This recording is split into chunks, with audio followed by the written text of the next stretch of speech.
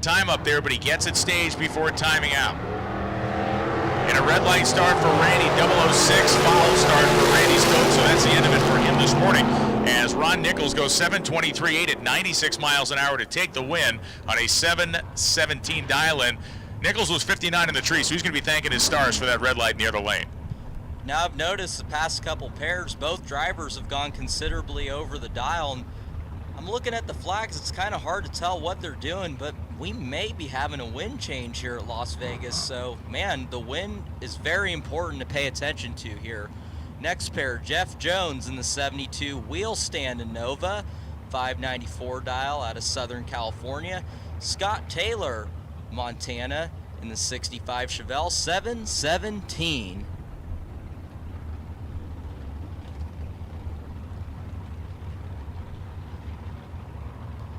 Just carefully staging them up. They're pre-staged.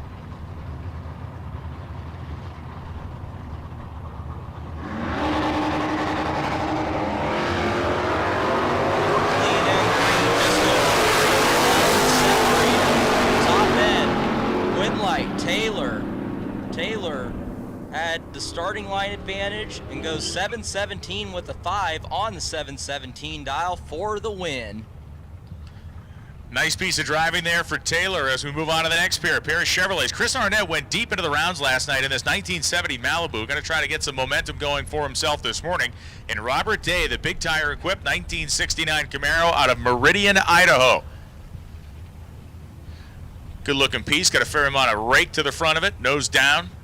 Rear bumper up, and a whole lot of rubber underneath the back of that 69 Camaro, which is dialed 635.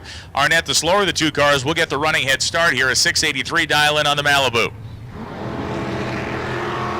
Will right-hand turn immediately when he let go of the button as Day's car tried to turn itself toward the Christmas tree. Chris Arnett with a 006 light gets on the brakes to avoid a breakout as Day got on the gas again and then tried to turn right a second time. Maybe something going on with the rear suspension of that car as Chris Arnett takes a conservative win at 693.4 at 84, and Robert Day, frustration, going 12.16.9 at just 61.5 miles an hour. Another couple of Chevrolets going at it. This time we got the 66 Nova SS, also known as a Chevy 2. Like I was talking about yesterday, I really don't know the difference between a Nova and a Chevy 2. It's such a gray area. You get all kinds of different answers. Right side, Brian Cerruti. Brian Cerruti, runnered up back-to-back years, outlasted the pro field and drove all the way to runner-up. Just over a second head start going to Bill. We're away clean and green. Roughly 4 Huns separate them. Top end. Win light's going to go to Cerruti.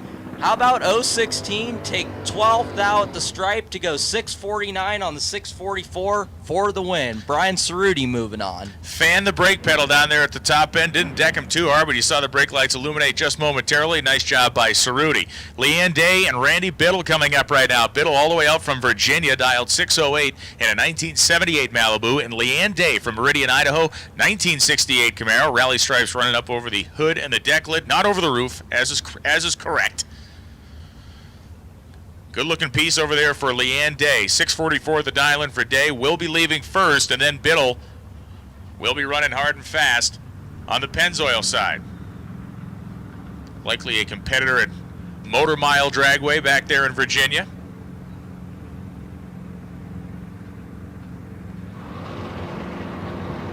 Tree comes down, and both competitors leave cleanly. Going to come right down to the stripe. Biddle on the binders goes 6.13.3 on a 6.08 dial-in for the win, taking 14th out worth of stripe. 0.23 in the Christmas tree. Leanne was there on the tree. She was 30, but then ran 6 over, going 6.50 on a 6.44 dial. Randy Biddle tightening up that stripe, down some mile an hour. Randy Biddle, those guys back in Virginia, tell you what, being back east, you know, Brian, you and I we're on the opposite sides of the country, and I'll tell you what, you guys back there, nothing against the left coasters, but you guys know how to drive the finish line back there. Speaking of good driving, Dennis Paz, left-hand side, Stockton, California. He runnered up. He was a birthday boy yesterday, 699. Jeff Rates, right side, 642 and 610. Mustang, 1 thou on the red side for Jeff. Dennis Paz goes 7-0 with the 7 on the 699 dial for the win. Robert Baya coming up right now. Baya from Salem, Oregon, dialed 664. And Tony Gambardella coming up on the right side. Gambardella, the 1988 S10 Chevy pickup truck, dialed 712. Gambardella out of Mims, Florida, pre-stage right now. And Baya, 57 Chevrolet, 210 style, two-tone paint job. Nice looking car. See what the shoebox can get done. We need Super Pro Door Cars blue stickers to lanes 5 and 7 for round 1. Super Pro Door Cars blue stickers to lanes 5 and 7, please. And Baya has all types of major league problems on the starting line. Gambardella was way ahead. He got on the brakes smartly. Goes 7:23.3, slowing at 85 miles an hour as Baya just did not react in time. Goes 6:77.5 at 101.71, and Baya's going to be regretful when he gets that time slip. All right, 1 year apart in these two cars, both made by General Motors. Joe Aller, left side in the 71 Camaro. Brad Burton in the stock Eliminator 72. Firebird on the right side, 681. So just under a half a second head start going to Brad. Brad's multiple time world champion in that car. And we need to mention buybacks are available again today at the bottom of the tower. Buybacks are available at the bottom of the tower today as Brad Burton leaves with the front end up and Joe Oller. An impressive performance on the starting line. Can Oller knock out the multi-time world champ? Can't do it. 684.8 at 93 miles an hour. Burton overcoming a perfect reaction time by Joe Oller as Joe ran a 10th off the dial-in, 643 on a 632. Again, a guy who's going to be really kind of making some probably bad noises when he looks at that time slip. As Burton was just 3 over, 684.8 on a 681. Yowza. Robin Harris, 66 Shoebox Nova, left side, 659 dial. Right side, Valiant Effort, 69 Valiant of Wesley Isinga, 610 dial on the right side. The almond man who hooked Nate up, who always hooks Nate up with the big bags of almonds that they grow on their farm, 500 acres worth. Red light start, Wesley Isinga by just 0.003 of a second, but Robin was ready, 004, 661 on the 659. Wesley 15 thou above the dial. That's a good lap, but unfortunately 3 thou on the red side.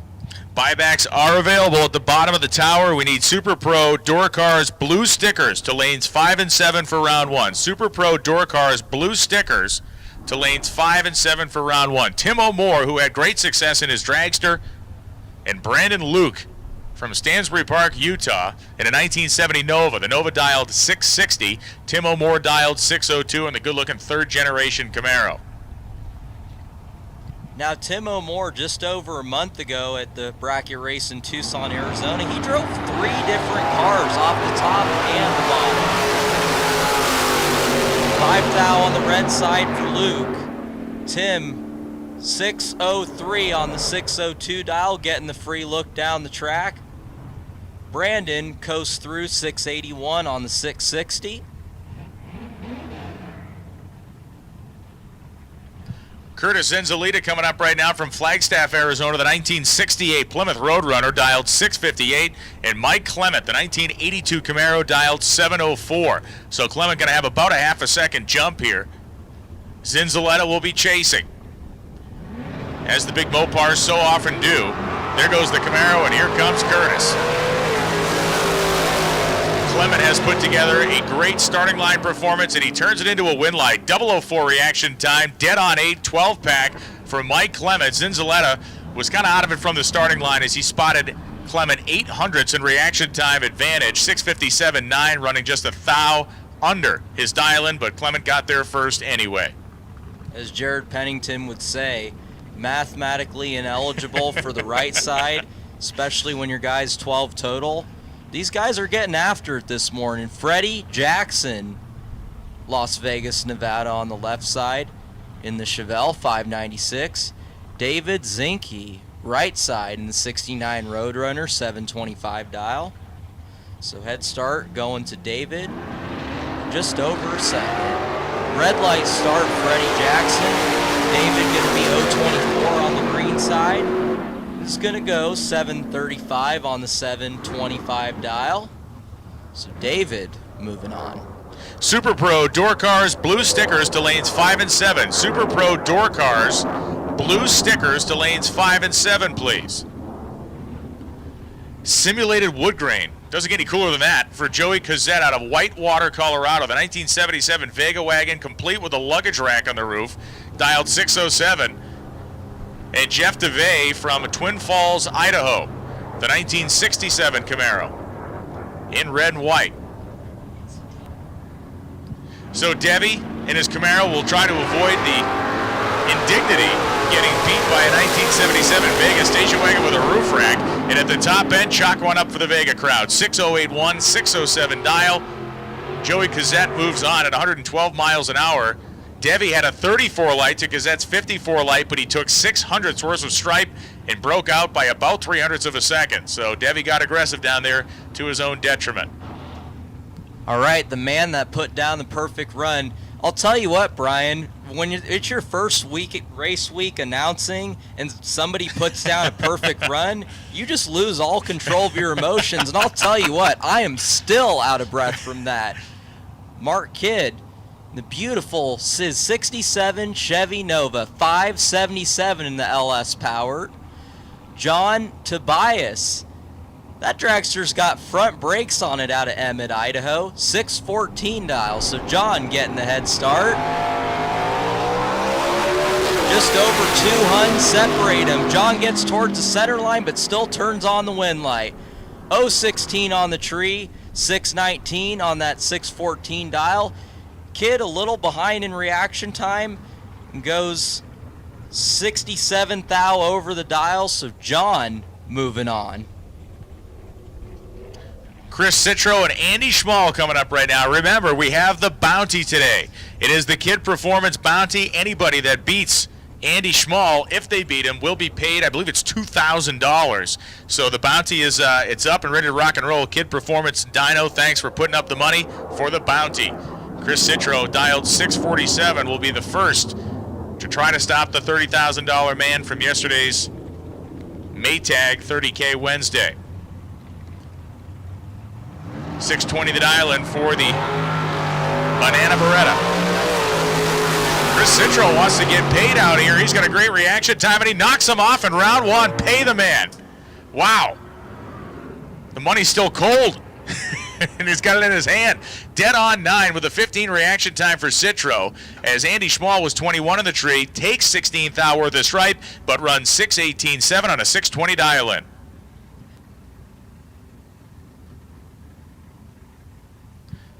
CW Hofer coming up right now. CW from Calamasa, California, 767 dial-in. And Dwayne Scheidlin, the A-Stock automatic 1970 Dodge. Just a gorgeous car that runs like the wind, dialed 657.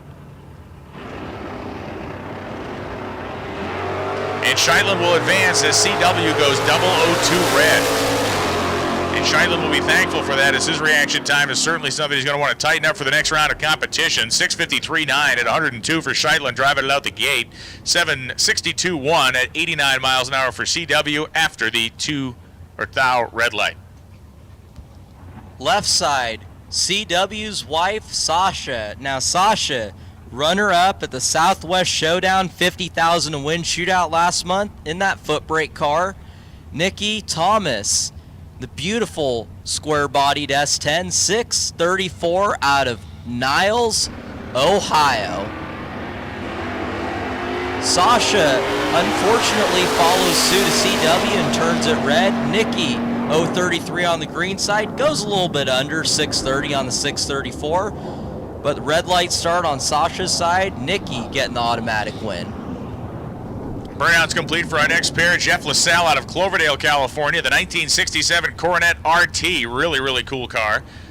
And Tim Arnswald from Coachella, California. The 1967 Camaro. The old school kind of offset European road racing stripes on that car. Neat piece. 759 the dial-in for the man from Coachella as LaSalle is dialed 657 in the big Coronet.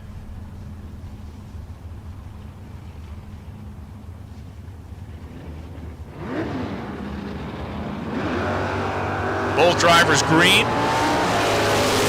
Both drivers tight enough to make this a good finish line drag race, and it will be the Coronet. Dead on 5 for Jeff LaSalle with a 79 light as Tim Arsenwald breaks out, taking 27 thou worth of stripe, going 758.5 on a 759 dial-in. He was 5 thou quick on the dial and took about 3 hun worth of finish line. So Jeff LaSalle, very uncharacteristic right there. I know he prides himself upon hitting the tree. You know he'll come back after it and come back swinging. How about a heads-up matchup? Bracket car and a super stalker. Phil Unruh in the beautiful Cobalt. Vince Generalo in the 65 Chevy 2. 17 thou separate him. Phil Unruh, 20 on the tree, 11 thou above. Turning on the win light. Vince, a little bit on the slow side, 593 on the 585 dial. So Phil taking the super stalker in round number 2. John Gazette coming up now. 1966 Nova wagon in orange and black, beautiful two-tone paint, dialed 643. And Darren Taylor, the 1976 Nova, 617 to dial out of Rigby, Idaho.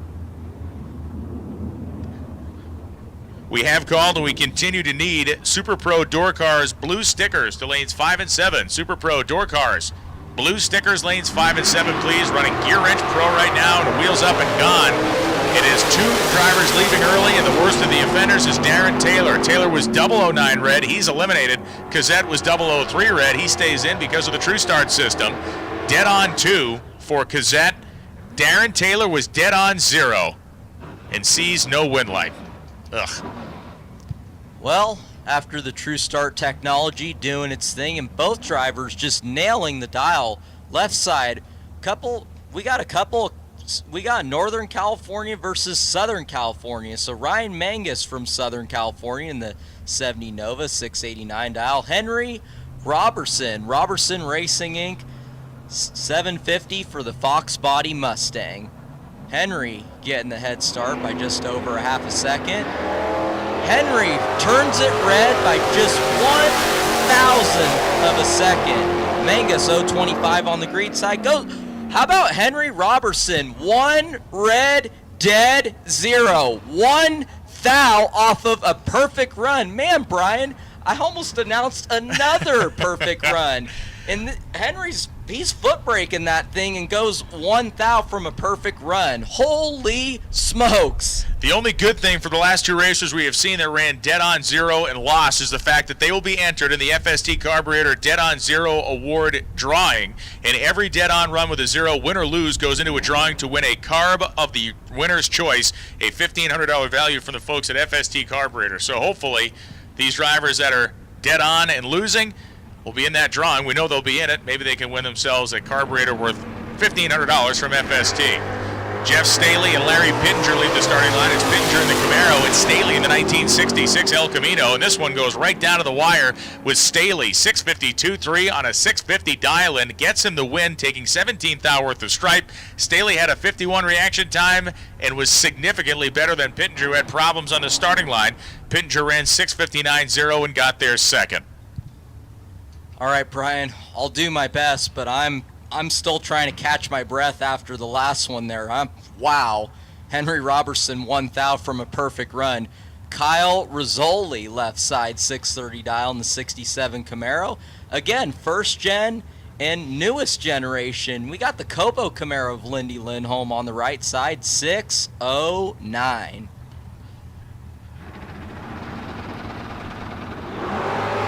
Red light start, Lindy Lindholm. Kyle Rizzoli 017 on the green side. He's going to run 629.1 on the 630, 9 thou under. He was dialed in. Lindy goes 5 thou under. These guys have been pretty close to the dial. They pretty much got it figured out now, Brian. Buybacks are available at the base of the tower for our first round runners-up.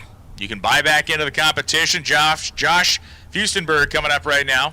Or Furstenberg, rather, from Battleground, Washington, dialed 734, 1971 Mercury Comet. And Brandon Hockaday from Meade, Colorado. the green 1986 Fox Mustang. 720 the dial in for the Mustang. The Comet dialed 734. Both drivers clean off the starting line, and it is going to be Fustenberg going 7405 on a 734 dial. He takes 14th thou. 007 on the tree, really the key to victory there, as he was way further off the dial than Hockaday was, but the 007 lights saved Josh. Hockaday runs 2 over, going 722.9 on a 720 prediction, but a 57 light sunk his battleship. Kelly Hockaday, left side 677 in the 64 Falcon. Bill Perry 785 in the 69 Firebird. One of them's got a 500 starting line advantage. Top end, win light's going to go to, it's going to go to Kelly. 031 on the green side, 679 with the 7 on the 677 dial. Bill Perry takes 6th thou at the stripe, but 781 with an 8 on the 785 after being behind the starting line made it difficult to make that one work. Ricky Duschel coming up now from Palmdale, California. The 1969 Camaro dialed 621. And Larry McClanahan from Kennewick, Washington. Beautiful 2016 Mustang Cobra Jet dialed 560. So McClanahan going to be testing his patience here. Pretty significant head start for Ricky.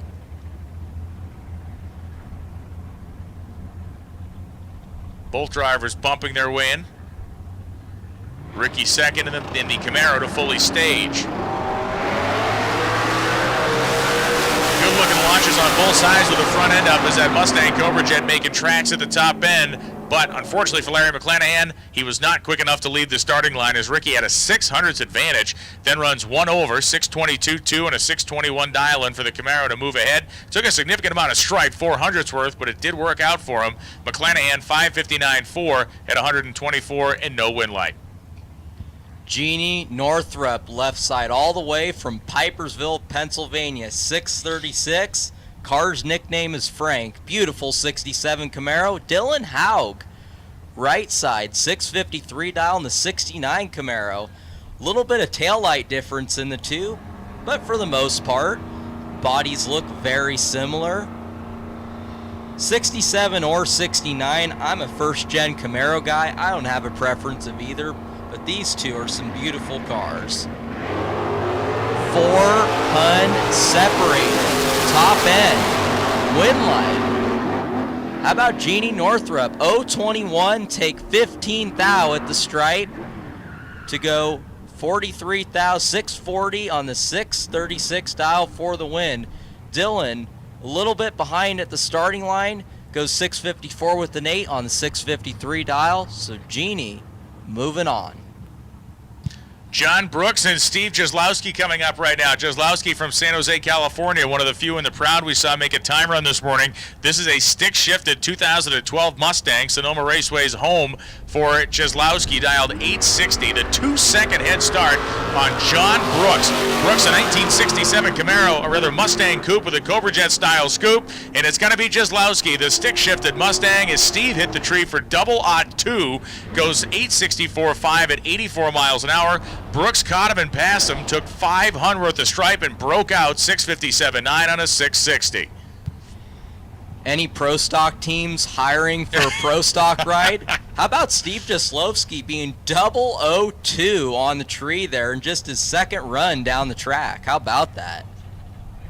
Michael Jackson, left side. How about Tanner Theobald bringing us some donuts in the Theobald family? Thank you very much, Theobald family.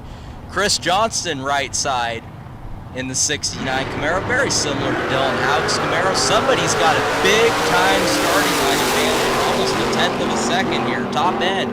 Win light to Johnston. 021 on the tree. Comfortable stripe. 33 thou. Goes 621 on the 612. Michael Jackson, 637 on the 635. But unfortunately, being considerably behind on the starting line, very difficult to make it up at the finish.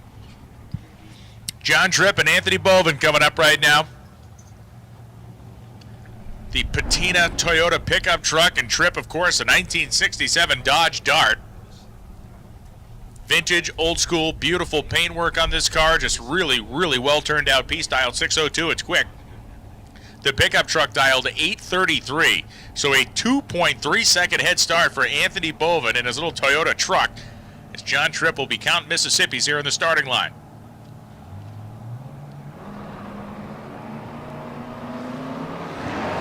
And it was Bovin that won the drawing for the million entry as John Tripp couldn't wait long enough. He's 3 thou red in the dart, then he runs dead on 2. Bovin, hammer down, runs a tenth quicker than the dial. It didn't matter because Tripp went red, but 8:22.3 at 80 miles an hour for the Toyota truck. Once again, buybacks available at the base of the timing tower if you'd like to buy back in if your first round of eliminations did not turn out the way you had hoped. Thank you again, Theobald family. I just devoured that donut, and there's not a square inch of sugar inside this mouth of mine. How about you, Brian? Absolutely inhaled that thing. Somebody offers you a Krispy Kreme donut and you don't take it, you're a bad American. It is an offense punishable by good health. You know, as Jared Pennington once said, and it doesn't matter what dessert is in front of you, and I can totally relate to this. You know, if there was a piece of chocolate cake right in front of me at the announcer's booth and everybody else in the tower, if every one of them said, "I do not want this piece of chocolate cake," I'll tell you what, I will gladly devour that piece of cake. But got to give everybody else the chance first, right, Brian? Bad donuts are like bad bacon. It doesn't exist. There's no such thing as a bad donut or bad bacon. Now, Justin Lamb coming up. He has 2 cars that he's entered. Unfortunately for him, he red-lit the first one out, and he's got Jimmy DeFrank in the first round. How about this? Justin Lamb on the left-hand side of the racetrack in the who was only 1 over his dial at 772 on a 771, but he spotted Strong better than 0.07 of a second on the starting line, and Robert Strong ate him up. Nasty Nick Hastings coming up in the 1977 Mustang that he drove deep into the rounds last night.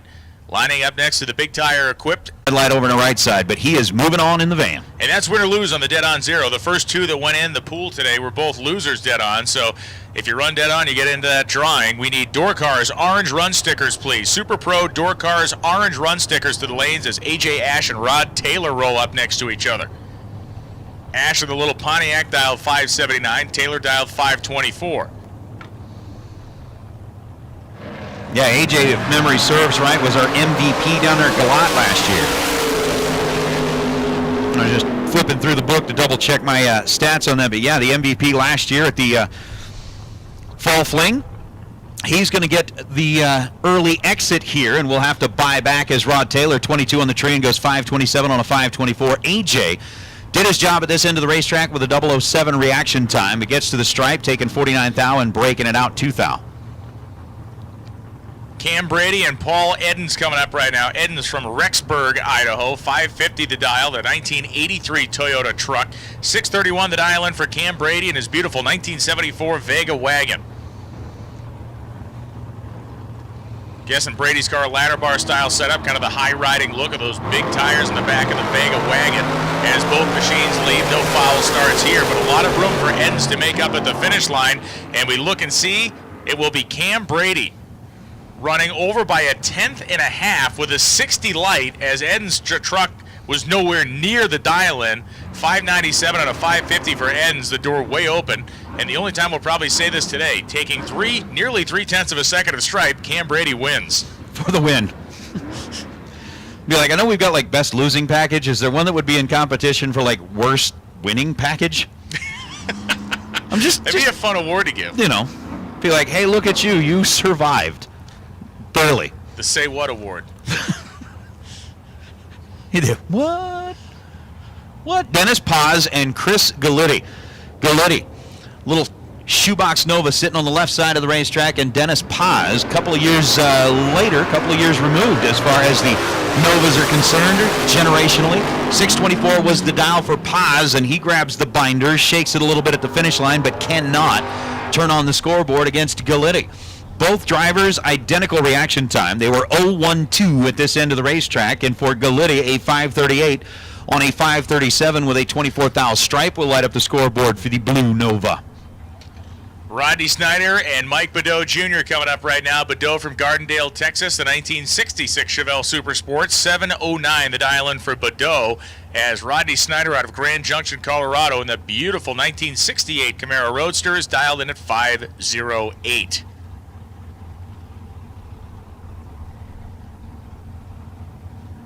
Rocking and rolling our way through round one. For those of you just tuning in on Bankshift.com, our live streaming coverage here of the K&N Spring Fling Million presented by Optima Batteries on Mosier. $30,000 Thursday. Man, big time usage of the stoppers down there for Snyder. You saw that car almost try to swap ends on him. Goes dead on 7 with an 18 light, so a 25 pack.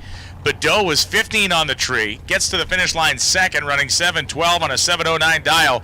But Snyder taking just 200 worth of stripe down there, and he was rapidly slowing when he did it. Definitely bringing the car to a stop as quick as possible as Philip Pennington and Laureen Rogers are going to be the two on the line right now. Laureen on the right side, and that, I believe that is the Lumina, I think is what she's running there. I'm not exactly sure. I believe that is a Pontiac Grand Prix. Okay, we'll go with that. The Grand It's bright Prix, out here. The sun's up. which is the Pontiac version of a Lumina. There we go. It's a beautiful thing. $491 for Laureen Rogers and Philip Pennington in the Roadster. $485, the Pennington family. Man, do they bring out some beautiful looking race cars every time they show up at the racetrack. So, advantage on the tree belongs to Laureen Rogers. Win light goes that way as well. 493 on a 491. She is exactly 2 above the dial. Getting their first 15 thousandths of a second at a 17 thou reaction time at this end of the racetrack for Philip Pennington. 035 on the tree and 17 thou above does not combine for the win. So Laureen into round number 2. Basically, as we've said before, for those that do not turn on the scoreboard here in round number 1, they get to make their way back in via the buyback round. For those who do, they get a little recess. Take a little time off while everybody else kind of dukes it out and tries to get back in.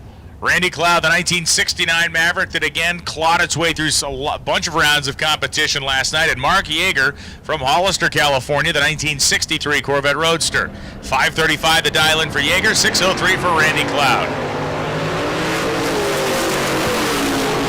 Almost even off the starting line, win light will shine for Mark Yeager. Hit the tree for 20, took 100 worth of stripe and ran 3 over. 538 on a 535 advances him. Cloud was also 3 over. He was 24 on the tree. Margin of victory, just 100th of a second down there for Mark Yeager. And as Mark Lalonde and John Bianco line them up, do a quick little moment here and shout out to Patrick Bowen listening in on the East Coast. Glad you are following along via the Bank Shift live feed as Bianco lines up the Golden, Colorado-based 55 Chevrolet. 556 for the 55 is the dial for Bianco, and for Mark Lalonde, he's got the 554 number for the Camaro on the left side out of Cottonwood, Arizona. Both drivers down to the stripe. 555 on both sides of the tree. 5559 on a 556 for John Bianco. Took a 16 thou stripe, needed to take 15 or less if he wanted to light up the scoreboard. They were separated by 2 thou at this end of the racetrack. Lalonde with an 022 runs 55 on the 54 and gets the win. Ricky Pinavale coming up right now from Amelia, Virginia. 588 to dial in for Ricky. Hunter Walker from Las Vegas dialed 621. You get a guy from just down the street and a guy from clear across the entire country lined up here side by side. Yeah, Rocky Pinavale over there on the left side of the racetrack was kind of like Mr. Fling down at Galata a little while ago as they both go red. And this one, although True Start was in play, did not change the outcome of it. Quicker car with the lesser of the 2 offensive red lights. Rocky Pinavale 006 red. Hunter Walker was 009 red. Win light to Pinavale as he goes 590 on the 588. Hunter finishes up the run with a 622 on a 621. See a lot of different approaches here this weekend. Chris Brown out of Wichita, Kansas has a supercharged engine in the front of this Camaro Roadster. On the Summit Racing Equipment side, dialed 551. Troy Grant is dialed 747 in his 1966 Chevy 2. So Brown is going to be coming around him like a freight train when they get down to the top end of the drag strip.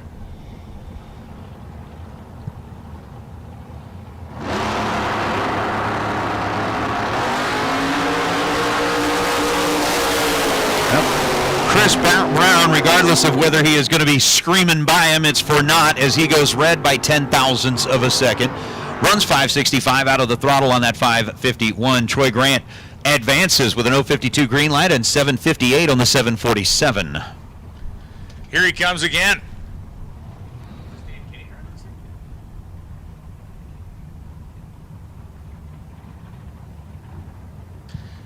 This is Nasty Nick Hastings' car. We have it listed as Dave Kinney as the driver, but I'm assuming that Nasty Nick is driving it in both categories. Steve Reynolds, 630, the dial-in for the Nampa, Idaho-based 71 Nova, but who knows? Maybe Hastings rented the seat out today. You never know.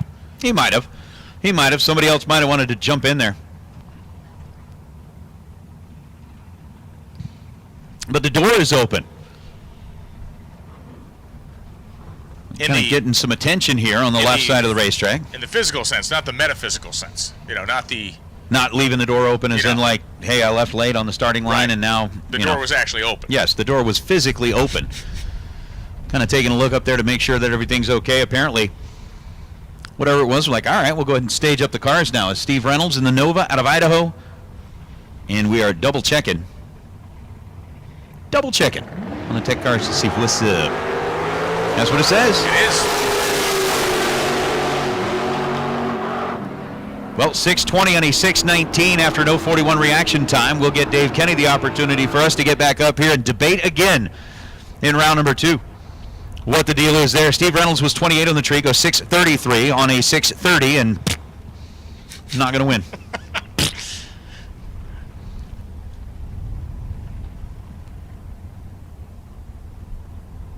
Gary Wargnier coming up right now, right side. A 66 model year car for Butler. Warnier is dialed, rather, in a 67 model year car. Butler will have the head start by nearly a full second, 6:41 to Warnier's dial of 5:47. Neither driver incredibly hurrying to stage. Warnier second to grab the fully engaged spot.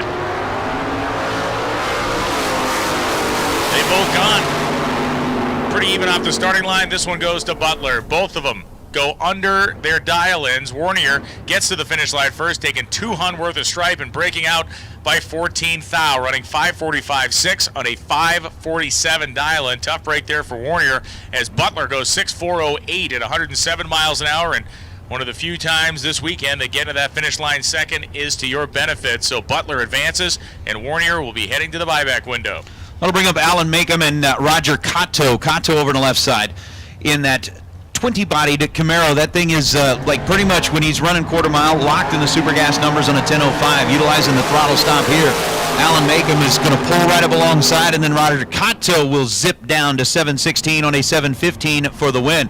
Cotto had grabbed himself about 0.04 of a second advantage at this end of the racetrack with the 0.31 reaction time. Allen was late with the 0.73 as he goes 5.72 on a 5.71 for the loss. So Cotto will return in round number 2. Allen will make his way down to the bottom side of the tower and buy back to be in the running for the 30,000.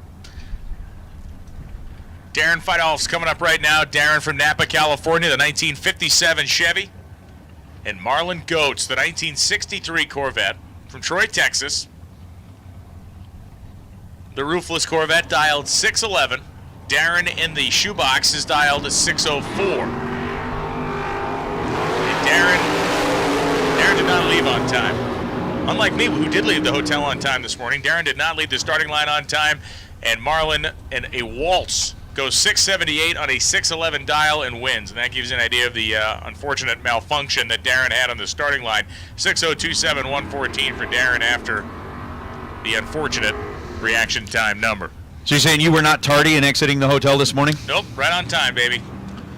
Right on time. How about blue hay ball in a door car? I think the very first time that I ever saw that was in Tucson a few weeks ago when he rolled up in this red Pontiac GTO and Mira Sylvia. Sylvia, former top sportsman champ in the Division 7 ranks. The 04 Cavalier rolling up here on the right side. 461 is the dial for Mira. Head start will go to blue in the door car with a 623 dial as the burnouts are done and we start the staging procedure. Fun fact to know and share, 1965 model year of the GTO, the lightest of the GTO production run. The lightest? The lightest one you could get. Did they forget to put the carpet in the trunk? Might have been it. And that was it? Yeah. Accounting for the 3-pound weight difference? Right. Wow. Two incredible reaction times here as Mira going to run up next to the Pontiac, but not quick enough as Blue Hayball gets it done, taking 16/10 thou at the finish line. Hayball was 002, run 6:27.2 at 104 miles an hour for the win light as Mira goes 4:65.1, running 4 over on a 461 dial. Mira had a 004 light, but Hayball by 16/10 thou squeaks one by. Kevin Heffington and Kevin Shearer. Shearer out of Belfair, Washington in the Roadster on the right side, and Heffington in the Nova over on the left. That rally striped white ride dialed in at 669. Kevin Shearer dialed in at 535 as Shearer's in and set. Heffington's already there. Lights stay green this trip down the racetrack. Heffington, ooh, Shearer getting a little bit crooked there as he leaves the line just past that 60-foot block. Has to get out of the throttle. Will run 665 on the 535 and not good for Kevin Shearer. Kevin Heffington gets the win, 673 as he lifts up off the throttle at the finish line, realizing that Shearer was nowhere to be found. Heffington 058 on the tree. Actually the worst of the two bulbs as Shearer was better with an 041, but Shearer, with the issues there on the launch, backs out of the throttle, and Heffington will coast through for the win. Kathy Ball and Jeff Verdi coming up right now. Verdi, one of the guys who has won the Spring Fling Million 2016. He won the first one. The inaugural. $270,000 worth as Jeff Verdi will advance on to the second round as Kathy Ball went 001 red. Verdi goes 596.5, legging it through at 115 miles an hour as Ball 715.1 at 96 after the red light. Yeah, Jeff Verdi's story is still one of my favorite in drag racing when he won that this year, or that year. I mean, rolling in here on the open trailer. You know, everybody else, they got the toter homes, the double stackers that he rolls in with his Firebird on an open trailer, wins the whole thing. His wife had never been on a plane, put her on a plane that night, flies her to Vegas, and they were able to just spend the evening kind of relaxing and chilling out at the suite down there. It's one of the best stories in all of drag racing. Dan Lafferty and Carla Greeno coming up right now. Lafferty, the 1967 Camaro Roadster, dialed 470, and Greeno dialed 682 in the 1988 Mustang. One of the widest spreads we'll see in this round of eliminations, and it will be Dan Lafferty as Greeno went 16th now red in the Mustang. Lafferty waited long enough, had a 17 reaction time, and drives down to a 473 at 151 miles an hour. Goodness gracious, that Camaro is getting after it, leaves hard.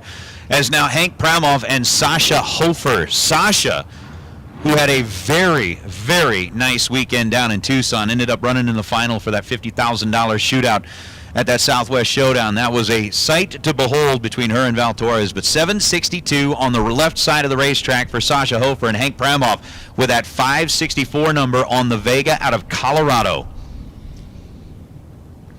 Hank's dad standing behind the car as he always does here on the right side of the racetrack. Drivers getting them pre-staged, set, and we'll be ready in a minute. Pramoff was a wrecking machine last night. We'll see what he can do here.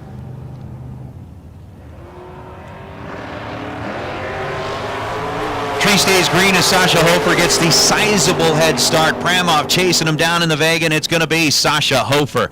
058 on the tree and 762 on a 762. She is dead on 8 down at the finish line, taking a 6 thou stripe. Hank Pramoff was right there but could not catch up as he runs 35 thou above the dial, 567 on a 564. Check this one out. You got on one side Paul Weekman, on the right side Steve Williams, couple of Division 7 runners that see a bunch of each other in Super Gas competition in the class racing world, and now they find each other in the first round here of Super Pro at this K&N Spring Fling $1 million. Of course, we don't talk about K&N without talking about Steve Williams. Off the starting line, it will be a red light start for Paul Weekman by 5 thousandths of a second. So Steve Williams cruises to a 5.308 and 143 mile an hour victory. Paul Weekman 6.29.3 at 122 after the red light. And we'd be remiss if we didn't mention and send our great thoughts to our pal Greg Boutte. Yes. Also of K&N Engineering, who has had a little medical procedure this week, or a big medical procedure this week, and we're just glad everything's going to turn out okay. So, Greg, we hope you're paying attention and hope everything's going the right direction for you. I know the marketing genius is listening in. He's always listening in. He's always there. It is kind of creepy. Like it is sometimes. C.W. Hofer and Glenn Dilday. Really? Saw Sasha like up earlier in the car that C.W. normally drives, and now C.W. is in behind the wheel of the Nova. That's just kind of different. Odd, unexpected. unusual. Keep going. More adjectives, please. I'm out. 688 for CW Hofer, 555 the dial in for Glenn Dilday. 4th thou separate him at this end of the racetrack, and the win light will belong to CW. 12 on the tree for CW Hofer. 8th thou the reaction time for Glenn Dilday. Dilday is 14th thou above the dial. Hofer is 10th thou above the dial, and the true margin at the stripe is 8 10,000ths of a second win light to CW Hofer. Tightest match we have seen so far today. 8 10,000 at the stripe. Ricky Duschel going to roll up in the 1963 split window Corvette, 567 the dial, and Aaron Markham from Meridian, Idaho. Markham driving his S10 truck. A 680 dial in for Markham. Again, 567 for Ricky. Round 1 of Super Pro action going down right now.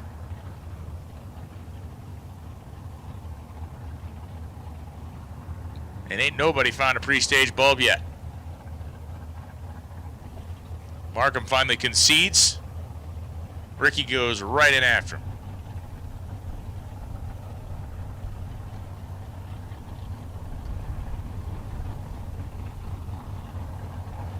Of course, this is the FTIperformance.com first round. Significance of that we'll talk about in a moment. Significance of reaction time advantage, we'll probably talk about that in a moment too. Yes, we will. As Ricky Duschel was 18 on the tree, goes 568 on a 567, takes a 10th of a second worth of stripe and wins, as Markham was a 10th off the dial and 44 on the tree. So Ricky played it as conservatively as he needed to down there and got the job done. Why is it important that this is the FTI Performance first round? Well, because the best losing package in this first round will be winning a race converter from FTI Performance. Of course, FTI, a very well-respected name in the world of high-performance torque converters and transmissions, and the best losing package of round 1 will get and be awarded an FTI Performance torque converter. Great, great piece of equipment. Jason O'Terry and Dennis Bauer coming up. Bauer, the 1971 Camaro, dialed 569. O'Terry dialed 704 in the 1992 Pontiac. It is a pair of early leaves, and the win light will shine for Jason O'Terry. O'Terry was 004 red. Bauer was 14 red. O'Terry then goes on to run dead on 3, so he moves on to the next round. Bauer, 568.7, 121 after the red lights start. Mike Pennington coming up in the Roadster, the 1934 Ford-bodied Roadster, I should say. And Darren Taylor, Taylor from Rigby, Idaho, in the 1969 Pontiac Firebird.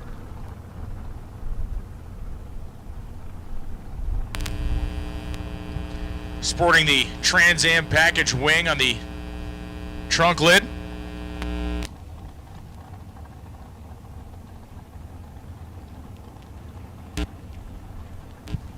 Pennington dialed 506, Taylor dialed 594. Pre-stage on both sides.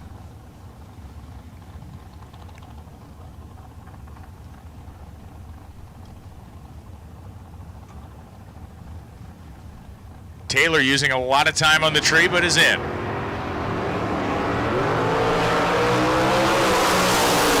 Mike Pennington said, take all the time you need. I am right here and ready for you. Pennington pedals his way down to a 5:08.7 at 128.66. 024 light takes 300 worth of stripe to advance, as Darren Taylor won over, running 5:95.8, but the reaction time of 065 was not what he needed to advance. I'll tell you what, Brian, I'm like constantly looking out the window here and trying to find a door car that needs this hood scoop the most, and it's not an easy choice. It is not an easy choice. I mean, everybody's pretty much already got the cars set up exactly the way that they should be, and I don't know. I'm wondering if Tony Trimp's little Opel could use a hood scoop. You could mount it on the roof. You could mount it on the roof. He could become air conditioning. As Trimp dialed in at 660, goes red by 25 thousandths of a second. Greg Dreer in the little Chevette ends up with a 5.800 on the 576, getting the win, was 014 on the tree. As now Larry Spitali and Phil Unruh are going to be our next two, and as they make their way up this direction, we'll also take all door cars. Final call, all door cars. Need you into the staging lanes, Super Pro door cars, that is. Need you into the staging lanes for round number 1. Final call, door cars, round number 1. need you headed back this way. So a 610 dial for Unruh out of McPherson, Kansas. And for Larry Spitali in the Monza out of Glendale, Arizona, he's given up the head start with a 5.51 second dial. Made a big deal out of Unruh, this being a brand new car yesterday, but whoa, Unruh, he's got fluid underneath that thing, wow. He left the starting line, it left some fluid underneath it, he got back in the gas pedal, he was able to save it, but it tried to make a beeline for the wall. Meanwhile, he wins the round as Larry Spitali didn't lift. Spitali breaks out 5:49.2, taking 2.6 seconds worth of stripe, and Unruh, despite the fact that he had trouble leaving, potentially fuel, as it looks like it's drying up on the starting line as it seems. Maybe the fuel cap was left off. Unruh will advance on a wild one here. Spitali again breaking out. Yeah, definitely a spooky moment there for Phil Unruh as he pointed the nose of that car directly at the wall, but Unruh, being the seasoned veteran that he is, was able to get out of the throttle, get the car to settle down, and at least get it driven off the top end of the racetrack under its own power. But that certainly was just a spooky little moment there for Phil Unruh. Nate said it. I like repeating things that Nate says. Final call for all door cars, round 1 to the lanes. Brian should give Nate $1 million. I didn't say I like saying everything you say, just generalize. I just figured I'd throw it out there and give it a try. That was actually brilliant. I just, Now I owe you $1 million. I just figured. You've ruined me financially. I'd give it a try and see what happens. To quote Tiger King, I will never recover from this financially. Never. Oh, we got a new raffle that just opened up at the bottom of the tower for a Spring Fling Million entry. So if you are wanting to try and win your way in, to try and win your way out of the Spring Fling Million, we got a new raffle that just opened up at the bottom of the tower. You can stroll down there and get signed up for that. As Brian had mentioned, probably just fuel. It evaporated quickly as Jess Biddle and Bo Butner, coming in out of Indiana. Bo, who I'm sure was he was happy being crew chief for Randy Lynn Ship, seeing her make it all the way into the final round last night for that $30,000. And I almost wonder at times like this, where is he happier? Just kind of watching Randy Lynn turn on wind lights, or being in the race car himself? No, he's happier right there, right where you see him right now. Fair enough. In the seat of that thing. Remember when he debuted this car? He bought it, showed up, and won Super Gas in Sonoma with it. That's right. That's right. He did roll in on his first race. Yeah. Apparently, that's like a Bo Butner, Randy Lynn Ship thing. Bring out a new car and just go to the final round. Yeah. Go to the final round with it. 5 flat, the dial for Bo Butner on the right side of the racetrack, and for Biddle in the 78 Malibu. I do love the look of that little 78 Malibu. That is a clean, nice-looking race car. 607 is the dial on the left side. Biddle leaves, and here comes Butner. Biddle's car made a move to the center line. So Butner is going to head down again, basically unopposed. Lifts and goes 5.18.4 at 108.86. When Biddle came off the starting line, the car tried to rotate to the right, and he was off the throttle immediately. So Jess Biddle, 15.43.8 at 37 miles an hour for Jess, I should say, as the Malibu makes it to the finish line.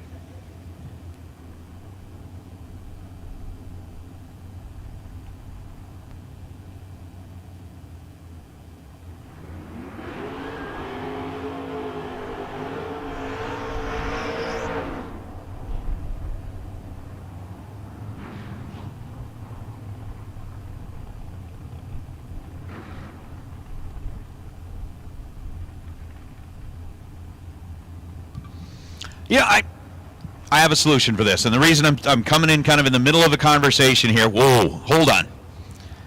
Spencer Massey and Sean Langdon. We've got to focus here. Spencer Massey dialed in at 6:34. Langdon dialed in 0.04 of a second quicker than that with a 6:30. Two drivers that have former or current top fuel drivers now going head-to-head in the door cars here at the strip. Spencer Massey, Sean Langdon. Advantage at this end of the racetrack to Spencer. Win light, Spencer Massey, 17 green, dead on 6. 6:34 on the 6:34 for Spencer Massey. Sean Langdon was 0.23 on the tree, not shabby, and goes 6:32 on a 6:30. So Massey, by 26 thousandths of a second, lights up the scoreboard at 108 miles an hour. For Sean and Spencer, who are used to driving cars that will get to 100 miles an hour in 60 feet, it took them 660 feet to get to that point, but They finally decided amongst themselves that Spencer would move on and Sean will make a trip to the buyback window. And up comes Randy Biddle. Beautiful wheel standing 66 Chevy 2. Second time we've seen the wagon today. And Brad Pierce out of Riverside, California. Former home of Riverside Raceway. The Mondo wheel stand for Biddle again. That thing is consistent. And put on the air show out here, and it's Biddle. Dead on zero. Put him in the drawing for the carburetor, as well as give him a win light. Biddle was 28, goes 643.0 and a 643 dial, takes 4 thou worth of stripe. Brad Pierce runs 2 over at 585 and a 583, had a 10 light. That was a great battle. That was a nice-looking drag race. There's now Brad Burton and Dennis Weddle. Weddle out of Kaiser. Is it Kaiser or Keyser, Oregon? Let's go Keyser. All right, Keyser. Let's go to Kaiser Soze, Oregon. Fair enough. Kaiser? Kaiser. The 08 GTO. It's not Keister, we know that. No, it's definitely not Keister. And Brad Burton. Brad had a nice little weekend out here last weekend at the divisional event. He's dialed in at 614, driving Scott's car. That high-flying Firebird pulls the wheels off the starting line, sets them back down, and away we go. Weddle closing in, and the GTO win light's going to go to Brad Burton. 20 on the tree, 3 above, 617 on a 614. Getting the nod. And for Dennis Weddle, 493 on a 489, no good after he was 7 thou behind at the hit. I'm wondering, what do I need to join the chat for? I'm in the chat. I just get to chat vocally while everybody else has to type on their keyboards. Next pair rolling up to the starting line right now will be James Glenn out of Ridgefield, Washington, and Sean Schaefer out of Boise, Idaho. Schaefer dialed an even 5 flat. Glenn dialed 646. We have made that last call for door cars. Last call for door cars round 1. Last call, door cars round 1.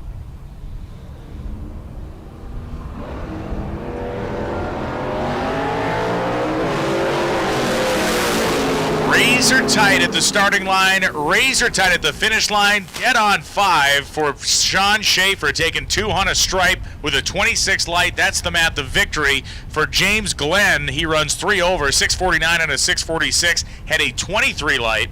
So he was right there at the starting line, but unfortunately at the stripe, Sean Schaefer was the dude. John Schaefer was the dude here last year, too. Picking up a big check and rolling out of there with a big old win. As now Dan Northrup and Frank Momsen. What's up, sir?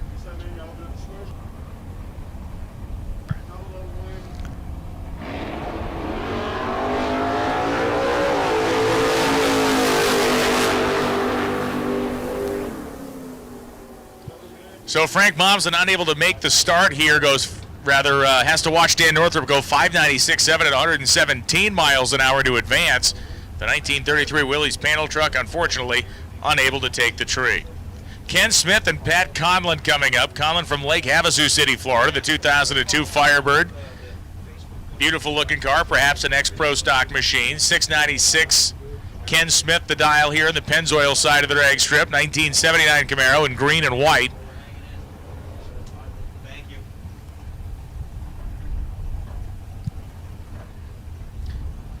So Conlon will be sitting and waiting for 2+ seconds. That's a long time. And it's a very long time. They're locking us in, man. They've just sealed us up. We've been hermetically sealed inside the announcing area, and it will be Pat Conlon. 494.8 at 143 miles an hour. Conlon, after the 2-second wait, had a 009 reaction time. Ken Smith ran almost a tenth off the dial, going 7:03.3, dialed in the mid-690s. So Pat Conlon, starting line and finish line, owning this one, taking 400 worth of stripe and getting the job done as we got our track official cruising down on the four-wheeler to take a look at the top end. Well, as we do that, couple of things to take care of. It is certainly a lot of fun out here. RTC, no, Carter is not heading off the jumps yet on the bicycle, but he is zipping around. We did get our first fall, our first case of road rash. Ooh. Yeah, that was a little experience, but he's bounced back from that well. Is healing up nicely, and so thank you for asking on that. But yeah, it's been a pretty good morning, and I want to say hi to young JJ Talk about announcers that are going to go a lot of places and do a lot of things. Basically, when I'm sitting in a rocking chair somewhere enjoying a race, JJ is going to be the man that's on the mic for years to come. So, JJ, glad you're listening in. Aren't you supposed to be in school, dude? Hey. Or are you, no. Maybe it's like lunch break time there. Darren Taylor has won a $100 K&N gift card and $100 cash based off a random tech card draw from Gear Wrench Pro Round 1 losers from the Pro Treasure Chest. So Darren Taylor, you've won a $100 K&N gift card as well as $100 cash. Robert Neighbor and Vince Horton coming up. Horton from Port Orchard, Washington, the 1979 Malibu, and Neighbor from Miraloma, California, the 1963 Corvette. 504 the dial for Neighbor, 680 the dial for Vince Horton.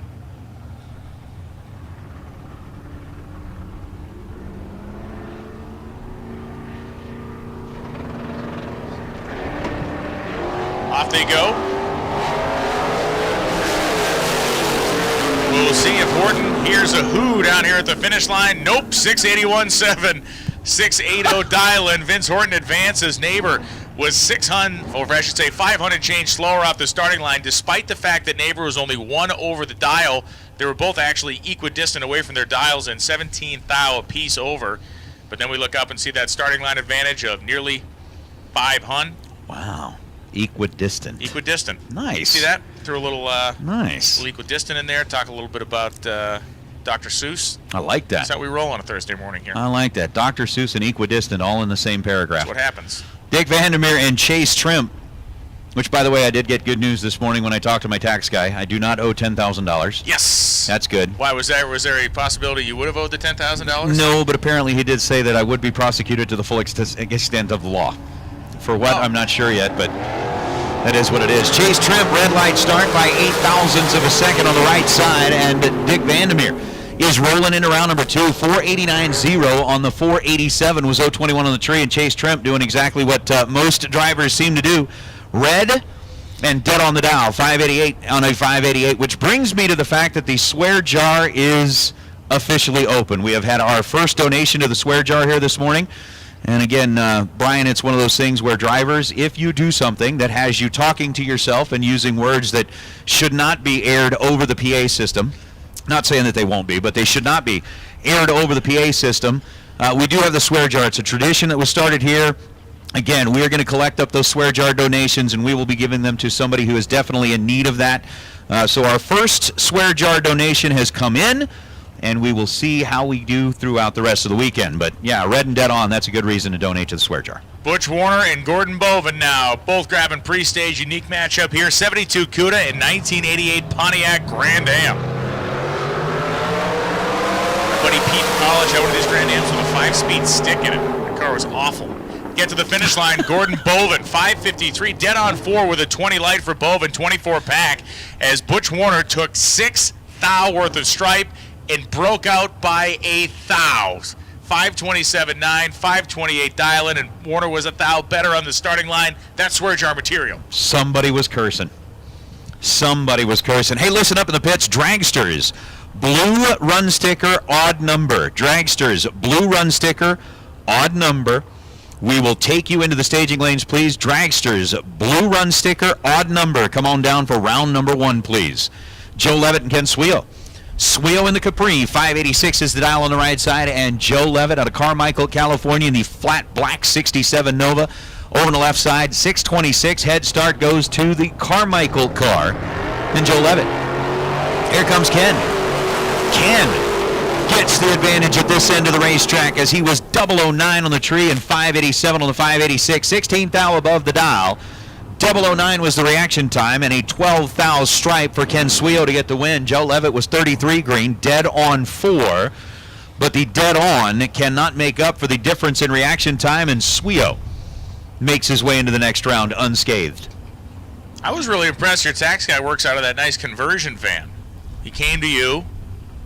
Business was done in the conversion van. Right up, rolled right up, no windows, nothing. That's how I get my dentistry done.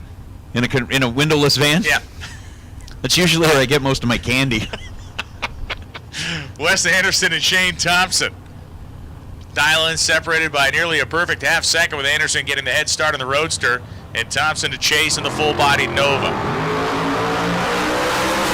And chase he will, and chase he will have to rapidly here. Starting line advantage for Anderson is the win light for Anderson as well. 11 on the tree, 15 thou over, so 26 pack for Wes Anderson. We look over at Shane Thompson. He was 37 on the tree, and that's where it all kind of went south for him. 5:05.9, 137 miles an hour, gets to the finish line second. Anderson advances on to the next round. I don't bring up Gary Manaka and Greg Sabatino. Sabatino in the pickup truck. You just look at the size difference between the two race cars that are down there. Gary Manaka in the Roadster. Almost looks like he's rolling up on one of those Power Wheels. Compared to Greg Sabatino's pickup truck, that purple and black ride, that is a cool 1963 Chevy truck. 652 is the dial for Sabatino. 578 the dial for Manaka in the Roadster. Manaka way up by the center line. Manaka manages to stop the car from crossing. Goes 5.804 at 116 miles an hour to win, as Sabatino might have been looking out his right window going, hey, pal, where you going? 6:59.5 at 104 for Sabatino. Runs 7 over the dial-in, and despite the fact he had a 005 light, could not close the deal. Gary takes 200 worth of stripe and moves himself on to the next round. Bill Dykes and J.R. Learcamp coming up right now. The two drivers, Learcamp a 1963 Corvette Roadster and Dykes a 1957 Corvette.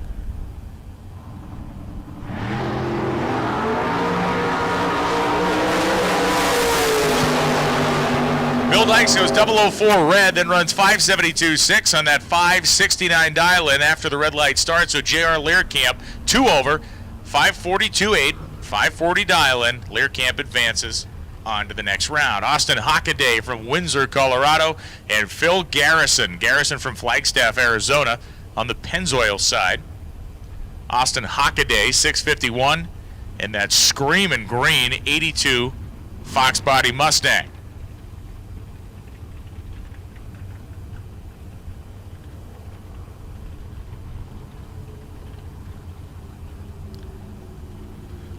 Over 1,100 people tuned in right now. TheBankShift.com live streaming coverage here of this K&N Spring Fling Million presented by Optima Batteries. Right down to the finish line stripe. A wild ride for Garrison, but he gets a win light as Austin Hockaday breaks out by more than 100th of a second. Hockaday dialed 651. Hockaday ran 649. Hockaday took 500ths of a second worth of stripe. Phil Garrison was 001 in the starting line, and the man who will benefit from Hockaday's aggressive nature at the top end. Mike Coltrane, 67 Chevelle in orange, and Jeff Broussard from Novato, California, in a 1998 GMC Sonoma. The Sonoma dialed 708. Las Vegas Travel and Tourism side, Coltrane staring down at that Pennzoil scoreboard with the 5.67 dial-in he has chosen, illuminated on the board.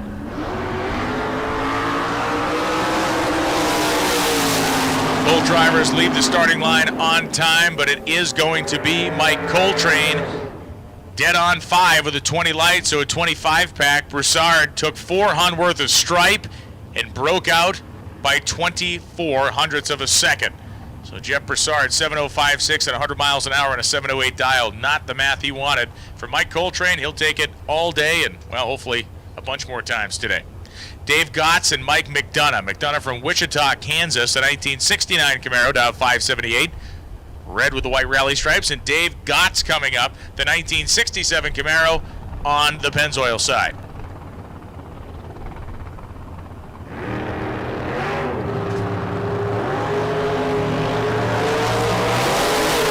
Gotts' car on the stop, comes off the stop, roars to the finish line, but does not roar to the finish line quick enough as Mike McDonough, by 8 thousandths of a second, gets a win light.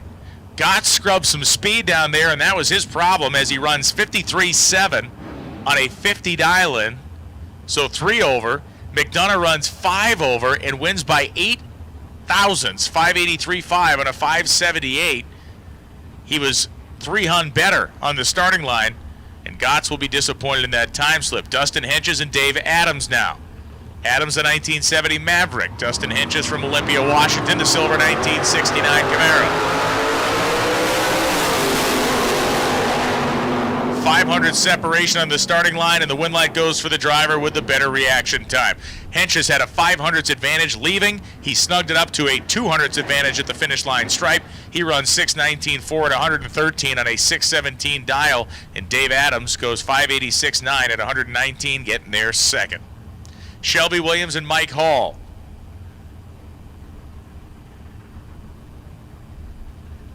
The Camaro left side. Mike Hall, the 63 Chevy 2 Nova. 686 the dial-in for Hall, 683 the dial-in for Williams. We had 500 starting line separation the last time. We had 200s, and it's the slower lever getting the win light here as Mike Hall takes advantage of Shelby Williams grabbing 300 worth of stripe and breaking out by 16 thou. Williams runs 681.4 on a 683 dial-in, and Williams was the better lever by 200ths, but just got aggressive down there at the top end. Mike Hall, 685.9 at 99, got there second and picked his pocket for a win light. AJ Ash rolling up again. Ash coming up in his Nova. John McCone from Clovis, California, coming up in the 1963 Corvette Roadster. 538 the dial-in for AJ Ash, 588 the dial-in for John McCone, and Nate had to leave the room. The tax guy called back, and you have lost all the color in your face. I feel as though you've received some troubling news. No, it wasn't the tax guy that called. It was my boss from work, and even better. Yeah, plenty of fun. So as John McCone and AJ Ash roll up here, Ash, I know we're missing that middle digit there, but a 5.38 second dial is what AJ Ash is working with against John McCone's 5.88 second dial, and AJ gets the win light. 37 thousandths of a second was the difference between the two at this end of the racetrack. John McCone was 0.37 on the tree. AJ, 5.40 on a 5.38, was perfect at this end of the racetrack and goes to round number 2. McCone got a little wavy gravy down there at about 500 feet, and that's why you saw Ash take a significant amount of stripe for AJ over a tenth, but that's because McCone's car was sideways and slowing very, very quickly. John Eno and Dave Barcelone coming up right now. Dave Barcelone of Dave Barcelone's Truck Town, Bremerton, Washington, 634 the dial-in in the Nova, and John Eno from Williston, North Dakota. 1973 Duster, 658 the dial-in. Gotta love the matchups that we see happening here at the Spring Fling.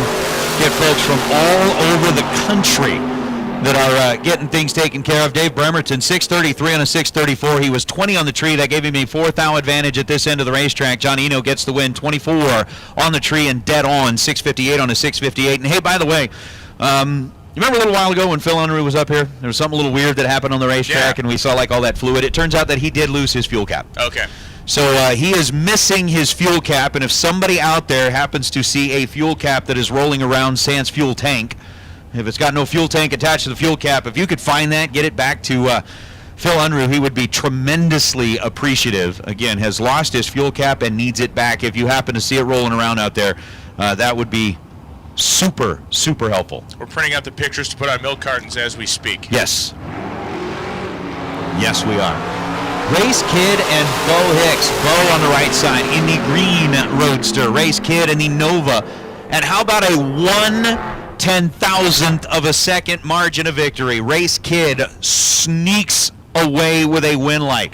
576 on a 575, 15 thou above the dial, and 30 on the tree at this end of the racetrack for a 45 pack. Bo Hicks was 19 green and then goes 650 on the 648. Oof.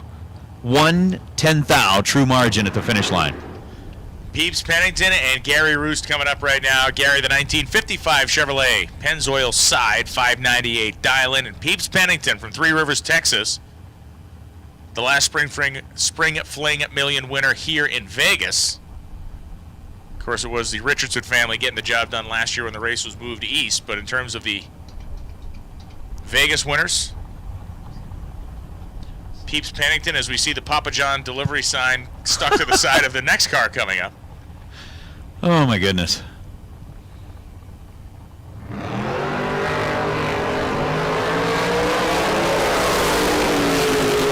14 thou separate him at this end of the racetrack, and Peeps Pennington 10 on the tree, dead on 9. 19 thou total package, and 9 thou at the stripe. And Gary's 24 dead on 4. Ugh. He picks anybody else, he probably is going to win that round, except against Peeps. Wow. The Papa John's delivery sign being removed at the starting line. Apparently, the SFI spec has run out on that one. Starting line officials, keen-eyed starting line officials caught that and said, wait a second. Well, I mean, that thing's kind of like really aerodynamic. It actually's got the wing feature on it. It comes back to a point on the side. I mean, I don't know that would impact your ET all that much. Chris Northrup of Boise, Idaho, 659 the dial of the now D Papa John equipped Camaro, and Bill Bathello, the C's Candies, 494 dial Pontiac Grand Am.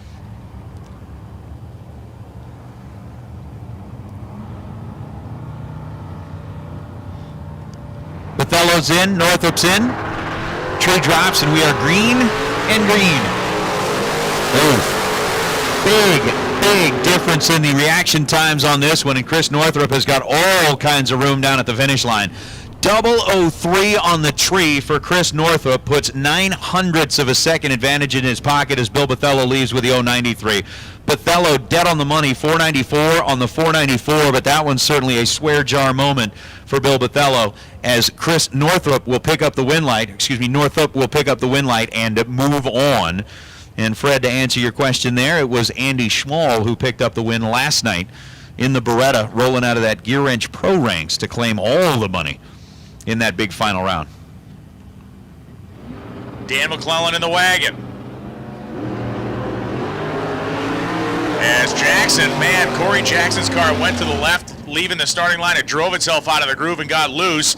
And Dan McClellan will lift at the top end and coast to a 665.5 at 90 miles an hour when his opponent was nowhere in sight. He did not push the issue, so Corey Jackson gets bumped out. The buyback window is open, first floor of the tower if you'd like to buy back in. Dan McClellan, 665.5 at 90 miles an hour, moves on. I do like that. John Corbin and Caitlin Trimp here on the left side in the 67 body dart. 597 is the dial, and for John Corbin, out of Virginia to Camaro, 560. And again, we've got folks scouring the property looking for the missing fuel cap. There was actually an all points bulletin that was put out on the chat bleachers. APB. Yep, put out the all points bulletin with a description, the whole thing. I don't know that there was any rust on it. I don't see anything that Phil Unruh would have that could even remotely have any rust on it. But the description was pretty close.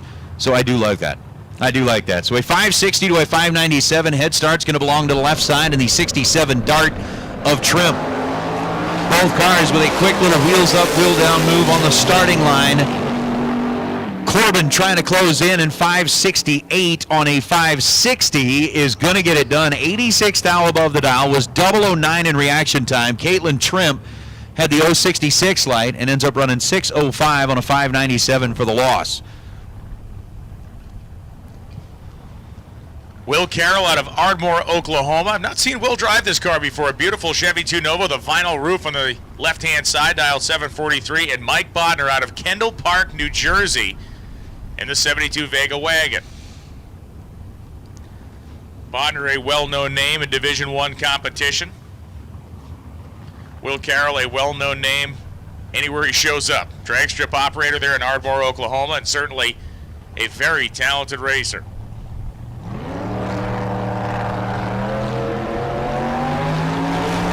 20 thou the difference between the two at this end of the racetrack.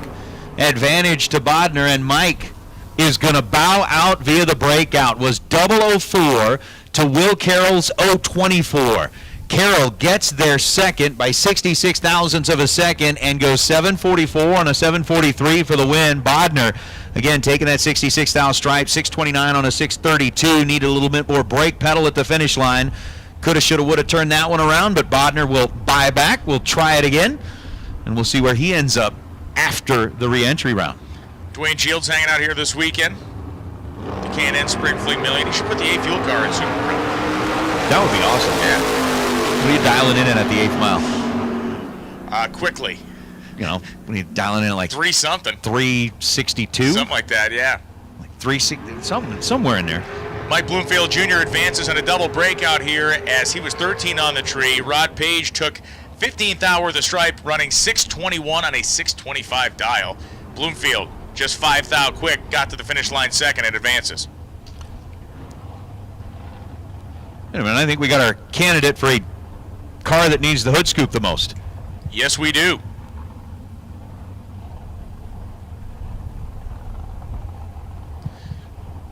Carl Jones from Kansas in the 69 Camaro Roadster, and Carla Greeno, the 1996 S10 truck. Not only is it topless, it's scoopless. Oh, the shame. Oh, come up here all exposed like that, showing off for all the world to see. In front of God and everybody. And oh my goodness, Carla Greeno is going to need a support group. 001 at this end of the racetrack, gets to the stripe first by 72 thousandths of a second and goes 718 on a 720 dial to break out. Carl Jones was 043 on the tree and runs 560 on the 559. But Carla Greeno, ouch. 001 at this end of the racetrack, holding a ton and took a ton on the breakout loss. As now Larry Scarth and Steve Williams. That's like this little 08 G5 has been like passed around over the last few days. Everybody's getting a turn of this. Everybody's getting a ride. I mean, it says Steve Williams behind the wheel right now, but we'll see. We'll see. Larry Scarth with a 623 dial, goes 622.4, bows out via the breakout on the loss. Williams 31 on the tree, and then 674 on a 672 for Steve. And yes, Terry Lee, that is certainly a swear jar contributable moment. I'm going to have several donations myself by the time the day, by the time the morning's over. I'm going to have several contributions in there. Chance Parker and Diane Pettit as we now head into dragster competition. Pettit dialed 551, Parker dialed 495. The dragsters lined up far and wide in the staging lanes as we continue on with round one.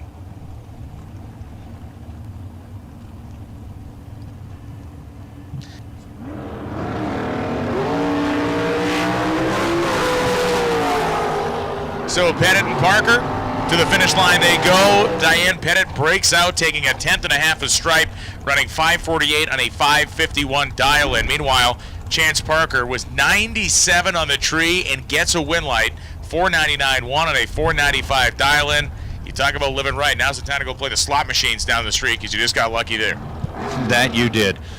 That you did, as Matt Lee and Wade Archer are going to come up next. Archer out of Kent, Washington, 472 is the dial for the M&M built ride on the right side. And for Matt Lee in that 2008 bodied Nelson Dragster, 474 is the number. As Brian had mentioned, we are now into the long cars. Round number one. What was it? We had 429 entries yesterday, I think is what Kyle had posted. Yeah. 429. We had a couple of new entries that rolled in here this morning as the win light will belong to Wade Archer. Both Wade and Matt Lee 001 reaction times. Wade runs 19 thou above the dial. Lee runs 35 thou above the dial. And Wade Archer, 35 thou above the dial. And Wade Archer is going to get the nod as Dave Secondi and Cortland Carter have completed the burnout and are headed to the starting line. Cortland making the trip out of Texas to race in Tucson a few weeks ago, making the trip back here to be part of the Spring Fling Million. The K&N Spring Fling Million, presented by Optima Batteries. As Cortland's got that 496 dial, Dave Secondi dialed in 0.06 of a second quicker than that with a 490 number on the bottom side of the Las Vegas scoreboard. It's going to be Secondi who is first into the beams. Cortland Carter joins him in the tree drops. Couple of very stout reaction times here this morning, and the win light shines for Cortland Carter as both drivers were under the index, or under their dial-ins, I should say. Secondi was 007 on the tree, took a big chunk of stripe down there, took 300 worth of stripe, and ran 600 under his dial, 484 on a 490. Meanwhile, Cortland Carter's like, hey man, you want it, you can have it. Let him go across the finish line first, and wins with a 493 on a 496. That's going to bring up Chuck Linney and Grady Johnson. Grady on the right side, out of Eagle Mountain, Utah. 471 is the dial for the quicker of the two cars in the starting line right now. Chuck Linney out of Port Orchard, Washington, has got a 497 showing on the bottom side of that Las Vegas scoreboard. Vegas, baby. Find out which scoreboard lights up this time, who's going to make their way to the buyback window. And yes, for those of you that may be a little bit newer, I know we've got a lot of very seasoned fans watching along, but essentially if you do not light up the scoreboard in this round, as Chuck Linney just did not do, 495 on a 497 as he breaks out, taking a 15,000 stripe, you do get the opportunity to buy your way back in for a second shot at the game today. All of the cars that buy back in will go ahead and race each other in the re-entry round. That way everybody who makes their way into round number 2 has lit up at least one scoreboard before we get into that second round of competition. And so everybody's got that chance to do it. Grady Johnson, 14 on the tree, and goes 472 on the 471 as Brittany Thornton and Honey Wayne. Hunter Patton. Patton left side, 460 is the dial. Brittany Thornton right side out of Lewiston, Montana, 486 is the dial.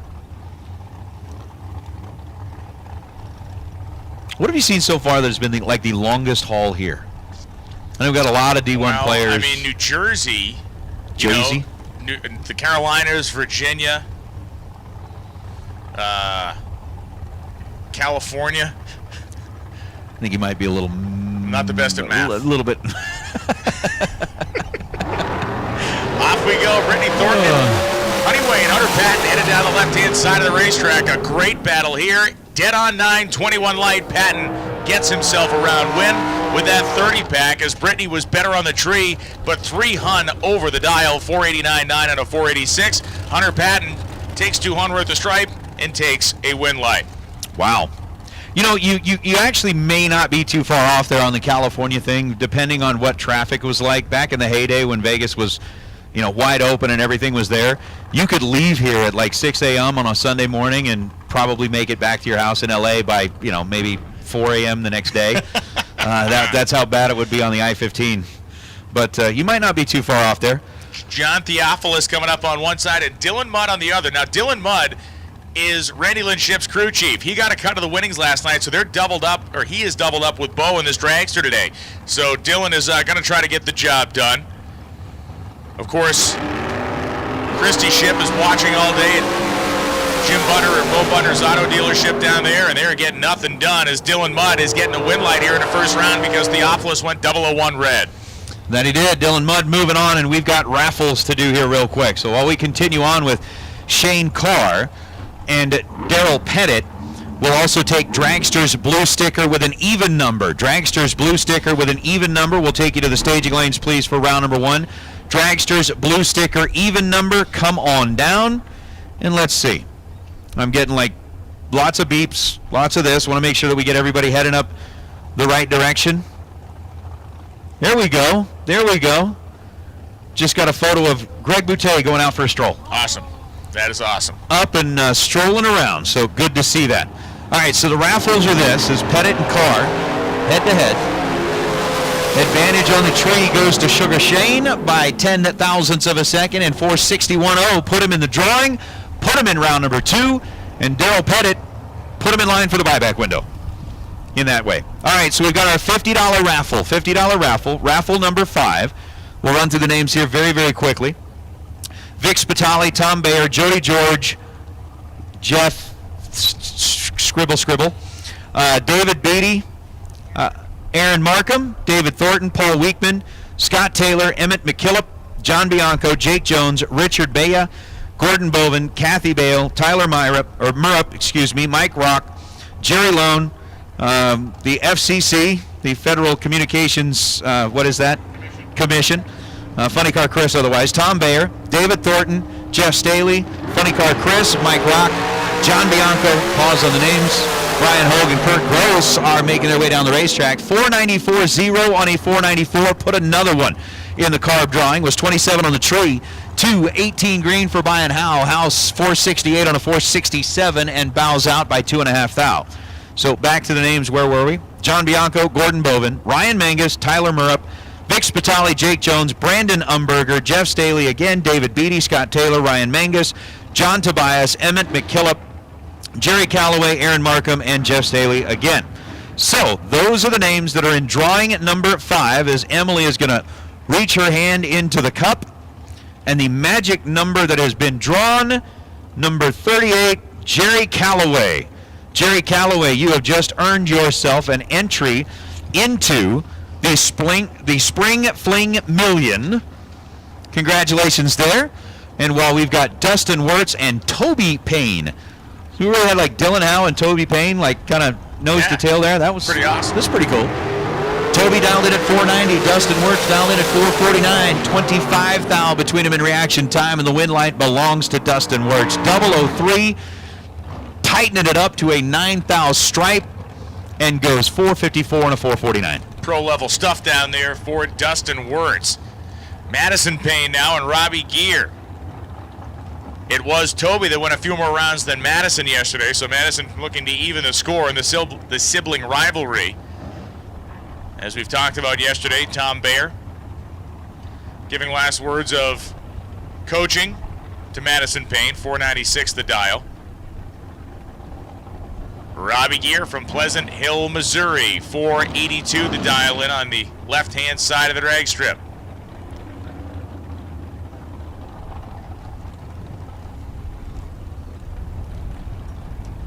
A moving wind, but a headwind at this time if we look at our flags blowing straight up the racetrack. Robbie Gear, second to stage against Madison Payne. Gear may have been second to stage, but he was the first one to leave with a 003 light, and it's going to be Gear.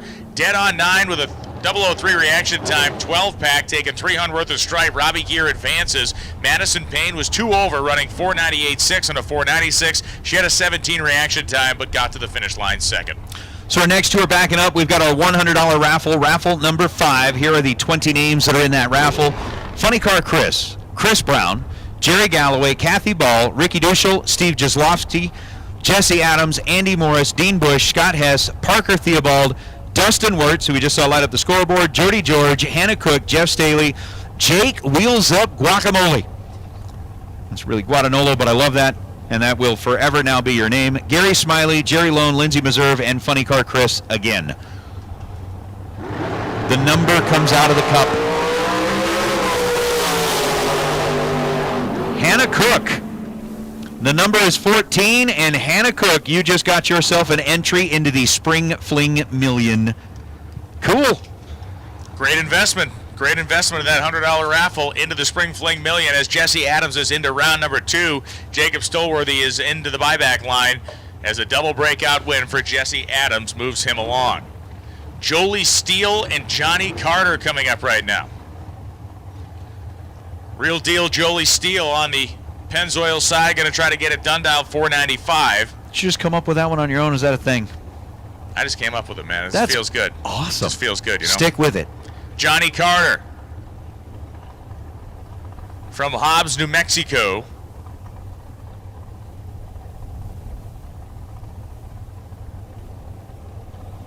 $497 the dial in for Johnny Carter. Heads up move for the racer, checking the board.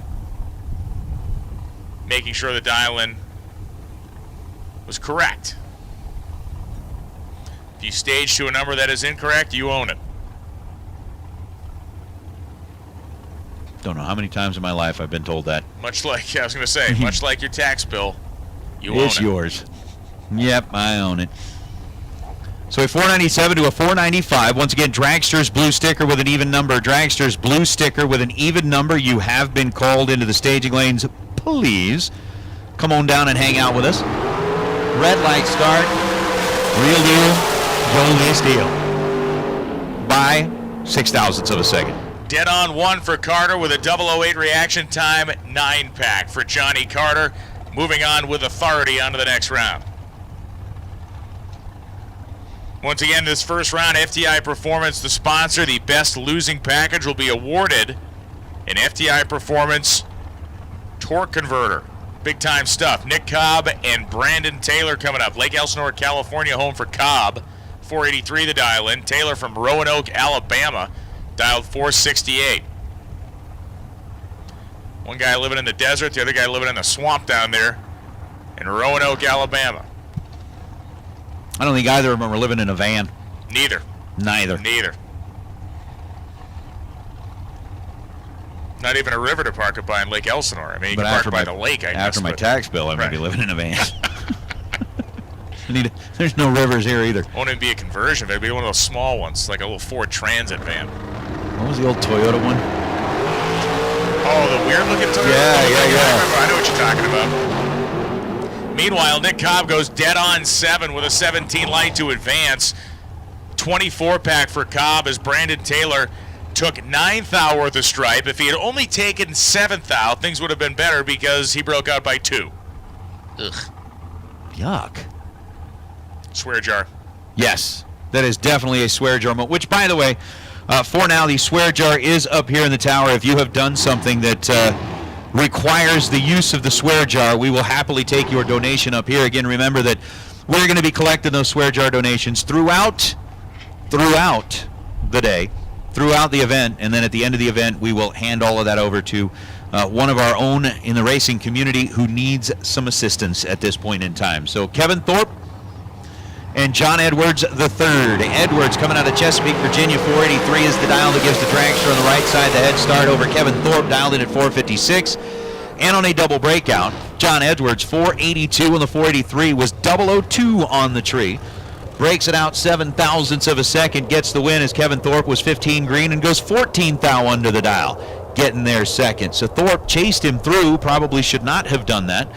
Will reconsider his options when he goes to the buyback window, and next time we will learn from our mistakes and hopefully advance. As Don Butkowitz and Sean Hart are matched up on the starting line. Hart, Painter Boy, out of Layton, Utah, dialed in at 477. Don Butkowitz coming in at a Perrineville, New Jersey, 485. I just know Butkowitz is the Jersey guy. I don't know how to say Perrineville. I like it. Perrineville. Perrineville? Yeah.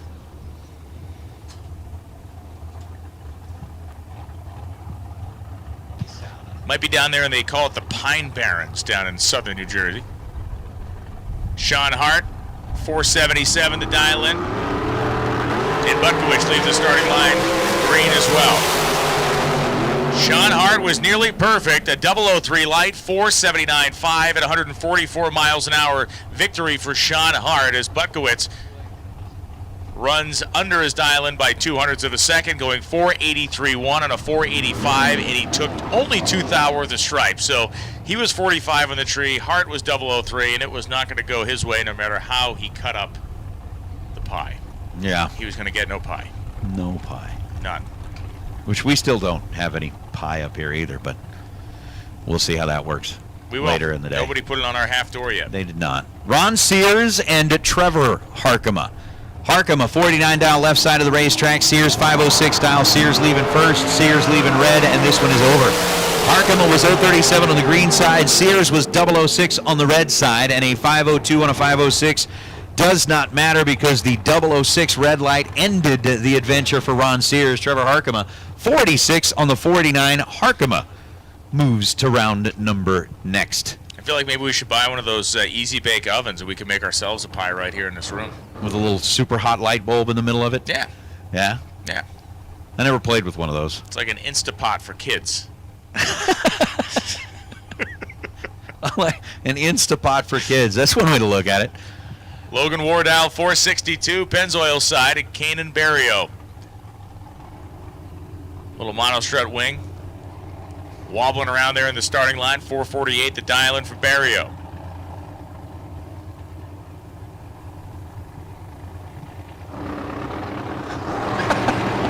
They gone. They are gone with dead even reaction times. You can hear Barrio working the throttle to go dead on 8 and win the drag race. War was 2 over, 464 on a 462, got there second. But Barrio left with an identical 29 light for War and drove the car perfectly, going dead on 8, 151 for the win. We are taking a quick little pause in the action to do a quick touch-up on the racetrack. It is a Mosier Engineering $30,000 to win Thursday, and with that much money on the line, we want to make sure the track stays nice and tight for everybody throughout the day. Greg Mosier, you're going to take the win.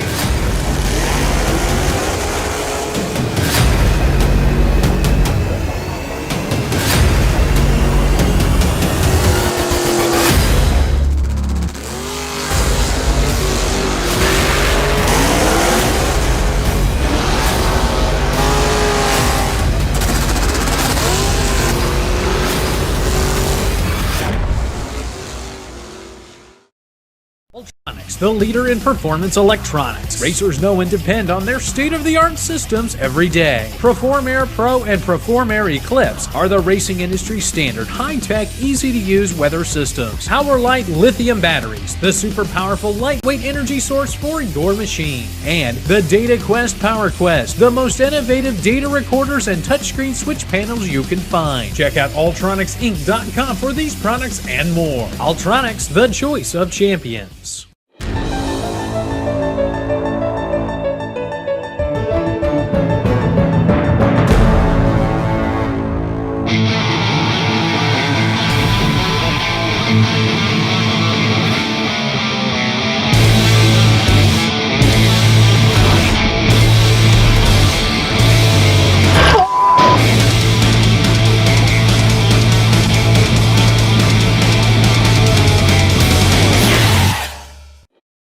Systems Technology was created to develop a line of carburetors that is not only affordable but innovative while never sacrificing quality. These principles drive us to make the best carburetors possible. From our entry-level RT series to our full race billet CNC aluminum and stainless steel billet XS Pro series. Our engineers have spent their entire careers in the high-performance aftermarket developing various carburetors for enthusiasts, pro racers, and everyone in between. They helped form FST with the same goal that we all share, to get the best performing system into your vehicle for the best price possible. We too are the users, cruisers, and enthusiasts pushing our street rods, muscle cars, and drag cars to their limits. We understand the time and investment that you put into your vehicle, and FST is our opportunity to bring you something innovative, quality-driven, and affordable. Get yours through most reputable online retailers or learn more at fstcarb.com.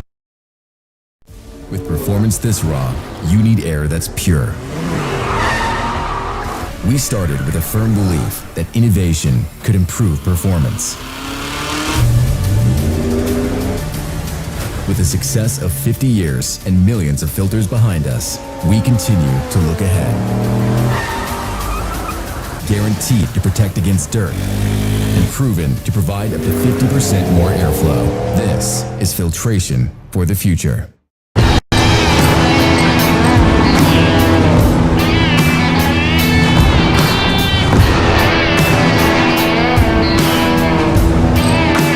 Trusted by all since 1960. Jags!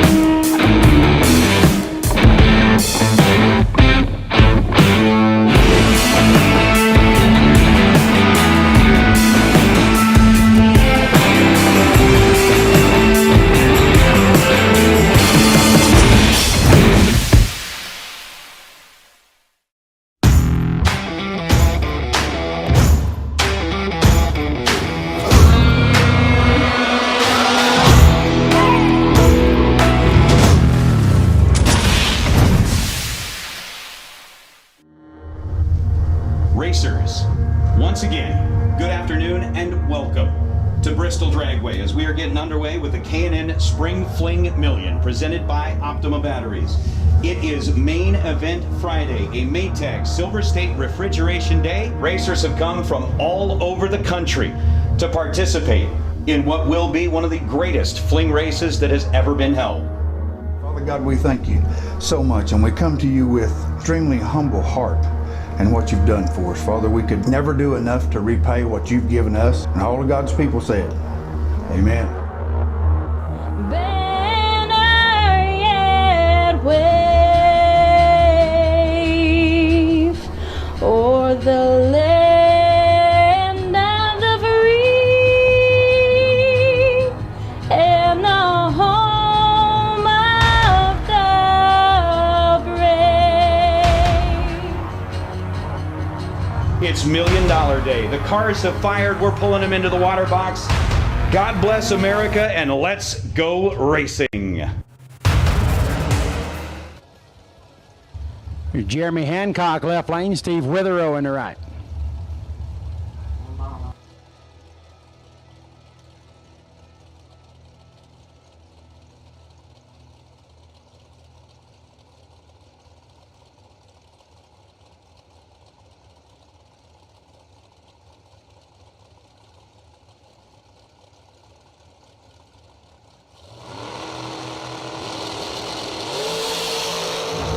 Perfect reaction for Witherow. Can he light it up dead zero?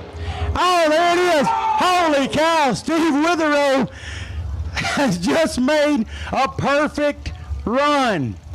000, dead zero for Steve Witherow. Oh, my goodness. I don't even know what to do right now, Nate. That could be a $50,000 run.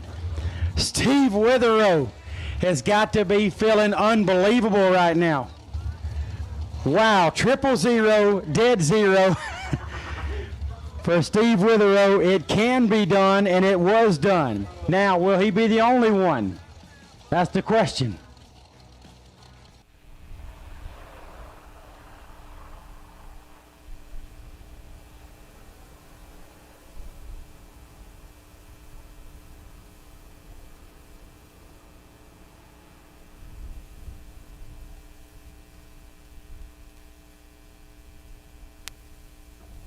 So the water box is being wetted down, tractor being parked, going to be picking it right back up where we left off here at the racetrack, all tuned up, touched up, and freshened up. Continuing on the first round of action here, this $30,000 Mosier Engineering Thursday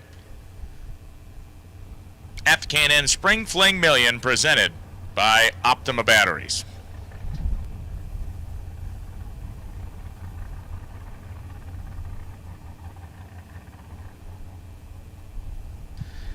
FTI Performance Round 1. Again, to take some of the sting off for a racer that had a razor-tight losing package, FTIPerformance.com will be awarding a race converter to the racer with the best losing package of Round 1.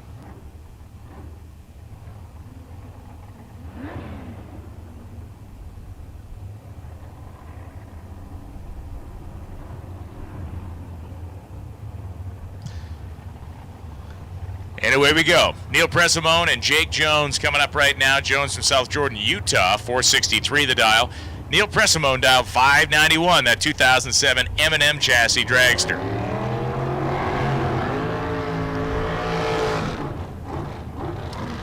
Super Pro dragster action in full effect. We should have, again, our dragster blue stickers with even numbers in the lanes. Dragster blue stickers with even numbers. The last group of cars that we called.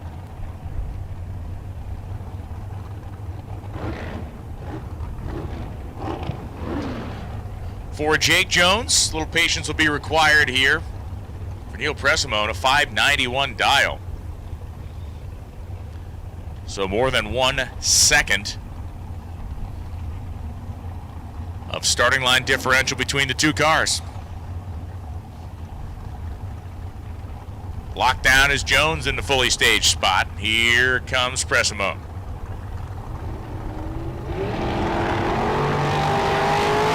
Red light start for Neil by 17,000, so Jake Jones in the quicker dragster with a pedal job goes 463.2 at 149 miles an hour. Dead on two, I should say, with a 41 light for Jake Jones. Presimone was 17,000ths red, then ran 594 at only 115 miles an hour. Chad Axford and Jerry Calloway. Calloway from Roswell, New Mexico, right side. Axford 452 the dial in on the left side in his Mullis chassis dragster.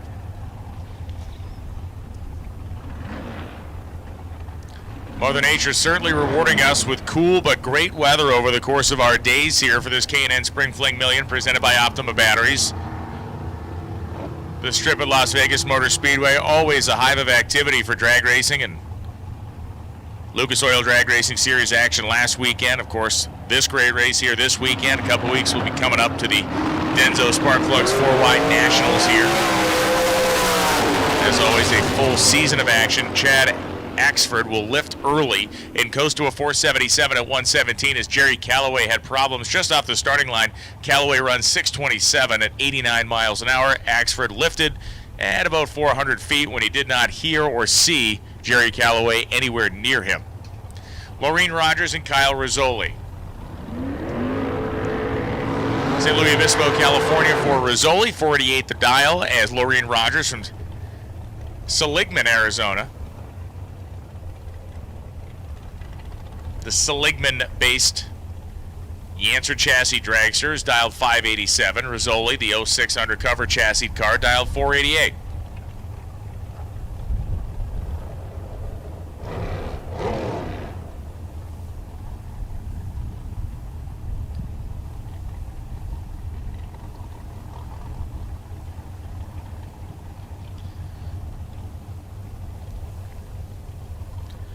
First round, some racers highly confident. Some got the big butterflies floating around their stomach, and others have already made their way to the buyback window after an unsuccessful attempt to advance themselves past the first round. Once we conclude this first round, it will be the buyback round, which we expect to be significantly big.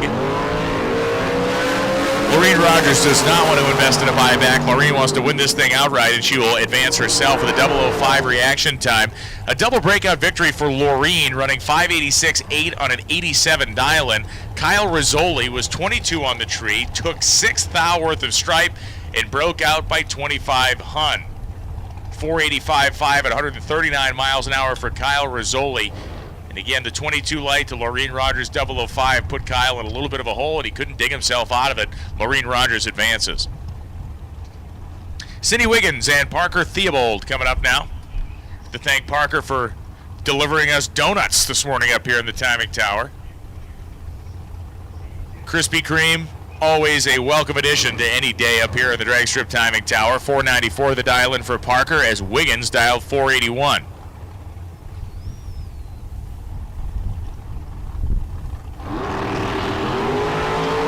Wiggins 001 red.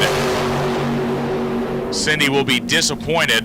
479.9, 142 after the red light. Parker goes 493.2 at 140.34 with an 010 light to move on to the next round. So Parker Theobald advances. Gregory Garrison, Dennis Lithgow coming up. Lithgow 466 the dial. Garrison dialed 479. Mansfield, Texas, Flagstaff, Arizona.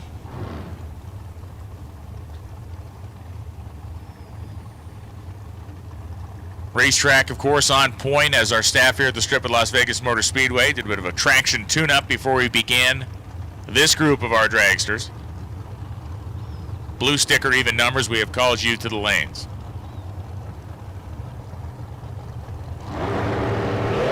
Red light start for Lithgow by 16th thou, so Greg Garrison moving on to the next round. Garrison goes 478.8 at 144 miles an hour on a 479 dial-in, 33 light. Lithgow missed the tree by just 16th thou, 464.6 at 149.61.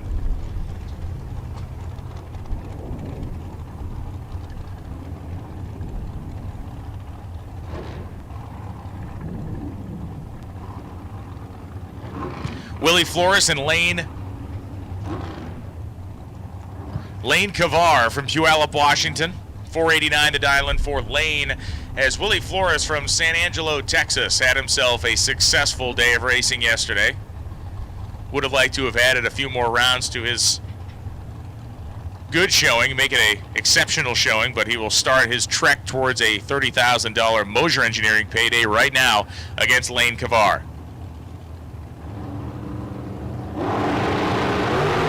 We'll start with the red light for Willie Flores, 008 red as Lane Kavar goes 488.9 at 141 in victory. Flores ran 3 over after the red light, 496 on a 493 dial-in, and it's just proof positive that you can literally be on top of the world in drag racing one night, and then the next morning your still beating heart gets pulled from your chest. Right. That just kind of seems to be the name of the game.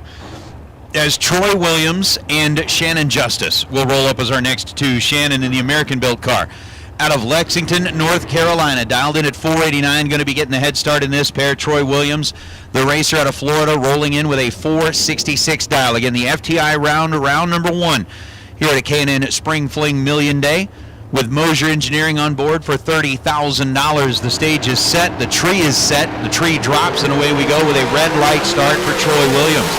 By 15 thousandths of a second, Troy Williams fouls away his shot here in round number 1. It'll be Shannon Justice with a 486 on the 489 to light up the scoreboard.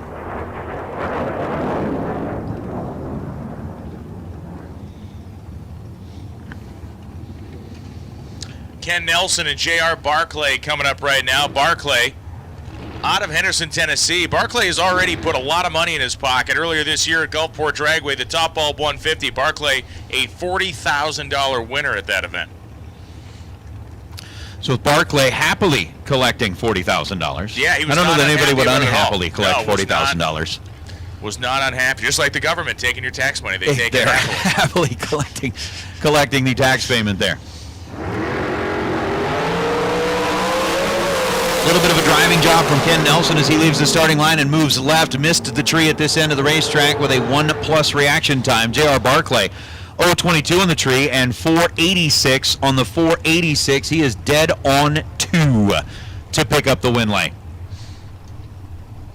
As now Cooper Chun and Bobby Dye Jr. Cooper, who had a nice little showing last night, racing down deep into the latter rounds, lines up on the left side of the racetrack, and I'm sure Mom is listening in as well. Bobby Dye Jr. out of Ontario, California, has got Mom on property here. Mama Dye. Mama Dye. And listen, another guy that was racing under the lights. You know, I think you set your goals for the day at 8 a.m. I think one of the main goals is just be racing still when we have to turn the lights on.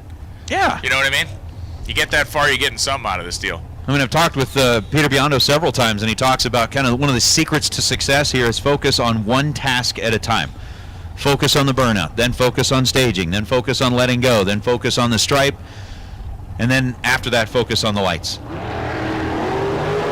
focus on breathing a lot.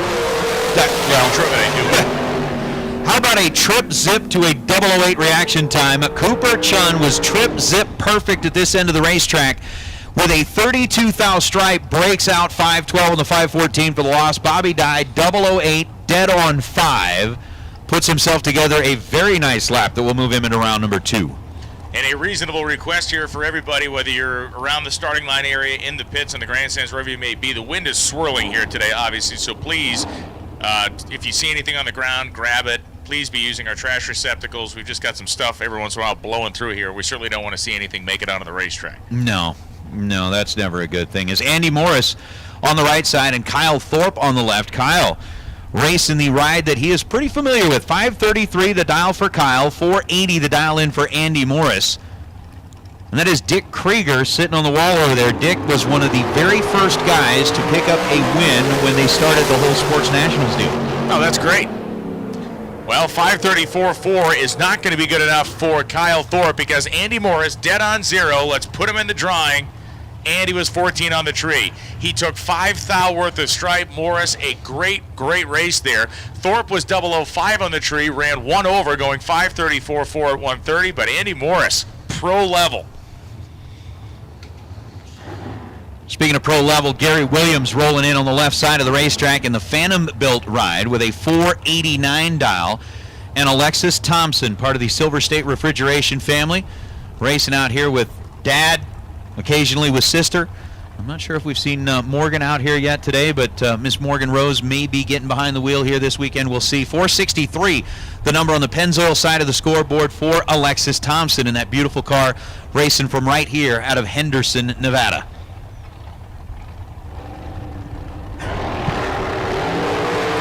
Red light start for Alexis by 1 lousy thousandths of a second. Alexis Thompson turns on the wrong bulb at this end of the racetrack, and that is going to end her day here in round number 1. 462 on a 463. Gary Williams, 006 and 485 on the 489. He was holding a couple. He was definitely holding a couple. Got a little change in my pocket going jing-a-ling-a-ling. Spencer Massey and Pat Ward Jr. coming up right now. We saw Spencer Massey take on Sean Langdon, the Door Slammers, a little while ago. Now we see him in his Dragster, dialed 474. Pat Ward Jr.'s dialed 440.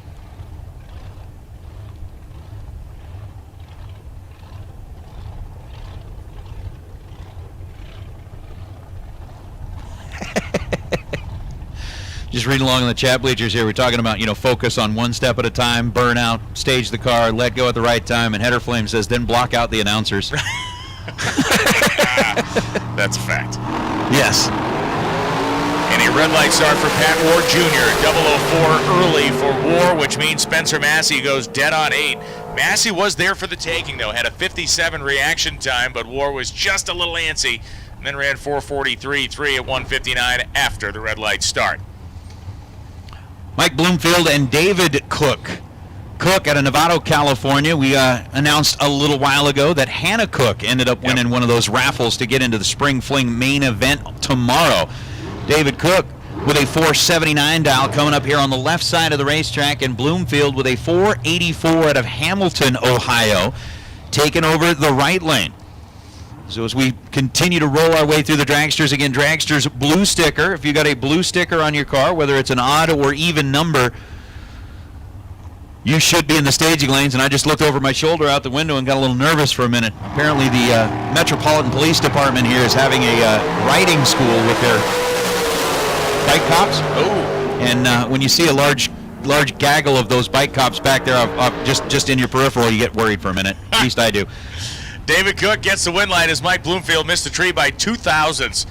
002 red for Bloomfield. David Cook 484.5, 142 on a 479 dial. Mark Kavar coming up right now, and Marlon Goetz. Marlon running a Corvette Roadster as well as this Dragster. 487 the dial in for Marlon rather. Mark is dialed 481. So a 600 split in the dial. Head start going to the left lane this time down the racetrack. Again, racers, remember the buyback window is open downstairs, the same place that is the Diva desk to pick up the prizes. It's kind of like a one-stop shop for everybody down there. You can get down there, you can buy your way back in, you can donate to the square jar, you can pick up prizes that you've won, and hopefully at the end of the day you can roll down there and pick up a big check. Mark Kavar had a 21 pack and gets the win light. 13 reaction time, dead on 8.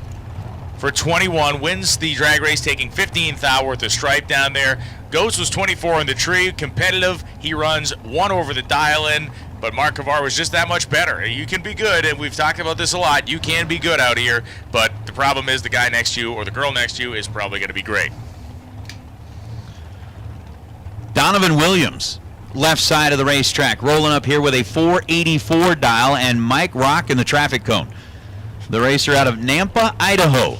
The undercover built ride, 493 is the dial in for Mike, who had just recently kind of had the whole inside of his car redone and posted a picture of it on Facebook. It's beautiful. Again, guess what color it is? I'm guessing orange. You are so close. Oh. It's orange. See, that's what I meant to say. Right. So Rock's got the pre-stage bulbs on, Donovan Williams has got the pre-stage bulbs on, and Mike Rock will roll in and lock in his position on the starting line.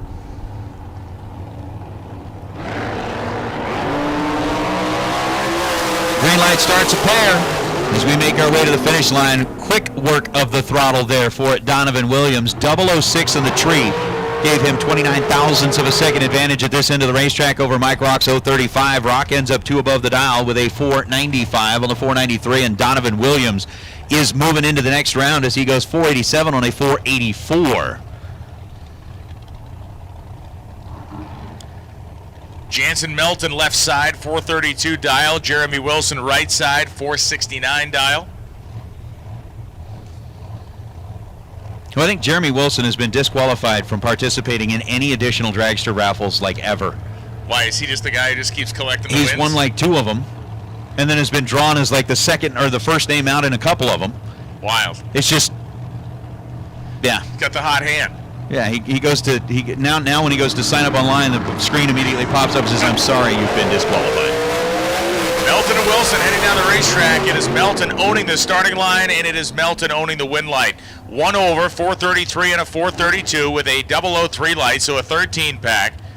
Winning the drag race by a aggressive amount. 400 stripe taken by Jansen Melton. Jeremy Wilson was 81 on the tree. As we have said so many times, once you're that far in the hole, it is virtually impossible to climb out of it. 466, 3, 145, getting there second for Wilson. And we need Dragster orange stickers with odd numbers to the staging lanes, please. Dragster orange stickers, odd numbers. We'll take you down this direction as Rocky McLean out of Fort Worth, Texas, lines up on the left side, and Jack Sadler from the Henderson area right here in Las Vegas, dialed in at 490 in the Fig Speed car on the right side. Tree is set, tree drops, and we stay green. Both drivers off and running a 10 thou split at this end of the racetrack, and with a 004 reaction time on a double breakout. Rocky McLean, 475.8 is under 2 thou to get the win. Gets their first 8 thou, breaks out 2 thou. Jack Sadler getting their second after a 14 thou reaction time, breaks out 4 thou. And it's going to be Rocky getting the ride into round number 2. It's going to be Jack making the walk up to the diva desk to buy his way back in. Dan Lafferty, and Paul Nero coming up right now. Nero from Eugene, Oregon, former top dragster world champion. And Dan Lafferty from Wendell, Idaho, 450 the dial in. Both dialed exactly 452, so this is kind of fun. A heads up leave, if you will. Each driver going to have an immediate sense of exactly how they did on the Christmas tree when they look over and see where they're in relation to their competitor. Dan Lafferty is happy. Paul Nero's going, uh-oh, but Nero's able to pull this one out. It's a double breakout win as Nero. 451.3 on the 452 dial gets the win. He had a 24 light. Lafferty was 003 on the tree, but took himself 200 worth of stripe, and it proved to be too much. 451.0 flat on a 452. Paul Nero, being slightly more cautious, wins the drag race by just 3 thousandths of a second at the finish line. Austin Williams and Greg Hicks. Texas two-step $30,000 winner, Austin Williams, dialed 464. Greg Hicks dialed 479. So Hicks, the realtor from right here in Las Vegas, taking over that right side of the racetrack. And with Austin Williams, you mentioned picking up a nice little payday there as well.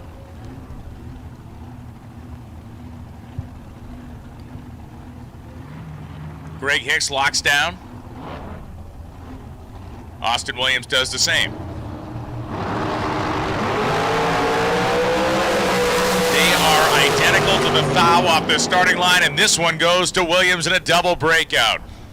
463.3 at 145 miles an hour and a 464 dial for Williams with a 13 light. Hicks also 13 on the tree, but Hicks made the executive decision to take 300's worth of stripe, and that was his undoing. 475 out of 479. Austin Williams moves across the finish line second, but is the first man to move on to the second round and will not cost him a spare dime. Cassie Pennington, I should say, and Jerry Devenpack. Devenpack from Gig Harbor, Washington. Mentioned this yesterday. I had a chance to visit Gig Harbor, Washington last year when I went to the Olympia area. Beautiful place, like legitimately beautiful little town on a big lake. 436 the dial-in. Cassie Pennington, 466 her dial-in. Sun was out, the beer was cold, it was a fine day. That sounds like a wonderful day. It was a wonderful day. A red light start for Cassie Pennington. So Jerry Devenpack will move on. Devenpack legged it through 433, 3163. Pennington ran dead on 7 after an 015 red light. Swear jar. Yes. Red and dead on. Swear jar. That's certainly what we're looking at. I mean, 436 is getting down there. I'm not sure that that's the fastest car that we've seen at the event yet so far, but we'll kind of keep an eye on that. See who's got the quickest car on property is Emmett McKillop and Chandler Mazier. Mazier over on the left side, part of the Mazier Enterprises team, who has been a longtime sponsor, partnering up with us in the Gear Wrench Pro Field Treasure Chest. We've got a couple of things that we're going to be giving away from Mazier, including the premium water pump and the premium starter. So again, thank you very much to the Mazier family for staying in touch with us here at the Spring Fling and for being part of that family of sponsors. And Emmett McKillop out of Linwood, Washington. The 17 American-built ride, 482 dial on the right and a 471 dial on the left.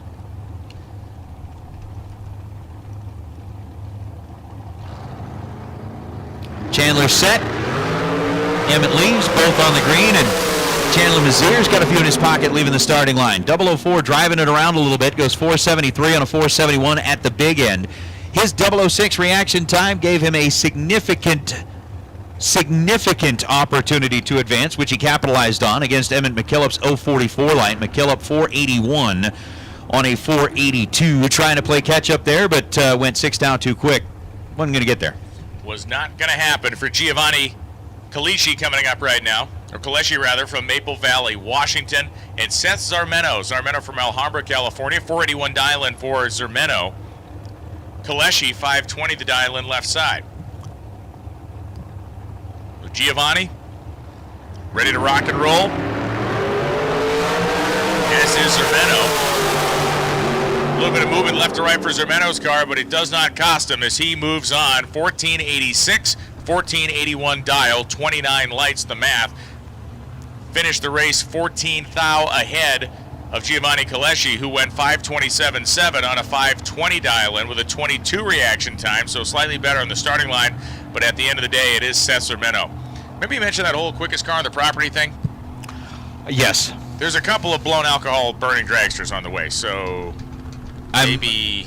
Yeah, I'm looking out the window at the dial, and I those. see one that may qualify. Just might.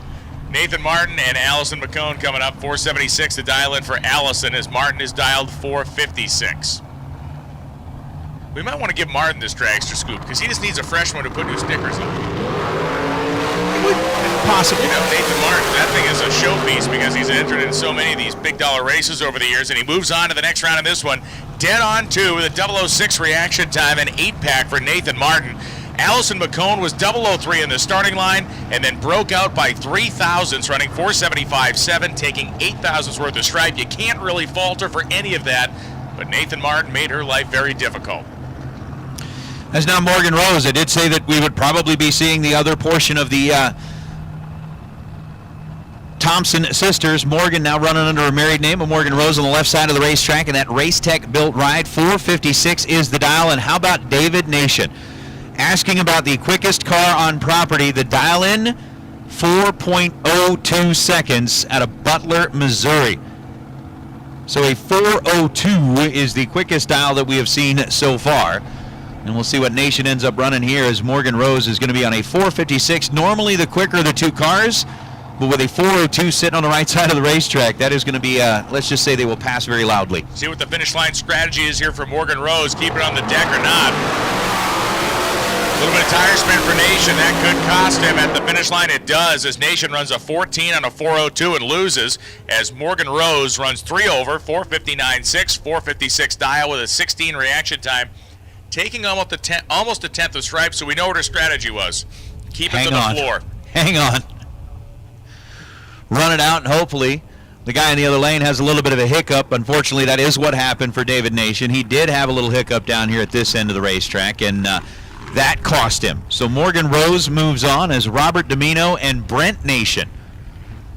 Apparently the Nation crew said, look, we're going to roll out here, and our goal is to be the quickest cars on property, and so far between the two of them, they have been. 4:02 was the dial for David. 4:18 is the dial for Brent, as we hold up just briefly. I'll allow a quick little look at the racetrack.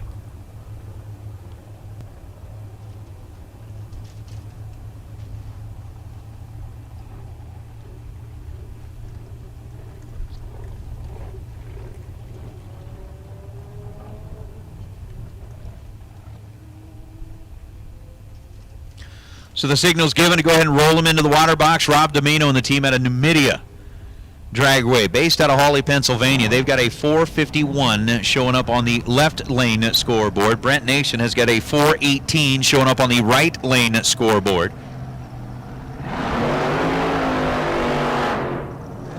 That is Brent. And again, we're looking for our dragsters with orange stickers and odd numbers. Dragsters with orange stickers and odd numbers. We're looking for you to the lanes, please. Orange sticker, odd number dragsters.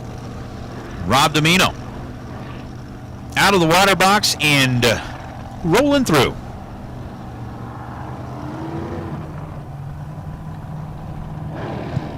Domino clearing the pipes, clearing the throat of the dragster. Again, we are just about halfway through our dragsters here in FTI round number 1. Best losing package is going to get one of those brand new race converters thanks to the folks at FTIperformance.com.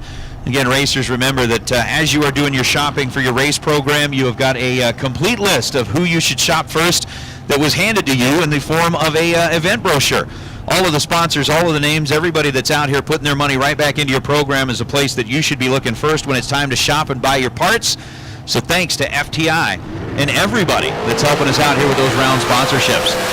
How about a 35-thou split between Rob Domino and Brent Nation, and Domino is going to make quick work of this one. 003 on the tree as Nation gets right up along the wall past the finish line.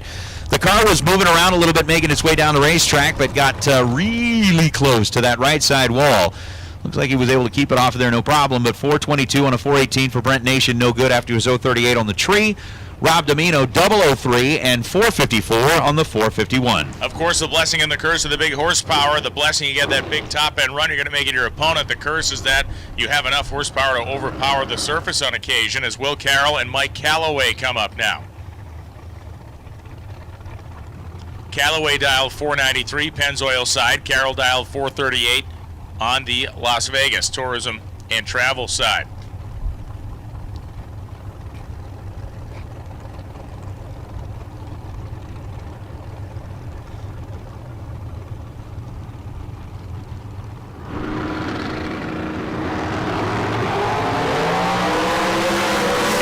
Start for Mike Calloway by 13th thou will end his first round opportunity here. 491.7, 140 miles an hour for Calloway after the red light.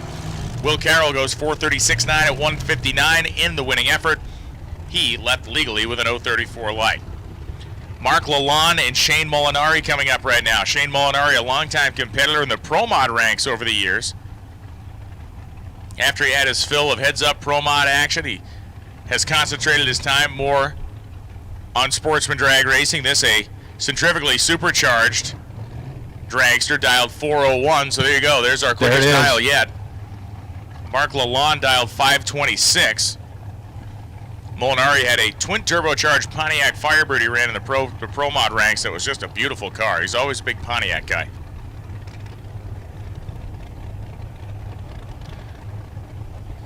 We need driver of car 2640, your car immediately in the staging lanes. If your car is in the staging lanes, do not wander off like a small child at a grocery store. Stay near your race car if it is in the staging lanes. Mark Lalonde was near perfect on the starting line, and that will be good enough for him. 007 reaction time. Both drivers running under their dial-ins. Lalonde goes 525.0, runs under by a hundredth rather. Molinari 398.4, running under by about 3 numbers and getting there second. Wow. 398 at 181 miles an hour at a half track. Well, finish line here, but still, that is moving. As Jeremy Cisneros and Darren Lotz out of the burnout. Cisneros, quick little double check of the dial there on the left side of the racetrack. 461 is what's currently shown on the scoreboard. And that will be adjusted to a 467 as Darren Lotz has got the 475 number here on his left side, or the right side of the racetrack. Once again, orange sticker dragsters with an odd number, orange sticker dragsters with an odd number. We are looking for you back here in the staging lanes, please. Orange sticker dragsters, odd number. For round number 1, need you into the staging lanes, please. Cisneros and Darren Lotz both have got the pre-stage bulbs lit. Both have got the stage bulbs lit. Both have got the green lights lit. A 7th thou difference at this end of the racetrack, and on a double breakout, Jeremy Cisneros, 006 on the tree and 466 on the 467 for Jeremy. Darren Lotz ends up with a 473 on a 475. He gets their first 5 thou, breaks out by 12 thou more, and that will seal it for Cisneros to advance into the next round. Jimmy Wegner coming up right now, or Wenger rather, from Odessa, Texas, and Hannah Vandermeer. Vandermeer out of Nampa, Idaho. Big tire on the back of her 2000 undercover dragster. 487 the dial in for Hannah, and Jimmy Wenger dialed 470 on the left-hand side of the racetrack.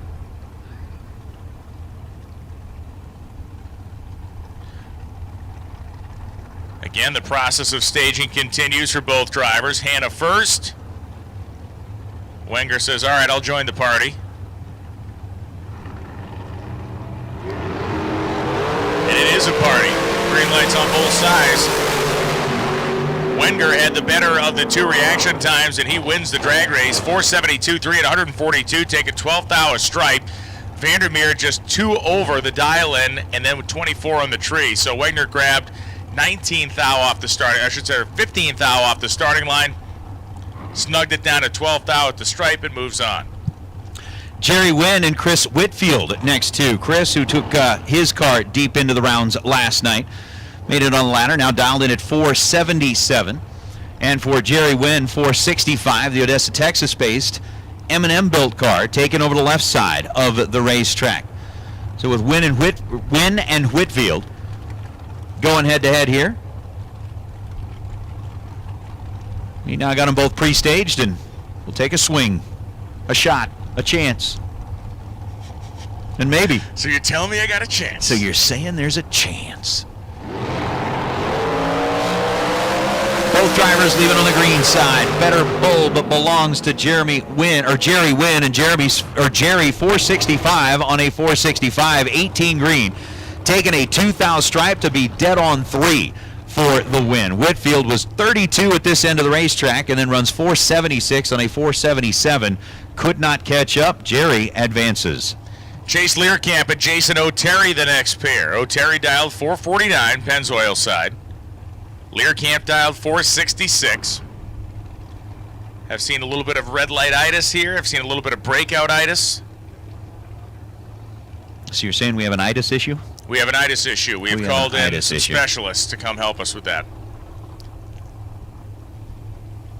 Bring in all of the... We can de-iticize the place? We can de-iticize the place. We need a de-iticizer in here. All right. Some penicillin. We'll get it all fixed. De-iticizer.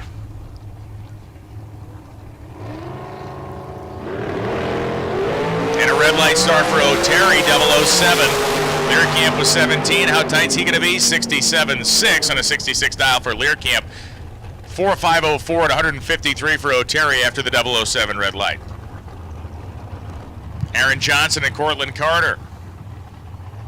Cortland we saw up earlier in his other car, the yellow ride, this time dialed in at 5 flat, and Aaron Johnson out of Arkansas, so little Arkansas versus Texas matchup here on the starting line at the Strip. We don't get to see that a ton. I mean, we get racers from all over the country, but to see Arkansas and Texas side by side and head to head, something that we don't get to see very often. Best cheeseburger ever in my life, Arkansas. Really? Yeah, Russellville, Arkansas. It's a place called CJ's Butcher Burgers. We stopped there in Drag Week to get lunch one day. It was the greatest cheeseburger ever. It was unbelievable. All it's right, like you go into a deli, you pick out the meat, and they make it right there. It's awesome. So it's kind of like that whole farm-to-table type idea. It really was. Yeah, it was, I mean, at some point the meat lived on a farm. When I saw it, it had been, No longer on the farm? It was post-farm. It has been transported and transformed? Yes, it was transformed. Probably better that way. Yeah, it took a lot of work out of it for me. As Johnson and Carter get down the finish line. 495.6 at 138 and a 493 dial-in. 14 reaction time for Johnson. So he's 2 over with a 14 light. We look over at Cortland Carter. He's 2 over with a 28 light. The margin of victory, 13 thousandths of a second for Aaron Johnson. Sean Schaefer and Shelby Williams are the two that are backing up from the burnout. Schaefer in the car that, I swear my goodness, looks like a Dustin Wirtz car. I think it is. I think it is. Out of Boise, Idaho, in the Miller-built ride. 451 is the dial for Sean, so doing a little driver swap there as Shelby Williams out of Cherry Valley, California. Her dad, the former world champ, standing on the starting line behind, watching as that 511 number is up on the scoreboard. Shelby, who was able to win in one of our shootouts that we had held here when we were here for the fall fling. Oh, that's fun. Yeah, it was really cool. Really cool. We'd actually kind of been talking about how, her talent as a driver was really coming along, and then it was not until, a couple hours later that night, she ended up parking the car in the winner's circle at the shootout. Really cool. Sean Schaefer gets the advantage over Shelby Williams, and Sean Schaefer will light up the scoreboard, 452 on a 451. He was 21 on the tree to Shelby's 052. Shelby's 1 above the dial. Sean is 1 above the dial, and Shelby bows out. Sean moves on. Now it's David Bills and Tony Trimp. Wilton, California, home for Trimp. 481 the dial-in. And it's David Bills out of Marion, Texas. 479 the dial-in for David Bills. It's another of these small but proud supercharged contingent rolls through the water box behind David Bills.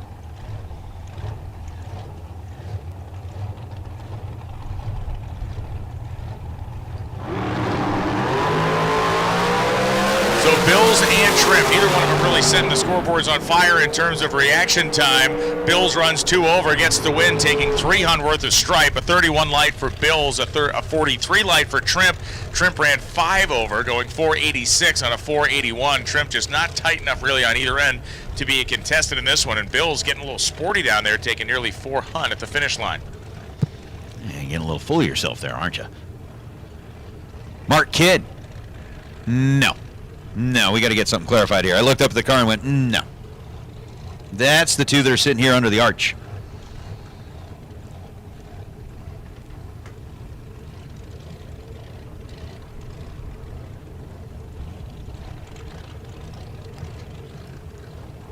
Gene Heaton and Bev Hicks coming up. Heaton That's from both. Vancouver, dial 458.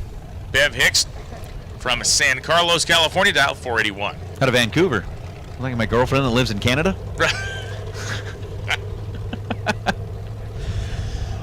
Oh, pretty crazy. Bo Hicks.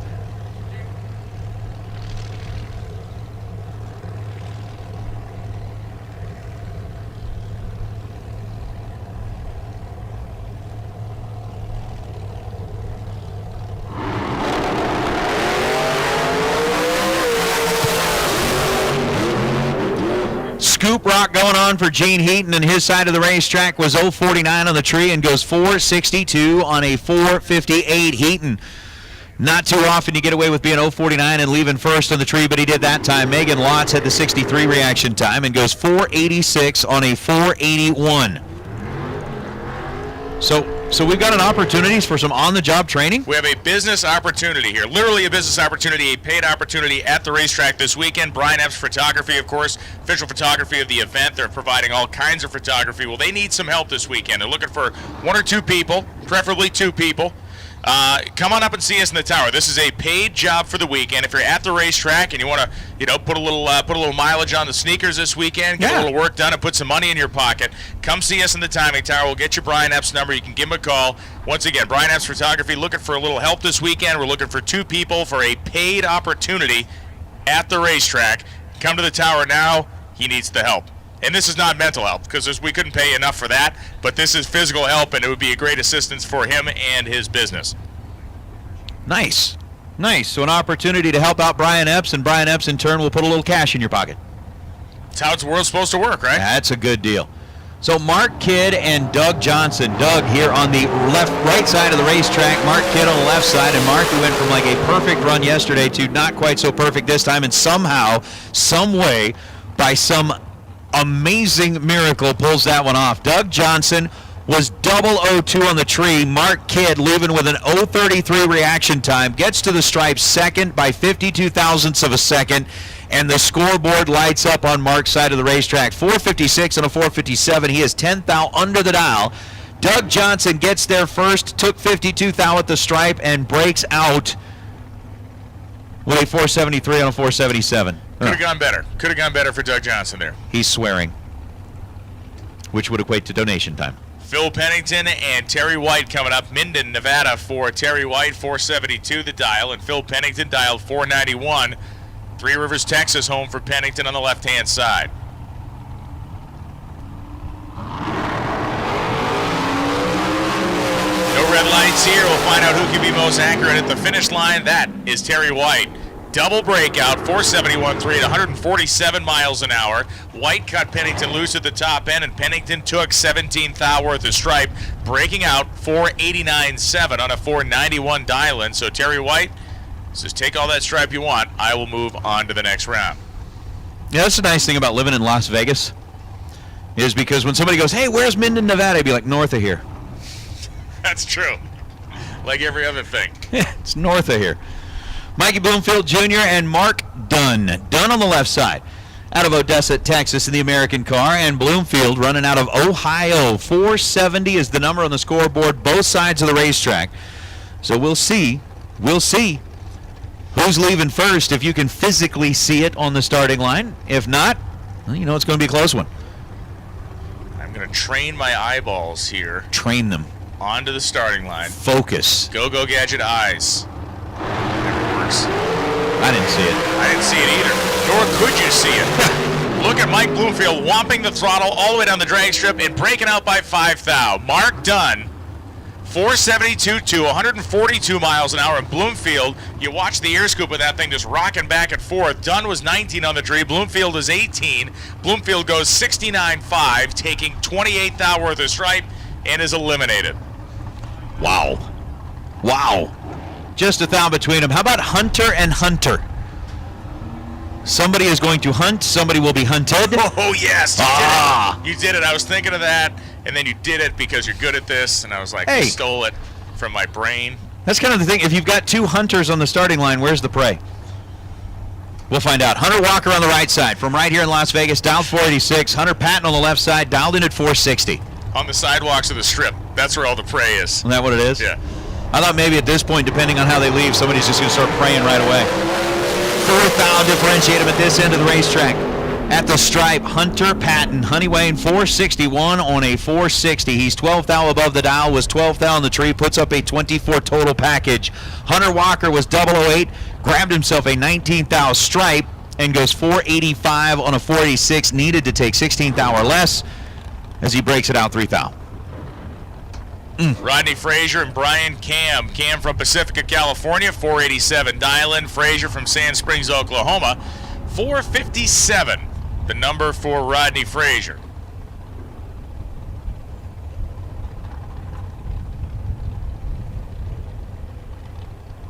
Frazier pre-staged. Cam in the same spot. And again, if you'd like to help out Brian Epps this weekend, a paid opportunity, please come see us in the timing tower. We'll get you his phone number and you guys can hammer out the deets. Trouble for Brian Cam, as definitely a data entry problem in the delay box there, as Rodney Frazier lifting at the top and only 134 miles an hour. He runs 461.8 and wins. Brian Cam runs dead on 9 and loses. The reaction time just indicative of a problem in terms of the delay box execution. I think that's one of the good things why you don't get to see, reaction times on the board, obviously, and part of the whole racing thing. But I think it's another one of those where if the racer were to see their reaction time show up on the scoreboard, they may not stop when they get to the scoreboards. They just may run it straight into the sand and be like, I do not deserve to drive at this point in time. I have done it to myself. And be like, Chris Brown is having some problems with his dragster on the Las Vegas side of the racetrack. Dale Taros, will go now in a competition single.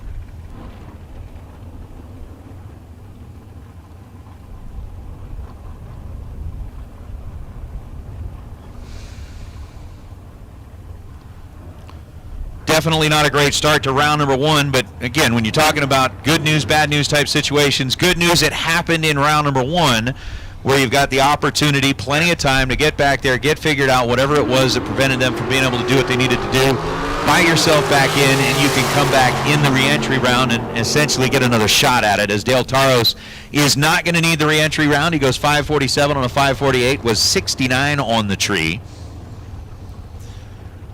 and gets to take a little recess now, as a couple of young guns are going to go head-to-head. Dylan Howe out of Junction City, Oregon. Ooh, yeah. And Peyton Janik from right here in Las Vegas, Nevada. Team Dilligaff on the left side of the racetrack. 472 is the dial. Mom Tiffany standing alongside the wall watching as Peyton does her thing. And on the opposite side, of course, you got the entire crew on the Howe side that are going to make sure that Dylan is doing what he's supposed to do. Dylan, again, jumping into the seat here, had a very good showing a couple of weekends ago in Tucson. Peyton and Dylan, neither one in any real hurry to get the cars staged up, just doing what they need to do.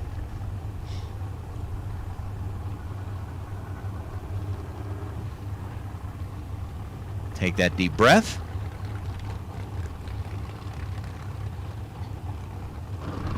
Lock them in and let them go. And they're both gone green. Dylan Haug looking left and seeing a win light on his own scoreboard. Dead on 8 with a 46 light. Peyton Janik was first out of the blocks with a 28 reaction time, but took 300 worth of 300s, I should say, worth of stripe, going 4.708 on a 472 dial-in. It was possible, but she just needed to be a little bit less aggressive down there at the top end. Dylan Haug, though, will take it and move on to round 2. Now Kevin Thorpe and David Meyer are next two. Meyer out of Sheridan, the California-based car, dialed at 482, and Kevin Thorpe, Knickerbocker, Texas. That's one of the coolest town names out there. It is a good name. There's a lot of really cool ones, but Knickerbocker.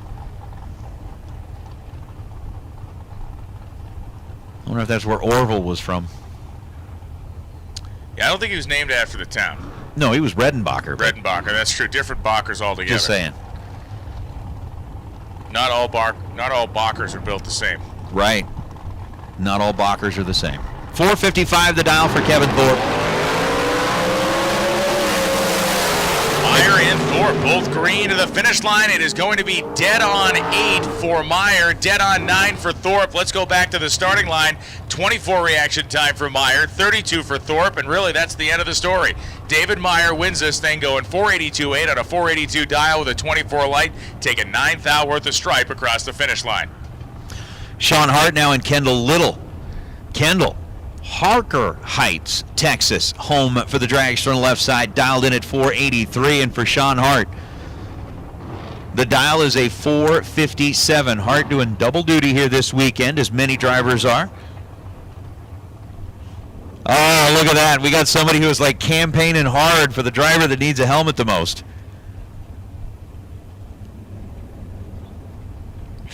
I like it. You know, I'd always wondered who was considered the most special member of the Theobald family. I think we've identified that. Yeah, now we know for sure. I wonder which kid's riding around the pits without a bike helmet on now. I think barely even fits on the crown of his dome. Yeah, it doesn't even get all the way down around the head. Oh, I'm loving that. Sean Hart and Kendall Little will fight this one out to the finish line. Hart's car moving to the inside, and it is going to be Kendall Little dead on 2, 008 light, 10-pack. Very nicely done for Kendall as Sean Hart takes 4 thou worth of stripe, breaks out by 14 thou, 455.6, 457 dial, 20 light. Kendall Little, nicely done. Goodness. Johnny Carter and Val Torres Jr.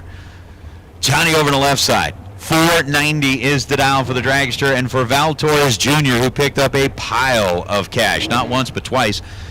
Down there in Tucson, 474, the number for Super Shootout Val. He's the man. Or was. Fortunes change mighty quick in this sport as Val Torres Jr. will be second of stage.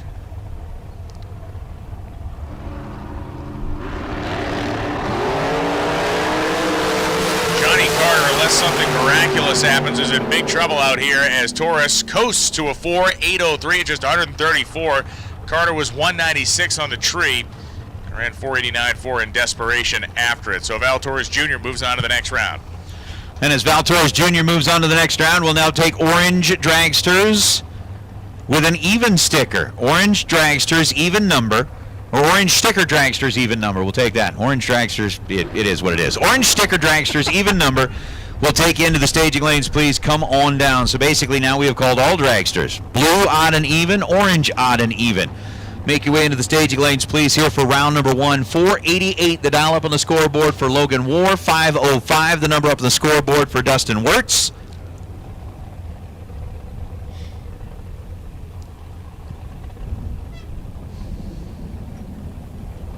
And the head start will go to Dustin. Did the pie exploration ever yield a meringue? Did you find a meringue on the website? I did not yet. Okay. But I can see where your mind has been like stuck on meringue from the very beginning. You're one of those people that starts a project and doesn't finish it. I understand. I do. A lot. Hey, Brian, you know what? What? Dustin Wirtz and Logan War. Down the racetrack we go. The scoop is rocking on top of Logan War's car as he rocks it to a dead-on 8. 29 on the tree and 488 on a 488. Logan War picks up the win light. Dustin Wirtz was 44 at this end of the racetrack and then goes 503 on the 505. So Tanner Theobald has replaced the children's bicycling helmet with a functional race car helmet. Positive move. Smart. 492 the dial-in for Tanner from St. George, Utah. Jack Ostrowski from Duryea, Pennsylvania. 442 the dial-in. The Duryea brothers, among the first to manufacture automobiles in the United States back in the 1800s, early 1900s. Now you know. Yeah, but they did it without an assembly line. They did it by hand, right? Like real men. Hammers banging away.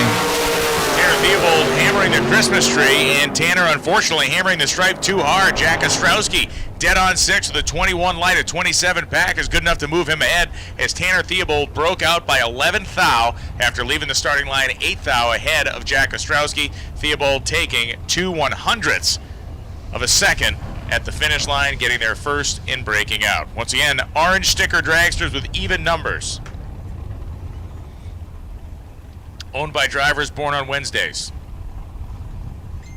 After midnight. Yes.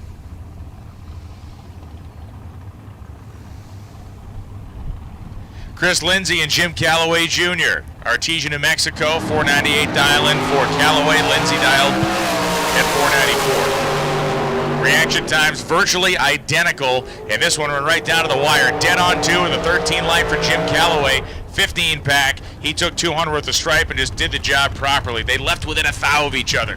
Chris Lindsay, unfortunately for him, scrubbed off speed at the top end. 496.7, only 139 miles an hour for Lindsay, is out. So it's Sean Langdon and Bo Butner. Really? Sean rolls up earlier, paired up with Spencer Massey. Rolls in this time, paired up with Bo Butner. Sean's like, dude, I'm going to take a weekend. Yeah, I'm going to take a weekend away from NHRA. I'm going to go out and do a little racing with my friends in the bracket category, and boom.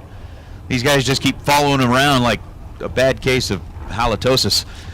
But Sean Langdon's dialed in at 474. Bo Butner's dialed in at 454. A 2-10 split between the two in the dials. Sean leaving first. Bo will be chasing. Bo is done. Sean Langdon red by 9,000ths of a second. Sean Langdon green at 9,000ths of a second. Bo Butner is red at 10 thou as Butner 454 on a 454. 10 red at this end of the racetrack, dead on 2 at that end of the racetrack. As Sean Langdon 009 and 473 on a 474 gets the win light. Wow. Dennis Lithgow and Tim Thomas coming up right now. Thomas from Lumberton, North Carolina, 489 dial-in. Reasonably certain this is not former Boston Bruins goaltender Tim Thomas. Dennis Lithgow from Mansfield, Texas. We brought up the fact that Dennis is not related to John Lithgow, the famed Hollywood actor that we know of. 467 the dial-in for Dennis Lithgow. So Tim Thomas reacts first and leaves first as his side of the tree flashed. He being the slower car, and unfortunately, his side of the tree may have flashed first, but Dennis Lithgow ate him up with a 004 light, and then Lithgow runs 466.8, 2 thou under his dial-in, taking 200 worth of stripe. Tim Thomas 488.5 at 134 miles an hour. Dennis Lithgow wins in a double breakout and moves on to the next round. That brings up Chad Axford and Troy Williams Jr. Axford racing out of Kentucky over on the left side of the racetrack. Axford, who's pretty much kind of a West Coast boy growing up here, grew up in the Northern California area, moved down here to Vegas for a while, and then out to the Kentucky area, is in deep trouble, gets out of the throttle as Troy Williams Jr.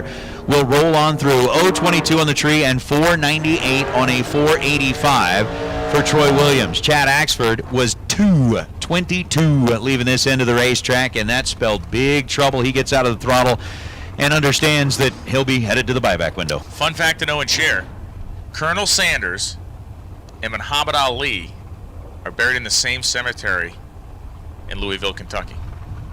Really? I've been there. Did you find both graves? Yes, I did. Nice. There's a line in the road that you drive. Everyone goes there. Unless you got people you want to see, like your family. But Colonel Sanders is going to spread. Yeah? Oh, yeah. People leave little quarters on he's got a bust. Nice. The whole thing. Chad Axford and Troy Williams, the last pair. Now it is Peeps Pennington and Gary Williams. The Williams family assault continues.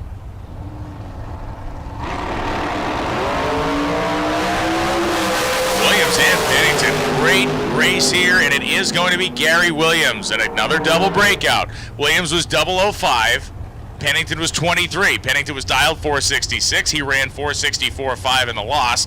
Gary Williams was dialed 488 and ran 487.1 in the win, taking 12th thou worth of finish line for himself. So now Dan Northup and Val Torres. Torres out of Olinda, California. 470 is the dial for Val Sr. 482 is the dial for Dan Northup. And hey, racers, just a reminder, we do have all of our spring fling apparel and gear available down at the bottom of the tower, including the hoodies. We know that it's a little breezy out there. We know that it's a little cool, and as the sun goes down, it's going to get even cooler. So if you want to grab your hoodies and all of that good stuff down there, it is available at the bottom of the tower, $40. We've got t-shirts, hats, and masks as well. But again, those hoodies could come in pretty handy right now with that breeze blowing, and especially when it gets later in the evening, they'll come in really handy. So on the double breakout, Dan Northup, 480 on a 482, gets it done against Val Torres. Northup was 10 on the tree at this end. Val Torres with a 001 reaction time takes a 20 thou stripe and goes 467 on the 470 on the double breakout loss. Again, we talked about the itises. We had red light itis. We've got double breakout itis. So racers, if you are kind of paying attention out there, we've said double breakout, double breakout, double breakout, all that kind of stuff. But Rod Hagan, to answer your question, yes, the swear jar is in full effect here this weekend, and the swear jar will be going to benefit none other than Greg Boutte. Greg Boutte with K&N, who has been a huge sponsor and supporter of everything that's been done here at the Spring Fling. Whether it be on the West Coast or the East Coast, he had an incident last weekend that he has taken care of some things, has been needing some additional medical attention, and we, his racing family, are going to get behind him. Randy Lynchip continuing to be a destroyer on the starting line and a wrecker of hopes in the finish line. Taking a single thou of stripe, winning the drag race by a single thou. Chris Northrup's dead on 3 with a 27 light and loses to Randy Lynchip, who was 2 over, 455.2, but was 007 on the starting line. Wow. That one was just flat out mean. So we've got Carl Canavo, the pizza man from here in Las Vegas, backing up on the left side of the racetrack. Canavo has been around in Vegas just about as long as a drag strip has been around here in Vegas. I mean, he doesn't date like way back to the days of like the old Stardust drag strip, which, Brian, I did see that segment that you guys did about the drag strips here in Vegas, and you were standing in the middle of that neighborhood. That's not far from where my house is now. Oh, really? Okay. Yeah. My dad actually was out there with Ken Black, who used to run out there at Stardust drag strip back in the day.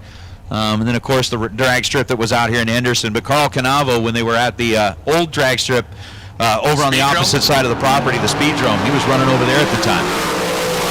Going up against the driver, not on file just yet. One of the Division II players over on the right side of the racetrack. 463 on a 462, gets the win light on the right side after an 013 reaction time. Canavo was 037 leaving the line at this end, goes 486 on a 46. So had it dialed right, just needed to do a little bit better job at this end of the racetrack to light up the scoreboard, and he'll get another opportunity in the buyback round. It was funny when we shot that thing last year, I guess it was, before the spring race, and when we went, or 2 years ago, I guess. But when we went to the Stardust location, which is now that neighborhood you mentioned, we pull up and the TV people in charge, executive types, are like, well, where are we going to shoot this? Like right in the middle of the street. It's like we didn't get any permits or anything. It's like, this is going to take 30 seconds. This is not a permittable thing. There's 5 of us here. We don't have and we knocked it out. But still in the middle of it, I heard the guy in the back going, "Get off my lawn!" Right. People did get a little freaked out when we whipped out a bunch of TV cameras to stand there, though. People get interested in that all of a sudden. Oh, I'm sure they were like peeking through the windows going, is this an episode of Cops? Tim O'More and Tim Pettit to the finish line, and once again is Tim O'More continuing to look very strong this week. Had a 23 light, ran 4 over at 5:39.6, 123 miles an hour. 9 thou worth of stripe is what Tim Moore claimed ownership of down there, and he grabbed a win light. Tim Pettit will be frustrated with himself. Dead on 4, but an 074 reaction time. Ed Open and James Lee will be the next to take to the racetrack. James there on the left side out of Seneca, Missouri. 476 is the dial for James. Ed dialing in just 1/100th of a second quicker than that with a 475, so we pretty much might as well just, why not just dial them straight up, guys? You're a hunt apart. Just dial them straight up. Do it now. Don't be a chicken. But Ed Open out of Pleasant Grove, Utah. Gonna do what Ed usually does.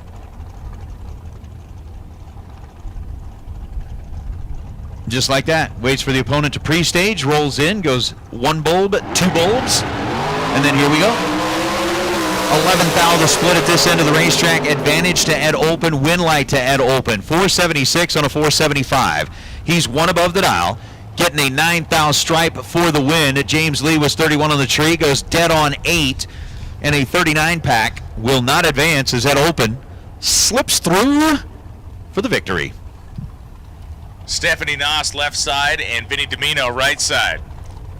Domino from Staten Island, New York. Yo, Big Vin. Race Tech Dragster, 468 dial. Noss from Cami, Oregon, 494 the dial in.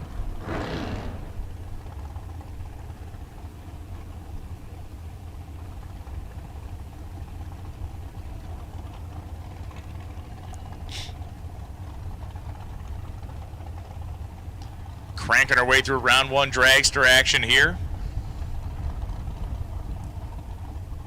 You know, as they do get it, you talk about Vinny Domino being from Staten Island, and that happened to be a question that popped up here just a minute ago about, said people from the island are hard to understand, and somebody said, which one, Long Island or Staten Island? 465.2 at 149 miles an hour. Vinny Domino gets the win when Stephanie Noss goes 002 red. Noss then proceeded to run 5:02.2 at 121 after the foul start, but Domino will take it. He was 11 on the tree. I mean, is there, as we bring out Tom Clark and Robbie Gear, I mean, would there be a big difference in kind of accent or the way things are said if you're from, I know I've heard people before, they always kind of overly pronounce the G if they're from Long Island. Long Island. Long Island. Long Island. And then Staten Island, I have no idea. Yeah, you know, I think it's just different variations on the same theme, right? You come to Massachusetts, I live south of the city, and obviously I do this job, so I kind of bury the accent, but when you go north of the city, it sounds like Goodwill Hunting up there. People are it's just over the top. With their Hondas? Yes, yeah. You know, I'm going to park the car. My Honda. Take the R off a car and put it on Honda. Smart Park. Smart Park. Tom Clark and Robbie Gear. Gear over on the right side of the racetrack, dialed at 450. Tom Clark dialed in at 452. Away we go. 10th out of the split. Win light belongs to Robbie. 451 on a 450. Now, we've talked about this a lot. We've still got a whole bunch of dragsters that are out here. The key to victory in that matchup, Robbie Gear did not break out. Tom Clark breaks it out, 450 on a 452. But, I mean, tell me if I'm wrong here. But we've been watching this a lot. It's been a lot of double breakout. In that case, Robbie Gear did not break out, which gave him the opportunity to advance to round number 2. So we'll see if the next 2 cars, Chance Parker and Kevin Heffington, took notes on that, or what exactly we see. It is, once again, a very strong tailwind coming down, so the breakouts are making some sense here. Just get a little push from Mother Nature down there at the big end of the racetrack.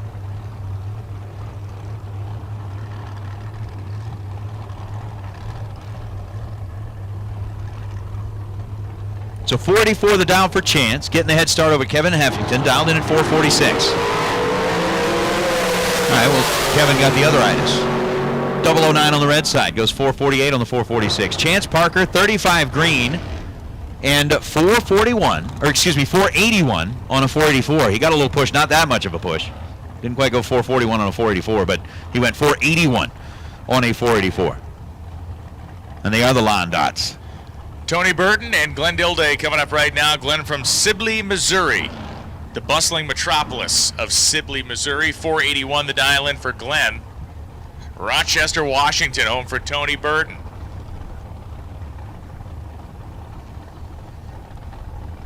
So we have a second while they stage up. You said you kind of bury the accent. Yeah, not really bury it, but when you get home, does it come back out? Only when I'm drinking. Fair enough. Which was when I'm home, which is all the time. Okay. So yeah, so it definitely comes out very strong. Red light for Tony Burton by 0.007 of a second. Goes 448 on a 451. Glenn Dilday, 4801 on a 481. As both drivers, again, running a little bit too quick at that end is now Shane Thompson and Cindy Wiggins. It is Mrs. Wiggins. We had her show up at Bristol last year, and it took me so long. I mean, I just kept suppressing that, and finally, Jed threw it out there. I'm like, all right, it's out there. It's happening. It's out there. That's,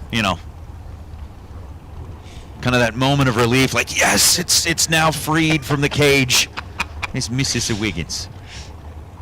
445, the dial in for Cindy over to the left side. Shane Thompson dialed in at 460. Man, brutal pair here in a good way as both drivers are attacking the starting line, and it's going to be Cindy Wiggins dead on 7:19 reaction time, and Shane Thompson breaking out by a single thou, taking 2 on worth of stripe, 459.9 on a 460 dial-in. Buckle up the swear jar, bolt it down. Yes. Shane Thompson will be a contributor. Shane, kind of like that whole line from Christmas Story. My father worked in profanity like other artists work in oil. No, I don't think Shane's got that kind of mouth, but I'm just saying. Jeremy Sears and Dave Thornton leave the starting line. Thornton was in trouble at the head, had a reaction time that started with a 1 to Jeremy's 0.26 as Jeremy 4.94 on a 4.92. David Thornton ends up with a 77 on an 80 dial, breaks it out at the big end, but was dead late at this end, and the Ellensburg, Washington racer will make a trip to the buyback window. Casey Nelson, Justin Hoff making their way up. 2 racers from the great state of Idaho throwing down here in round 1. Hoff dialed 468. Hoff looks across the racetrack to see Casey Nelson dialed 525. Still continuing on, again, FDI Performance giving away a race torque converter for the best losing package of round number 1, of which we are moving toward the end of. Nelson and Hoff.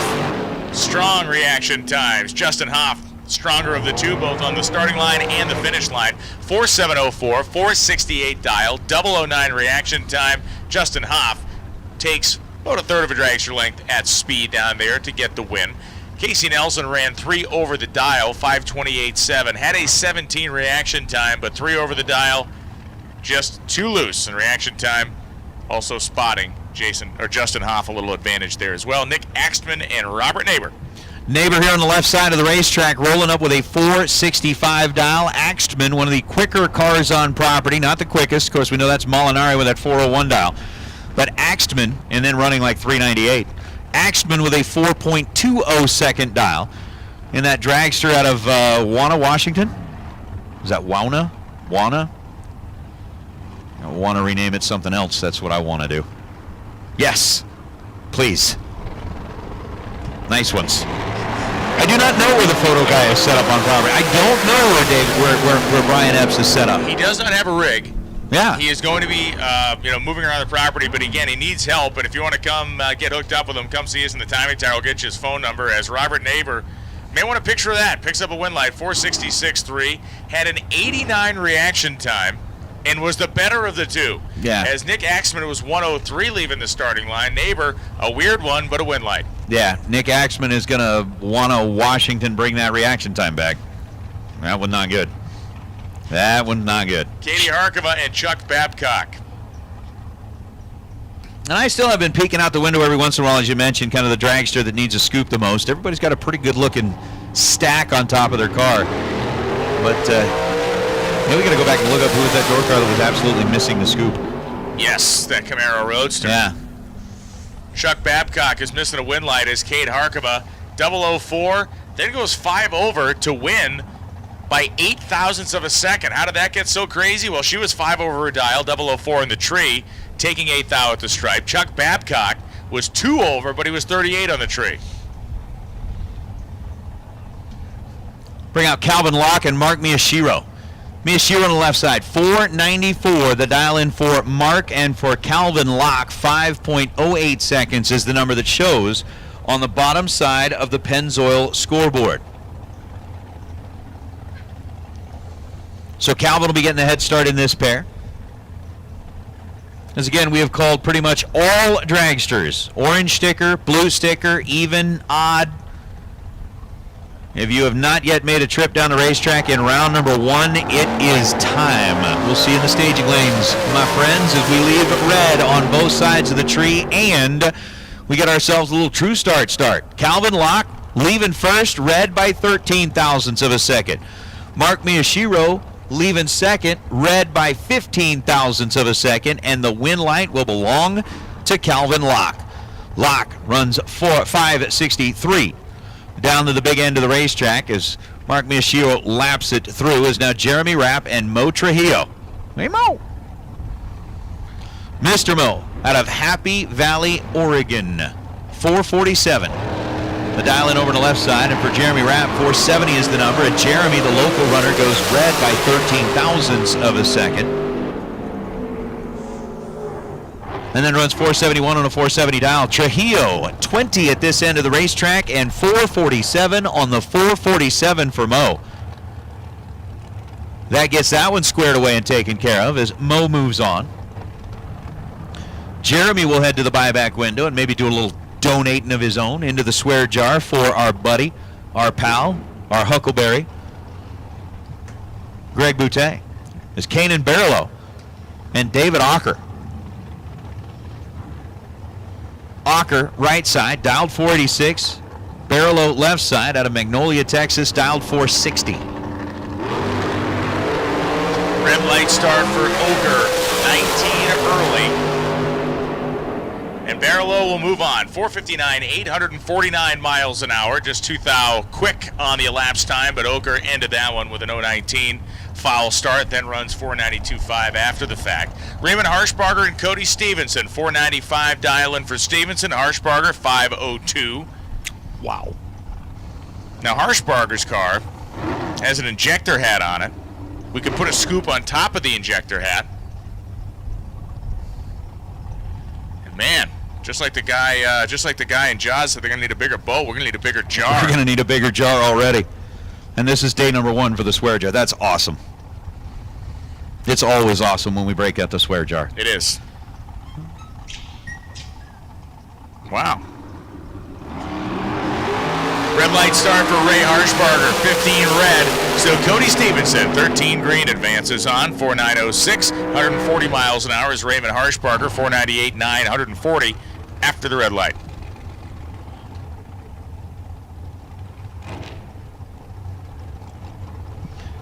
Shane Carr and Deborah Linney.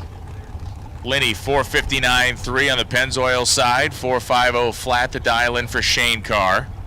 Las Vegas Travel and Tourism Board side.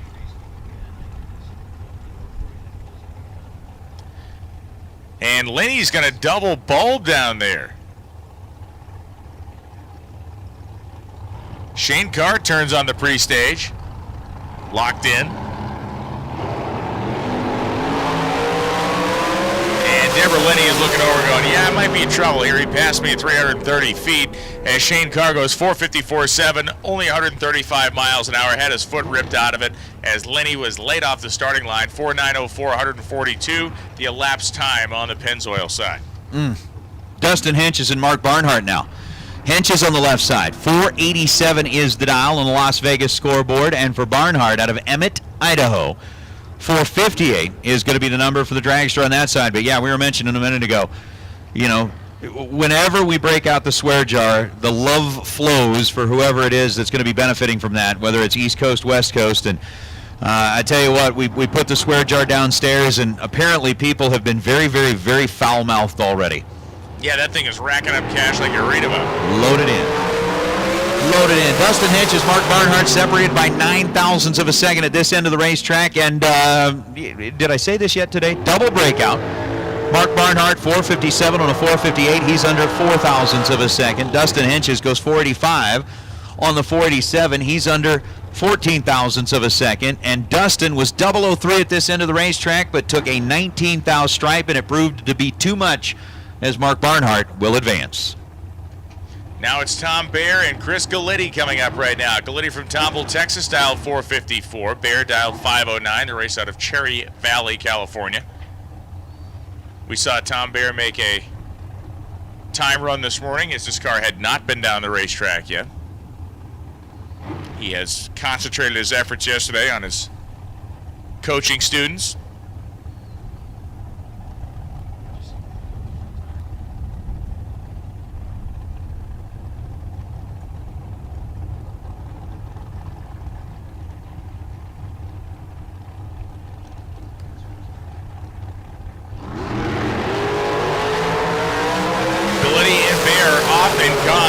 Tom Bayer, just a ridiculous 003 light, but it is going to be Galitti. 1 over, 455.0 and a 454 dial, 018 reaction time. Bayer was first off the starting line by 15 thou, but took over 200 worth of stripe and broke out by a single thou, 5089 and a 509 dial. Bayer may not be a guy that swears much, but he will that time. Damon Bustamante coming up right now. Bustamante and Timmy Markaglu from Staten Island, New York.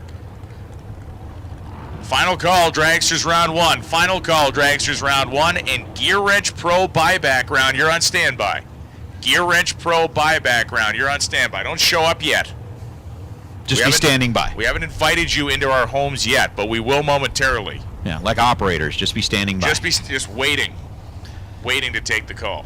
Hey, appreciate that, Kim Axman. Giving a little correction there. It's not Lenny, it's just Lynn. Lynn, okay. Just Thank Lynn. Again, it's always nice to have everybody in the chat totally features helping out with that type of stuff. So thank you, Kim. Appreciate that. 478 for Dustin, 456 for Timmy Markaglu.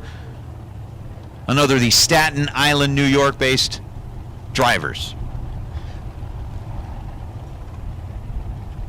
Markaglu's in and set. Damon blinks on the bottom half of the blue LEDs.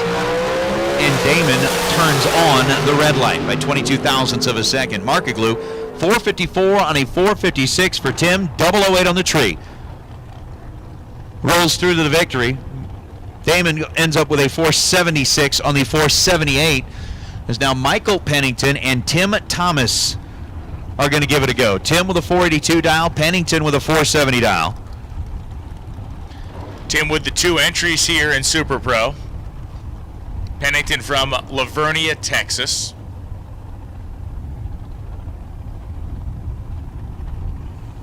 I think they named Laverne, California after Lavernia, Texas.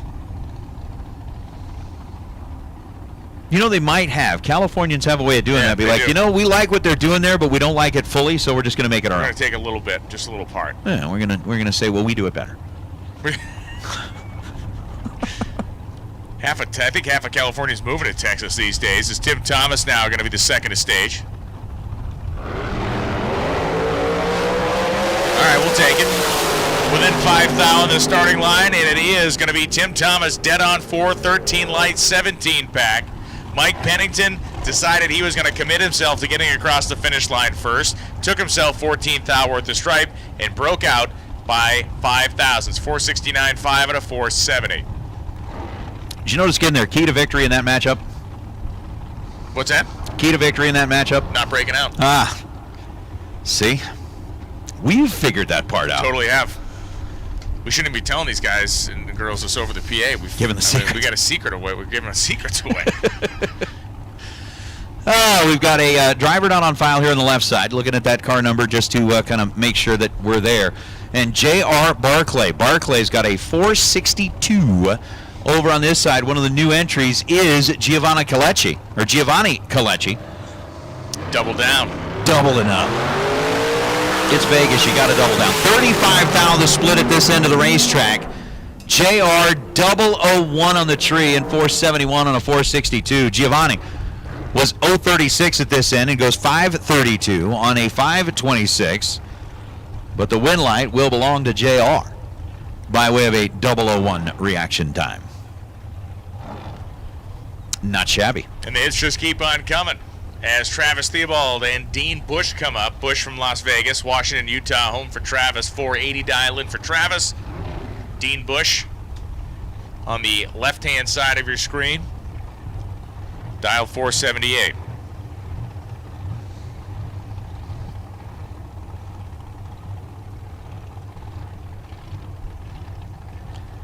Dean Bush is there. Theobald second to stage.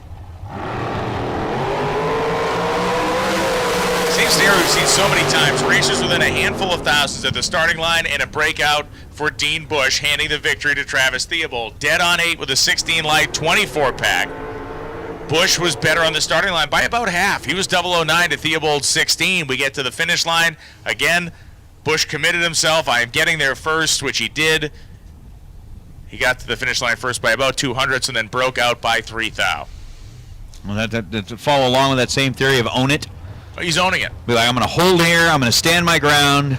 And I'm going to owe. Oh. I'm going to whoopsie doodle It goes from own it to oh. Oh, own it. Oh, it. Something else. Maybe it's not an N in there, but maybe an SH, whatever the case may be. Brian War and Jerry Wynn.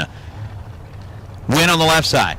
4:55 is the dial. Brian Ward dialed in 15 hundredths of a second quicker with that 440, the M&M car out of Riverton, Utah. One of them Utes taking over the right side of the racetrack. There's a lot of Utes out here. The two Utes. The two Utes. What is a Ute? What is a Ute? What is it? A Utah Ute. If I'm remembering right, and I may not be, because I don't remember a lot of things right, except I do know there's an 8th thou split at the starting line. Brian Ward, 004, taking an 8th thou stripe, goes 441 on the 440.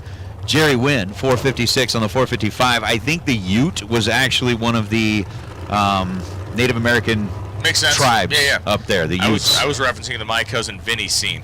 Ah.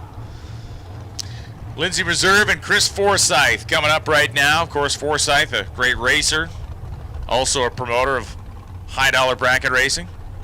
Southwest Showdown in Tucson was big time, man. Yeah, they had record number of cars. Big time. Just a few shy of 300 showed up at that race.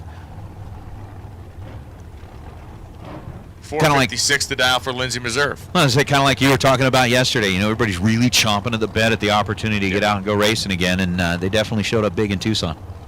Great facility, great group of people. Just loved dealing with Jim and Matt down there. They really love having the racers roll through their gate, and it was a spectacular track. Good guys, great 1-2 combination of management down there for sure. Totally. So Lindsey's in and set. Forsyth is there, and away we go. Ooh. Forsyth is in deep trouble, gets out of the throttle, and Lindsey Meserve trip zip at this end of the racetrack, goes 464 on a 456 as she got out of the throttle. Chris Forsyth was 084 in the tree.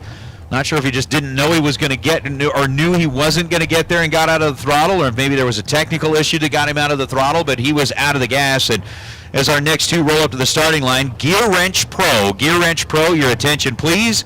Gear Wrench Pro buyback round will take you into the staging lanes. Gear Wrench Pro buyback round. Let's get you headed this direction into the staging lanes, please.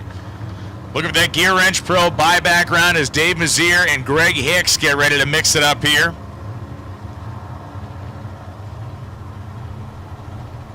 Mazier going to have a brief consultation here as I believe a dial-in check was made.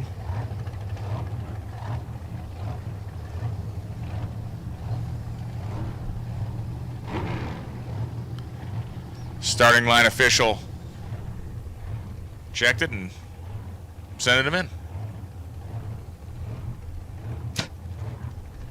Took a look at the number on the car and went, close enough. Stage. What's the big difference? 70, 80, 90. I mean, they're all relatively the same looking. You're talking about a 1/10 of a second here, man. Come on. We're talking about practice. Mazier and Hicks, and man, Mazier was perfect on the tree, and he wins in a double breakout. Perfect reaction time for Dave Mazier. Goes 469.1 on a 470 dial-in, taking 200ths worth of stripe, 2.5 hundredths. Greg Hicks goes 462.9 on a 464. Dave Mazier wins. Yes. Dave Mazier wins. Jeff Taylor and Megan Molinari now.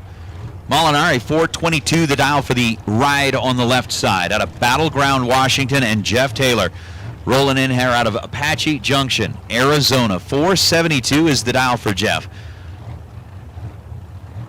Dialing it in about a bulb quicker. Megan Molinari with a 422. Eric Huff coming in my defense saying that he got the two Utes reference. He got the two Utes? He said, as we would say in Boston, your boy was wicked lost. Off the starting line we go with Jeff Taylor and Megan Molinari. Is Megan Molinari chewing up the real estate down there, but Jeff Taylor dead on 3 with a 12 light 15 pack. Megan Molinari getting to the finish line first, breaking out the process 4:2:07 on a 4:22 dial. Hannah Cook, Chris Whitfield. Talked about Chris Whitfield, the streaky racer. Finds a spot, starts hammering through the rounds. This car was struggling mightily during time runs the other day. Was refusing to get on the racetrack in any form, shape, or fashion. But yesterday, Chris Whitfield got his groove back, much like Stella did during the course of that movie. Went many rounds. Yeah, it's always good to get your groove back. Yeah. And I definitely picked up on the My Cousin Vinny reference. It's too because late for this now, man. It's too no, late. I'm just saying it's that's an awesome movie. Just love the fact that the judge in that movie was the same guy that played Herman Munster. Yeah, you know, and it was only his second best role. Right. I think it would have been better if he was dressed up as Herman Munster. Chris Whitfield, Hannah Cook, fourth foul between them at this end of the racetrack, and Chris 006 dead on 0 to take a 10 thou stripe. Hannah Cook was 10 on the tree, 451 on a 451, but Whitfield goes 6 total and gets the win light. Yeah, Reinhardt went out for that role as well, but the problem was they could actually take the bolts out of the neck of the guy that played Herman Munster. They couldn't do that for Allen, so just brief brush with fame. Darren Lotz and John Colecci coming up right now. Similar laughs between those two. It really is. Similar laughs. Colecci from Maple Valley, Washington, 512 the dial it. I'm going to hear about that one. Lotz dialed 484 on the Pennzoil side of the racetrack. You will pay dearly. What's up, George? Mr. Hoff checking in on the chat boards along with Gator and the rest of the crews. We are off and away on the green. Advantage to John Colecci this time down the racetrack, and this one is going to get won by way of a not breakout. Darren Lotz, 35 on the tree, goes 47 on a 44. He is 3 above the dial, behind 400 at the stripe. John Colecci was 22 on the tree, goes 511 on a 512, breaks it out 6 thou, taking a 49 thou stripe.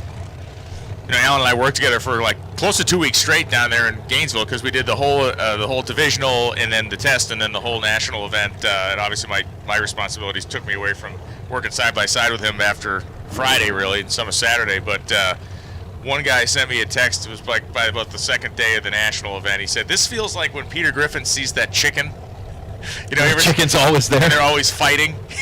He's like, I feel like you guys look at each other, your eyes narrow, and it's just like a fight. But no, Alan and I love busting each other's chops. We get along famously. It's just fun to break each other's Aggies every once in a while. As Jansen Melton and Vinny Domino head down the racetrack. Domino, the Staten Islander, breaks out. Had a 009 light to Melton's 47. Domino had the world in the palm of his hand, and then he dropped it. 463-1, taking a half a tenth worth of stripe for Domino was the wrong strategy. Breaks out by 9 thousandths, and Jansen Melton, dead on 8 with a 47 light, will move Jansen ahead. I'm wondering if maybe what we need to do in this case, we talk about a lot of people needing a hug, needing help, needing a support group and stuff like that. Maybe we should just set up a mirror up there at the top end next to the time slip booth with a picture of Stuart Smalley on there that you're good enough, daily affirmations, you're smart enough, and doggone it, people like you. That way, after something like that, you get your time slip, you go by the mirror, and it's, he's just standing there with thumbs up, like, you're okay. But you have to put the light blue sweater on and the weird blonde wig when you do it. Totally. We'll sanitize it between usages. I'll do that. Scott Ball and Austin Williams. Austin, Texas-based runner, 436 is the dial. Scott Ball dialed in at 491. Winner is going to be Austin Williams. 437 on the 436 was 13 at this end of the racetrack. Scott Ball had the 037 reaction time and goes 492 on the 491, so 12 thou above. Not enough to overcome the deficit here at the starting line. And the breeze is really a-flowing out there when it's lifting up that winner circle banner, even with those 2 5-pound weights tied to the bottom of it. Yeah, are those clutch discs? Actually, it looks like that's what I thought. Those were bigger. I'm going to bring something out for. We shouldn't have the win tomorrow, but. Oh, you canceled it for tomorrow? You canceled the win for tomorrow? Yeah. Okay. Yeah, I put in the order earlier today. Gotcha. You got to count for processing time. And administrative fees. Yes.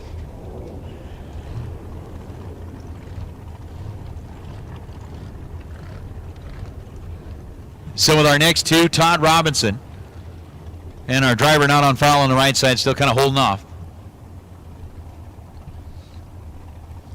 473 the down for Robinson, 450 for the driver on the right side. A 25 thou split in reaction time, and Robinson is going to light up the board. He was 474 on the 473, was 30 at this end of the racetrack to the 055 on the right side.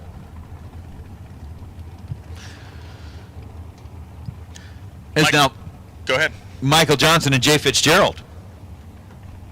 Johnson left lane out of Arkansas. Fitzgerald right side out of Texas. A little 460 to a 480. Corpus Christi, Texas, home to Jay Fitzgerald. Never been there. I've never been to Corpus Christi either. That's like way down kind of south in the Little Horn part, isn't it? I think so. Is that what it's called, the Horn? The Horn part. The curve? Well, let's keep it safe here. The southern part of the state. Southern part of the state. Very good way to put it. Yeah, the southern part of the state. Like you said earlier, I'm not good at math. It's on that isthmus, right? Is that an isthmus? An isthmus? 460 with a 1 on a 460 dial-in for Jay Fitzgerald. A 20-pack taking 2 thou at the finish line as Johnson is dead on 4 with an 18 light and loses. Johnson's just sitting back here listening to people win with 74 lights and 81 lights. Right. He goes 18 and he's dead on 4 and he doesn't see anything good on his side of the racetrack. No, sees nothing good. All he sees is a buyback window in his future. I thought Isthmus was a holiday in December. It is. Well, for Mike Tyson it is. We celebrate Isthmus this weekend. Isthmus. Very Isthmus. Bob Siemens and David Kane. Kane on the left side. 475 is the dials. Bob's going to be getting the head start by way of a 5:15 number as the tree drops. Away we go.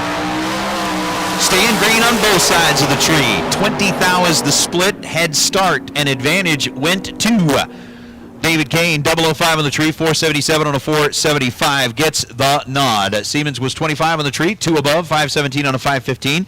He also has a buyback window in his future as Kevin Johnson and Lane Kavar. The isthmus, of course, for those people that are yelling at me in the chat room, is a landmass surrounded on 3 sides by water. So that was my joke about the bottom of Texas. Lane Kavar and Kevin Johnson. Johnson dialed 502. Kavar dialed 483. What if the landmass is circular? There are like not 3 sides. Is it still an That's isthmus? an island. But that's totally surrounded by water. Well, okay, so if it is a landmass that is mostly surrounded by water and round and connected, I believe still an isthmus. Fair enough. Either that or I believe it might be called a roundy thing. Roundy thing. 14th out of the split between the two in reaction time. Advantage on the tree went to Lane Kavar, but Kevin Johnson is going to pick up the win light by 7/10,000ths of a second. 18 on the tree and 502 on a 502. Kevin Johnson puts up 20 total. Lane was 004, goes 484 on the 483. And that is that.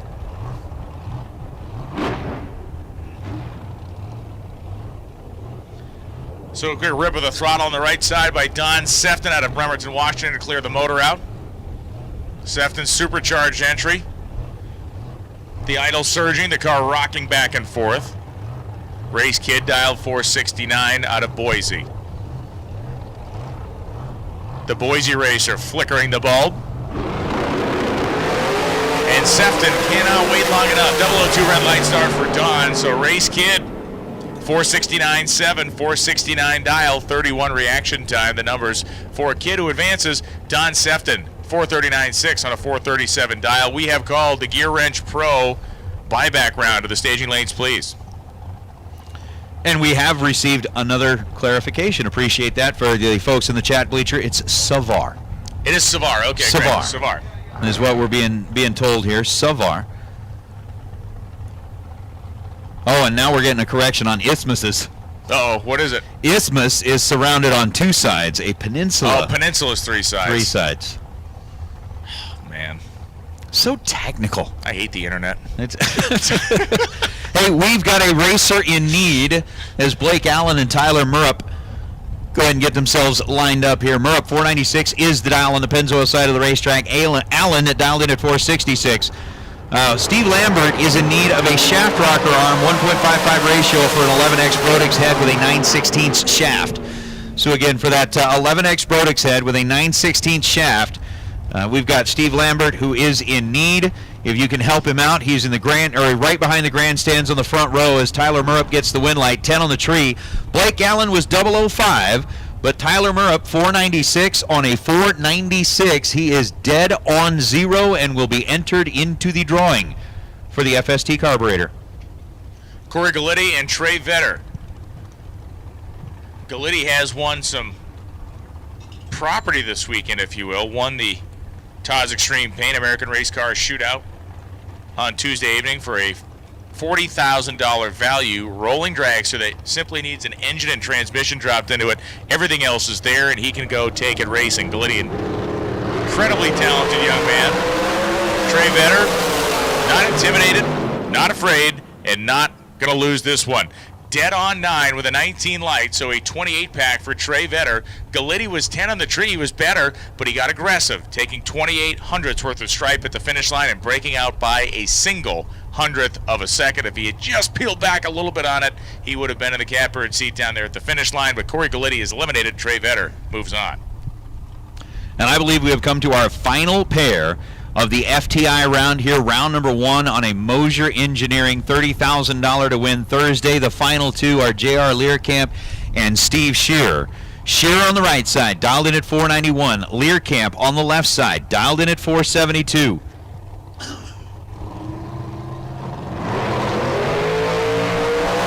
Wow. Are you kidding me?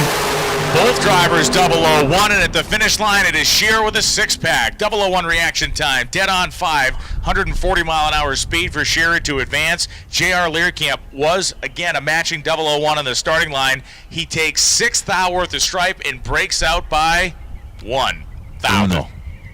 Yikes. Uno. My goodness.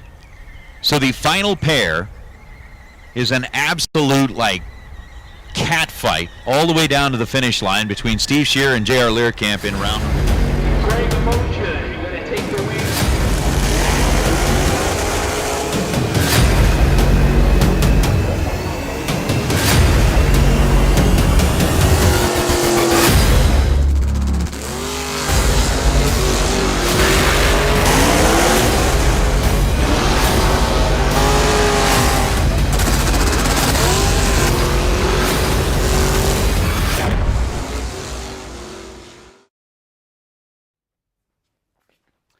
Are you still using needle pointer gauges on your ride? Now you can get that clean, slick look of a digital dash on your carbureted cruiser.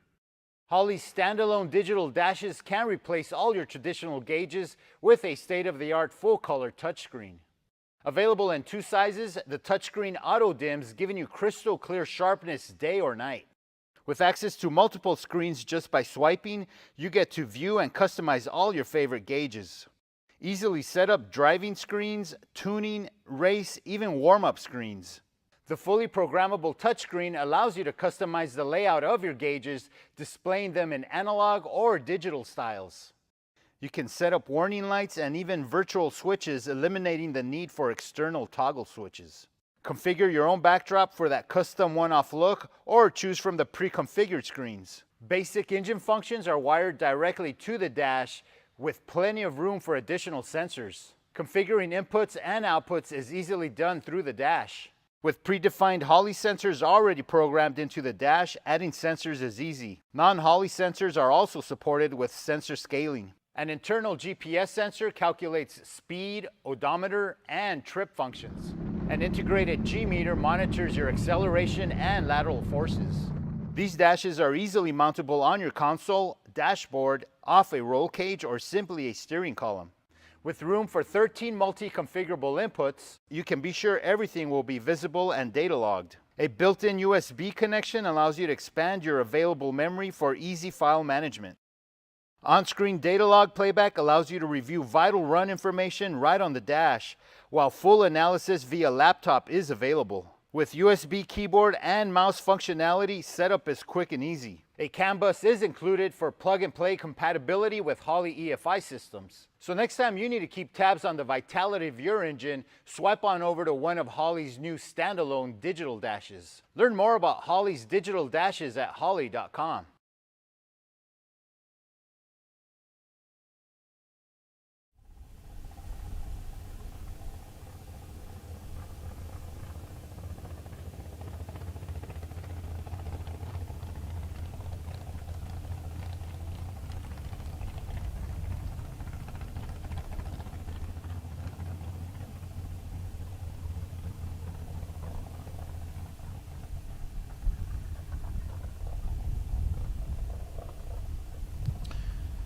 So we should have all of our Gear Wrench Pro buyback cars in the staging lanes. We'll also take Super Pro door cars, blue run sticker, buybacks to the lanes, please. Again, Super Pro door car, blue run sticker, buybacks to the staging lanes, please. It's very specific as far as what we need where. So again, Super Pro, check. Door car, check. Blue run sticker, check. Buyback, check. If you have not checked all 4 of these boxes, you are not necessary in the staging lanes at this time. If you have checked all 4 of these boxes, you should be in the staging lanes at this time. Thank you. Yeah, side effects may include jittery nerves.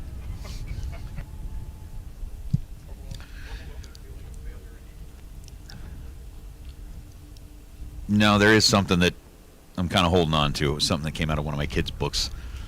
That at the right time, we'll go ahead and let that one out, but it will certainly have to be the right time.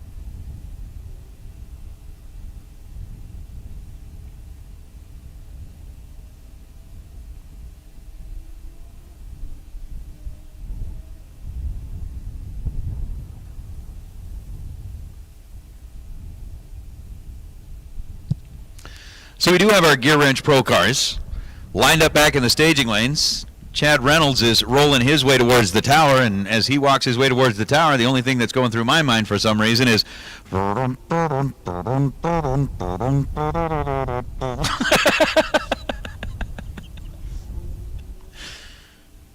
oh, how'd you like to see that rolling up behind you at the security line in the airport?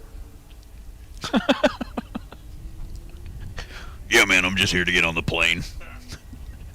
Y'all got any of them French fried taters?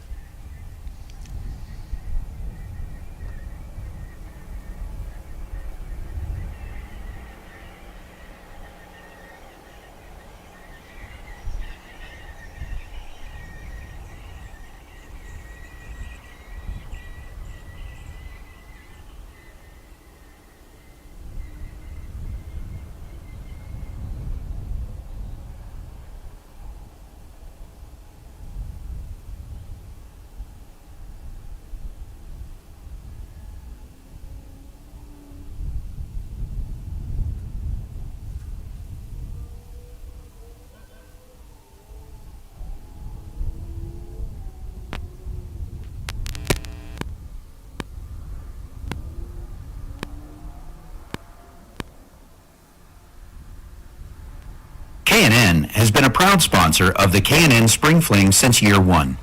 K&N Engineering is the world's leading manufacturer of washable performance air filters and revolutionary nut-driven oil filters. Whether you're looking for a filter for your daily driver or your hot rod, K&N has what you need. Keep it clean. Choose K&N. With a 40-year history of technological innovation and engineering, Optima batteries offer unstoppable power for extreme enthusiasts and others who require the ultimate power source. Optima batteries were the first high-performance AGM automotive batteries in existence and revolutionized the industry with their unique spiral cell technology. Look for the distinctive Optima 6-pack shape and get the ultimate power source. JEG's High Performance was founded in 1960 from a deep passion for racing and performance. This passion still powers JEGS today and every day. Let JEGS.com help you with your passion for high performance today. One click gets it quick. JEGS. Hoosier Racing Tire is proud to be a participating sponsor of the Spring Fling brand since 2010. Let our performance racing tire help put you in the winner's circle. When you are looking for an advantage, remember the name Hoosier. See us on the Midway or contact your authorized Hoosier Tire dealer nearest you. TrueStart, a product of CompuLink, has been used at all Fling events since 2016 and now used at over 30 tracks nationwide.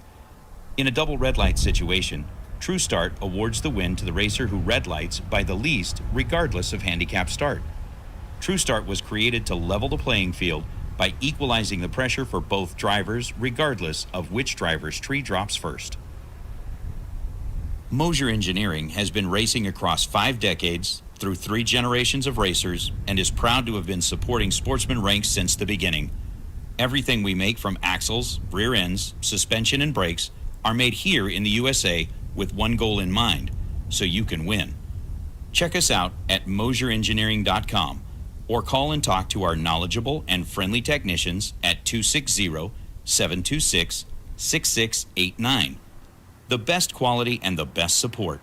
Only Mosier Engineering. Fuel Systems Technology is a manufacturer of cast and billet aluminum carburetors and accessories. We're headquartered in Riverside, California, and we would like to welcome you to the Fling.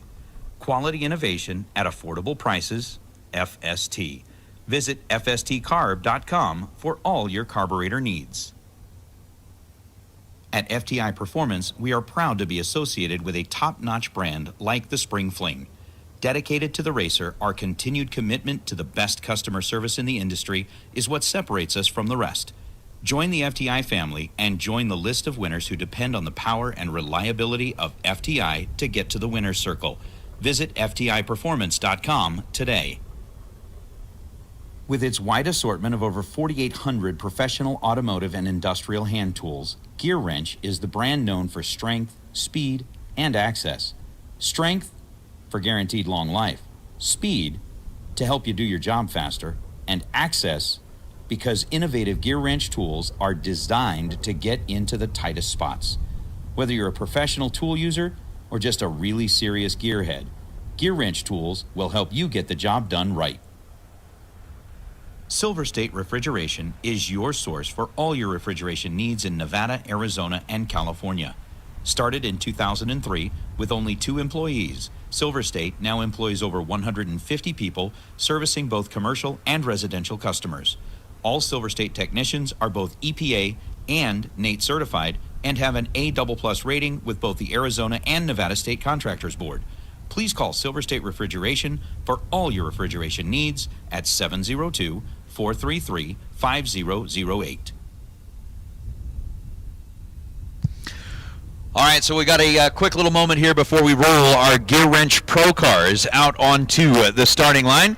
We've got raffle number 6, the $100 raffle. Now, racers, listen up. We've got a $50 raffle and a $100 raffle that are currently open downstairs right now. That is going to be kind of our final call on the raffles. So we've got the final raffle that is underway. If you were kind of debating whether or not you wanted to get in on a raffle, there is still a $50 raffle and a $100 raffle that are open downstairs. Those will be the last 2. But this is raffle number 6. And in raffle number 6, we've got Dylan Howe, Brian Howe, Hunter Walker, Troy Grant, Lance Parker, Andy Morris, Troy Grant second time, Justin Hoff, Daniel Fiello, Ken Nelson, Kevin Shearer, Tim Arnswald, Henry Roberson, Laureen Rogers, Corey Jackson, Shelby Williams, Parker Theobald, Lance Parker, Justin Hoff, and Mike Coltrane. Those are the 20 names that are in raffle number 6 as we reach into the cup and pull out the winning number. The winning number is 17. Parker Theobald, you are number 17 on the list. Number 17 came out of the cup. And Parker Theobald, you have raffled your way in to the $1 million main event here at the K&N Spring Fling Million, presented by Optima Batteries. So Parker, you got raffle number 6. Again, racers, there is one more raffle to go. The $50 and $100 are underway downstairs right now. Last chance. Get up there, jump in on it. Be cool. So Nate, let's game out some scenarios here for this buyback round. Okay. Of Gear Wrench Pro. It is about noontime. Let's say things don't go your way. What's the first thing you do with your day in Vegas that you now have to spend? Pout and cry. Okay, we get past the pouting and crying somewhere around 3:30 to 4 p.m., I'm guessing. What do we do then? get through the second round of pouting and crying. Okay. And then from there, there's plenty to do. Mob Museum, where are we going? The Mob Museum? Mob Museum would be awesome. There's obviously, you want to take a little bit longer drive. You got Hoover Dam that's out there you could go see. Red Rock's not too far away. With it being a little bit windy, you might want to take advantage of some indoor activities. Here in Vegas, I don't really know where we've got much in the way of indoor activities. There's that little place called The Strip. Okay, you can try that out. You could go down and check out Circa with now what is the world's largest sports book. Oh, that's cool. Go check that out. Maybe make a little wager for the NCAA tournament, something like that. So there's plenty to do. Justin Lamb trying to break a streak of red lights he had today. Both of his cars he red lighted out of first round in. He leaves now being much more conservative than we have seen him being. He did not red light there. Jeremy Wilson still very much in this drag race. And as they get to the finish line, Justin Lamb is dead on 4, but with a 54 light. Certainly laid back there and tried to get himself reeled in so he did not turn the bulb on again. Jeremy Wilson, 6:040 at 113, getting there second. So Larry Pittenger and Seth McLean. McLean out of Nampa, Idaho in the orange Duster, and Larry Pittenger in the 68 bodied Camaro out of Williams, Arizona. 659 the dial for Larry. 774 is the dial for Seth McLean. Seth leaving first this time as the tree will begin to drop. But again, we are in gear wrench, the buyback round. 064 on the red side for Larry Pittenger. So Pittenger, his day will come to a close. Seth McLean will breathe new life into his chase for $30,000 as he goes 771 on the 774. That's going to bring up last night's winner, Andy Schmall and Bill Perry. Andy over on the left side, picking up $30,000. We mentioned earlier he was like the star of the show until he brought the kid out. Until the baby showed up. The baby showed up and everybody went, Andy, who? Right. He just did what? Schmall dialed 618, Perry dialed 782, so a big one here. Perry in the well-used 1969 Firebird, complete with those cool slot mags on the front of it. Yeah, that car has seen a lot of laps down this racetrack, and if it's going to see another one, it will take a slight miracle. It will not today. Andy Schmall, 004 on the tree, and 624 on a 618. Andy Schmall races his way back in, and the rest of the field all went, oh boy. Goody. So happy for you. Great. Bill Perry, 784 on a 782, was 1+ in reaction time at this end of the racetrack as Randy Stock and Brandon Umberger in the Jelly Bean. The Bean coming up here. Kind of surprised to see Brandon go out in the first round, but he is making his best effort to fight his way back into the field here. 591 the dial-in for Brandon Umberger. 634 the dial-in for Randy Stoach. Yeah, Brandon Umberger coming off that weekend in Tucson where he raced himself in the final. Kind of a good deal when you can take 2 entries down to the final round, and at that point it was kind of like, all right, I lose. And he will race his way back in. 594.9, 591 dial, 19 reaction time. Randy Stoach was 58 on the tree, goes 637 on a 634, getting to the finish line second. He pulled the Austin Powers. He said, allow myself to introduce myself. Yes, exactly. Mark Kidd and Vince Generaldo Jr. Generaldo Jr., the 65 Nova. Yeah, General Lau's been working on that car for a little while, getting it put together at the shop back there, just a little ways away from the racetrack here with a 594. Mark Kidd kind of showing, I want to say this, and I absolutely love General Lau. I love his dad and all of that, but it's kind of like, okay, you got this beautiful orange car on the left side, and Vince General Lau has been focusing on getting the car functional. A little potential, a little opportunity for growth. General Lau goes red 011, so that means Mark Kidd will have a freebie going 575.8, 118 miles an hour. General Lau 597.8, 114, but he missed the tree by 11th thou. Yeah, certainly a good thing to see General Lau back out here at the racetrack as C.W. Hofer and Jeff Debbie.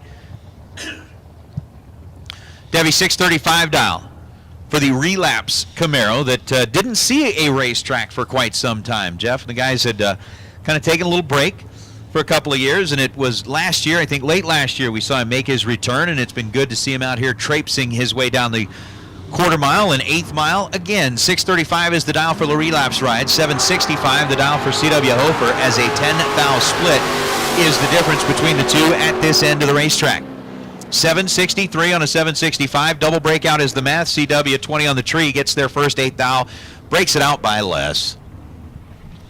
So as we are running through our Gear Wrench Pro buybacks, we have also called in the Super Pro Dorcar Blue Run Sticker buyback round. Super Pro Dorcar Blue Run Sticker buyback round to the lanes. We got a bunch of you there already.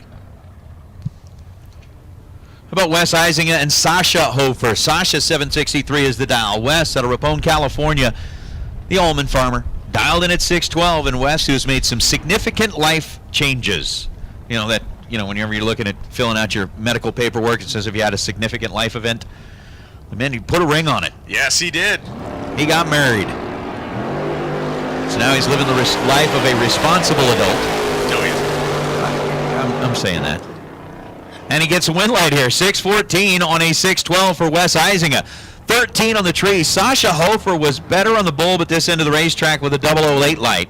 008, excuse me, but Wes by 11/10,000ths of a second holds on at the stripe and will get the win. Super Pro Dorcar Orange buybacks to the lanes, please. Super Pro Dorcar Orange buybacks to the lanes, please. Lindy Lindholm, right side of the racetrack from Newport Beach, California. Beautiful part of the world. 610 the dial in.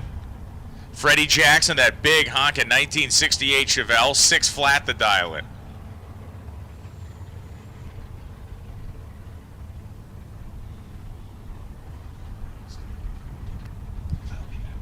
So Lindholm needs to stage that car and does in a nick of time. And a right-hand turn and almost into the Christmas tree for Freddie Jackson. Woo! Jackson hit the gas and he had to have been within 2 feet of the Christmas tree on the way by as Lindholm goes 6:15.6 at 103.36 miles an hour.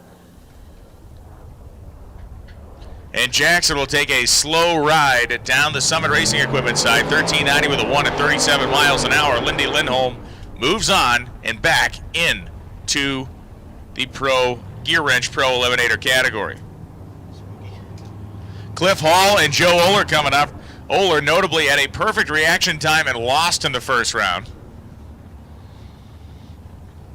Notably, something he probably never wants me to mention out loud again, but it happened. It was a thing. It was a moment in time.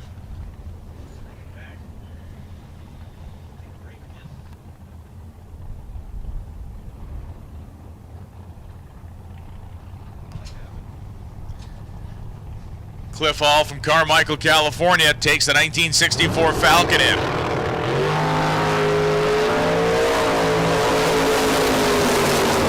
Oler not perfect this time, but he's in fighting shape down there, and it will be Cliff Hall. 6:46 on a 6:45 dial, 1 over with an 18 reaction time. Oler also 1 over, but he had a 53 light. We take that 53 light, we look at the 18 light of Hall, and that's basically the margin of victory. 6:46 at 104 for Cliff Hall moves him ahead. Joe Oler 6:43 at 112 does not. Tim Arnswald and Jeff Rates coming up. Rates, the 1967 Mustang Fastback 645 dial, and Tim Arnswald dialed 757 in the 1967 Camaro.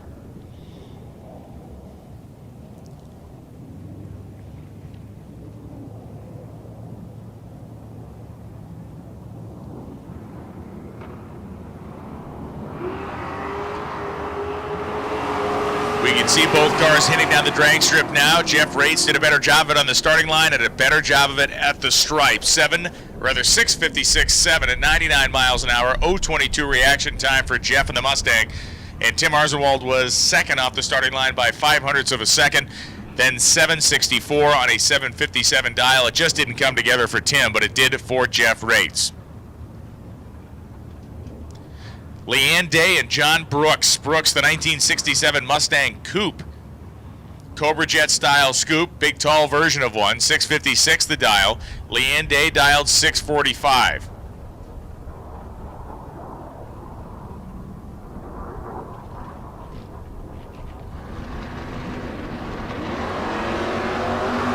Red lights on both sides, and it's Leanne Day who has a 009 to the John Brooks 014 red light, meaning Leanne Day will advance 6:52.0, 105 miles an hour. John Brooks 6:57.0, 101.89.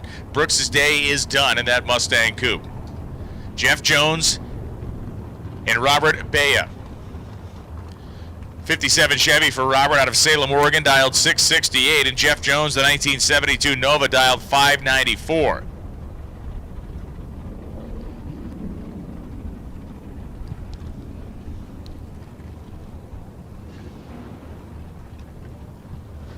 Have not seen a whole bunch of squeakers so far this round. I've certainly seen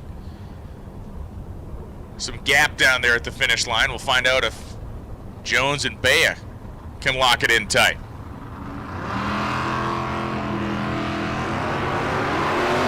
Red lights on both sides. This time it's Bea 110 red. Jones is 60 red, and he is the winner. 594.8, 116 for Jones, as Bea went 672.8, 100 after going big time red.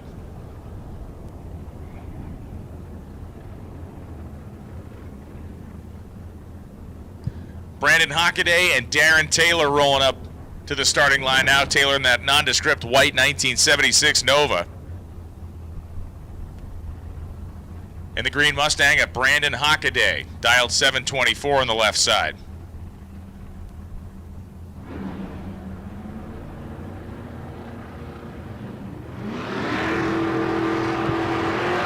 Red light start for Hockaday by 41, and Darren Taylor has a 2:21 reaction time and a win light. 6:19.7 at 110 miles an hour. Taylor is heading back to round number 2 in the Pro Eliminator category, brought to us by Gear Wrench.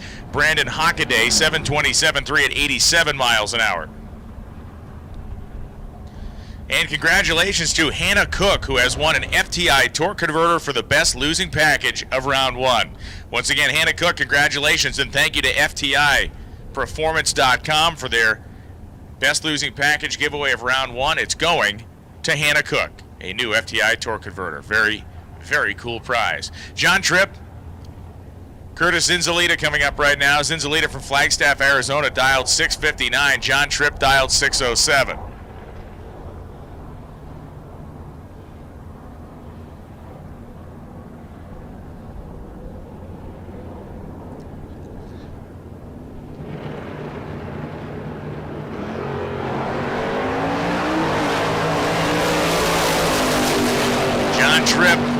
Figure out something quick, and there's just not enough time as Zinzalita dropped a 14 pack on him. 007 dead on 7 for Zinzalita, as Tripp was 91 on the tree, and it didn't get much better from there. 603 at 110 miles an hour for John Tripp, but Curtis Zinzalita, very nicely driven race, convincing, and a good way to insert himself back into the Gear Wrench Pro field.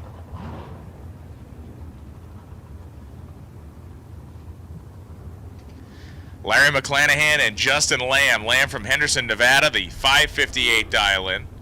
Larry McClanahan, 561 the dial. You got the 2010 Cobalt. You get the 2016 Cobra Jet. A couple of real hustlers out here in Pro Eliminator.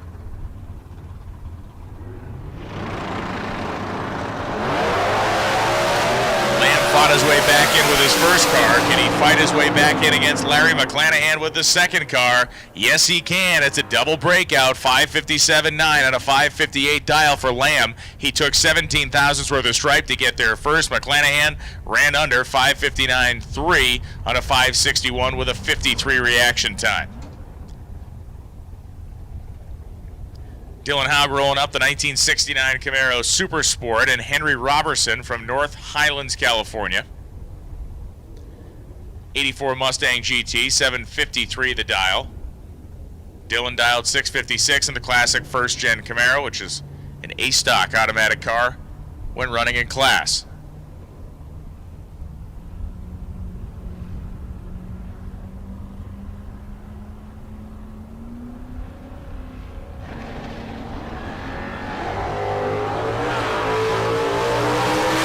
Dylan and Henry not dealing in red lights here. They are racing to the stripe, and it's Dylan, 656.8, so dead on 8 with a 33 light, 41 pack.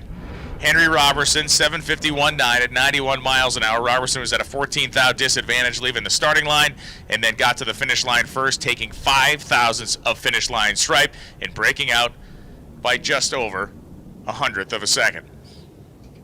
Jacob Phelps and Steve Lambert as we come to what looks to be the end of our Gear Wrench Pro buyback round.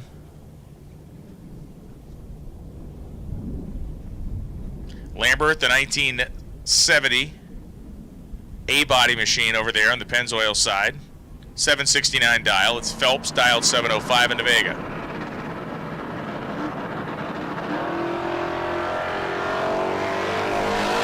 Double red light start here. It is 81 red for Lambert. It is 20 red for Phelps. So Jacob Phelps advances back into the field. 7:08.7 at 98 miles an hour for Phelps. To Steve Lambert. 8:01.9 at 70 after turning on the 081 red light. So we got a little maintenance to do, a little hand spray on the starting line. We'll continue things. We have made multiple lane calls here. If you are driving a Super Pro door car with an orange sticker, you need to be in the lanes for your buyback round if you have bought back in or attempted to. Super Pro door cars, orange stickers. If you're not back yet, you are late for your buyback run.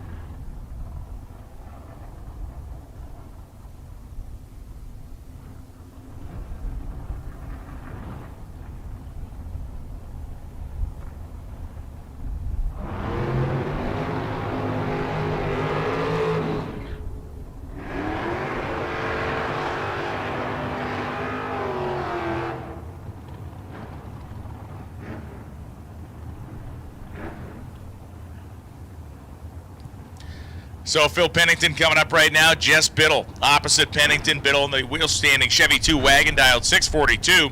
Pennington 485 to dial in that 1934 Roadster that was driven to the big money here in 2019.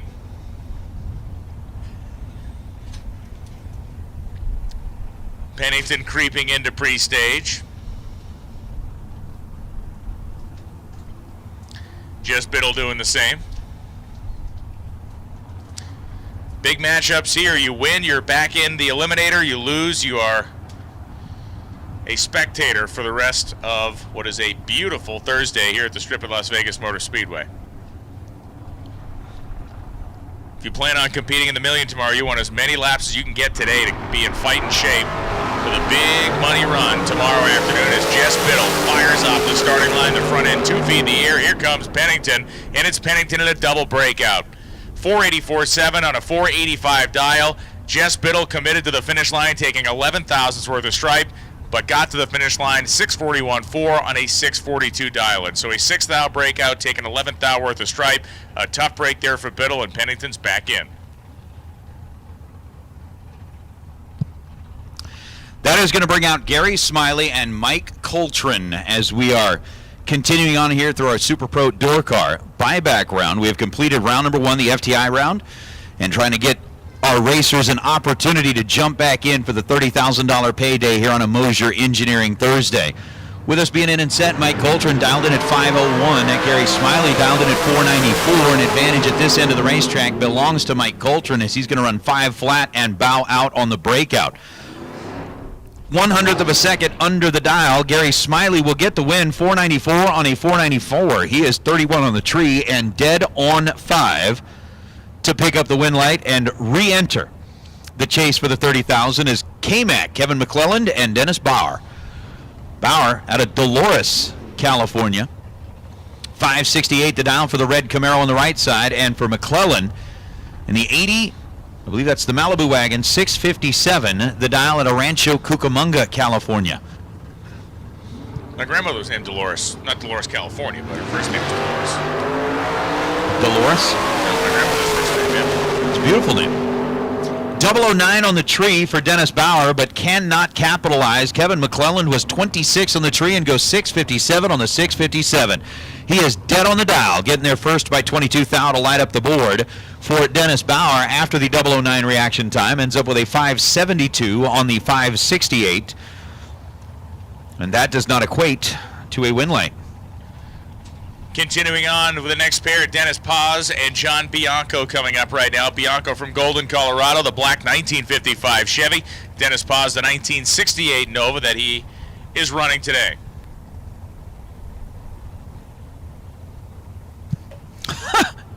We're just told because it was so warm in the announcer booth, we are so lucky. Wheels up and gone on both sides of the Christmas tree. Bianco is going to be trying to chase down Paz as they get to the stripe, and Bianco does it successfully. 59.3 on a 56 dial with a 14 light, taking 27 at the finish line. Bianco wins the drag race, and Dennis Paz was 5 over, going 627 on a 622 dial. We've got our final 2 raffles that are full up, so there will be no more raffles to try and get into the million. As we bring out Aaron Markham and Patrick Conlon, they will go head-to-head. But our $50 raffle, we'll start with that. 40 names are on the list. Those names are Val Torres, Laureen Rogers, Vic Spitali, Troy Grant, Greg Hicks, Kurt Gross, Ricky Duchel, Andy Morris, Dale Taros, Pat War, Andy Morris, Dan Fiello, Mark Miyashiro, Troy Grant. Mark, I wonder if the smiley face will turn out to be good luck for you. Austin Hockaday, Dale Taros, Mark Barnhart, Justin Hoff, Stephanie Nass, Kelly Hockaday, Kurt Gross, Lauren Rogers, Greg Hicks, Justin Hoff, Val Torres, Casey Nelson, Brenda Trujillo, Troy Grant, Dan Fiello, Troy Grant, Jeff Staley, Vic Spitali, Mark Barnhart, Pat War, Steve Jaslowski, Mark Miyashiro, Dale Taros, Stephanie Nass, Jeff Staley, and Dale Taros again. Aaron Markham's car off to a very slow start, as the win light will belong to Patrick Conlon. 550 on a 549, cutting that one plenty close down at the finish line after an 037 reaction time. Markham just now limping his way to the finish line. We'll bow out here, and the 40 names that we just read off, the lucky number is coming out of the cup, and the lucky number is number 18, and number 18 happens to be Justin Hoff.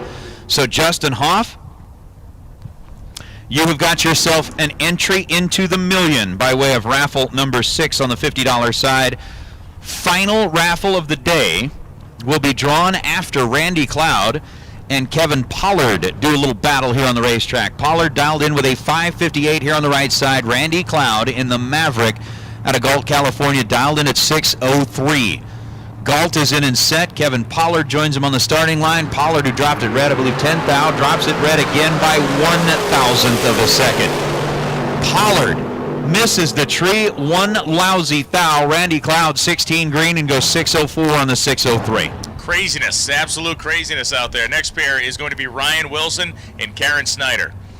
So the list of names, 20 of them in the $100 raffle, are Bob Udell, Dave Mazier, Courtney Dunn, Nick Cobb, Phil Unruh, Phil Garrison, Laureen Rogers, Jesse Adams, Nick Cobb, Don Sefton, Katie Harkema, Phil Garrison, Pat War, Steve Jaslowski, Phil Unruh. Where was I at? Chandler Mazier, Phil Unruh, Rob Udell, and Tyler Murrup, as we put out a final call for the door cars to the buyback round. Final call for the door cars. Karen Snyder with a 22 thou green light goes 542 on a 537. Ryan Wilson with 16 green at this end of the racetrack and breaks out. The number drawn this time was number 17, and that lines up with Chandler Mazier's name. So Chandler Mazier, you have got an entry into the million, and that is going to do it for raffles here. Our entries that we're getting in by way of the raffle round are done. And we've got the re-entry round continuing on. David Beatty, the judge. So with the raffles done, now the way to get into the million is to buy your entry, and those are on sale. Base of the tower. Downstairs at the Diva desk. Mike Badeau and Dave Beatty leave the starting line, and Mike Badeau is going to make Dave Beatty say, Badeau. 714.3 and a 713 dialing for Badeau. He advances with a 007 light. Beatty was 40 on the tree, got to the finish line second, and went 598.7. He was trying to run 599. So Mike Badeau is back in business when it comes to Super Pro on the door slammer side of things. We have made the final call for all door car buybacks. Final call for door car buybacks to the lanes. If you're not here, well, be somewhere else. Gary Warnier from Kelzer, Oregon, the 1967 Chevelle, dial 546, and Chris Brown, 559, the dial-in for the Camaro Roadster. Certainly a competitor in the door car that needs a hood scoop the most. Yes, I would say so. When you are completely missing a scoop, and unfortunately he missed the tree by 0.07 of a second. Gary Warnier, 549 on a 546, was 12 green at this end of the racetrack and picks up the win light. Chris Brown, I don't know, we may need to look at that. He may have some time today to put the scoop on. He could do it. He could do an install. Could do an install while we're here. Super Pro Dragster blue sticker, odd and even buyback. So if you have a Super Pro Dragster and you are buying back, whether you're odd or even numbers, we need you to the lane. Super Pro Dragster, blue stickers, even and odd to the lanes. Steven Reynolds and Paul Edens are up now. Edens in the Toyota goes red by 23,000ths of a second. Steven Reynolds in the Nova out of Nampa, Idaho. 632 was the dial, 634 is the run, with 17 green to get the win. And Paul Edens has another one of those red and dead-on moments. Red at this end of the racetrack, dead-on 7 at that end of the racetrack, and unfortunately the dead-on does nothing to continue his day. Remember those 80s Toyota commercials where the people would jump in the air at the end and they'd freeze it? The whole, who could ask for anything what a feeling? more? It was either oh, what a feeling, or who could ask for anything more. Toyota. Was it who could ask for anything more? I thought that was a... You're right. I think it was oh, what a feeling. You're right. Yeah, it was oh, what a feeling. I remember that because there was some movie that was like a spoof of Bruce Lee stuff. And the guy walked in, he says, I just got hit by a Toyota. Oh, what a feeling. AJ Ash and Kevin Shear, both of them shooting the bulbs out of the tree, and it's Shear by 7/10,000ths of a second. 38-2 on a 37 dial with a 12 light, taking 7/10 thou worth of stripe, as AJ Ash was 80 with a 4 on a 79 light with a 10 reaction time. So AJ was 2 better off the starting line than Shear's 12, but at the finish line stripe, 7/10,000ths falling on Shear's side. Brad Pierce and Kathy Bull are the two up now. Kathy on the left side in the red Camaro out of Napa, and Brad Pierce out of Riverside. 584 the dial for Brad, 716 the dial for Kathy.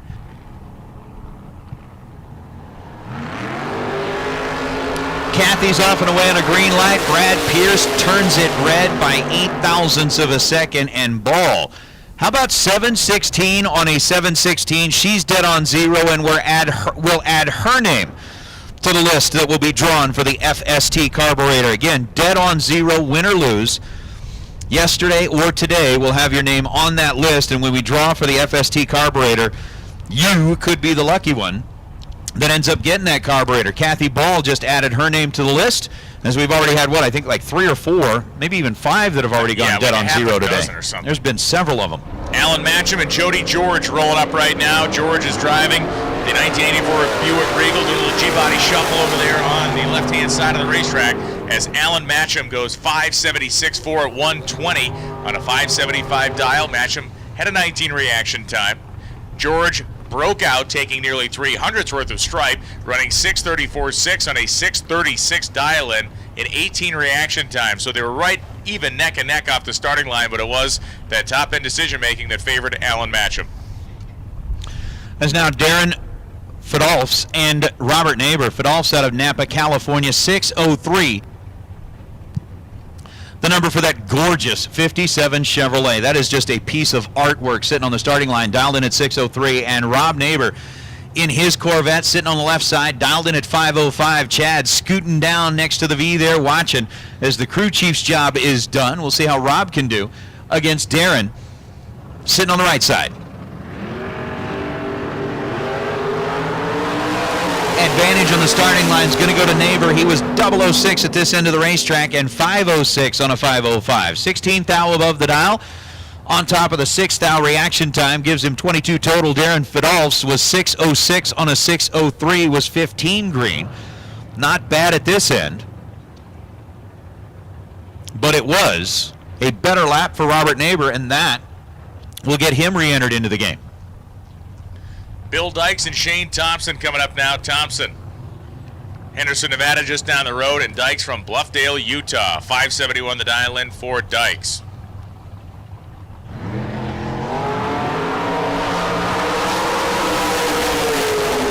And reaction time's brutal. 002 and 006, the win light favoring Shane Thompson by 19/10 thou at the stripe. 5:06.4, so dead on 4 with the 2 lights, so you're talking about a 6-pack. We look across the side of things. We see Bill Dykes was dead on 1 with a 6 light, so a 7-pack. 7 and no. Is it worse when that happens in the buyback round? Is it worse? Maybe. You're talking about, is it worse to be 7 and no good, or worse to have it happen in the buyback round? Yes, I'm talking about all that. It's worse. Yeah, it's worse. At any time, it's worse. But wow, that's just not nice. Butch Warner and Mike Bodner coming up now. Bodner, the Kendall Park, New Jersey-based racer, the 1972 Vega wagon, and Butch Warner, the 1988 Pontiac Grand Am. The typical little Vega Grand Am matchup we see so often in drag racing as Warner goes 003 red. Bodner will take it all the way to the house. 6:32.2 at 1:10 for Mike Bodner. Back in the game. Warner is retired. There's now Larry Spitali and Ted Seipel. Seipel in the Ferrari, sitting on the right side of the racetrack. 6:59 is the dial for Ted. Larry Spitali with a 5:47, and Seipel, I don't know if we timed that perfectly to where as he rolls up to the starting line, we do the flyover with the choppers. Somebody who's really familiar with military aircraft. What are the? I know those aren't the. Aren't those Blackhawks or no? Are they Blackhawks? I can't tell. Kind of look like it. Away we go. 6:59 was the dial for Seipels. 5:47 was the dial for Spitali. As we get to the finish line, and the win light will turn on for Ted. 14 on the tree compared to Larry Spitali's 016 light as Ted goes 1 above. 660 on the 6:59, getting their first 15 thousandths of a second. I think the chat bleachers are all chiming in on the question of what is worse. Okay. A 7-pack in the buyback round. They basically, somebody said, I'd rather be red than have that happen to me. I can buy it. I can certainly sympathize with that. Joe Levitt and Hank Pramoff. Pramoff in the Vega. Joe Levitt in the Nova. Jason Horn says they are Blackhawks. Nailed it. Blackhawks. Not quite the same Canadian geese I saw flying over my house this morning as I left. Those ones are a little bit more impressive. So a 6:26 down for Joe, 5:65 down for Hank. Both drivers on the green side, advantage to the black Nova, and a 6:25 on a 6:26. Double breakout math comes into play. Joe Levitt's under 5 thou. Hank Pramoff is under 11 thou.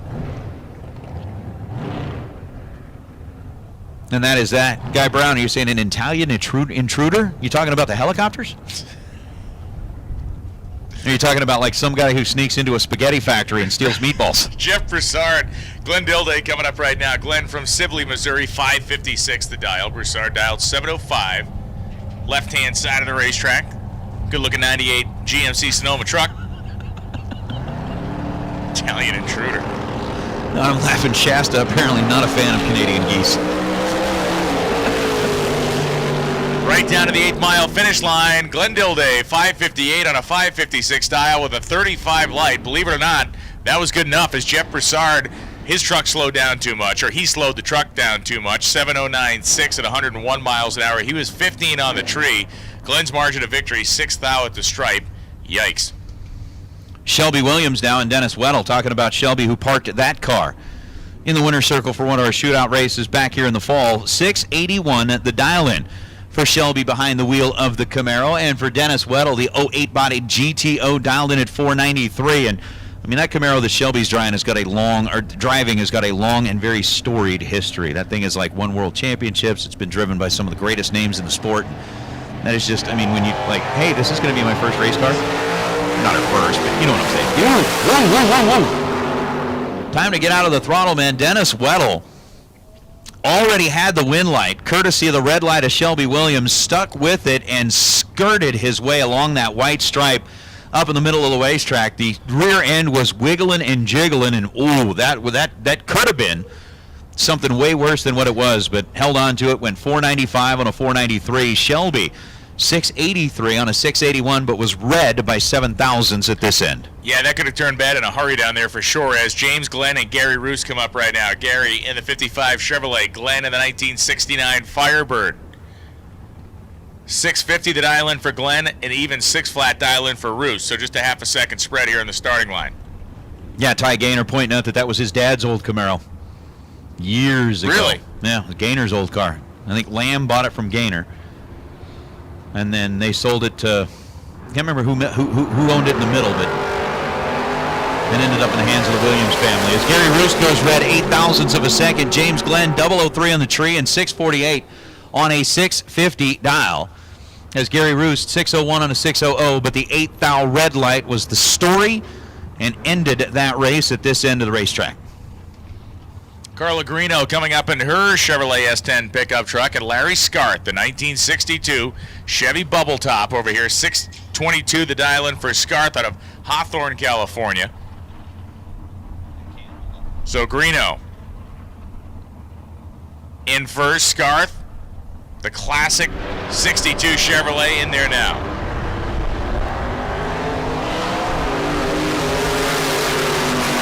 Greeno cleaned house on the starting line, and Scarth wins this one. Wow, Greeno was 16 to Scarth's 41. It seemed like it was Coyton's for Larry Scarth, but Greeno took 400ths, nearly half a tenth of stripe, and broke out 715 on a 718 dial. Scarth 621.1 at 109 on that 622 dial. It's going to bring out John McCone and Dave Gotts. Gotts, the 67 Camaro, dialed in at 761, and John McCone, the 63 topless Corvette, dialed in at 588. With the pre-stage bulb lit on both sides, a couple of the Californians, one out of Corona, one out of Clovis, going to be battling it out in the buyback round. A buyback battle. Green light start on John McCone's side of the racetrack. David Gotts had to wait until McCone left the starting line, and McCone's having to really do some driving out there as the car gets wiggly just before that timing block. McCone ends up with a 606 on the 588 after he was out of the throttle. Dave Gotts was 11 red at this side of the racetrack and goes 758 on the 761. As now Bo Hicks and Bill Bathello. Bathello, the 05 Grand Am for the rancher, the farmer, the onion and garlic grower out of Nevada. Don't get me wrong, I mean, I truly appreciate the crops that he grows. Garlic is something that does my body well. Oh, yeah. Okay, maybe not, but nobody around you likes it. Yes, I appreciate it tremendously. 649 to a 495 with the dials, and this time Bathello was on the receiving end last time, where he was like 080 something to a 00 light. This time he's 00 to Bo Hicks's 080 something. 083 for Bo Hicks takes him out of the competition as he runs 654 in the 649. For Bill, it was 008 and 501 to get the win. Now it's Corey Jackson and Sean Langdon. Langdon, who fell out at the hands of Spencer Massey during the first round. Mine turned into a blank slate there. Thanks for the save. And Corey Jackson from the great state of Washington dialed 499 to Langdon 630 in the white Camaro.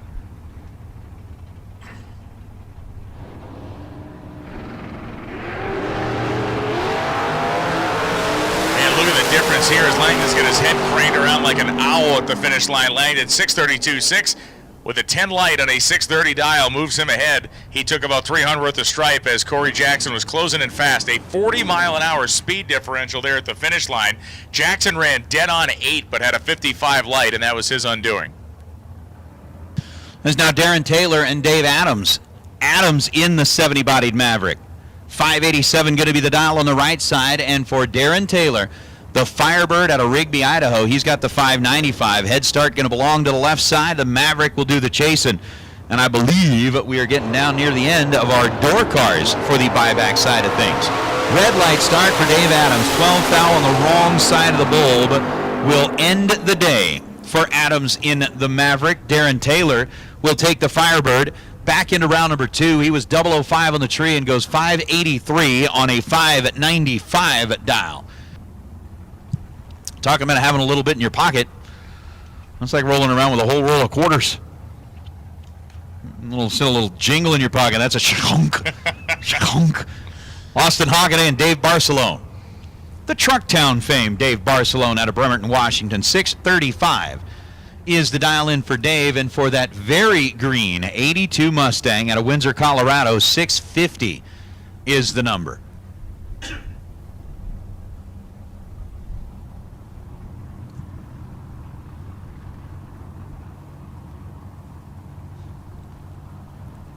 So Hockaday at Barcelona. One of the last two pair left of our door slammers before we get into the dragster action. Red light start for Hockaday. So Dave Barcelona, see how close he runs to that 635.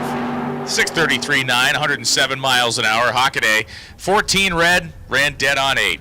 Ugh. That is a swear jar in the future there. As Caitlin Tripp. It's an excuse for an early afternoon to hit the local watering hole. Jess Biddle and Caitlin Tripp to finish us off here. Tripp, the 1967 Dart, likes to leave with the front end up, torquing over. Jess Biddle from Virginia, the 1978 Malibu.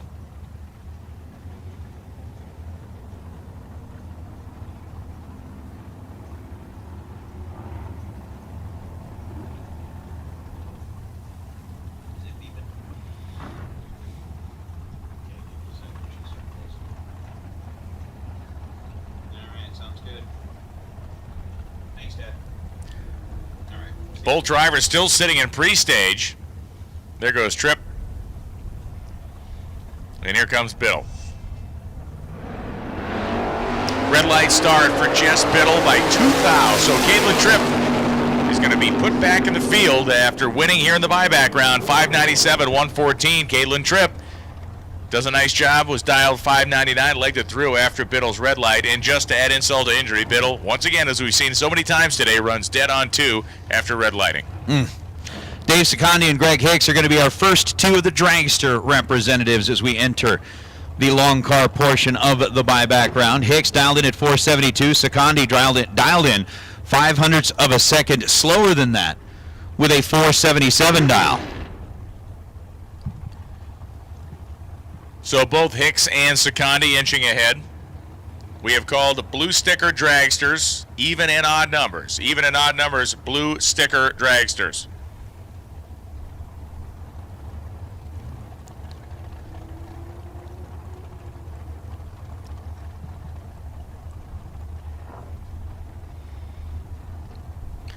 So Secondi locked down. Hicks does the same. Secondi had major league issues leaving the starting line. Whacking the throttle is Greg Hicks to a 481 at 130 miles an hour. A safety measure there to make sure it didn't break out. Hicks still takes a 10th of stripe and gets the win. Secondi 483.0 at 144 the car. Slow to react off the starting line, and really I don't think it's 60-footed the way he would have wanted it either. No, I think there was definitely something going on with the car that they're going to have to go back and take a look at, and they will certainly have time throughout the rest of the day to get it kind of geared up and ready to go for tomorrow's big dollar race. As Daryl Pettit and Brandon Taylor have been slated to match up here. Pettit dialed in at 518, Brandon Taylor dialed in at 468. Pettit representing the good folks of Bonnie Lake, Washington. Beautiful. Beautiful this time of the year. Quite Bonnie. Yes. I'm at the lake. Oh, the lake is Bonnie? 471.4, 137 miles an hour. Brandon Taylor with a 16 light gets done. Daryl Pettit got to the finish line second, and he ran 517 with an 079 light. Again, that 079 light. Too much. He's too much. Just a too much there. How about Cindy Wiggins and Brent Nation? 479 the dial for Cindy on the left side out of Kentucky. And Nation coming out of Hereford, Texas. 420 is the number for the big blown alcohol ride. I mean, that thing is going to be screaming at the finish line. Cindy Wiggins going to be doing everything she can do just to keep those tires out there at the stripe. Cindy doesn't have to worry about it much as Brent Nation turns it red by 14 thousandths of a second. Cindy was 15 green and 41 on the 479. To be 2 above, Brent Nation falls victim to the red and dead on. He was red by 14 thou and 420 with a 6 on a 420 dial. have never seen it happen so much as it has happened in just these buyback rounds. It's been incredible. Dragster orange stickers, both odd and even numbers to the lanes, please, for buybacks. Once again, Dragster orange sticker buybacks, even and odd numbers to the lanes, please. Yeah, that was actually the birthplace and the inspiration of the swear jar. Bonnie Lake? No, just the red and dead on. Seeing how many of those. There might have been like some inspiration there from Bonnie Lake, but just seeing the number of those that I mean, it was over and over and over, and it's like, man, people are talking to themselves. Kevin Thorpe and Jacob Stallworthy. Stallworthy was 14 green at this end of the racetrack, 2 above the dial, will not get out of the round as Kevin Thorpe, how about 001, 1 above to be 11 total, getting their first 28 thou and move back in for a chance at the 30 grand.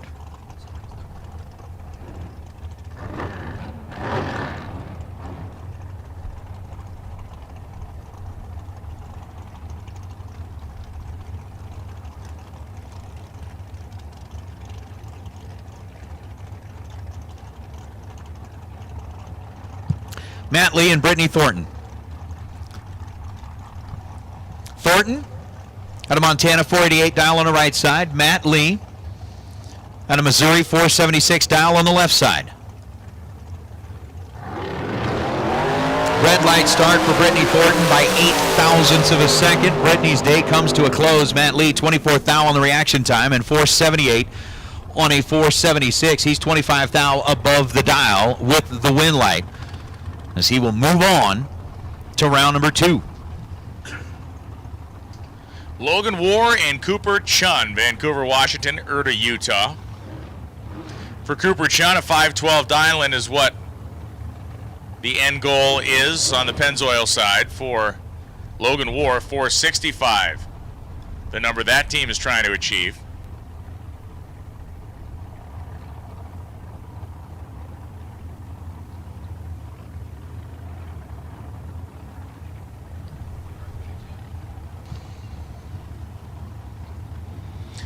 Cooper Chun pre-stages next to Logan War. Once again, orange.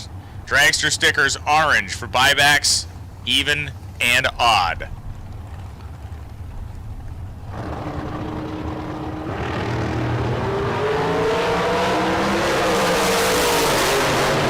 Working the throttle pedal is Logan War, and War goes 469.7 on a 465 dial, whomping the throttle basically the entire track. 009, I should say 9 thousandths margin of victory. Cooper Chun was 67 on the tree and then broke out. Well, he didn't break out. He got to the finish line second. 2 thou too quick. 511.8 on a 512 dial-in. But Logan War, that 009 light. I mean, he had 600s on Chun leaving the starting line, and it snugged way up by the time they got to the stripe.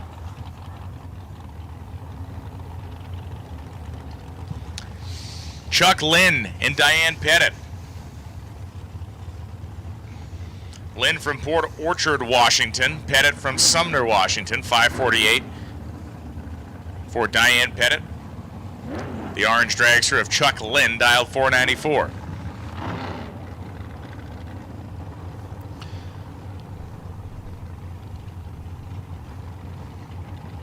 So as our dragsters continue to do battle in the buyback round, once again, I believe we have called orange sticker both odd and even, blue sticker both odd and even. So pretty much if you've got a dragster and you're trying to get back in via the buyback round, if you haven't made your lap down the racetrack yet, you should be headed to the staging lanes. 496 on a 494. Chuck Lynn had the 027 reaction time. Diane Pettit, 008 at this end of the racetrack and couldn't run the number, bows out here in this go-round. That's going to bring up Jolie Steele and Dennis Lithgow. Lithgow on the left side. Mansfield, Texas is home for Dennis as he's dialed at 464. Right now, home is that left lane where he wants to make himself nice and comfortable and hopefully get to come back and maybe take a trip down the other lane. There's Jolie dialed in at 499, a couple of Texans. Jolene representing the great city of Odessa. Odessa.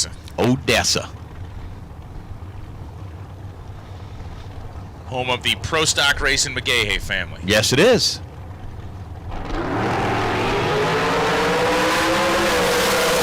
Lithgow and Steele shoot it out down there. 467.4, 466 dial, 001 reaction time. Dennis Lithgow advances as Jolie Steele took 5 thou worth of stripe and broke out by nearly 300ths of a second, 496.2 and a 499 dial. Bring out Kyle Rizzoli and Nick Axtman. Rizzoli out of San Luis Obispo. Left side dialed 486. Axtman with a 422 dial. One of the quicker cars on property. Not the quickest, but still 422 is getting after it here at 660 feet. What we're racing at the strip at Las Vegas Motor Speedway as part of our activities. We got pre-stage bulbs both sides of the racetrack between Rizzoli and Axtman. But Rizzoli, who was a winner down at the Southwest Shootout, going to be a winner here in this round as he is green 13 thou. Axtman drops it red 3 thou and then runs 425 on a 422. Rizzoli 13 green, dead on 8 to wrap up his lap here in the re-entry round. Now it's Johnny Carter and Madison Payne.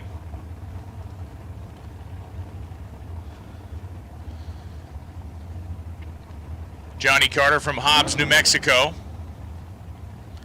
Dialed 490. Payne dialed 498. Claremont, California. Nobody was more disappointed about the movement of the Winter Nationals. One from the winter to the spring, and then now from the spring to the summer, than the Payne family, because you could throw a rock from where they're at and hit the racetrack. Right? They pretty much kind of walk to the track in the morning, get a little morning stroll in to get the blood flowing.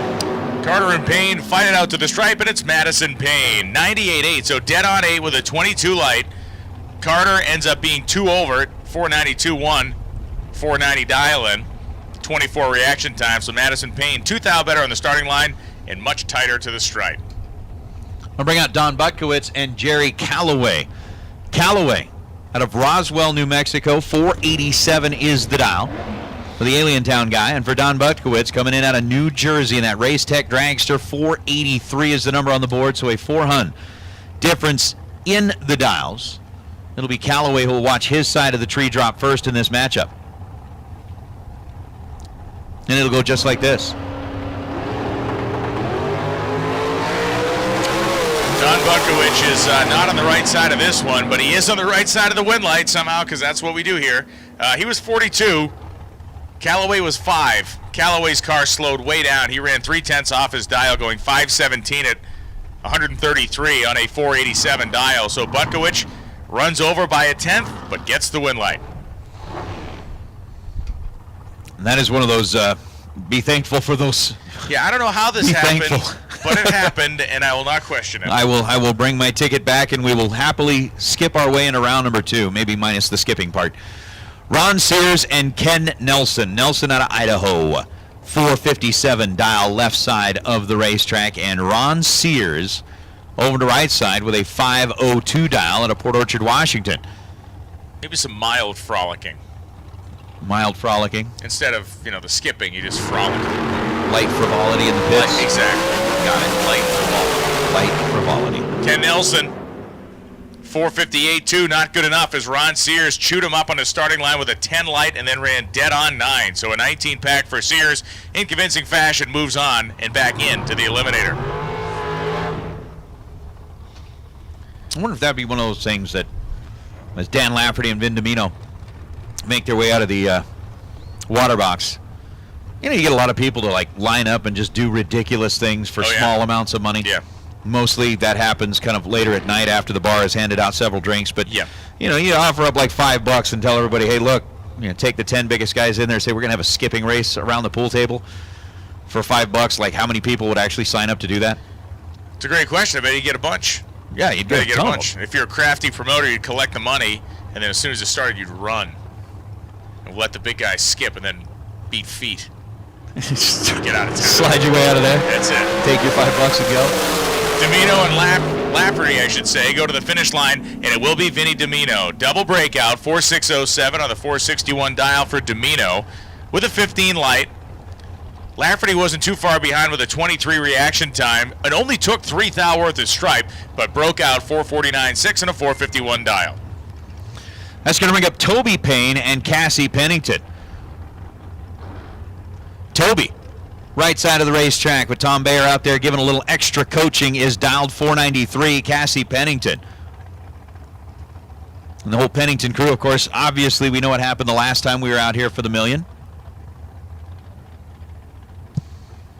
where Peeps Pennington ended up picking up the big check, and the Pennington family all celebrated together. Cassie's also parked her car in the winner's circle here at other bracket race events, so the trip at Las Vegas Motor Speedway has not been a bad situation for the Pennington family at all, as Toby Payne goes red by 21 thousandths of a second. Let go a little bit too quick, runs 495 on a 493. Cassie Pennington, 467 on a 467. 31 green, kept her on the right side of the tree. And a 67 on a 60 dial, or 67 on a 67 dial for Cassie. Keeps the family happy as they got the car dialed in right. Alexis Thompson and Jason O'Terry. Next two to head down the racetrack. O'Terry over on the left side out of Norco, California. 451 is the number for Jason. And for Alexis Thompson,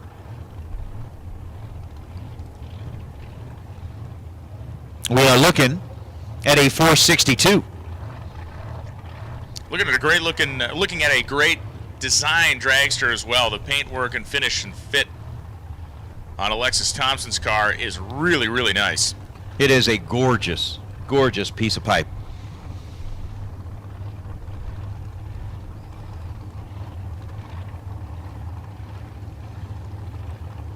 Jason O'Terry is in there and set. Alexis Thompson lets him think about it for a minute, then rolls in and lights the bottom half of the blue LEDs. And Alexis going to get the jump on things here at this end of the racetrack. 463 on a 462 is good enough for Alexis Thompson. 25 green. Gets there second, 7 thousandths of a second. Jason O'Terry was 045 at this end, and then breaks out with a 449. Pat Ward Jr., 441 dial, Pennzoil side. Funny car Chris Northup coming up on the Las Vegas side. 520 the dial in for Funny car Chris, 441 for Pat Ward Jr. Now, Funny Car Chris has actually got a TV show that's going to be coming out on Discovery.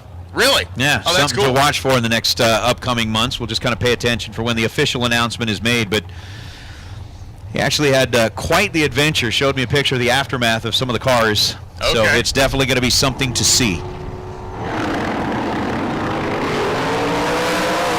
And this finish should be something to see as well, as both drivers leave within a couple of thou. Dead on zero for Northrop. Not only does he go back into the field, he goes into the drawing for a free carburetor from FST.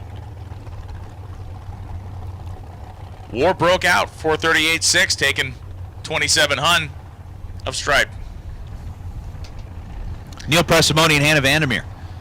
Vandermeer on the right side in the winged dragster out of Nampa, Idaho. 489 going to be the dial for Miss Hannah. And for Neil Presimoni, one of the local racers from right here in Las Vegas. A kid that basically grew up at this racetrack like many of us did. Running around kind of in the shadow of Dad. His dad was out here racing, and then he and his brother of both, Neil and Nick, kind of made their way up, played the role of crew chief on several cars that are out here, and now playing the role of driver on a $30,000 Mosier Thursday. Advantage on the tree going to belong to Nick Presimoni as they get to the stripe, but Hannah Vandermeer is going to light up the board. Nick taking a 37 thou stripe, breaks it out 2 thousandths of a second. He was 006 at this end of the racetrack to Hannah's 040 light. Hannah dead on one. Neil Presimoni breaks out 2 thou, and Hannah moves on. Mike Calloway and Peyton Janik. Janik from right here in Las Vegas, 472 the dial. 492 the dial from Mike Calloway out of New Mexico.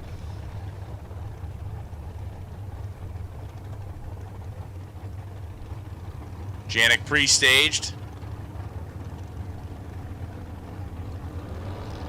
One opportunity to fight your way back in the field here. Janik getting the better of Calloway on the leave, and it is Janik getting the better of Calloway at the finish line as well.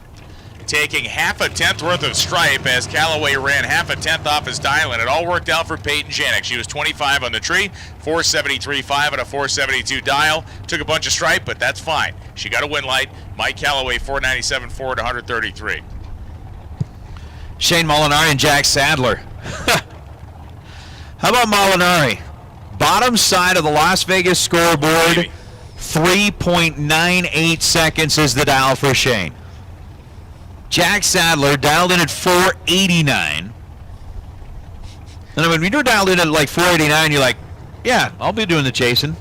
Sadler's like, yeah, I can't believe that guy staged into the wrong dial-in over there. Hang on and see. Red light start for Jack Sadler by 0.03 of a second, and Shane Molinari 399 on the 388 at 181 miles an hour from a dead stop to 660 feet. That car is moving. And oh, by the way, Sadler was 003 red and dead on 8. Yeah. So Sadler will have something to drink about this afternoon. Phil Pennington and Brian Haug. 469 the dial-in for Brian as Pennington is dialed 489. The wind now blowing directly down the racetrack, according to our down-track flags.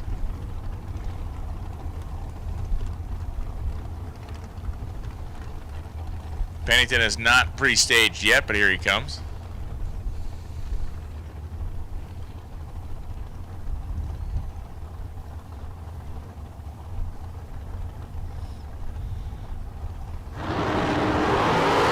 Red light start for Pennington, 006 is Haug. Free pass goes 468.9 at 148.59. Pennington 487.7, 140 after the red light. I think we need T-shirts made up. What are they going to say? I went 469 in Vegas. They'll be a seller. I would sell. Cortland Carter and J.R. Learcamp. As we continue to empty the staging lanes of Dragsters one pair at a time, Carter is dialed 504. Learcamp on that 472. Just both fighting for a shot at getting back in the field, fighting for a shot to have a shot effectively.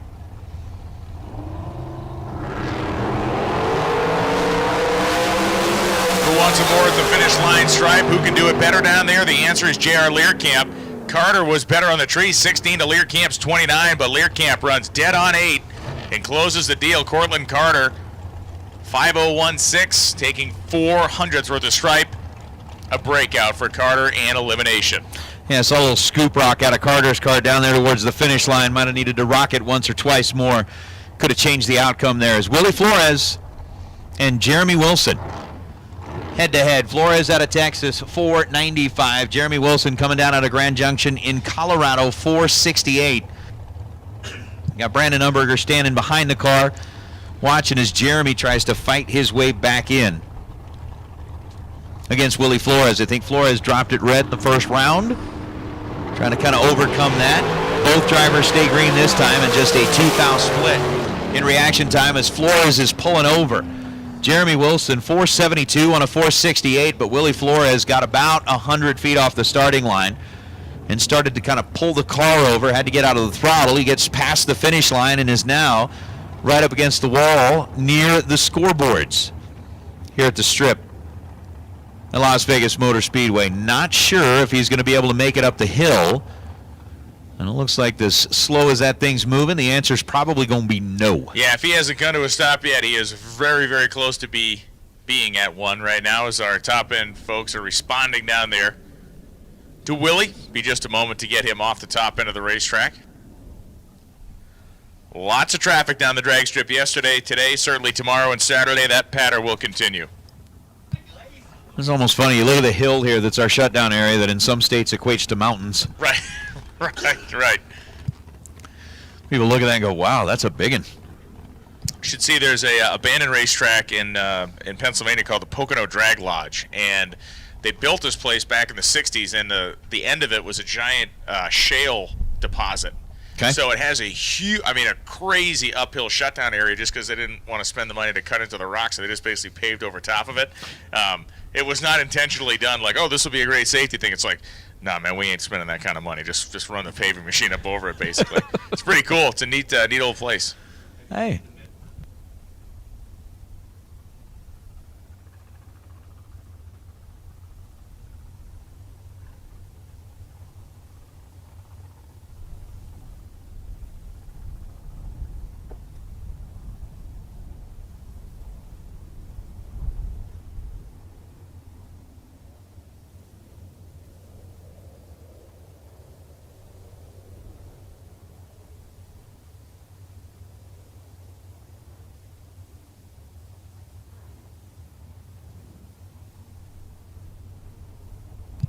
So we got our fire and safety team down there attending to Willie Flores. And while they are being attending, we will attend to paying some bills. K&N has been a proud sponsor of the K&N Spring Fling since year one. K&N Engineering is the world's leading manufacturer of washable performance air filters and revolutionary nut-driven oil filters. Whether you're looking for a filter for your daily driver or your hot rod, K&N has what you need. Keep it clean. Choose K&N. How would you like champion racers you know and trust to handpick the best products in the industry for you and your vehicle? With over 25 years in the business and 8 NHRA World Championships, Sal and Peter Biondo of Biondo Racing Products will get you the right parts at the best prices, along with unmatched racer-friendly advice. From safety equipment to electronics and everything in between.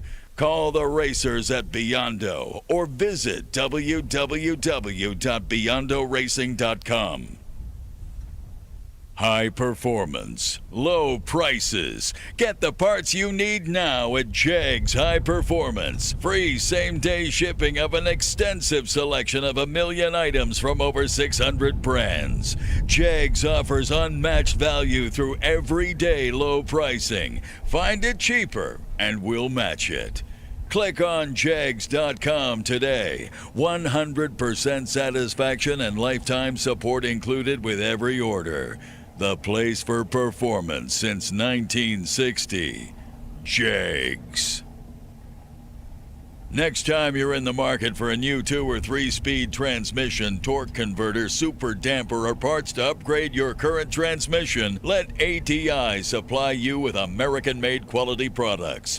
ATI is family-owned, has a staff of 70 people who work out of 100,000 square feet with 32 CNC machines. And we do it all in Baltimore, Maryland. Whatever you need, ATI can help. Check out ATIRacing.com or give us a call at 800-ATI-3433. At ATI, performance is our passion, and we make our passion your performance. Strange and...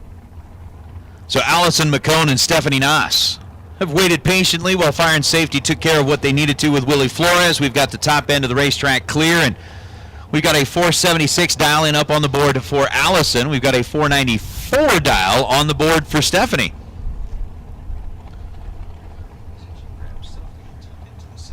So both pre-stage now. In goes Nass, and here comes McCone.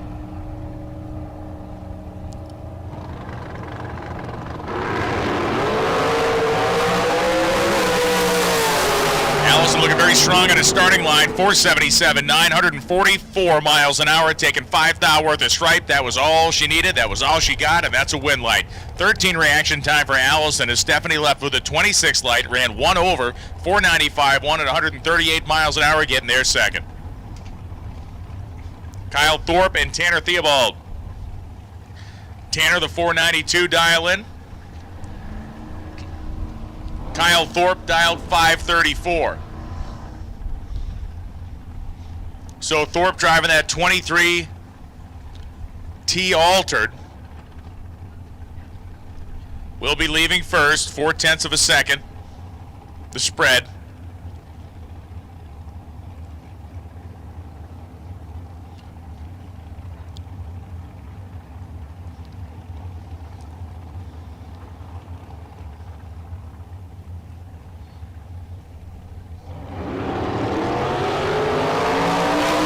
So Theobald and Thorpe powering down the racetrack as Kyle Thorpe goes 5:33.5, 5,000ths too quick, taking 200ths worth of stripe and handing it right back over to Tanner Theobald, 496.0 at 136.94 for Theobald on the Pennzoil side.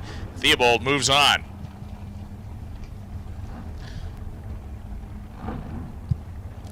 That'll bring out Marlon Goetz and Damon Bustamante. Bustamante 476 on that Pennzoil side of the racetrack, and Marlon Goetz with a 488 dial as we get our last two competitors clear of the top end before we stage up our next two. A little San Dimas, California versus Troy, Texas matchup. On this one, Bustamante, again, making his way up through the junior drag racing ranks and finding his way into the big cars here. Once again, Dragsters, final call, if you have not yet made your way into the staging lanes and needed to do so because you had bought back in. Now would be the time to do that. We've gotten all of our blue and orange run sticker cars back there, and we'll go from there. Staged up, set, Marlon left side, Damon right side. Wow. 1 thou between them at this end of the racetrack. 002 leaving second. Damon Bustamante, 002 in the tree, taking 9 thou stripe, goes dead on 7. Marlon Goetz was 001 and ends up 17 thou above the dial, 49 on a 488, but the 002 leaving last gets the win light, and Damon Bustamante breaks his way back into the field as Chris Brown and Lane Savar. Savar, we nailed it this time, because now we know. And knowing is half the battle. G.I. Joe. Yes, sir. 485 dial-in for Savar as Chris Brown, whose name we have not mispronounced yet, is dialed 459, but give us time. We'll call him Chris Burr-owned by the time we're done the weekend. Browen? Yeah. So Chris and Lane, both sitting in pre-stage. It will be the Wichita racer staging first. Man, good battle out here. This is exactly what you want to see. 2 racers and a couple thou at the starting line. 2 racers dead on at the finish line. A 14 light, dead on 2 for Savar. So a 16-pack wins this round, taking 2 thou at the finish line for Lane Savar. Chris Brown goes dead on 2 with a 16 light, has an 18-pack, and of course loses the race by 0.02 of a second. Wow. Savar was sufficient in that round. Hey, better than sufficient. I like it. Better than sufficient. What's up, Loose Change? Savar was superb. Yeah. Which, by the way, Loose Change, I saw your little post about needing to try and find like a post for your car cover. Seems to me like, you know, a 4x4 from Home Depot would probably suffice. Handle that. Probably. Chris If Lindsay. you haven't found one yet. Chris Lindsay and Kevin Heffington now. Heffington from Moxer, Washington. Peoria, Arizona, home for Chris Lindsay. 497 and a 448 respectively, the dial-in here. Lindsay will get the leave. That's right. Good to have Lindsay Racing Products represented here at the Fling as Kevin Heffington trying to get it done against Chris Lindsay. 3 thou the difference between the two at the starting line, and Kevin Heffington on a double breakout will walk away with a win light. Kevin was 10 to Chris Lindsay's 7 reaction time as Lindsay goes 495 on the 497. Heffington under by just 3 thou. Chris Lindsay under 13 thou, and Heffington will return. Chris Whitfield and Peeps Pennington coming up right now. Pennington, 464 dial-in. Whitfield, 476 dial-in. 2 racers just looking to lock into that mojo.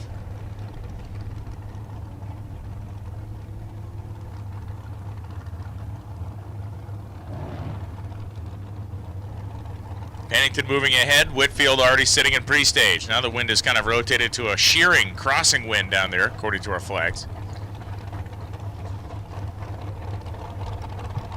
Don't trust those flags. Don't trust them? Don't trust those flags. A little movement out there for Whitfield's cars and settle down off the starting line, move left to right. He waxed the throttle, and it was going to be Whitfield. 477, 139. A fortuitous and well-received whomp down there gets him a win light. Pennington, 465.0 at 137. Whitfield was also 007 off the starting line. And when we look at the margin of victory of 42 thou, it's about the spread of the reaction time. Yeah, our next two rolling out. Bob Siemens, and of course still working on getting that driver not on file. That's our man Nate Martin. I wouldn't mistake that stickered scoop for anyone. Which is kind of a contender. Yeah. For that dragster that needs a scoop the most because he has just flat out run out of room for stickers on that scoop. So he's going to need a new canvas, as we talked about earlier. 451, the dial for Nate Martin on the left side, and for Bob Siemens, he's got a 516 number. 40 thou the split between the two in reaction time. And Bob Siemens, 517 on a 516. He was trip, zip, perfect at this end of the racetrack. Nate Martin, 452 on a 451, had a 40 bulb, and that got him in trouble early. Margin at the stripe was whittled down to 32 thou, but there wasn't a whole lot more that Martin was going to be able to do with it. Rocky McLean? Thank you to Jake Hodge. It's Rocky McLean driving Nate Martin's car. Second entry there. So now we know. Ryan Mangus and Tim Thomas coming up right now. Lumberton, North Carolina, home for Tim Thomas, dialed 488, and Mangus, of course, dialed 512, the racer in the Dragster out of Cherry Valley, California.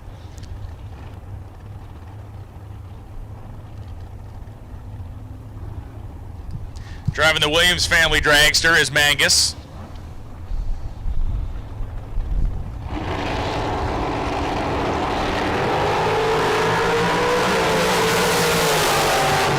Tim Thomas just attacking out there. 493, 488 dial, 10 light. Tim Thomas takes 12 thou worth of stripe and moves himself back into eliminations.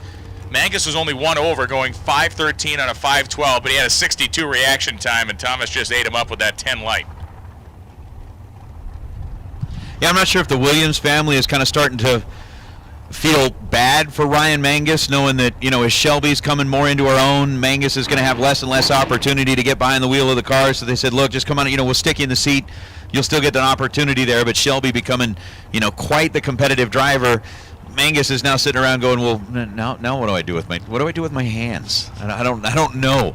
Shane Thompson and Jerry Wynn, the two on the starting line right now. Thompson dialed in at 459 in the Silver State Machine on the right side, and Jerry Wynn in the American-built car with a 457 dial.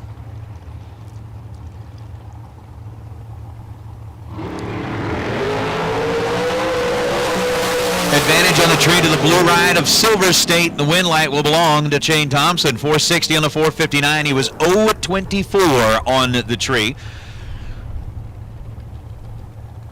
which gave him a 26 thou advantage over Jerry Wynn, who had the 40 bulb. Jerry goes 458 on the 457, but Shane Thompson will light up the board. Will return for round number 2, as now Casey Nelson and Greg Hicks will be side by side. Hicks from North Las Vegas, dial 462, Pennzoil Lane.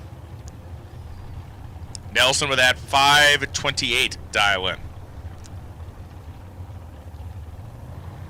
The NelsonFab.com Dragster for Casey Nelson.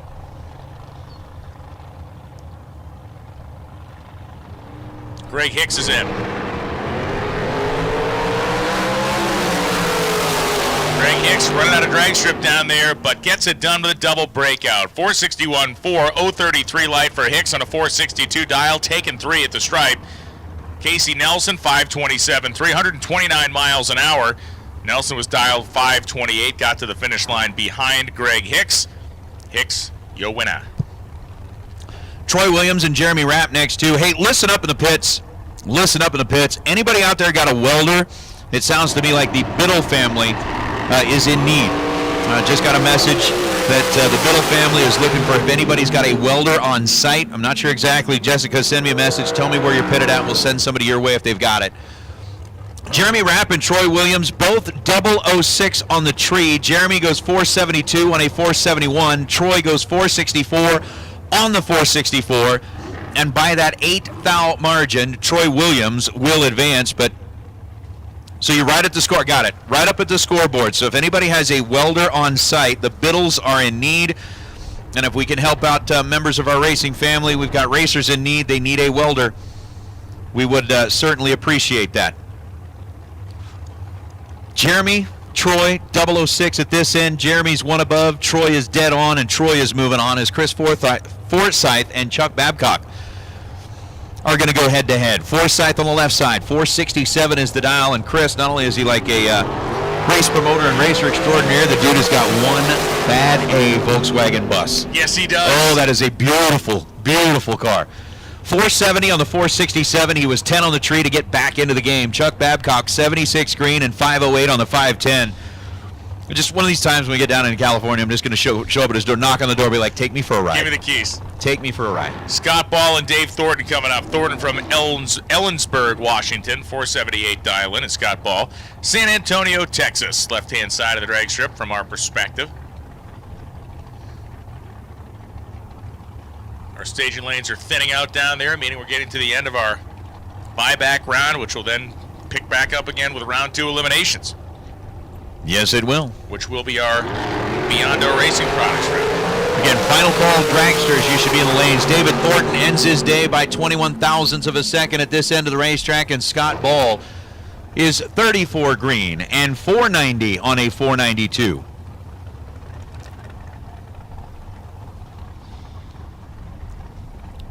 I don't know. Johnny Braggett Racer is not here, so can't really send him with the welder. Nope. He's good at it, but we just need somebody with a welder to go up and see the biddles at the scoreboards. Tony Trimp and Tony Burton. Tony and Tony.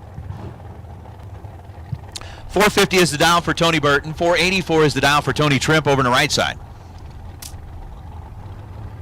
I know they're probably doing kind of some of the driver swap things.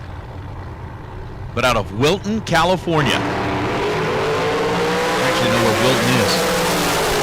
18th thou on the red side for Tony Trimp. 483 on a 484. Tony Burton gets back into the game. 14 green, and then 449 on the 450. He's 7th thou under. But gets to move on. There's now Tom Clark and Cindy Wiggins. Cindy with a 487 on the right side this time. Tom Clark with the 452 on the left side this time. Clark has got the winged dragster.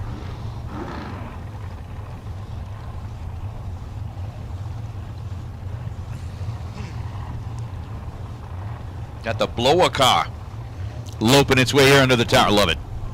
Love it, love it. What's this? Clark's in, Wiggins is in.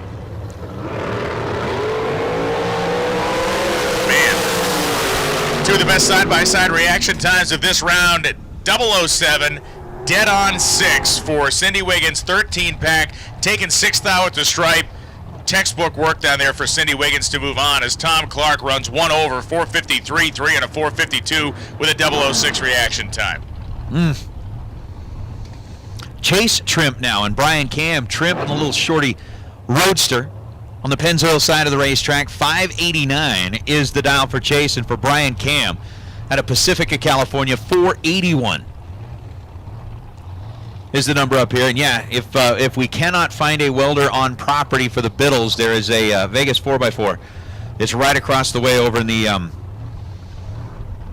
buildings, the tilt-ups over here, the industrial park. That's the word I was looking for. Apparently we can maybe get something hooked up there. So if we do not find something here on property, Jessica, let us know. We can probably get you across the street to get the information or get the welding taken care of.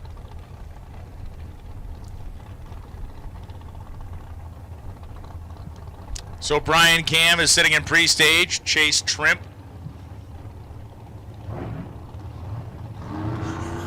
That very vibrant roadster. Oh, love it.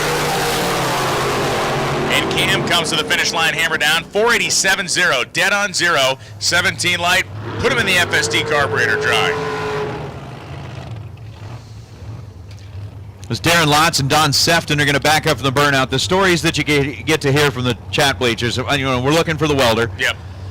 Found out that we do not know if Brandon Umberger is allowed to bring his to the track anymore after they tried to burn down the trailer at Denver. Uh-oh. Yeah. Yeah, that's not good. I don't know that you should really be welding inside the trailer.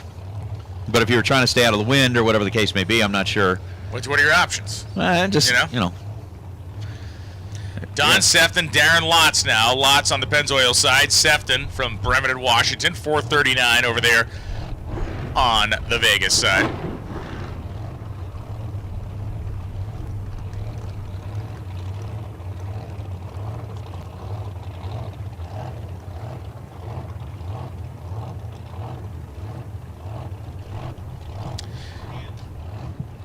So Gear Wrench Pro round 2 to the lanes, please. There was an and on that text that you and I both missed. How they were sly. Slip that in there. We're gonna have to talk to Peter about that. Yeah, too many words, man. Gear Wrench Pro round 2. We need you to the staging lanes. 26 now the split between Sefton and Darren Lotz. They got it, right? 003 on the tree, dead on 6 to be 9 total for Darren. But Peter's got to understand that a lot of times you're sitting here, you got the phone closed, and there's only so much on the text preview that pops up.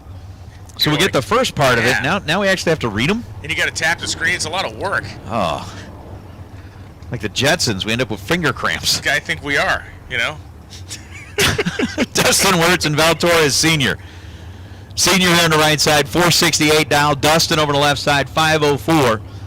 Speaking of guys that have previously had the opportunity to race themselves in a final round, Dustin did. Dustin did. And Val Torres is not going to make it easy on Dustin to try to get back in this field. As they go down, it will be Torres. Dead on 3 with a 10 light for Val Torres. As Dustin Wirtz was 009 on the tree, got to the finish line first, took 12th thou worth of stripe, and broke out by 8 thousandths. 503.2, 504 dial. Wirtz is retired here, and Val Torres is back in. Giovanni Colecci and Dean Bush. Bush from here in Las Vegas, 479 the dial. Pennzoil side of the racetrack. Giovanni Colecci, Maple Valley, Washington. Rolling down here with a couple of race cars. 492 the dial on the left side. As we are getting near the end of the buyback round.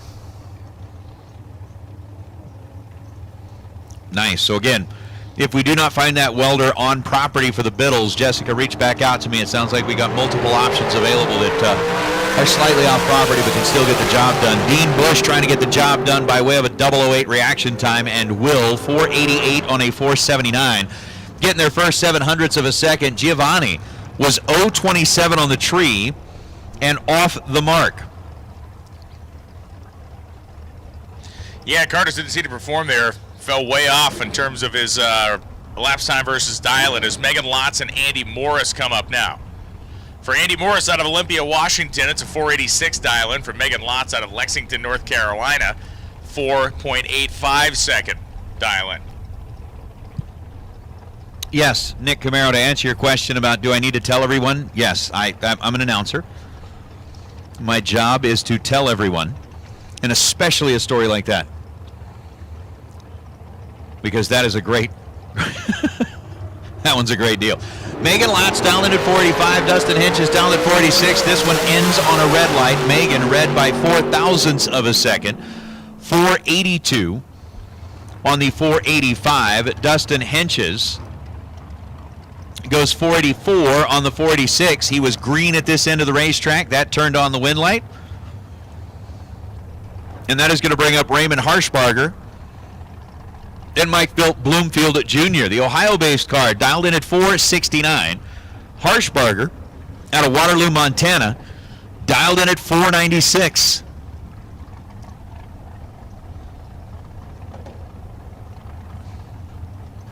Little adjustment by Bloomfield on the right side to his helmet. Now he's going to go ahead and stage that race car. Pulled his visor down. Ready to do work out here. Red light start for Harshbarger. 12th thou red as Bloomfield Jr. will motor right on down. You know, we saw moments ago, we saw a pair of cars, one from Olympia, Washington, the other from Lexington, North Carolina. How far away are those 2 points? Which ones? Olympia, Washington, Lexington, North Carolina. Okay. If I had to, I'm going to wager a wild guess. I'm going to go with 2,200-ish miles. 2,811 miles. You cannot, I mean, that's like the diagonal spread of the country. Yeah. Other than Miami to, Puyallup, I'm not sure we're going to get any further apart than that. Bo Butner and Mike Bloomfield. 482 the dial-in for Bloomfield. Butner dialed 454.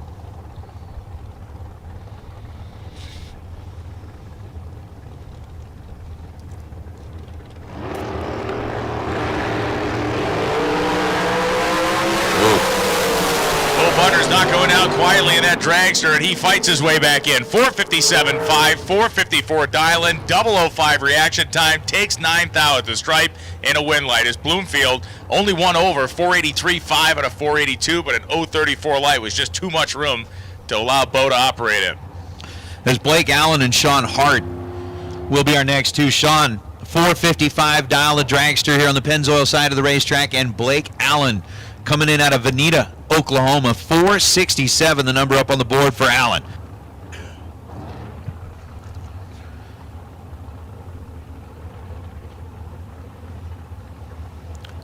So with a 12-hun split in the dial, Allen will get the head start. Sean Hart's going to do the chasing here in this matchup, and it looks like our staging lanes, as far as dragsters are concerned, are now empty. The buyback round is coming to a close. Our Gear Wrench Pro cars have made their way in for round number 2. It's one of those whole things where the opportunity for the bogey run has evaporated. It's gone. Now you have to accept the consequences. Justin win, man. 466, one breakout for Blake Allen. Sean Hart goes one over, 456.5 out of 455 dial-in, 21 light. Hart taking 5,000 worth of stripe and a win light. Mark Miyashiro and Tom Bayer. But a couple of drivers that are probably as familiar with each other as anybody at this part of the country. I mean, Tom Bayer, Miyashiro, they have been going head-to-head at tracks all up and down the West Coast over and over and over. And Tom Bayer now lined up with a dial-in of a 508 here on the right side. Mark Miyashiro, for that Team Tuna Tank, dialed in at 492.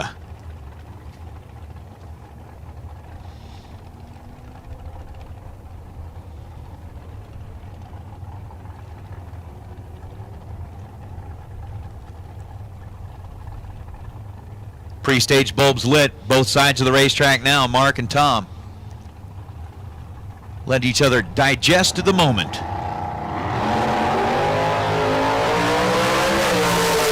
Advantage at this end of the racetrack belonged to Tom. Win light belongs to Tom. 5:10 on a 5:08. Getting there first by 37 ten-thousandths of a second. Tom Bayer 0.26 to Mark Miyashiro's 0.38, so a little 12,000 split there. Miyashiro ends up 11,000 above the dial. Tom Bayer ends up 20,000 above the dial, and it comes down to a 3,000 stripe at this end, or at this juncture, and the win light belongs to Bayer. Is it not prudent at this juncture? It is not prudent at this juncture. Wouldn't be prudent. Not going to do it. Kevin Thorpe and Michael Johnson now. 485 dial-in for the Arkansas-based Johnson. Thorpe, the Knickerbockian. And as they say, Knickerbockonian. Wouldn't be prudent, not going to do it. Especially not when we're talking about things that are nuclear.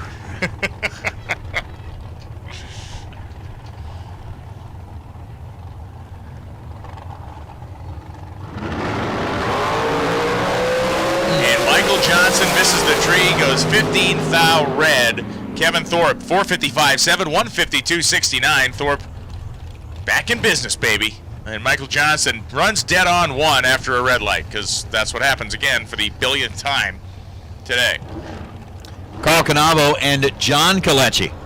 Kalechi, Washington-based car. 5:10 is the dial, and Carl Canavo, who was able to run dead on the dial in that first session, just kind of missed the tree with a 37 light. Now trying to get back into the game.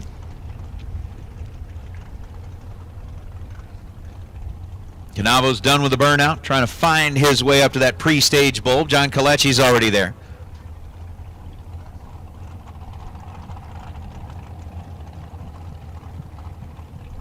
Top side of the blue LEDs are lit.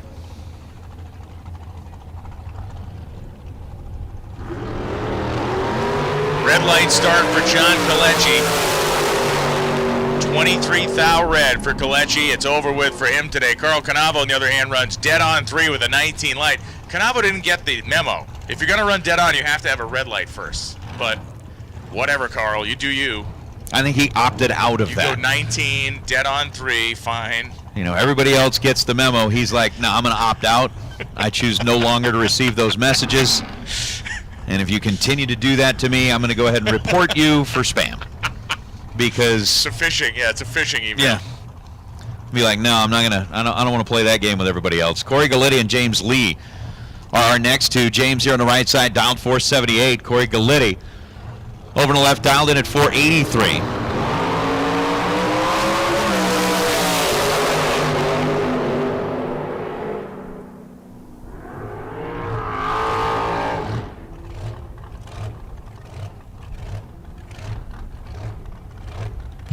Win light belongs to Gallitti.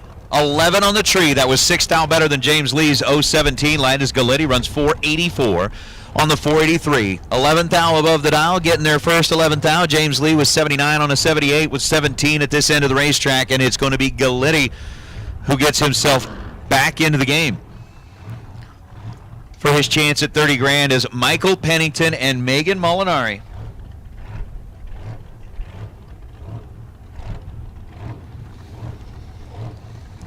Molinari loping on her side of the racetrack. 420 is the dial, and for Michael Pennington, 469 showing up on the scoreboard.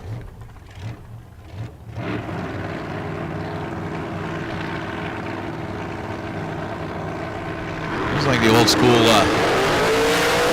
lawnmower cart racing. 002 on the tree for Michael Pennington, 470 on the 469. Megan Molinari was 19 green and goes 422 on a 420 on the loss. But how about that?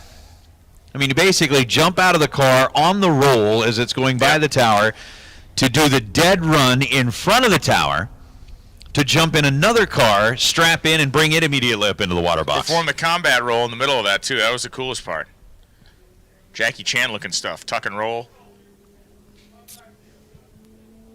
That was pretty awesome. It's pretty great. That was pretty awesome.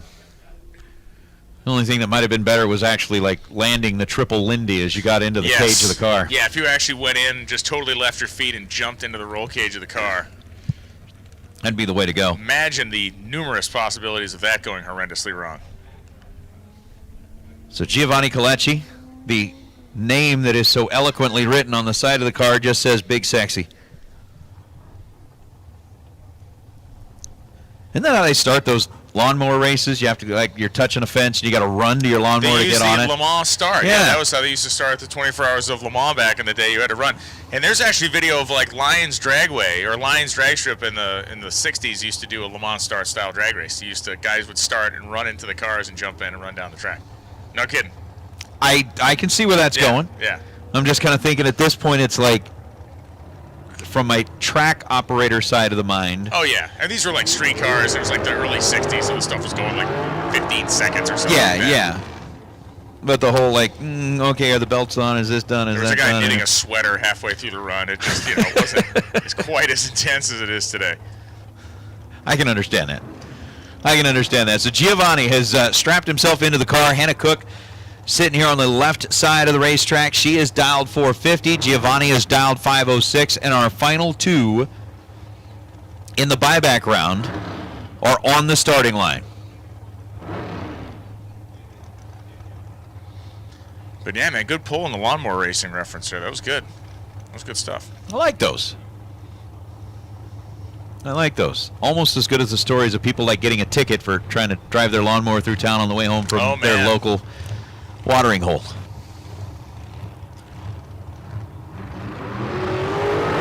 Giovanni Colecci trying to catch his breath here as he runs down the racetrack with Hannah Cook on the other side. Miss Cook will light up the board as she goes 452 on a 450, and Hannah gets back in the game. 25 on the tree to Giovanni's 066. Our Gear Wrench Pro cars are already rolling out of the staging lanes and headed this direction. We are getting our way into the Biondo, round number 2.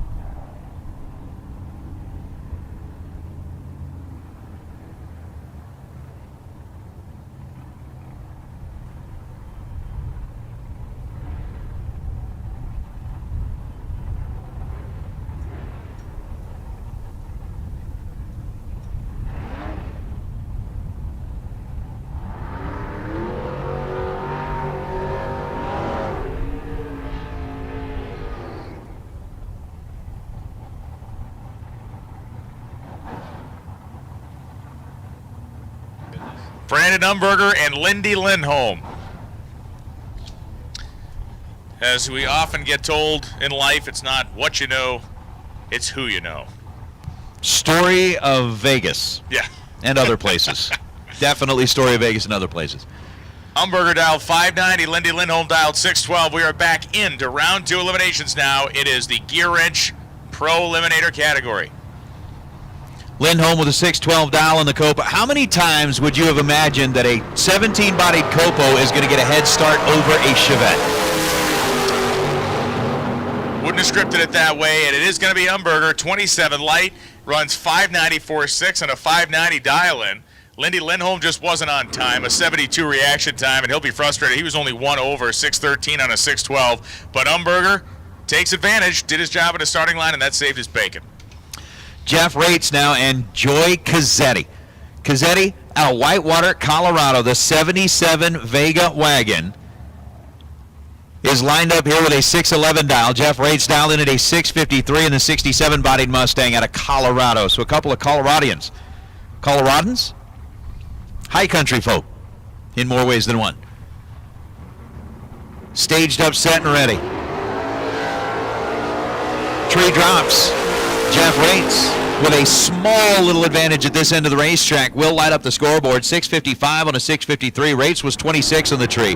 Joy Cassette was 7th thou behind with an 033 reaction time, but Joy gets their first 29th thou to break out 15th thou and bows out as husband John Cassette now rolls up in the wheelie wagon, the 66 Chevy Nova long roof. Going up against Josh Furstenberg. Furstenberg at a Battleground Washington in the 71-bodied Comet. I haven't necessarily got to see John run yet this week, and I'm not sure just exactly how tuned up he's got the wagon. Is he going to put it straight up in the air, or is he going to take it nice and easy? I love that kind of tangerine orange paint color that it has on it. You can tell there's a bunch of metallic in it, flake when the light hits it. Mild wheel stand, it did push itself right, and the reaction time is going to be trouble for him as Fusterberg looks to the left and takes the win light. 3 over, running 744.5 at 88 miles an hour is Fusterberg with a 36 light. Cassette just got into a hole. He was 75 on the tree, tried to make it back up, took 18 hun worth of stripe and broke out by just over 3 hun. Now Brian Cerruti and Brad Burton. How about this for a heavyweight matchup? Oh, wow. Brad Burton, world champ in the stock eliminator ranks a couple years ago, and 684 the dial on the left side of the racetrack. Brian Cerruti, one of the big hitters rolling in out of Ohio, made it down into the round of 4 last night on the Gear Wrench Pro side. Cerruti's dialed in at 645, but Burton dialed in at 684. Brad Burton getting the better of the two on the starting line, and at the finish line, 685 on the 684. Burton, 16 green, taking a 13th thou stripe. He's 15th thou above. Cerruti was 39 green and runs dead on the number, but comes up short. Looked like he probably gave it back. Hey, Super Pro Door Cars with a blue run sticker. Super Pro Door Cars, blue run sticker. We'll take you into the lanes for round number 2, please. Super Pro Door Cars, blue run sticker. Let's get you headed back this direction for round 2, please. So Scott Burton dialed 611. Chris Arnett dialed 684. Shiny 2010 Mustang Cobra Jet and the flat black 1970 Malibu. Said it a bunch of times before, but this ain't a beauty contest, and that is not a beautiful thing for Arnett. A 002 red light as Burton had his own trouble on the launch. The car went dead right, but Arnett's 002 reaction time on the wrong side of it ended the race immediately. Scott Burton breathes a sigh of relief, and he got away with one there. Yeah, he did. Absolutely. Arnett fouls it away, hands it back as Leo Glassbrenner and Wes Eisinger. Eisinger in the Valiant out of California, 614 the dial for Wes, and for Leo Glassbrenner, the Copo out of Murrieta, California, 605 is the number up on the scoreboard. So Leo, Wes, going to do battle here head-to-head. And once again, door cars with the blue run stickers, Super Pro door cars with the blue run stickers. We'll get you headed back this direction, please.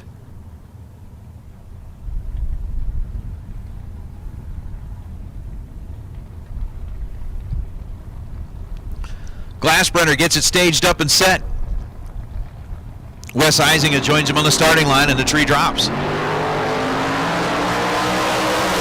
Glassbrenner making a swing to the outside, goes left this time in the lane, and goes 605 on a 605, and that is going to be good enough. Was 32 on the tree. Wes Eisinger had an 023 reaction time, runs 612 on the 614, got their first 28 thou, breaks it out 13 thou. Eisinger bows out. Leo Glassbrenner on to the next round as Leanne Day and Jamie Sturdvant.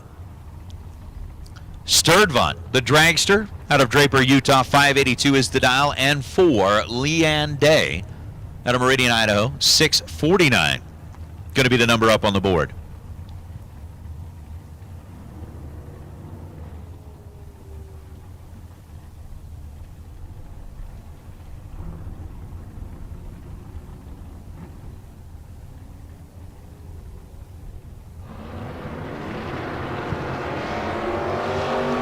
Jamie Sturdivant and Leanne Day, as Nate just mentioned. Sturdivant in the dragster cleans it up.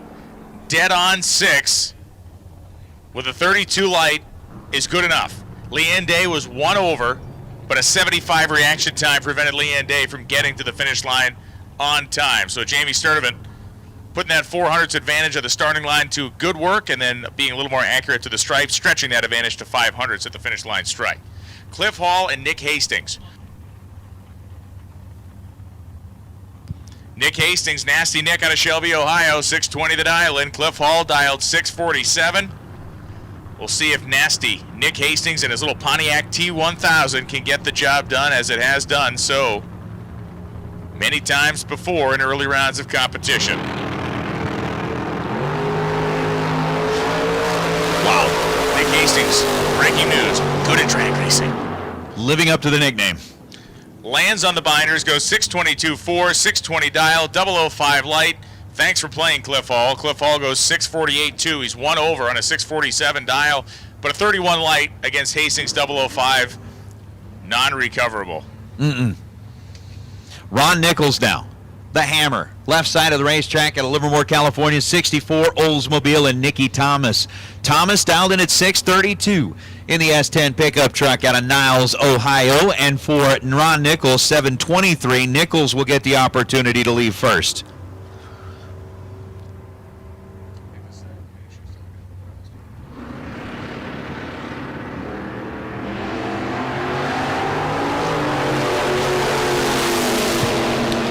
Away we go. Advantage on the tree goes to Thomas. The win light will belong to Nicky as well. 633 on the 632. Thomas was 15 on the tree, giving him a 16 thou advantage over Ron Nichols at this end. Nichols goes 726 on the 723 and ends up behind 36 thou at the stripe as Nicky moves into round number 3.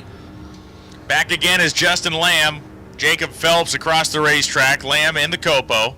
629 dial. Phelps in the 72 Vega. 706. The plan for Jacob Phelps. 54 reaction time for Justin Lamb last time. We talked about this car. Red lit a couple times. Obviously made some adjustments. We'll see where he lands now. Well, he was a little better than 54 as Jacob Phelps is about to learn. Justin Lamb goes perfect on the starting line, 000, 631.9 at 100 miles an hour across the stripe. Lamb is 2 over. Jacob Phelps was 0.20 on the reaction time, was basically 1 over. Margin of victory, 9 thou at the stripe. Lamb got it. I'll tell you, Jacob Phelps had done just about everything he could do to try and get around Lamb in that one, but Justin somehow, some way, just comes up with what he needs when he needs it, and he keeps that streak rolling as Michael Clement and Matt Kielman. Kielman, the flat black Nova out of Vancouver, Washington, 669. The number up on the scoreboard, and for Michael Clement, 705 is the number for the racer out of Meridian, Idaho. Clement going to get the head start over the 669.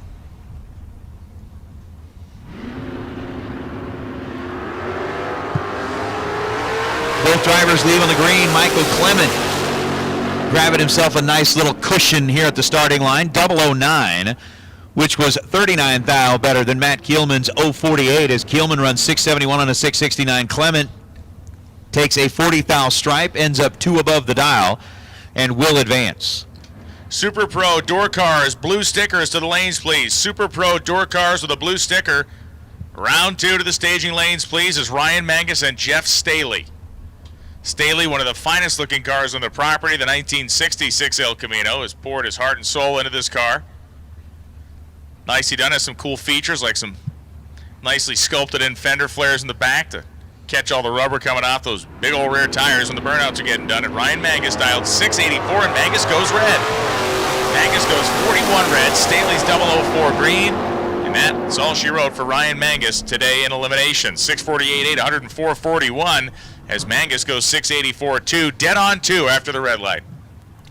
That's going to bring up Chris Citro and Phil Unruh. Citro, who's already picked himself up a nice little bounty today, was able to get the Kid Performance and Dyno Bounty Award, which was a free Spring Fling Million main event entry, as he was victorious over Andy Schmall, who won last night's main event in round number 1. Now he's got Phil Unruh on the left side. Unruh out of Kansas, 587 is the dial. Citro in the black Mustang racing out of Tucson, dialed in with a 647, so head start goes to Chris.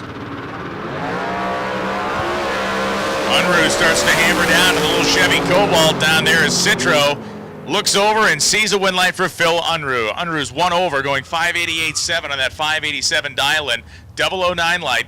Citro was 25 on the tree, and then 2 over, running 649.7 at 104, getting to the finish line second. Unruh took 26 hun worth of stripe at the finish line as we are in the Biondo Racing Products round 2. And we got to remind you that the best losing package will be awarded a 5-layer Pro Light Sparco fire suit. Yeah, definitely a good little prize. And again, it's the same thing that it's always been. You don't get a certificate to order one. You actually get it. You try it on here. You walk away with it in the bag. So that's kind of a cool little deal. Is Steve Jaslowski, the Mustang out of San Jose, dialed in at 863, and Tim O'More in the Camaro. O'More was knocking him down yesterday in the Dragster, trying to do the same thing here against Jaslowski. Jaslowski missed it on the tree at this end. Tim O'More, 007 and 607, gets the job done. Jaslowski got to the stripe first, long before he should have, runs 837 on the 863. Win light's going to belong to O'More. And the blue Camaro will return as Jeannie Northup and Tony Gambardella. Gambardella out of Mims, Florida. You ever been to Mims? No. Sounds like some kind of like something that should be in some mystical spell. Bring me some Eye of Newt and Mims. The magical Mims. Bring in the Mims. 712 to dial for the S10 with the Mims. And Northup out of Pipersville, Pennsylvania with a 637 dial. 9 thou at this end of the racetrack is what the difference was. The win light's going to go to Jeannie. Pipersville, Pennsylvania, continuing to roll through. 642 on the 637 for Jeannie. Tony Gambella was 20 on the tree and 720 on a 712. Dwayne Scheidlin coming up left side of the racetrack, and Darren Taylor. Taylor, the 76 Nova. Scheidlin, the A-Stock automatic, 440 powered 1970 Challenger. Man, that's a cool car. And Scheidlin goes 24 red off the starting line. So Darren Taylor In the 76 Nova, 622.4, 110 advances. Scheitlen goes 658.5 after fouling out by 24 thousandths of 1 second. Rick Deschelle coming up, and Dave Zinke. Zinke, 733. The dial is 69 Roadrunner. Shell dialed 622, that 1969 Camaro. Classic look with the wheelie bar hiked up and Mondo Humongo slicks under the back. Mondo. Humongo. What's that guy, Mongo? From Blazing Saddles? Yeah, Mongo just pawned in Game of Life. 733 to a 622. Rick turns it red by 10 thousandths of a second. Dave Zinke takes an 044 reaction time, translates it to a 736 on a 733 at 93 miles an hour to get the win light. And I found out that something I did not know before, but apparently Dan Lafferty can, like, quote Blazing Saddles from start to finish. Okay. Like the entire movie, just everything. John Tobias coming up. This is a really interesting little dragster. It's a small, fairly small car. Has the exhaust tied together in almost like an afterburner configuration.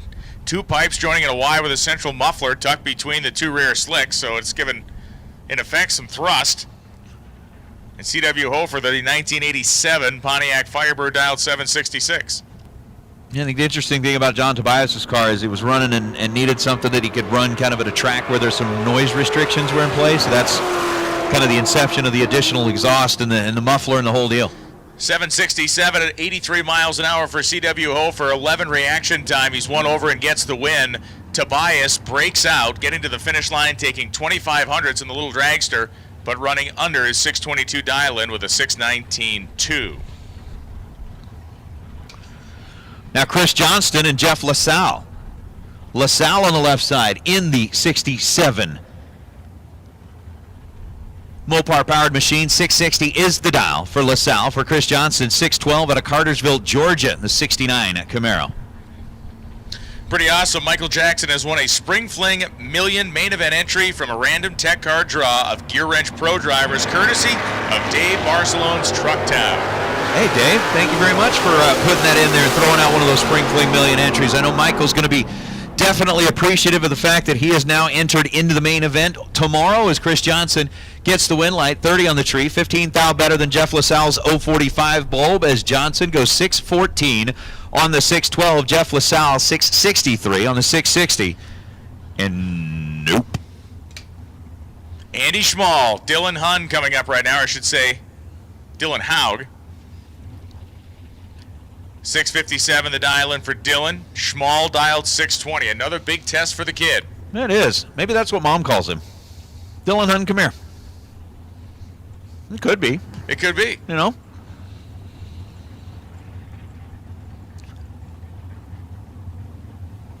As you said, Dylan, who is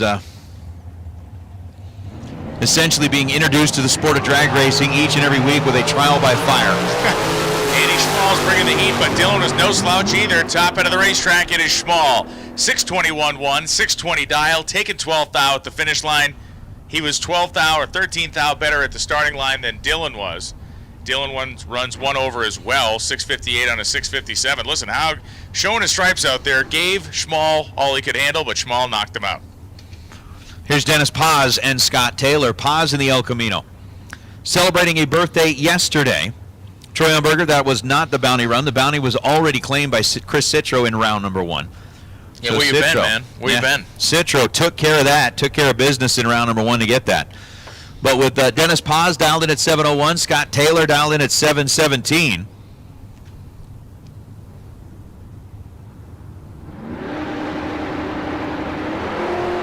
I just had to question myself, did I say Dennis Paz and Scott Taylor, or did I say Dennis Taylor? You might have done that.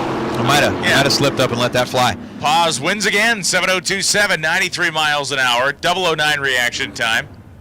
Taylor wasn't bad, but he was 4 over the dial, 721 on a 717. Got to the finish line second. He also left the starting line second as Jesse Adams and Kyle Rizzoli come up. Great West Coast battle here. Oh, yeah, this one's going to be fun to watch. Jesse Adams dialed in at 698. Kyle Rizzoli dialed in at 632. Adams Runs that TNA Race Club up there in Sacramento. Kind of a fun little deal that everybody's got going up there at that end. And again, kind of keeping the sport of the big buck bracket racing rolling.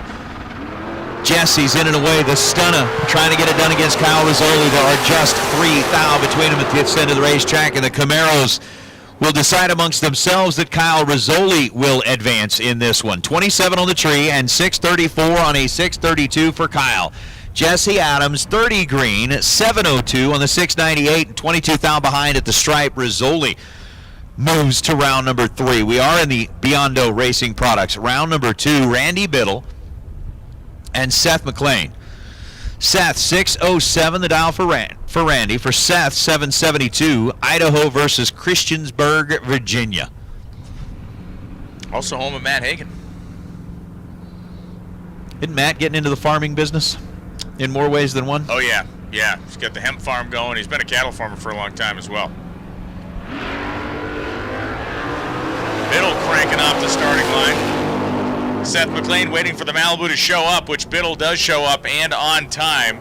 0:11 reaction time for Randy. 6:09 on a 6:07 dial, taking 35 hun at the stripe. Biddle wins as McLean runs 3 over the dial and was 37 on the tree. I'm wondering if that was the car they needed the welder for, if they're still in need. Hopefully they got their welder. Hopefully they got it found. Jeff Jones and Anthony Bovin. Bovin out of Meridian, Idaho, in what looks to be like an old Toyota barn find truck. The guy won the first drawing of the morning. He did. Maybe that means we'll get to see the barn find truck in the million. I think we're going to see that. That'd be awesome. I think that's a thing that's going to happen. That'd be awesome. 820 is the dial for Anthony. Jeff Jones dialed in at 594 in the Nova. And away we go. Woo! Can wheel that rusty little pickup truck like nobody's business as Jeff Jones can't get there. Bovin was 001 on the tree, runs nearly a tenth off the dial-in and wins, taking 3,500 worth of stripe because Jones was 96 on the tree. That's really all we got to say. That's a painful, painful way to end the day, but unfortunately that is what Jeff Jones will have to digest as we go through the rest of the day, as Kelly Hockaday and Jimmy DeFrank. Jimmy DeFrank, 651 the dial for the 70-bodied Camaro. And I'm looking at that going, I didn't know that the DeFranks had a car like that. Yeah, really, really cool. We saw Jimmy win first round in this thing earlier. They've been waiting for their second round shot, and now they got it. DeFrank looking nearly mortal on this run, but he still gets the win light, running dead on 5 with an 054 light, as Hockaday was better on the starting line, but runs 2 over at 101 miles an hour. DeFrank taking just over a tenth of a second for his own use, or just over a hundredth of a second for his own use at the finish line, turns on the win light.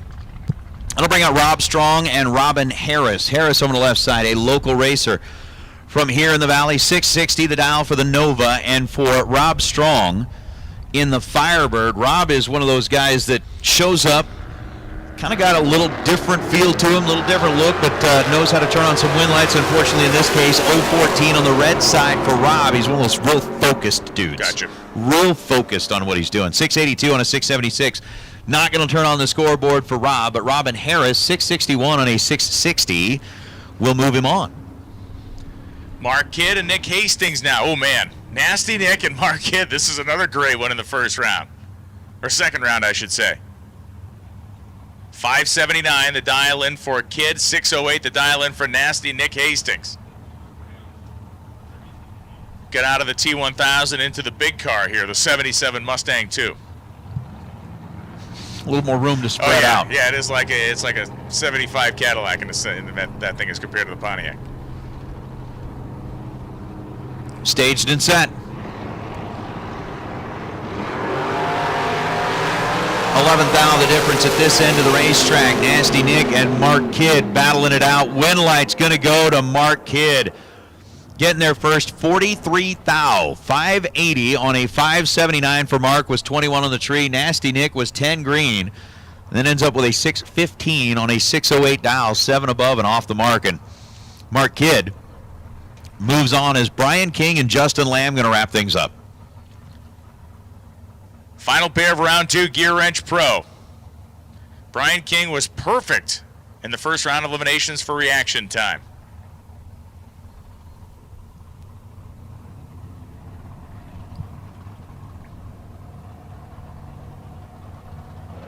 Lamb puts that Chevy Cobalt in. Both of them leave nearly even, and at the stripe it is Lamb. 561.3, 559 dial. 30 on the tree. We look over at Brian King. He was 34 and took 300 at the finish line stripe, and that's what did him in. He breaks out by 100th of a second, 626 at 108 miles an hour. Justin Lamb moves on. That brings us to a break point in round number 2, the Beyond No Racing Products round, our Gear Wrench Pro category. Wrapping things up, we got our Super Pro cars making their way into the staging lanes with our Super Pro door cars. Starting things off. So again, Super Pro door cars with a blue run sticker. You have been called into the staging lanes. Everybody else, you're kind of on standby, just kind of waiting, hanging out. But our Super Pro cars will be up not long from now. Again, we are looking at kind of our dragster that needs a hood scoop the most, door car that needs a hood scoop the most, driver that needs a helmet the most. I think we got some pretty good competitors, pretty good opportunity for those to be going out the door. Again, thank you very much to the folks at Impact for putting up that great helmet, and of course K&N for throwing up the door or the hood scoops for both the door car and the dragster side. K&N been a long time sponsor with us here at the Flings, whether it's the fall fling, the spring fling, wherever it may be. They are always on board with us. Again, it is the K&N Spring Fling presented by Optima Batteries, something that we're looking at. Again, racers, remember that we do have the Spring Fling gear on sale down below the tower. If you need your hoodie, if you need a t-shirt, hat, masks, whatever the case may be, they've got them down there, especially for later tonight with that wind, the way that it's been blowing when the sun goes down. It will get a little bit chilly, so you're going to want to make sure you got your hoodie. Those are available down there for like $40. The other stuff also on sale, and also want to remind everybody that the swear jar is down there. Again, this week, the swear jar is going to go to none other than the marketing genius himself, Rick. Greg Mocha, you're going to take the wheel.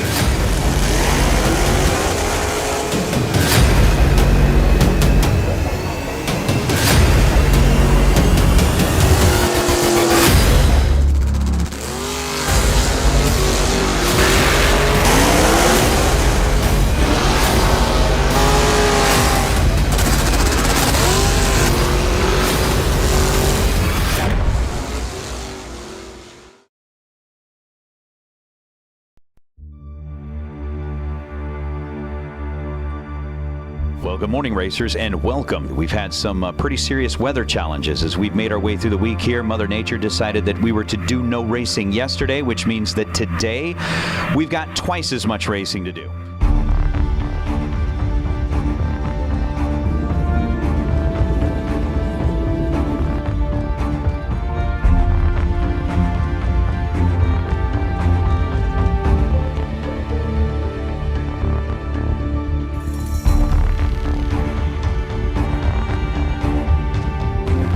Still going to be able to crown some winners and determine who gets to go home with the big check, the big trophy, the jackets, and more, as once again, Galat will come to an exciting finish.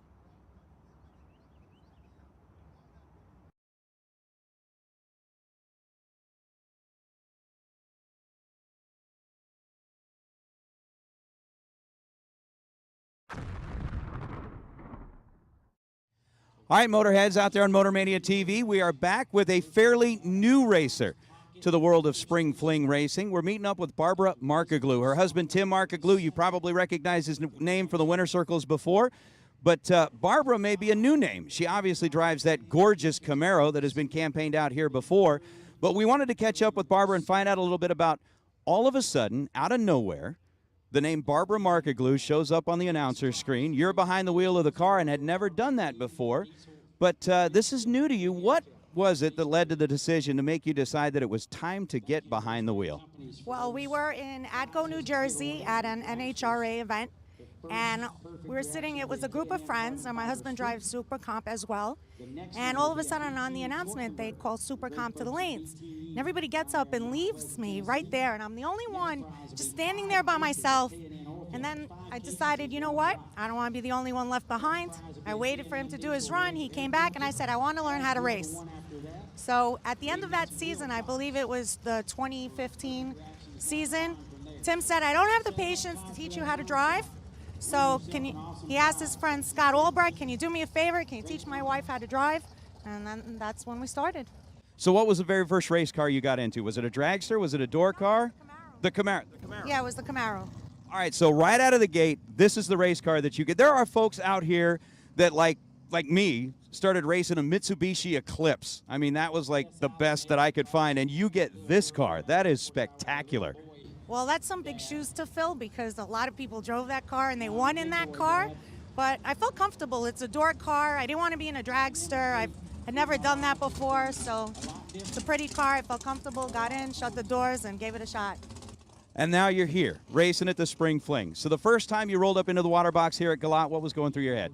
I was really excited coming to this event because Tim has been here many years in a row, and he always came home with the shirts, race it, experience it, the big photo, and I told him I can't wait, I'm really excited, and they're right, it is an experience, you know, it's so exciting to finally be here. It's always, the Flings are always such great events, they're large events, you want to be a part of it, and it is being a part of an event because it's a team of people that work here to make it great for you, and it was just so exciting. I was a little nervous, and I was excited.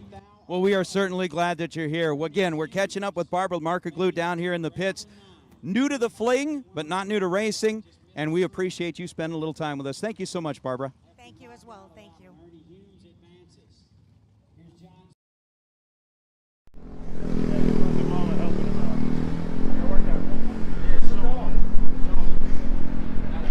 Check, check.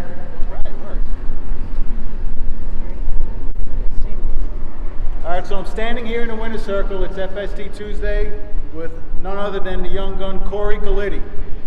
Corey, I watched every single lap you made down the track. You drove with confidence, but you have to tell me what was in your mind when you were going into the final round against what a lot of people consider one of the best. Well, racing in a final round against Gary Williams, anywhere, no matter where you are, is an honor, to be completely honest with you. I've looked up to him and Troy as racers from the time I was young, and like I said, it's just an honor to race guys like that at such a young age too, so I'm very thankful for that. And how old are you, Corey? I'm 20 years old. 20 years old. I think I was still driving a family station wagon in Street Eliminator, so you're leaps and bounds ahead of me. That's bad news for the rest of you guys and gals when he gets leaving a little more experience under his belt. Corey, in the final round, it sounded like you guys were playing musical instruments down there. There was a lot going on. Can you share with us from your vantage point how it went down? Obviously, you guys both killed the tree. You guys both holding numbers, and you guys both were making it your choice down there. Apparently, you made the right one. Yeah, I knew going into the final, he was set up pretty hot, and I was a little bit closer to honest than he was, so I was hoping if I could hit the tree right, maybe get behind a little bit, that I could break him out, if not a little bit more, and that's what happened, luckily. But it doesn't always work out that way when you're racing a guy like that, so I'm very thankful. Yeah, anytime your light comes on against Gary Williams, that's a big feather in the cap. It's a great racer. The Galitti family. You have your girlfriend is here. Yep. You have anything to say? Anyone to thank? I'd like to thank my girlfriend Caroline for coming, and I'd like to thank Mom and Dad for giving me this opportunity, because without them I wouldn't be nowhere close to this level that I'm on now.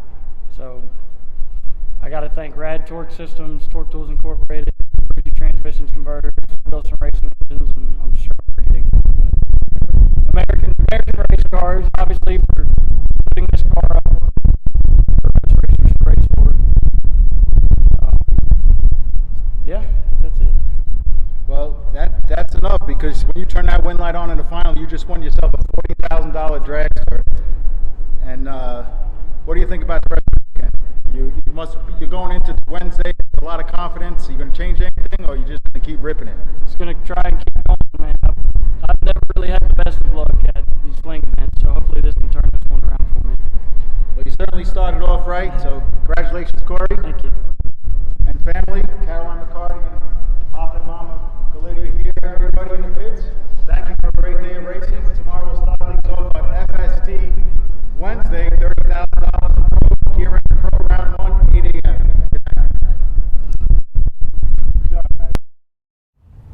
He's going to take on Sean Schaefer. Schaefer with the head start. Here comes Pennington. Work to do at the top end. Cannot do it. He breaks out trying to get there. Sean Schaefer was 0-11. Gets there by a thou to take out the hitter from Texas.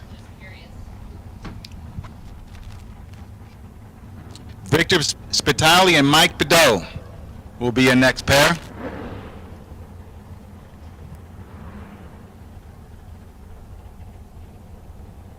So we call door cars. Blue sticker will now take door cars with an orange run sticker to the stage and lanes for round 2.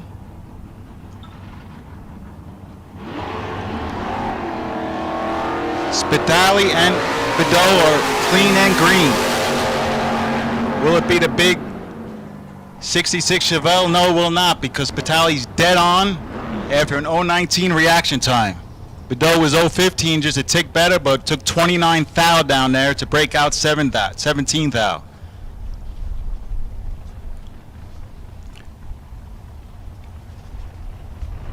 And there's the van. Yeah, and I just have nightmares about that van. That's all I'm going to say. Kyle Seipel beat me driving that van in the match race, as he typically does. This time, I don't think that van is going to make it to round 3. Why? Because he was deadly.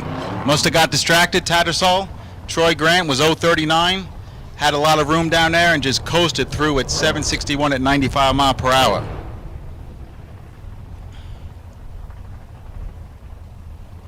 So Ricky Duschel, you won yourself, Ricky Duschel from Pro, you won yourself a $100 gift certificate from K&N and $100 cash. It was a random tech card draw from round 2.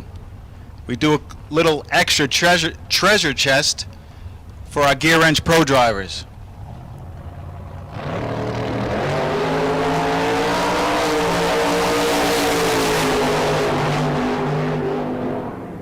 George Lewis, John Bianco. Better reaction time for Lewis, and how about a 17-pack?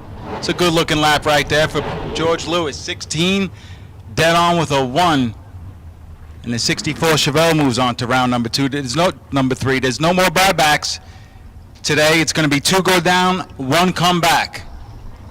Bring your A game. As we march closer and closer to that $30,000 Moser Engineering big check. Scott Hessen, Mike Bloomfield Jr.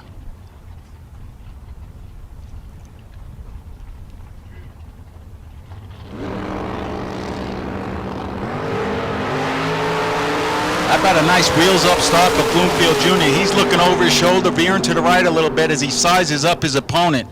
Turns on the wind light. 2 thou from perfect on a tree. Bloomfield goes 2 above his dial. Does a nice job at the stripe. Shuts out Scott Hess, who was 035 and ran closer to the dial. Loses on the whole shot. David Butler and Jeff Verdi. There's your $1 million man. Jeff Verdi, right in that lane. That car, this drag strip a few years ago, he won a 590 on a 590 and won the Spring Fling Million main event. Right now he's paired up with David Butler.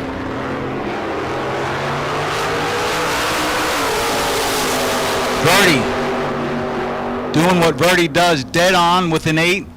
Wind light is on after a 16 reaction time. Butler, 27 on the tree, left Verdi too much room, went 2 above.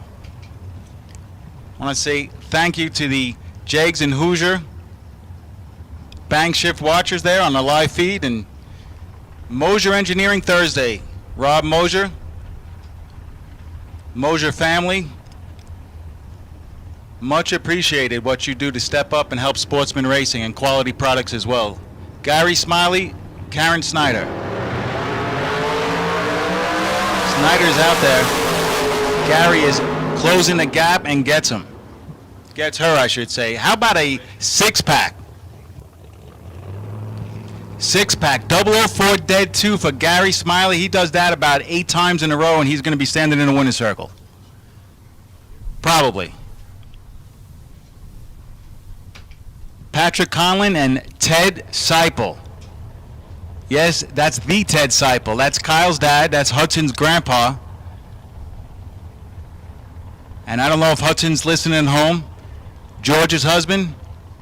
That is a legend in the sport of drag racing. Seipel dials it in 659. Patrick Conlon 550.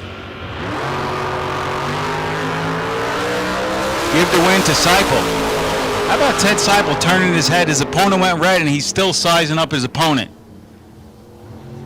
84 years old, just getting it done. Ted Seipel 019 on a tree and dropped his opponent down there to go 662 at 105. Robert Butler and John Corbin. How about a little 68 Camaro, purple with some nice classic black stripes, and the big old 66 Chevelle. Back in my day, they called them 2 tons of fun because they're almost 4,000 pounds.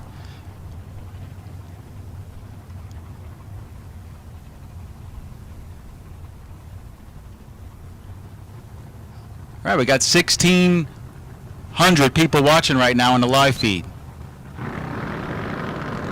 It's a good number on a Thursday afternoon. Wheels up, charge for the 68 Camaro. He's got a little bit of work to do, does it? How about 26 dead 2? Looked like he veered towards the center line just a little bit. Took 32 stripe, turned on the wind light.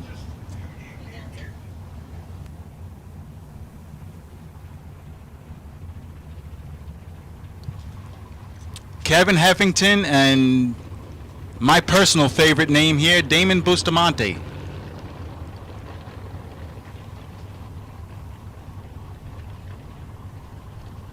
San Dimas, California, 628 is his dial. Kevin Heffington, the beautiful 70 Nova. White with the black stripes. That's a nice looking hot rod.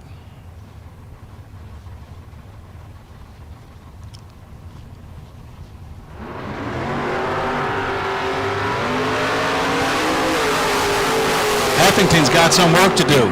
He's behind at the start. Couldn't close the deal as Bustamante was 21 on a tree. Kevin missed it a little bit, and Bustamante moves on to round number 3.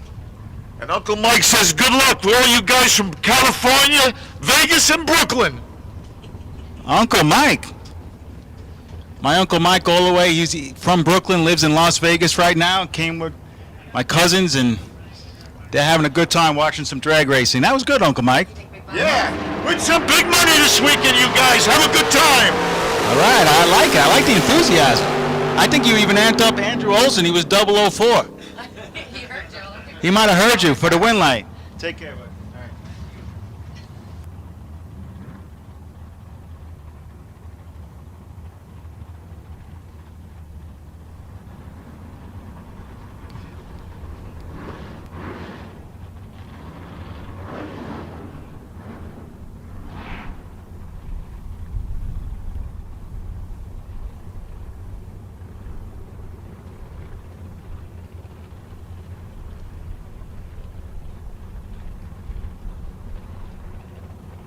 All right, a good time up here.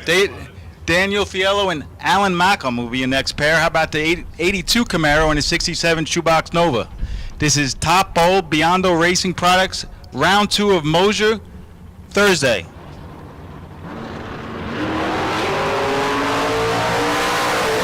Fiello is looking over his shoulder. Here comes the shoebox. Fiello closes the deal. He's 007. Gets there first by 100th to go 4 above safe, and Malcolm was a little bit behind the tree and a little bit further behind at the other end. Here's D-Mac. D-Mac and his father were back-to-back last night. They both got to the ladder round. Great showing there from the McClellan family. Hopefully Grandpa's listening at home. Daniel McClellan, 3rd generation of McClellan Racing family, 537 in the Roadster. Michael Coltrane, 569. That's a fast dial-in for a big old Chevelle in the desert. 010 on the tree for McColtrin with the starting line advantage. And how about 10 take 3 thou to go 1 above Mike Coltrane. Danny McClellan, not a bad lap at all. It was 15, 538 on a 537 dial, but wasn't good enough that time. Marco Perovolaris is in the house. Thank you, Peter. Great job so far this round. All right, next pair. We got Daniel's father, Kevin McClellan, 658 dial left side. Right side, Cam Brady, 632 dial in the Vega wagon.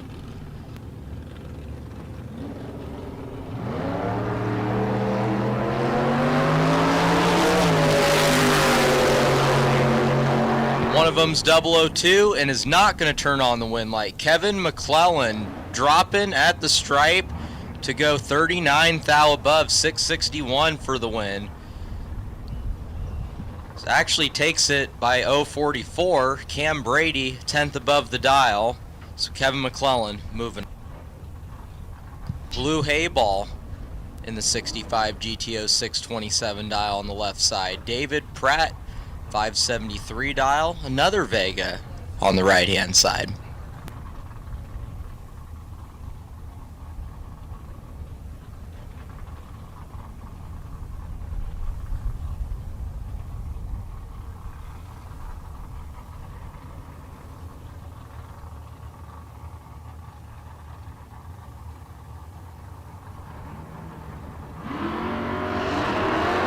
Six thou separate them. Both drivers 00. Top end, wind light.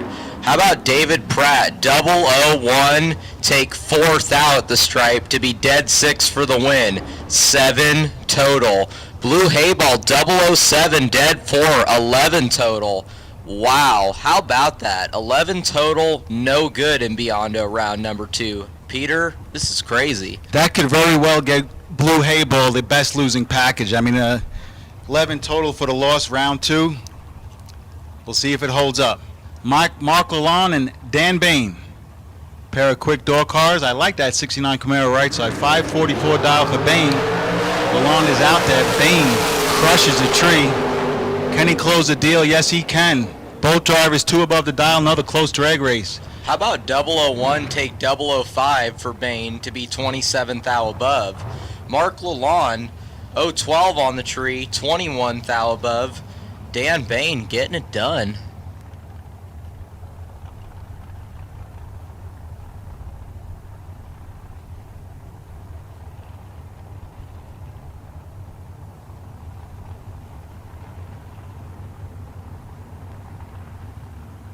How about Dynamite Dan Lafferty? Beautiful 67 Camaro Roadster. Pretty sure it's a Race Tech built Roadster. And Rod Taylor. Taylor dialed a quick 526 in that blacked out Nova. Dan's going to have some work to do here. Taylor looking over his shoulder. Wow. Taylor was 005, takes a thou to go 3 above, and he did take a thou. Lafferty making the right call, getting behind by 1 thou, but unfortunately did not have the starting line advantage, and it worked out in Rod's favor. That is not the reaction time Lafferty was looking for. I promise you that. But we haven't seen the last of him. He'll be back to play tomorrow for the big main event. Rodney Snyder, Gary Wagner. Another big Chevelle. I like these big cars. How about these Roadsters? We got 3 Roadsters in line. Like I said earlier in the weekend, we got a good mix of cars in both the pro side and the Super Pro door car side. Red light start for Gary. 10 thou on the red side. Rodney, 008 green. 5, 10, 20. 10 thou above the dial. Rodney, 008, 10 thou above. That's 18 total. Rodney, moving on.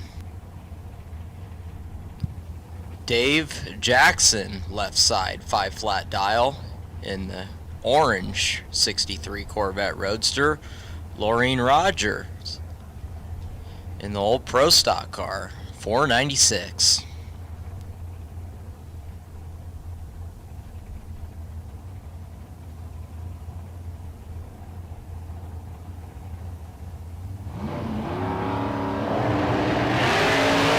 Red light start, Laureen Rogers. Jackson on the 5-0 goes dead 9.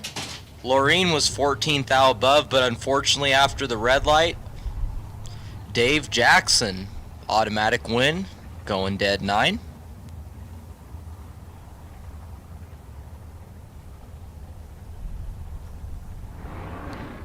Roger Cato on a throttle stop. Beautiful 2020 Camaro and Kevin Shearer. Well, you say that Camaro looks faster than 715. Well, it is. He chooses to race on the throttle stop. He is a seasoned veteran.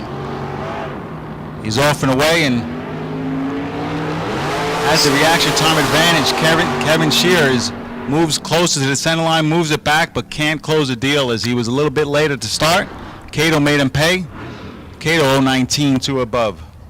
Roger down a little mile an hour, tightening up the stripe, but when you have a starting light advantage like that, Peter, it's going to work out in your favor most of the time.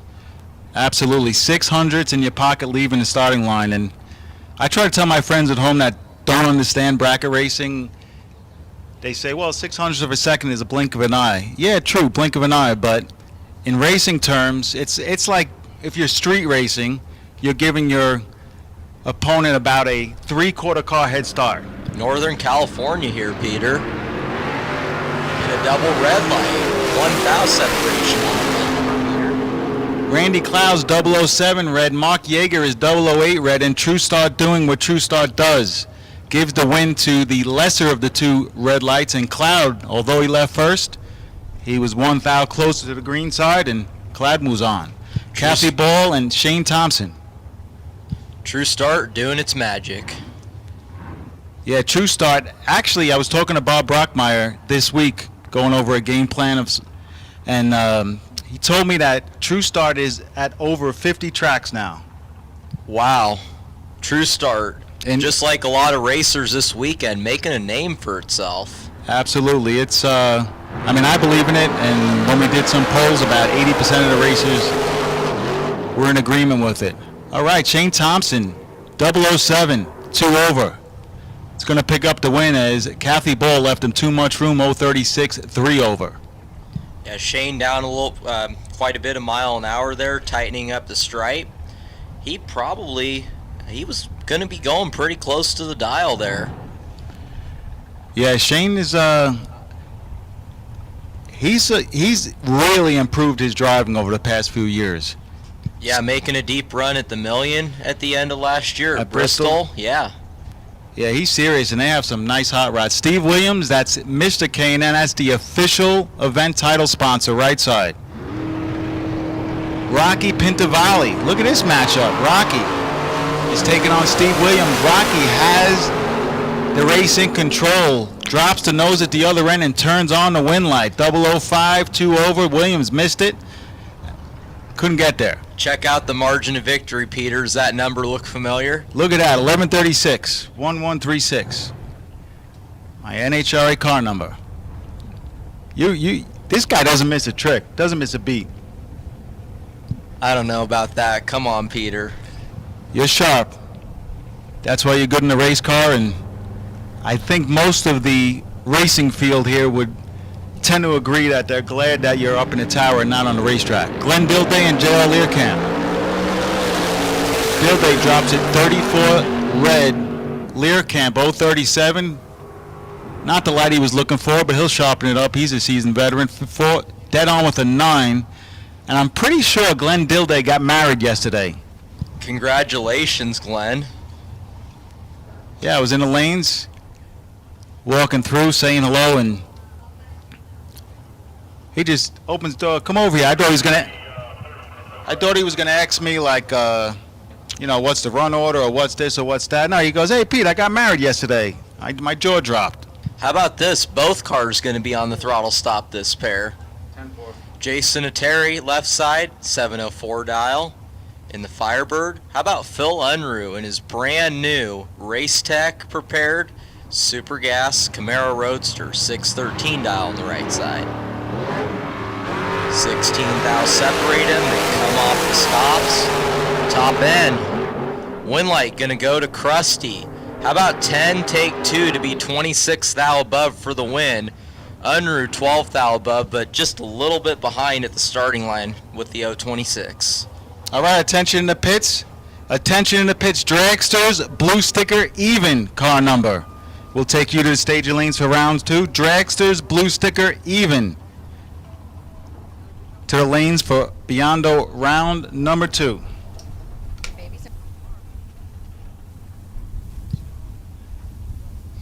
Robert Neighbor, left side in the Corvette Roadster, 506 style. Sean Langdon in the Rizzoli Mobile, 631 dial on the right side.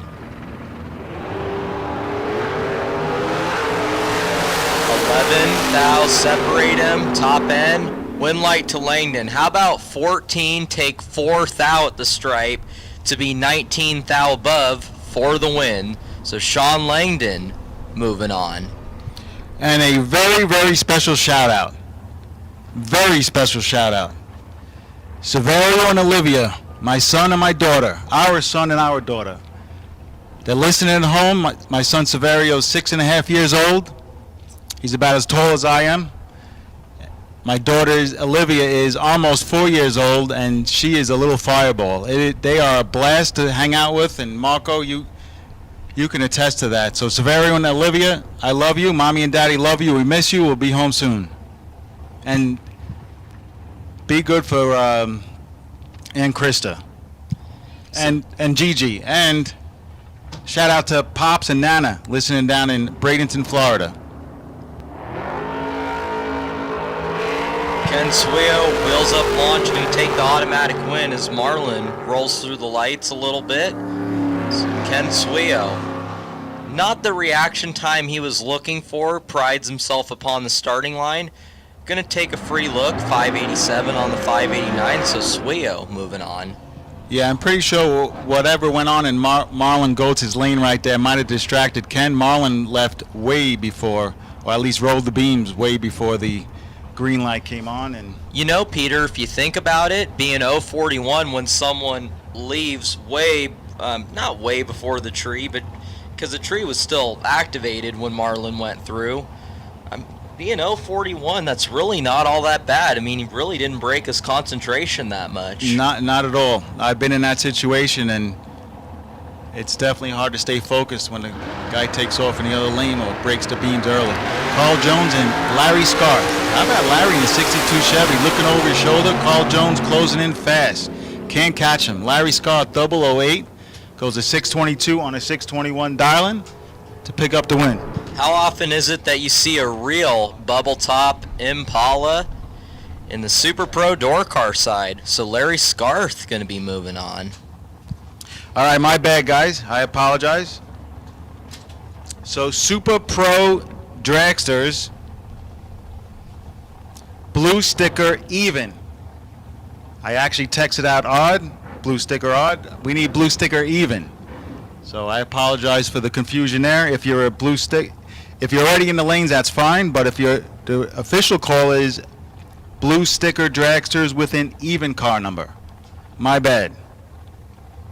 Michael Pennington and Dennis Weddle, and my partner Kyle Seibel caught that. He is on the ball. He's been on the ball all weekend. Man, we're so lucky to have him this weekend. So did one of the racers as they text me. Appreciate that. Got to keep me in line. 6 thou separate them, win light to Weddle. 016, take 12 thou at the stripe to be 24 thou above for the win. Chris Galitti, left side, 538 dial in the 67 Nova. Right side, Phil Garrison, 546 dial in the first gen Camaro. So Phil getting an 0.08 of a second head start. For a couple full body cars, original General Motors bodies, at least most of the metal anyways. Pretty fast dial-ins there.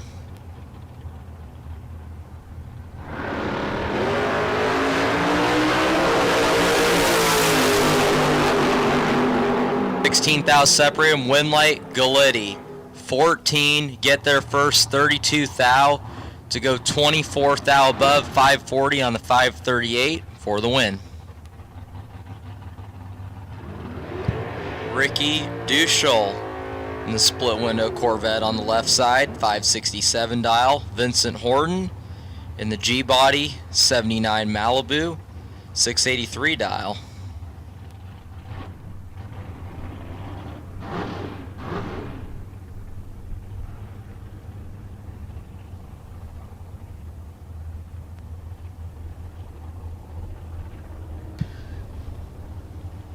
So once again, I texted out Dragsters blue sticker. We actually need the even blue sticker Dragsters. I texted out Odd. I apologize for that. Don't want to try to clear up. I want to try to clear up any confusion I might have caused. Ricky Douche and Vincent Horton. How about the little lean over there, Marco, in that Malibu? Yeah, as it got up on the converter. 11,000 separate him. Win light, Vincent. 25 green, dead on 7 for the win. Ricky Duchel, 11 thou behind and goes 24 thou above. Vincent moving on.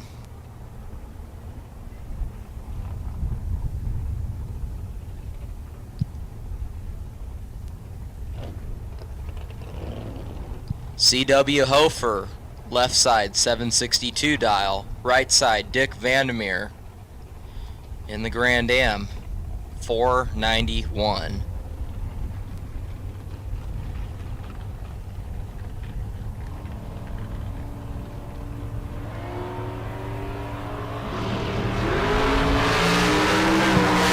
Big time starting line advantage for one of them. Starting line advantage is not going to get it done. Dick Vandermeer was behind on the starting line, 3 thou under, winning a double breakout. CW was 18 thou under. Vandermeer moving on.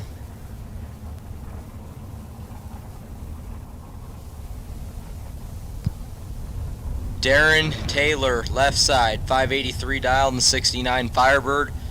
Bo Butner in the 63 Corvette Roadster. Bo knows. His wife, I don't know if it's his wife yet. We're having a debate on that. 29,000 separate them. One of them is 001. How about Bo Butner, 001, take 23 thou at the stripe to be 504 with the 9, 19 thou above on the 503 dial. So Bo moving on. Bo knows. So yeah, we are in Biondo Round 2. We're in Super Pro door cars. We called Dragsters blue sticker. Sorry about the confusion. It was Dragster blue sticker odd. I was going off of yesterday's paper, and I had a little miscue there. We switched it up. It's going to be Dragster blue sticker odd for round number 2. We'll clear it up, and if you're in the lanes, that's fine. That's not race kid?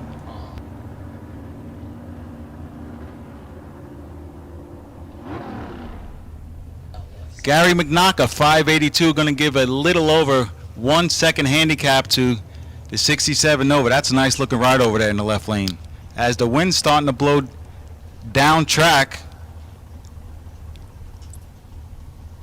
I know yesterday when the wind was blowing up track in the morning and then stopped blowing, there was some breakouts. McNaka, 1 thou on the red side. That's a tough way to end his day, and 2 thou under. I'm 3 thou from perfect for a ticket that's going to end his day, as the left lane car was 023, goes 690 on a 692.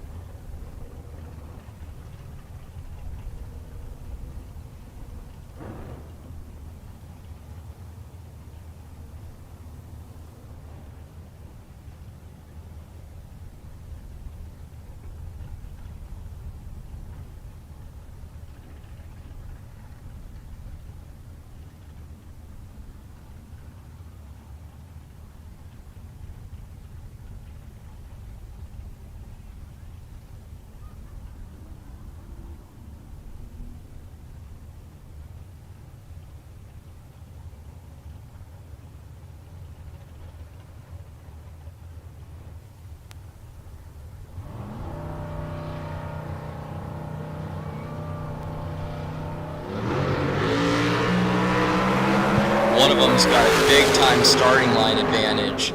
Will Carroll, 22 on the tree, 47 thou above the dial for the win. Bill Botello goes dead zero, but unfortunately behind on the starting line. So Will moving on.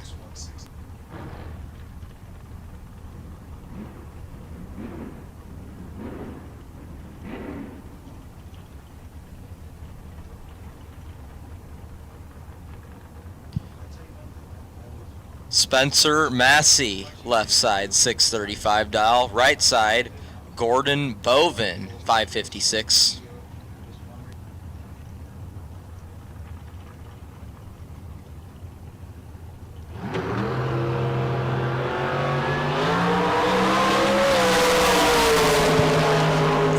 Separate him. Win lights. How about Spencer Massey? How about 19 take 3 thou at the stripe to go dead on 7 for 26 thousandths package? Gordon Bovin tried to run him down, broke out, 553 on the 556. Getting there behind 3 thou.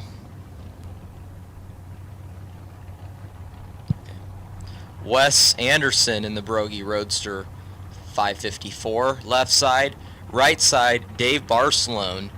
Shout out to Dave Barcelone's Truck Town and sponsoring the prize for the random tech card draw for Pro for $1 Million Friday, as Michael Jackson was selected the winner. So thank you to Dave for your support. Dave's going to be dialed at a 634. 6 thou separated. Top end. Winlight Barcelone. 21, 15 thou above. Wes Anderson, 6 thou behind on the start, gets their first 21 thou to be under 12 thou, needed 9 or less. Wes Anderson is a former Famoso track champ. Fontana. How about the Kamikaze Kid, Dan Northrup, and Caitlin Tripp? Caitlin Tripp from Golden, Colorado. A lot of people are moving to Colorado these days. Idaho, Colorado. I think the pandemic is, people are looking for more space and some fresh air. I live in Queens, New York, and I can tell you what, we went to North Carolina for a bed and breakfast, my wife and I and the family, for a week in Airbnb, and I was like, wow. It's a lot of space. I'm not used to all that space. We didn't know what to do with it. It was beautiful. Dan Northrup picking up the win, 026, 1 above the dial. The Kamikaze Kid punches his ticket into round number 3, as Caitlin Tripp was 19 red and of course goes dead on with a 4. She might have to hit the swear jar after that lap. James Glenn and Mike Hall. Glenn won the $100,000 at the Fall Fling West. He won a $100,000 big check in October here last year. In that 69 Camaro, they were calling him the Dragster Slayer. Now we actually Dragsters and door cars were separated, so he had to race a Dragster in the final. Took it all the way. Had just recently bought that car back. One of them, big-time starting line advantage. How about Jim Glenn? 20, get their first 43 thou to go 1/10 above for the win. Hence, the big-time starting line advantage. Yeah, James Glenn, you give him a 10th to work with, he'll make you pay every time. John McCone and Race Kid. Beautiful. All right, so you know we had this whole conversation about Chevy 2 versus Nova. Right, in the Gold Rush race last year, and I was getting all these different answers, and Mr. Loans here cleared everything up for me just like that. All right, what's the answer? What year was that? Okay. It's all about the year. John McCone. How about Race Kid? 29 on the green side, but takes a 2,000 stripe to go dead on 4. John McCone better on the tree with an 018, but 17 thou above, 593 on the 592, being 2 thou behind. Peter, as Brad Plurd says, do you think he took -2?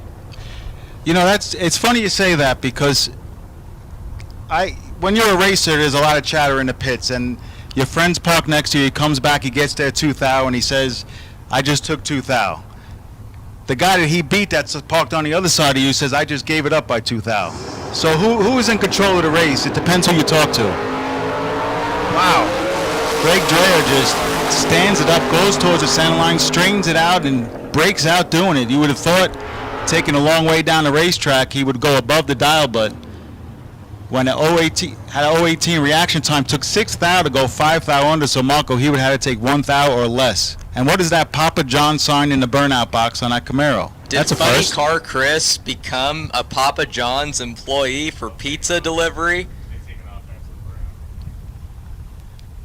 Looks like Gary Don Free going live on the starting line. Not sure what it is that they're doing, but I guess we're going to have to check out Drag Champ afterwards. Absolutely. Drag Champ in the house, and I'm betting, I'm venturing to guess that Funny Car Chris probably had a side bet with one of his buddies there. Meanwhile, Kevin McClellan, automatic win after Brad Burton turns at 5 thou red. Kevin, he would have been a little behind on the starting line if Burton was green, but he goes dead on 9 for the win. McClellan continuing the role that he was on yesterday, so Kevin McClellan, K-Mac getting it done. Actually, I see K-Mac walking back right now. That was Daniel McClellan. Yeah, both McClellans went far in yesterday's program, and they both dropped it red in the latter round of 16, and probably covered it a little bit too much. Was 30 that time. He'll make some adjustments, and he'll tighten it up for round number 3. Funny Car Chris Northrup and Mike Bodnar. Mike Bodnar all the way from New Jersey, so a little New Jersey right side, Idaho left side, duking it out in sunny Las Vegas. Let's see if the pizza does the trick here, Peter. Let's see. I think right side has some trouble. Rose to the beans. Funny Car Chris says, I'll take that. My win light's on. 664 and a 662. Probably a little slower than he thought. But nevertheless, the win light is on, and Northrop will move on to round number 3. That will bring up Steve Williams and Joe Levitt. Steve Williams just ran not that long ago.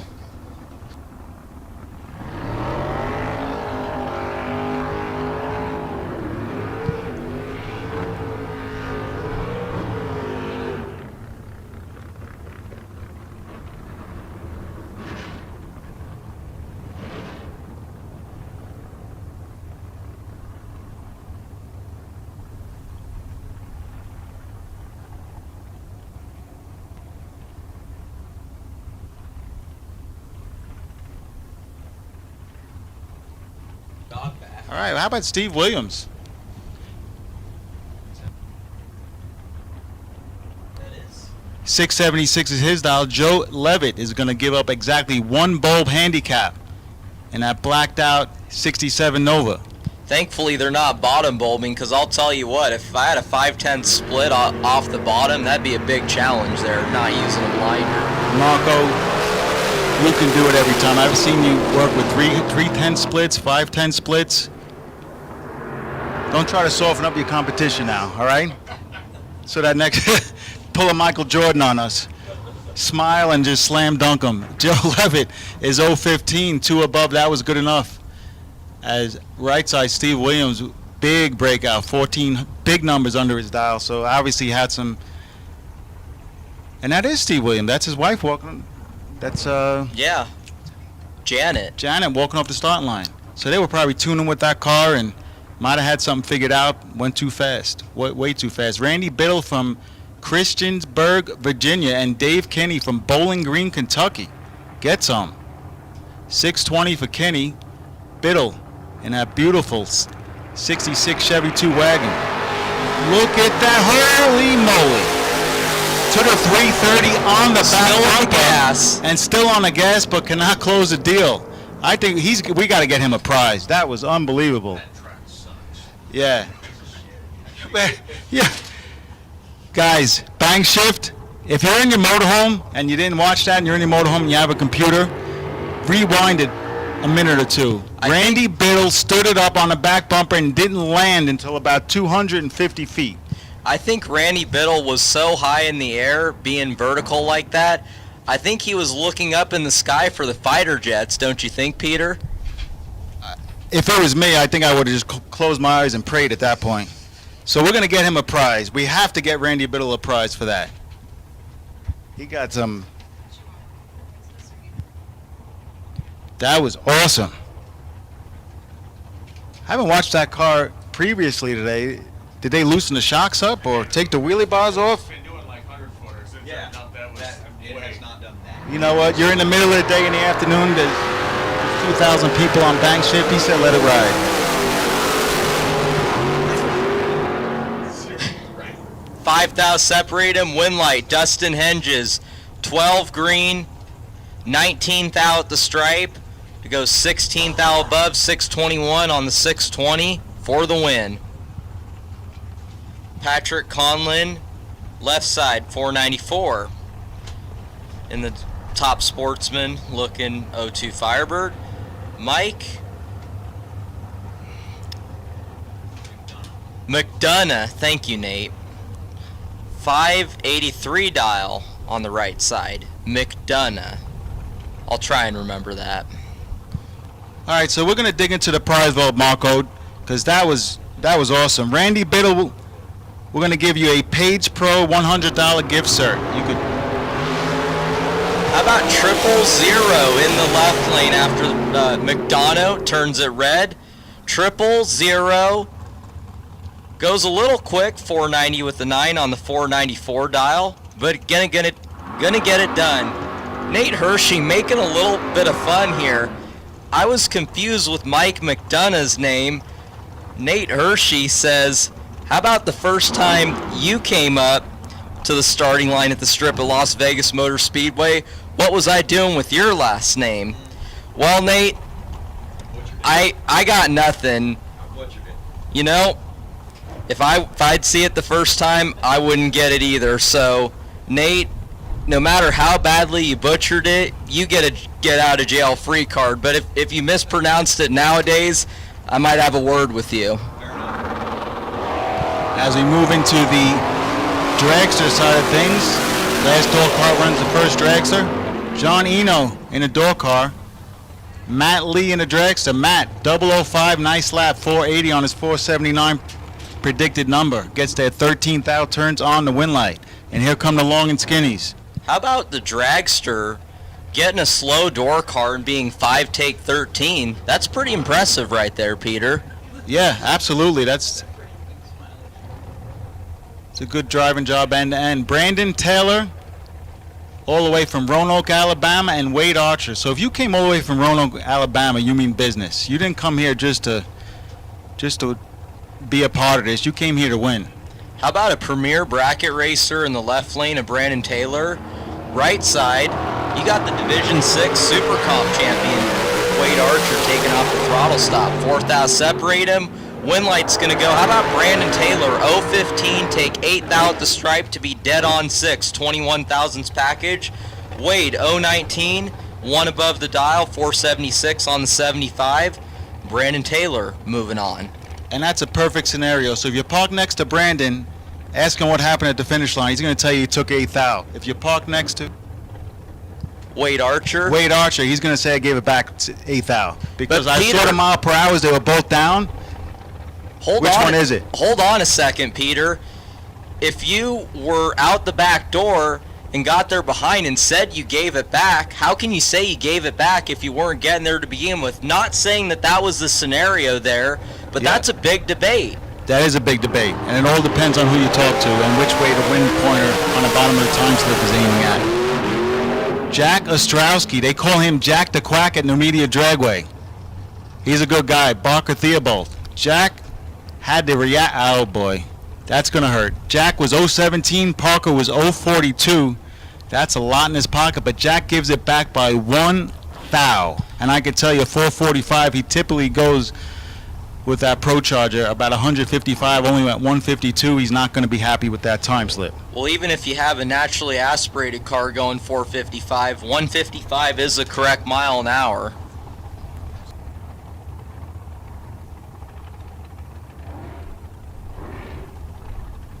Chad Axford left side 487 dial. Madison Payne right side 499. 1 thou separate him. Top end, wind light. Chad Axford. 018 on the tree. Drops to be 21 thou above for the win. Madison 017. I think might have killed a little bit of ET. Unfortunately, 9 thou under the dial. Chad Axford moving on. Attention to pits. Dragster, odd, and even. Dragster, blue sticker, odd has been called. Now we'll take Dragster, blue sticker, even number to the stage and lanes for round number 2. It's Hunter Patton and, wow, Cortland Carter, Hunter Patton. That's a premier Texas matchup. Now, if you're at a 5,000 to win race in Texas on a Thursday or Friday night, this will be a premier matchup right here, Peter. Absolutely, and what I noticed in the lanes, I mean, it's like a shark tank out there. There's nowhere to hide.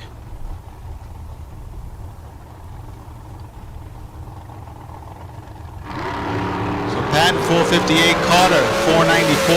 As advertised, 2,000 separate him. How about Honey Wayne? 014, take 15 thou at the stripe to go 27 thou above, 460 on the 458. Cortland Carter, 016 on the tree, 498 on the 494. Now 139 miles an hour there, Peter. I think that was everything he had. Yeah, 498, 139. He was dialed a little bit too stiff on that one, and Hunter Patton just got alongside of him, wrapped the gas a few times, took 15 thou, and turned on the wind light. Tell you what, if you dial a little too hard, Hunter Patton will make you pay. Yeah, not much room for error.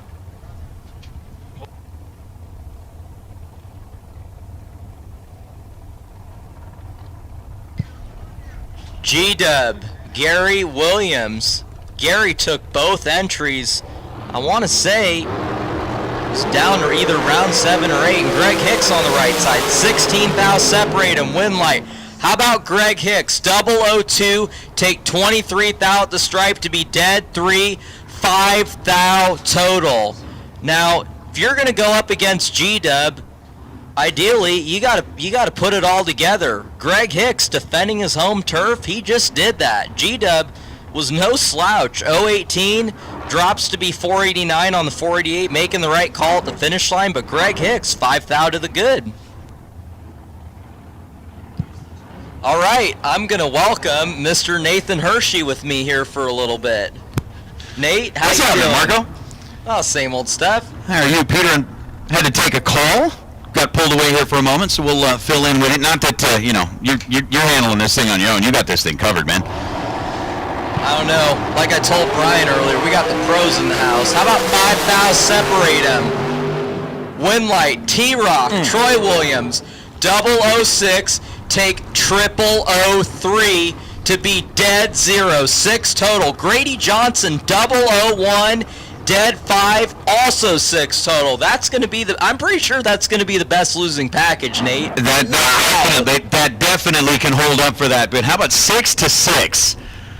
Total packages on both sides of the racetrack. And I mean, if you're Grady Johnson, you lay down 6 total, you go back to the trailer knowing that would have beat 75 to 80%, 90% of the rest of the field. Or more. And you're the one that's parked for the day. Now, Nate, I've been talking about dream come trues with announcing. I was telling you last night, it'd be a dream come true for me to be on the mic with you. That was our first pair ever. For the rest of our lives, we'll be able to say Nathan and Marco together, both drivers are 6 total. Both drivers stepping up to the plate, making it a good one. Jerry Devenpeck and Sean Hart, the two on the line right now. Hart out of Utah, Devenpeck coming in out of Gig Harbor, Washington.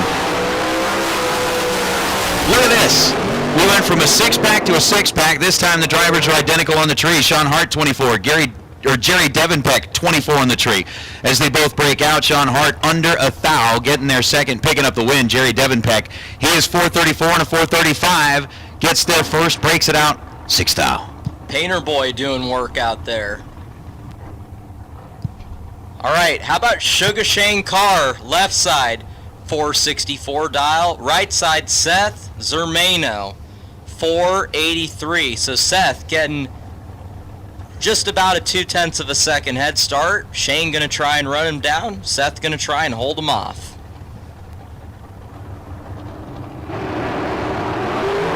3 thou separate him. Top end, Winlight. Sugar Shane rocking the scoop, taking 3 thou to light up the scoreboard, as you say, Nate. 016 take 3 thou at the stripe to be 13 thou above for the win. Seth was 019, also 13 thou above. The difference, the 3 thou in reaction time. Oh yeah, I mean, it's Vegas. It's all about the lights in Vegas. Whether they're neon, whether they're just glowing up here in the scoreboard, everything in Vegas is all about the lights.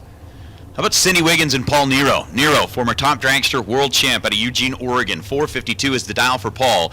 Cindy Wiggins dialed in with the quicker 444 as the pre-stage bulbs are lit. Nero, right side. Wiggins, left side.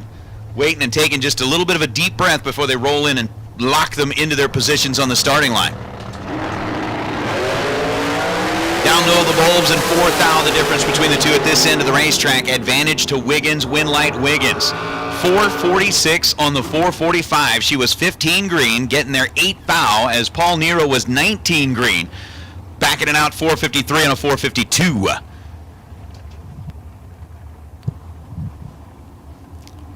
Left side, Donovan Williams, son of G-Dub, 483.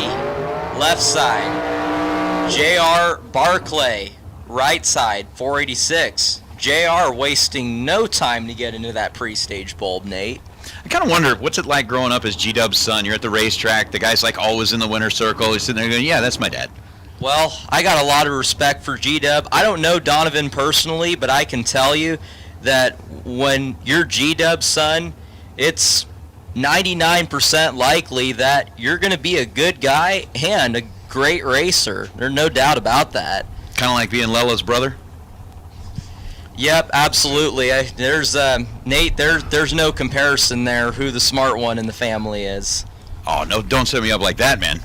You guys are both very, very intelligent people, and that is something that I've always respected about you and your entire family. 486 on the board for J.R. Barclay. 483 on the board for Donovan Williams. How about 7 thou separate them? One of them is 000. Winlight's going to go to Barclay. 000, getting behind 23 thou to be 24 thou above for the win. Donovan, 007, and 6 thou under, needed to take 17 or less, Nate. That's going to bring up Lane Savar and Jerry Wynn, as Jerry Wynn backing up for the burnout, running out there just to pick up a little bit of something that blew over or out of the race car in our last pair. Savar with a 491 dial out of Puyallup, Washington. He's going up against Jerry Wynn out of Odessa, Texas, dialed in at 467. And again, we are underway with our dragsters here, round number 2, the Biondo round. And I got to tell you, one of the things that I've always wondered and admired, and while I've got you right here kind of cornered, Marco, is oh boy, you roll up. I'm getting ready to run. I can't get out of here fast enough. No, we locked the door. You're right. You can't get out of here fast enough. Oh shoot.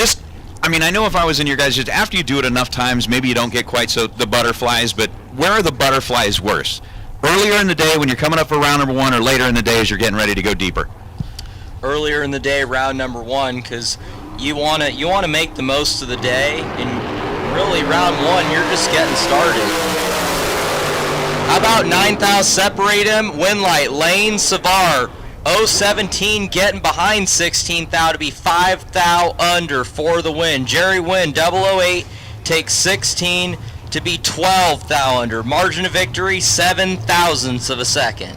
Yeah, Lane Savar is going to be coming back for round number 3 as Chance Parker and Alexis Thompson. Parker dialed at 495. Alexis from here in Henderson dialed in at 463.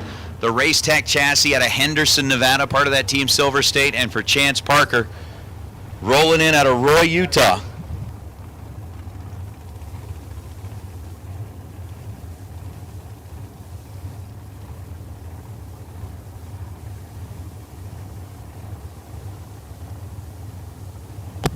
So Alexis has got the pre-stage bulbs lit. Chance Parker rolls in, lights up the bottom half of the blue LEDs.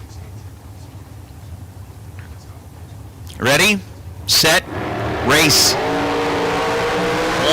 thou separate. Top end, win light, Alexis. Both drivers, actually 1 thou separate him. Alexis is 20 to Chance's 21. Alexis getting behind 27 thou to go 17 thou above for the win. Chance taking 27, 11 thou under. So it's Janston Melton and Gregory Garrison. Again, Garrison and the family, no strangers to racing here at the Strip. Garrison dialed in with a 478. Melton has got that 431 number showing up on the bottom side of the Las Vegas scoreboard.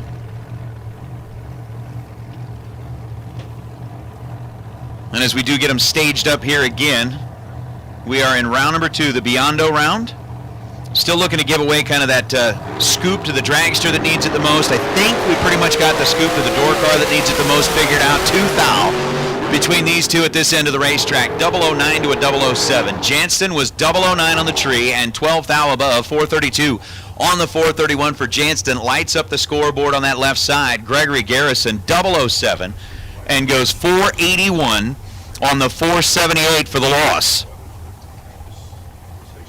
Lot of double O's this round, I've noticed. These guys are really getting dialed in on reaction time, Nate.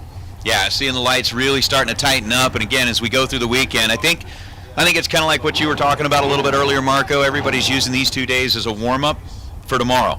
Tomorrow's the big day. That's what most of everybody's here for. It's going to be Million Day tomorrow. It's going to be big. I'm going to have to bring back out the hat. I haven't seen the hat in a long time. It's been a while. Better go in the closet and whip that thing out, Nate. They have to. Kevin Thorpe fouls it away of a 10 thou red light. Bobby Dye Jr., 14 green and dead on, 74 on a 474. Runs it with a 9. And the finish line, Kevin Thorpe ends up just legging her through, goes 455 on what was a 457 dial after the red light start at this end, as John Edwards III and Dustin Wirtz. How about John Edwards III, all the way out of Chesapeake, Virginia? I mean, that's almost coast to coast, 3,000 miles. And he's not the only one that came coast to coast. Yeah, there's certainly a lot of folks that have rolled in out of the Virginia area, the Carolina area, Florida, hauling their way all the way out here just to come race at the Spring Fling. It's certainly a sight to behold when we get all of these. Mo Trujillo says, say yes to the hat. So we'll bring that back. Brian can wear his Scully cap, and I'll wear the. We'll have a hat fight. Oh, we'll have a hat fight. My father's showing up.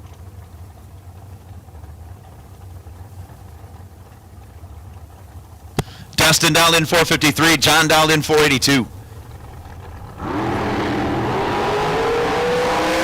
Red light start, Dustin Wirtz by 11th out. Edwards is 20, dead, 9, 29 thousandths package for the win. Wirtz 11 on the red side, 6 thou under. Edwards moving on. Hey Nate, it's been a pleasure. Man, I got to announce with both the pros today. Actually, I'm going to say 3 pros. Peter, you know, sometimes Peter, you know, it kind of depends with you, but I'm going to call you a pro this weekend as you're a pro in everything. So you are picking up on this quick. You got to throw a jab every once in a while, and that was a good one. That was a good one. Well, Peter, love you. You guys are awesome. This has been such a great time, and I'm going to reintroduce Mr. Brian Loans. Brian, back to you. Thank you very much, Marco. Nate, I'm back. Calm down. Logan War hits down the racetrack next to Ron Sears, and it's going to be dead on 2 with a perfect reaction time for Ron Sears. A 2-pack as Logan War got to the finish line second, ran 464 and a 465, but Sears, a perfect reaction time. He goes in the FST Dead on Zero award drawing, and he runs only 2 off a perfect run of 5:04.2. So congrats to Ron Sears on that convincing win. Jake Jones and John Bukowicz coming up right now. So with Jones running out of South, Jordan with Jones running out of South Jordan, Utah. Both cars in pre-stage, 483 dial-in for Bukowicz and 466 for Jones.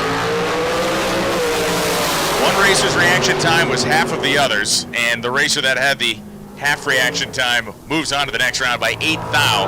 484.8 on a 483 dial-in for Don Bukowicz, good enough with an 032 light. Took 8 thou at the finish line stripe. Jake Jones was 64 in the tree. Got there second, going 465.4. You get a half reaction time? Yes, it's like a half off sale. Half off sale, a half reaction time. You want the savings. You do not want to be paying full retail on the reaction time. Absolutely. I mean, you can walk in there with a coupon and save a little on your reaction time. I didn't know they make RT coupons. Here comes Robert Domino here from Holly, Pennsylvania. 454 dial-in as Mark Kidd is dialed 457. Hey, racers, Dragsters with the orange sticker, even car numbers. We'll take you to the staging lanes, please. Dragsters with the even numbered cars and the orange sticker. We'll take you to the staging lanes, please.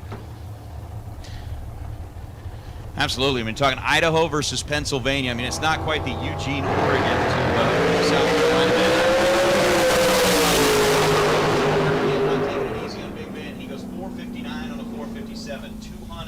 Is the margin of victory. Mark Kidd was 007 at this end of the racetrack. Domino behind with an 031 reaction time. Kidd barked it once or twice down there at the top end of the racetrack. Well driven. Kurt Gross and Brian Haug coming up now. Haug 469 to dial in. Gross from Oregon City, Oregon, racing a fellow Oregonian. 495 dial in for Gross.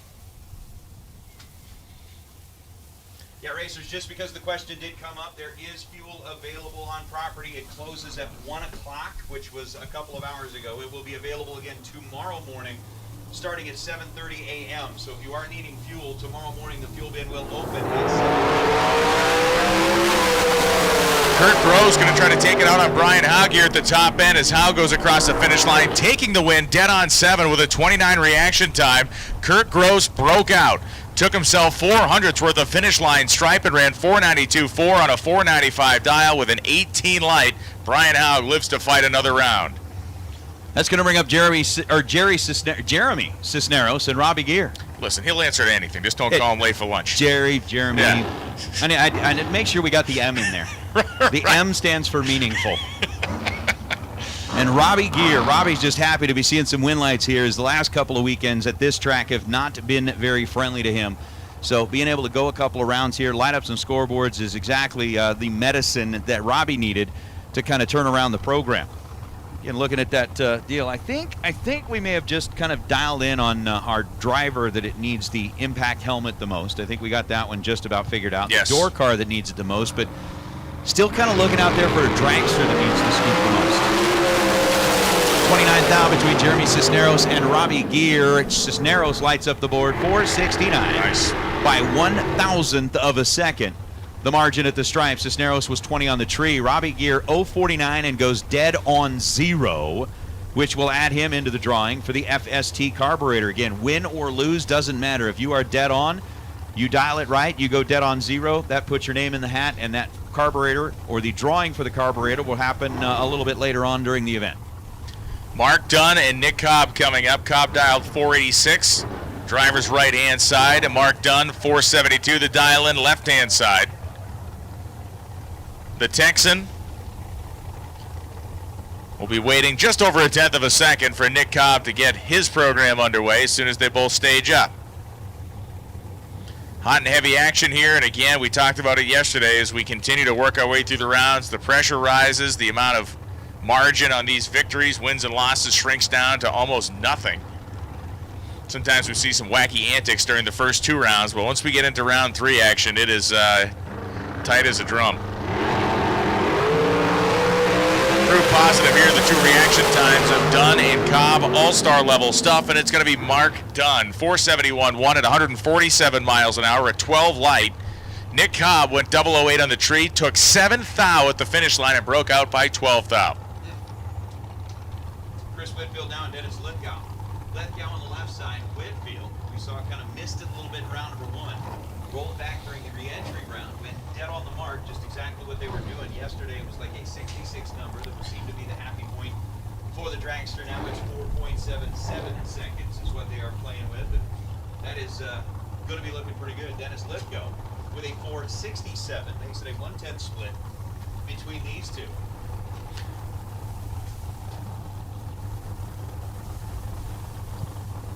So Whitfield will be second to stage. Taking time, now he's locked in. Whitfield, the kind of moral of the story for Whitfield's been doing things the hard way here so far this week. Fought his way back into the Eliminator, and he's winning rounds again. 478 on a 477 with a 19 reaction time. Whitfield took 200 at the finish line stripe to drive himself to victory. Lithgow ran dead on 8, but had a 42 light. That's going to bring up Vin Domino and Kanan Barlow. So Barlow from Magnolia, Texas on the left-hand side of the drag strip, dialed 451. Domino from Staten Island, New York, 467, the dial-in on the Pennzoil side.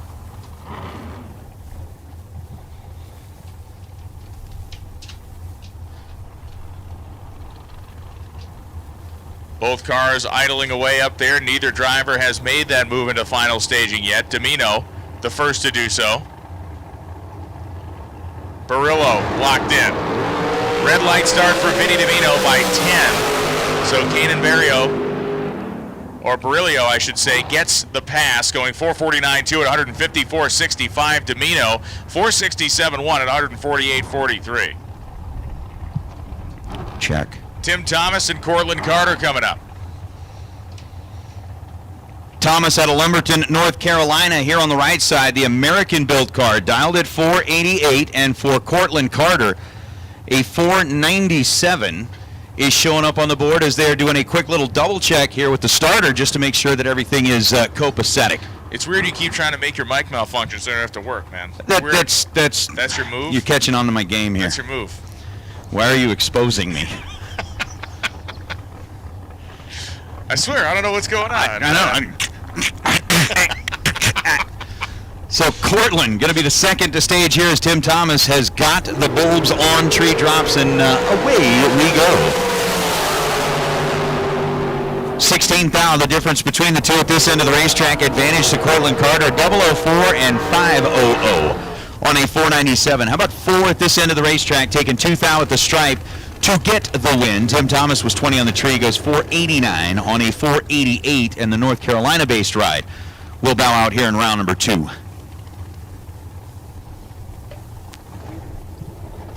Burnout's complete for David Cook and Dylan Mudd coming up here. Double enter to the Bo Butner Dragster here. Mudd was the mascot last weekend at the Southern Sportsman Showdown. He was the guy in the... Was he the guy in the helmet? The ceremonial fire suit and helmet and goggles.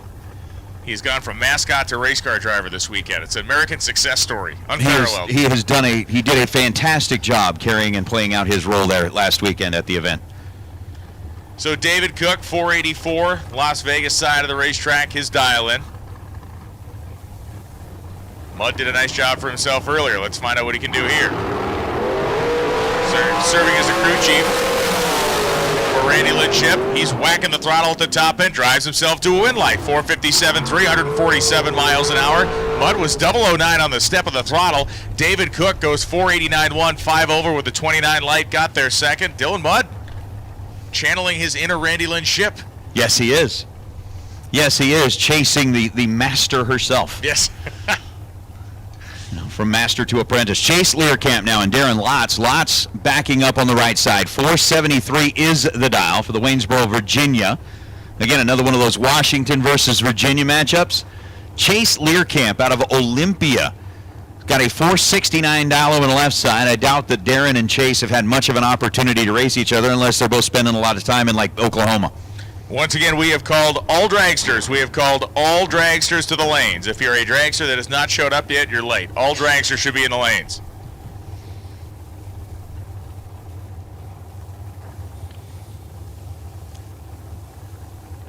So a little bit of a pre-stage duel. As they both finally said, look, let's just synchronize this. Wait till you see what happens when they actually get into free stage. You think this is good. Total excitement. Yeah. Now we're in. Darren Chase, finish line. Doesn't matter. Darren Lotz goes red at this end of the racetrack. 006 on the wrong side, and then 468 for Chase Learcamp. Darren 476 on a 473, but a 6-thou red light for Darren ended the day, and Chase Learcamp will move on. Now the nice thing about this is, we are getting like one step closer to like payday time. Yes, we are. You get through round number 2. Now it's round number 3. You're one win light away from getting a check instead of a bunch of win lights away from getting a check. It seems so close. Allison McCone and Casey Pennington coming up right now. The Texan over there on the left-hand side dialed 468. McCone's dialed 478.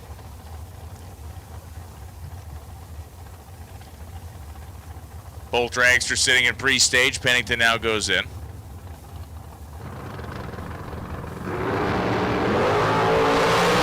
Red light start for Pennington, 007 red. That means McCone, 009 green, gets the win light. 479.9, 145 miles an hour. And once again, Pennington, 007 red, dead on 1. Without fail, it happens around here. See, I love the awesome little tidbits that you get from the chat bleachers. We mentioned, Chase being out of Virginia or Chase being out of Washington, Virginia, and I said, unless they spend a lot of time in Oklahoma, somebody pops in and goes, Chase's mom is actually from Oklahoma. Oh, there you go. So, nice to know those little things. Jimmy Wenger coming up from Odessa, Texas, and Andy Morris from Olympia, Washington. The dragsters dialed within a 10th. 472 for Wenger, 482 for Andy Morris.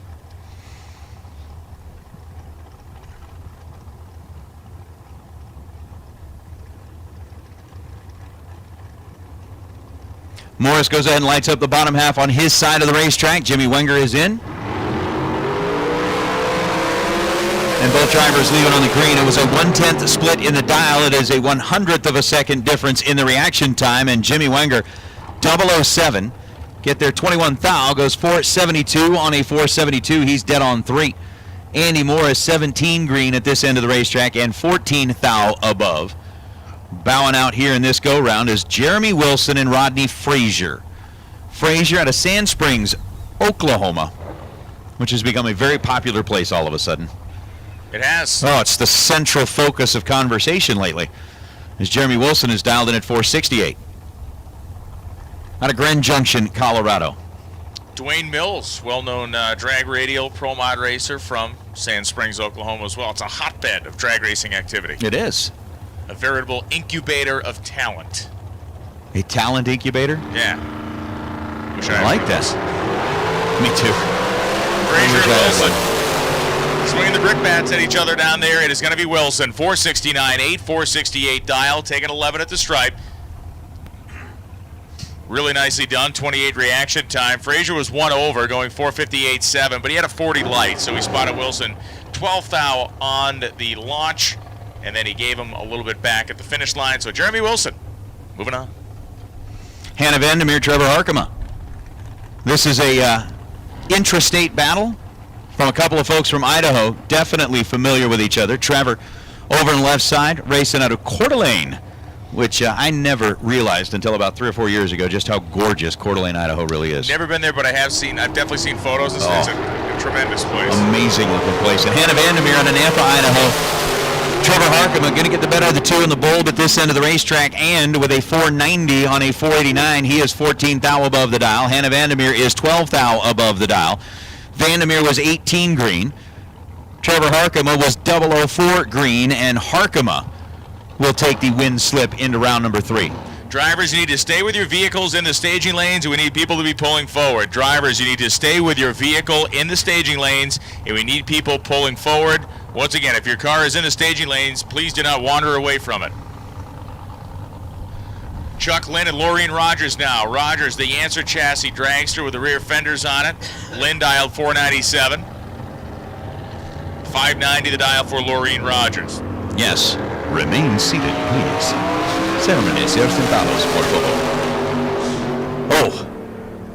Man, Chuck Lynn goes 496.7, wins at a double breakout as Laureen Rogers ran under the dial by about 4, goes 586 on a 590, taking 200 worth of stripe down there at the top end. She was 200 behind, well, 100.5 behind, leaving the starting line, and Chuck Lynn gets the victory because Laureen Rogers got there too quick.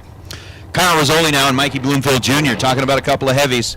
As far as the hits are concerned, 470 the dial for Bloomfield, 487 the dial for Kyle Rizzoli. Rizzoli, he's got the left side of the racetrack, which is closer to home. And Mikey Bloomfield, he's feeling a little bit more comfortable in the right lane because, well, that's closer to Ohio as well. Yeah. You're right, man. It's exactly the what logic. these guys are thinking. It's exactly what they're thinking. I know it. I know it. And don't argue the flat-out truth. Don't you argue. Mikey Bloomfield getting the advantage on the tree with the 11 light, goes 470 on a 470. How about a 13 pack taking a 23 thou stripe? 13 total for Mikey Bloomfield. Kyle Rizzoli was 27 on the tree, and I don't care how close to home you are, you had nowhere to go.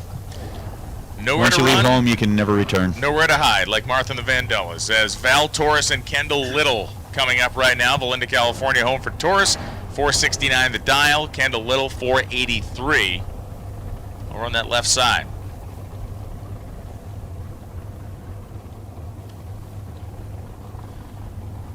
This is the elder Taurus on the property. We got Junior here in Val.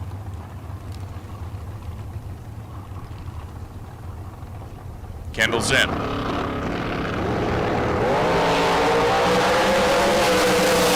Kendall Little, doesn't care who's in the other lane, attacks the tree and gets a win light. 485.8, 137 miles an hour. Kendall was 008 on the tree, 2 over, taking 2 thou at the finish line.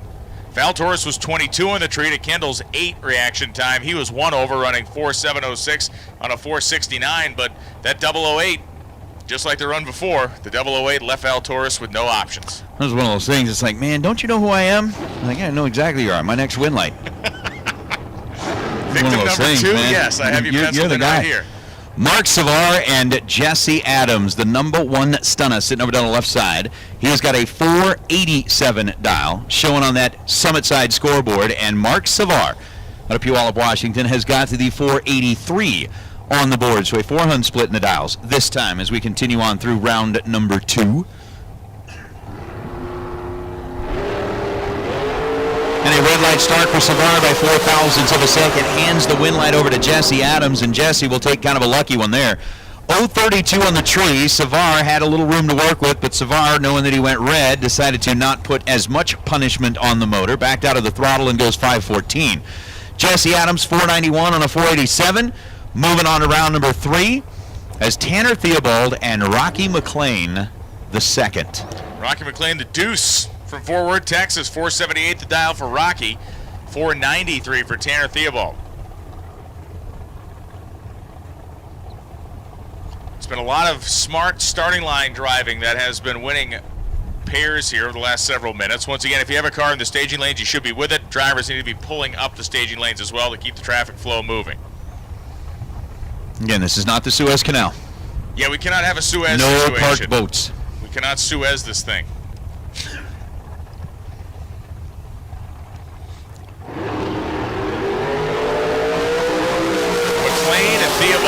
absolutely getting it on the starting line, and it's going to be McLean. Dead on 5, 002 light, a 7-pack, as Tanner Theobald was 14 on the tree and then runs under by a thou.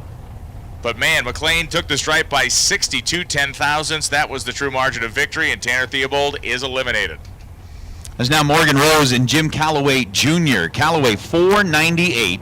Dialing on the right side of the racetrack as Morgan backs up the dragster after the burnout. Morgan, who grew up running at junior dragsters on this racetrack with dad Shane, sister Alexis, is now like married with kids of her own. I said it before, I'll say it again. It's one of those things where I sat up here and listened to guys like Mike English and Stevie Wong and Reinhardt, all of the guys talking about, when I first got started in this, these kids, and now I'm looking at it going, she was running juniors when I first got started up here, and the other day I got to meet her baby. Right. Like, wow. Time marches on for yes, all it of us. does. And Morgan Rose and Jim Calloway are trying to get some of that time back. They leave within 6 thou of each other. Calloway dead on 6, 24 light. Morgan Rose was 2 over. 462.0 on a 460 dial-in. She was a little bit slower off the starting line, 30 to Calloway's 24.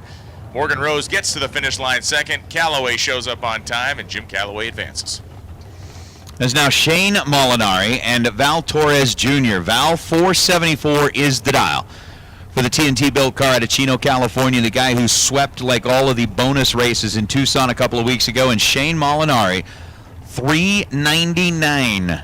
Not quite as quick as the 398 that we saw earlier, so significantly slowing down the car with the 399. Getting it more into, what was that, insane speed, or what was it? Plaid. Spaceballs. So not quite Mach 4, dropping it down into Mach 3.5.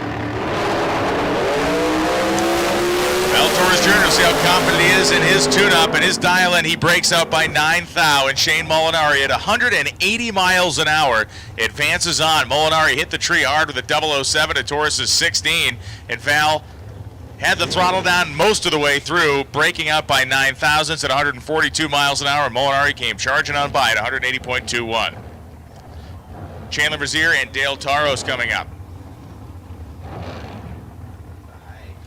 Taros driving the Slingshot Dragster, dial 547. Chandler Brazier, dial 473 on the left-hand side. As you were talking about earlier, kind of that point of reference thing. We'll see how Chandler handles the point of reference with the roll cage being essentially just in front of the parachute. Dale Taros is driving Bracket Racing's version of the knuckleball right here. You just can't. I love that. You just don't know. The sinker. Yeah, it's a backdoor slider on 4 wheels. 4th out between them at this end of the racetrack. Chandler Brazier pulling up alongside the roll cage, and 475 on a 473. Dale Taros is able to keep those wire wheels out front by 7 thousandths of a second. 20 on the tree and 548 on the 547. Yeah, and by the way, Dale Taros is a pretty good racer as well. Now, he's not winning rounds just because his car is different. It's certainly not hurting him, but the fact he can drive the wheels out the thing is not hurting his cause either. Yeah, absolutely. Austin Williams and David Meyer coming up. Sheridan, California, home for Meyer, and Williams, of course, Waxahachie, Texas, down there in the land of the Motorplex. Home of Funny Car Chaos this weekend. I saw a number of something like they were going to have 70 plus funny cars there. Yeah, I think they're up to 64 or 65 funny cars and a bunch of fuel altereds, and it all starts tomorrow. That does sound like it will live up to the namesake. Yes, chaos. Chaos will reign supreme. For Austin Williams, he's trying to reign supreme over David Meyer. Meyer has a marginal lead at the starting line, but it will be Williams dead on one with a 23 reaction time, taking 300 towards the stripe at the finish line. Williams advances. Meyer was 3 over the dial, 482. Or rather, he ran at 485, only 132 miles an hour there, so you know he was trying to lower down, I should say, at the top end. Gene Heat now in Ed Open. Open on the right side, coming in out of Pleasant Grove, Utah. And for Gene Heaton out of Vancouver, Washington. That bad ride. Dialed in at 457. Ed Open going to have to be the Chase E this time with a 477 dial.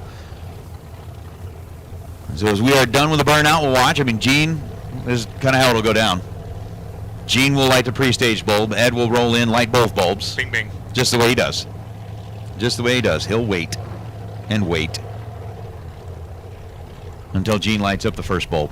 So we'll wait. Biondo round number 2 is what we are in on a Mosier Engineering Thursday. And as we wait for this to happen, I'll slowly read through the brochure here. It is the K&N Spring Fling. I'll start in the upper left-hand corner because we're going to have time. Start with the first book of the Old Testament. Yes. In the beginning.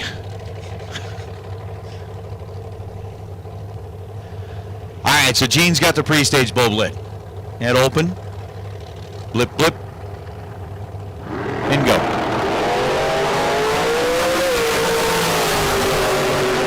Eight down between them in reaction time. Ed Open gets the slightest of advantages. Goes 18 on the tree and dead on 7. 477 on the 77 at 145 miles an hour. Taking a 25 thou stripe. Gene Heaton was 26 on the tree and 2 above. 459 on the 457. Will Carroll and Terry White. 438 dial-in for Carroll at Ardmore, Oklahoma, or out of Ardmore, Oklahoma, operating Ardmore Dragway. Had the biggest event in that track's history last year. When they were allowed to go back to racing, they had like 400-something cars show up. Really cool little drag strip in Ardmore, Oklahoma. Historic place, been around for a long time. Will's had control of the racetrack for many years, and very cool. Normally he's got the wheel-standing Chevelle, he's got a dragster, and certainly a guy who loves the sport through and through. Terry White from Minden, Nevada, dialed 472.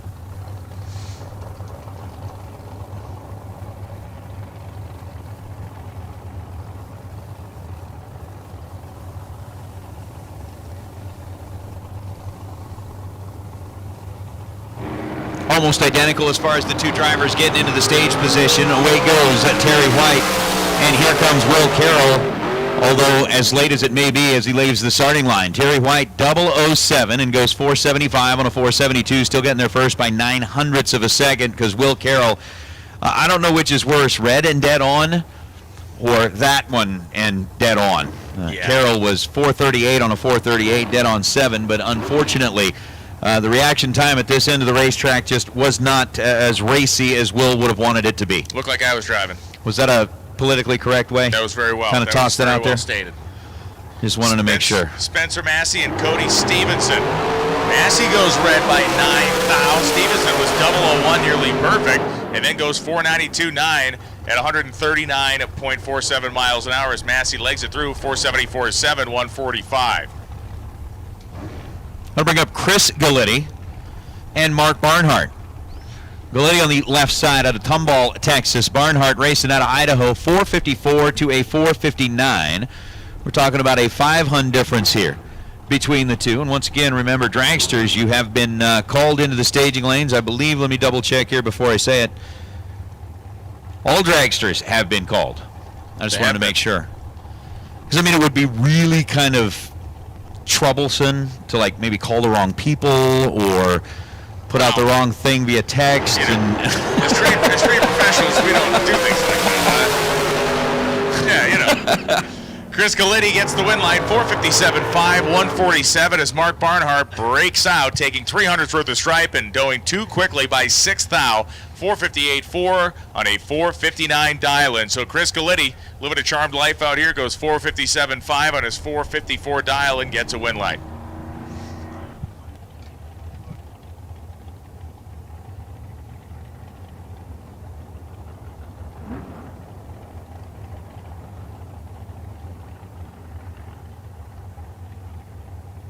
David Bills and Tim O'More. O'More, 536 is the number on that right side of the racetrack. And for David Bills out of Marlin, Texas, 479 is the dial. And from what I see, it looks like, David Bills will be making an appearance in the million tomorrow. We got to start kind of thinking about that. You're talking about we're talking big money racing right now. But tomorrow it's going to get like the pressure, the atmosphere, everything changes. Everything changes. David Bills, 16 on the tree, 40 on a 479. Tim O'More was 32 on the tree and goes 535 on a 536. I mean, I remember the very first year that we were out here to run the race, Peter had said to me the day before, he goes, tomorrow is going to feel totally different. And I'm like, what are you talking about? You know what I mean? It's another race day.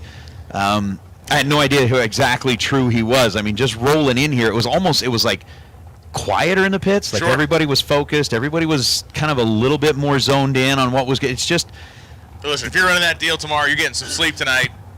You're eating some Wheaties in the morning. You're living right. It does. It does. You got that right. Right around round 3 to 4 when everybody starts getting kind of nuts. I'm sure it was the same thing for you when you were down there at the SFU deal. It escalates in a vertical manner. The pressure and the whole environment escalates. Yeah. So Tom Bayer now on the right side, dialed in at 5'11". Mark Lalonde on the left, dialed in at 5'26". Uh-oh.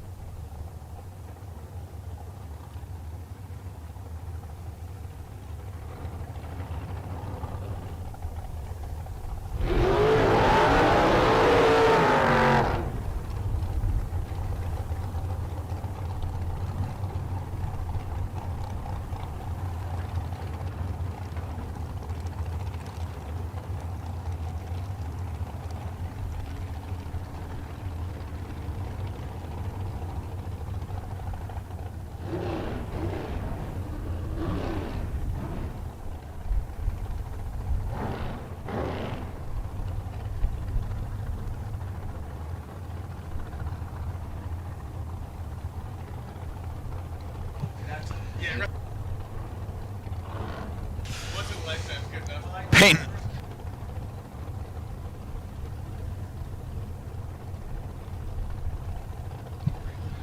Peyton Janik, Tyler Murrup. Murrup here on the Pennzoil side of the racetrack with a 497 dial, and for Peyton Janik, 473.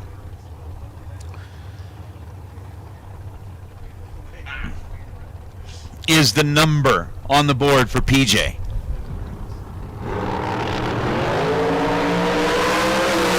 25 thou, the difference between the two in reaction time. Tyler Murrup hits the tree perfect and does not walk away with a win ticket. Peyton Janik, 25 green, 472 on the 473, gets there second, breaks out 6 thou. Tyler Murrup took 28 thou at the stripe, breaks it out 9 thou, and bows out. Tomorrow going to be the wild race day, of course, the main event, $1 million competition. The Spring Fling Million will happen. But tomorrow morning, it'll be the Brodix Run for the 50K. And what that is open to everybody. You pay $50, line up the race car, put together your best package. If you hit one square, perfect reaction time, dead on zero, $50,000 payday. Best package is going to win a set of Brodix SR20 cylinder heads worth more than $5,000. Second best package gets paid $2,000 cash. Third best package gets a 2022 Spring Fling Million entry worth $2,000. Oh yeah, and if you don't believe that a perfect run pays $50,000, ask Steve Witherow. Yeah, he done did it. He did it the right way. Hunter Patton and Lindsey Meserve on the right side, Honey Wayne on the left side. 5 thou, the difference between the two at this end of the racetrack. Scoreboard lights up for Hunter Patton. 17 green, dead 5. Puts him 23 total with a 5 thou stripe. Lindsey Meserve was 12 on the tree and 15 thou above as she will bow out here. Important to remember for that run for the 50K, it is open to everyone. So not just people running the million can run it. Anybody can throw their $50 in the hat and make a rip. And what a way to start your day if you can come out here and throw one down.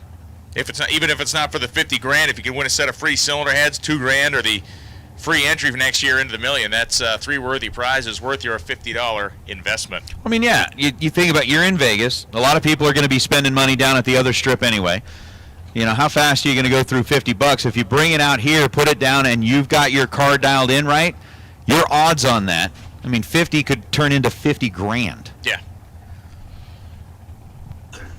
But with Aaron Johnson and Calvin Locke on the starting line now,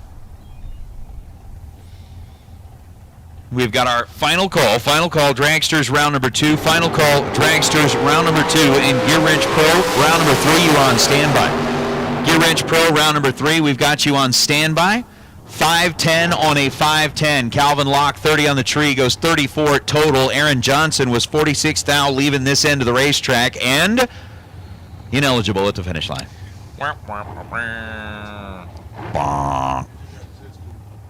That's the one we're thinking about. He's out of space for stickers.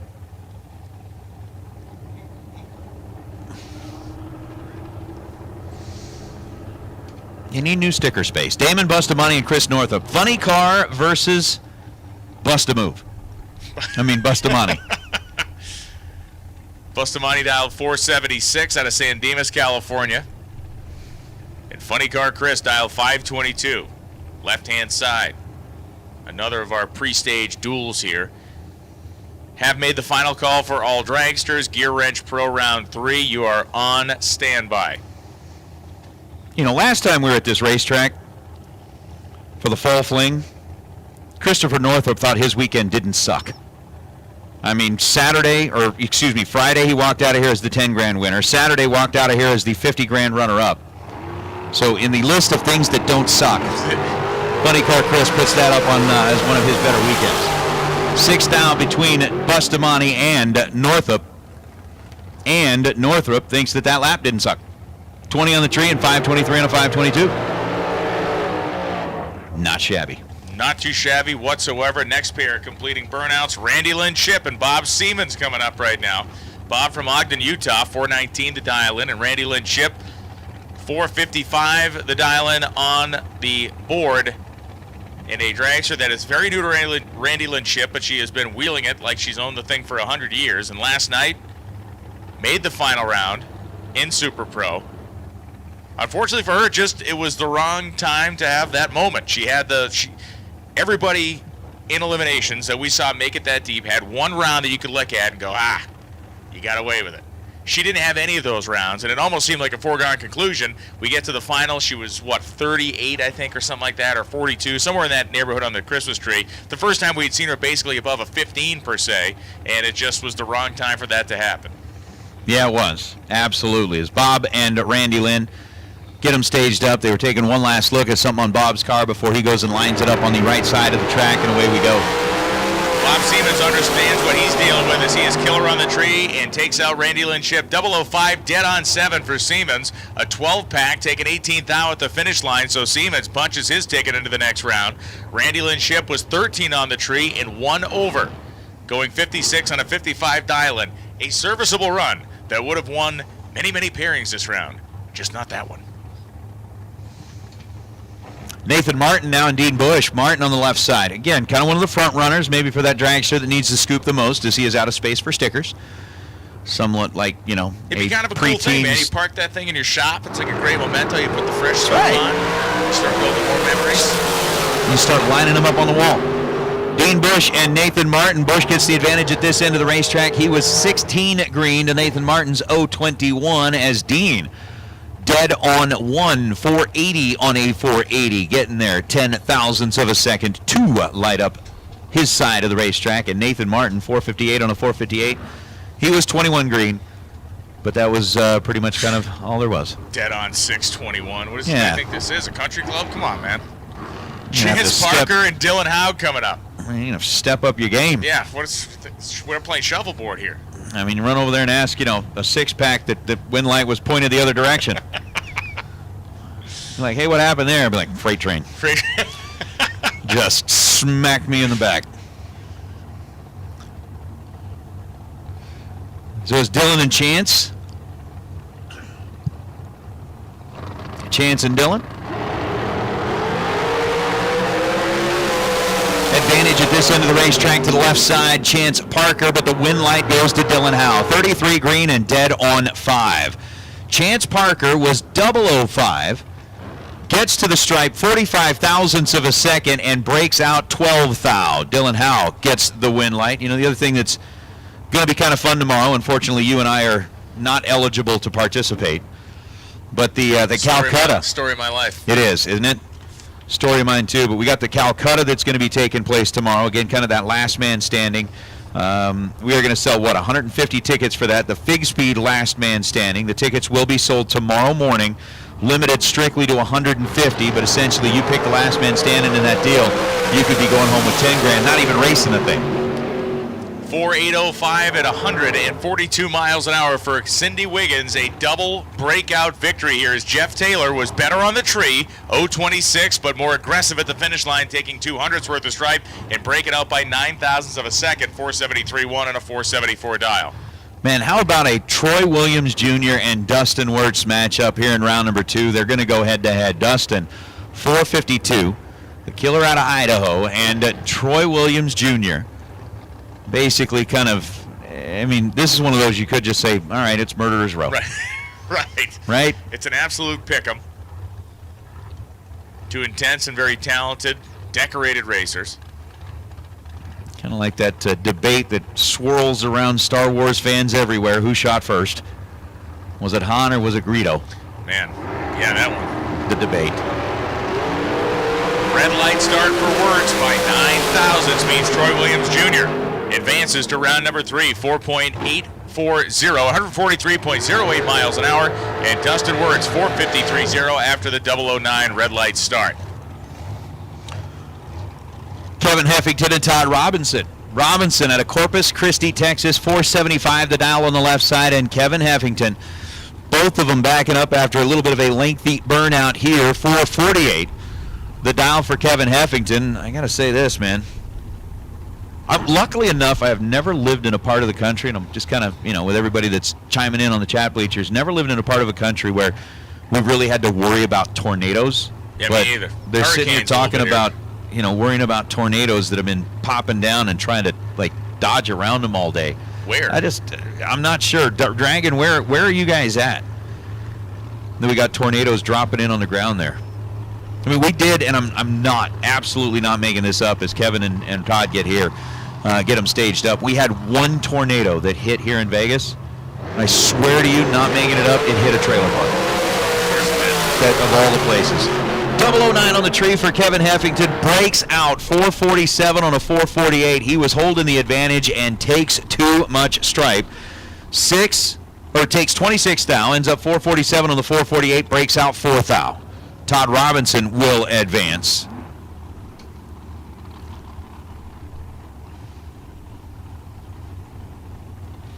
Now it's Tim Markaglew and J.R. Barclay. Barclay 456 dial-in. Markaglew from Staten Island, New York, 457 the dial-in.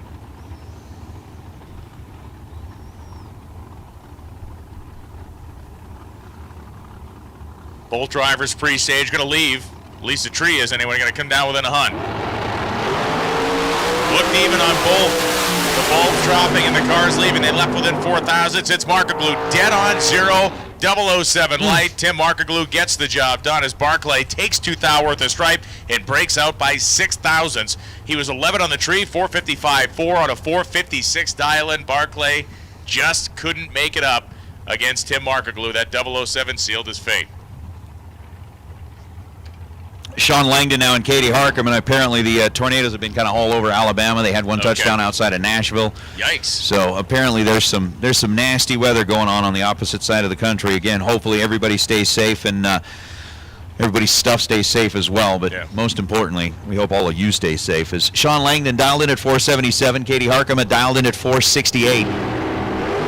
Harcum drops it red against Sean by 3 thousandths of a second. Langdon was 21 green and goes 474 on the 477. So Harkema ends up with a 467 on a 468, but the red light was the pesky and unwantable portion of that whole affair. Carl Canavo and Shane Thompson next pair up.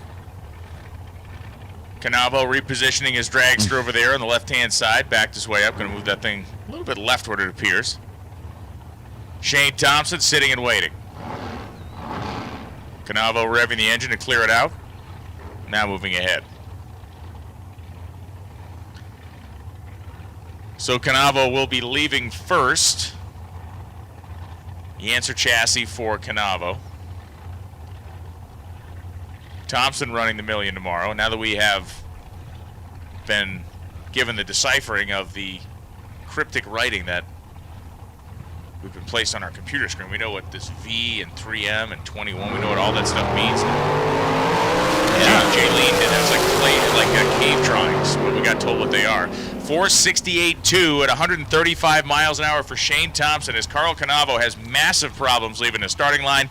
A reaction time that starts with a 2 for Canavo. Shane Thompson started with a 0. He was able to run 800ths over his dial and beat a guy who ran just 200ths over his dial. That tells you just how wacky the starting line numbers were. Brian Warr and Jeremy Sears. No sign of Roebuck here. Just Jeremy Sears. Just Jeremy. Yeah. He's got the 493 dial on the left side of the racetrack, and Brian Warr out of Riverton, Utah, has got the 439 dial in. So we got the 4s are identical. We get to the other side of the decimal and get a little dyslexic here. But a 6th split between the two of them. As Brian Ward, 005 on the tree, 442 on a 439, no good. Jeremy Sears was 11 at this end of the racetrack. Take 19th thou, goes 494 on the 493. So that will advance Jeremy. There's now Timothy Thomas and Kevin Thorpe, and now you got to kind of be hooked. And I was thinking that I was going to get around all of that, but now I'm focused back on the hieroglyphics at the bottom side of the screen. Gear Wrench Pro to the lanes for round 3. Gear Wrench Pro, round 3. Got about 28 of you. Gear Wrench Pro, we need you back to the staging lanes to cut your field in half again. The numbers start to shrink quick now. You know, we get through these first 2 rounds, we really start to see some of those patterns emerge, start to see people who are continuing to rise up to the occasion as Tim Thomas and Kevin Thorpe both have their opportunity right now. Thorpe is in, Thomas is in. And Kevin Thorpe, 1 thou too early, .001. Red light start for Thorpe. 457.3 after the red light is Thomas. Goes dead on 9 with a 005 light, just showing off out there. 14 pack for Thomas. Needed none of it, but it's nice to have and know you're able to do it. Chris Whitfield and Brian Cam. Cam the racer out of Littleton, Colorado, rolling down here with a 467 dial. Brian Cam out of Pacifica. One of those sounds kind of decent right now. Yes. You know. Pacifico sounds good to drink. Pacifica sounds nice to live in. I'm just saying. But having a Pacifico in Pacifica sounds perfect. You know, I mean that just that little yep. Something that you open it goes would be good. 487 on the left side. Whitfield grabs his piece of real estate and off we go. 9th thou is the split at this end of the big 11th thou is the split at this end of the racetrack as Brian Cam 488 on a 487 and no good. Chris Whitfield 006 468 on a 467. Whitfield with a 13th thou stripe. Advancing in today's competition is Race Kid and Robbie Gear. Gear right side 452, Race Kid left side 472. And a 2/10 difference. Gear Wrench Pro, round 3 to the lanes, please. Gear Wrench Pro, round 3 to the staging lanes, please, as Kid and Gear. Gear entered into the million for tomorrow. All these runs is kind of adding experience, getting those more laps under your belt, preparing you for what will be a payday of more than $250,000 plus the experience of the suite at the Cosmo and everything else. That's right. The silencer just reminded me of something else in the chat waitress. As Gear gets the advantage on the tree with a 006 light, but Race Kid will light up his side of the scoreboard, getting there first by 5 thousandths of a second. 17th thou at this end of the racetrack, dead on 5, get there first 5 thou.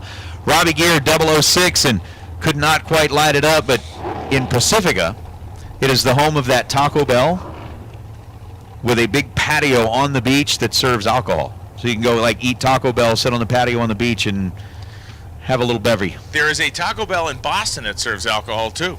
On the beach? Well, there's no beach. We'll see then. And it's snowy and cold, but I'm just saying. So neener, yeah, that would the one be in Pacifica wins. That the Pacifica one wins by all of it.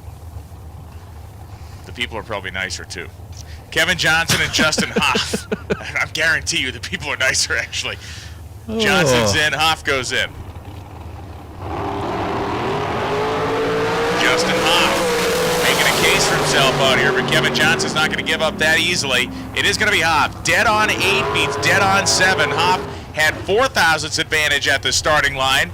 Gave back one of those thou at the top end by being only dead on 8, where Johnson was dead on 7. But the 17 reaction time to the 21 of Johnson is what led to Justin Hoff pulling off that 31 10,000ths margin of victory at the stripe. My goodness, Justin Hoff was scoop rocking big time at the finish line and goes dead 8.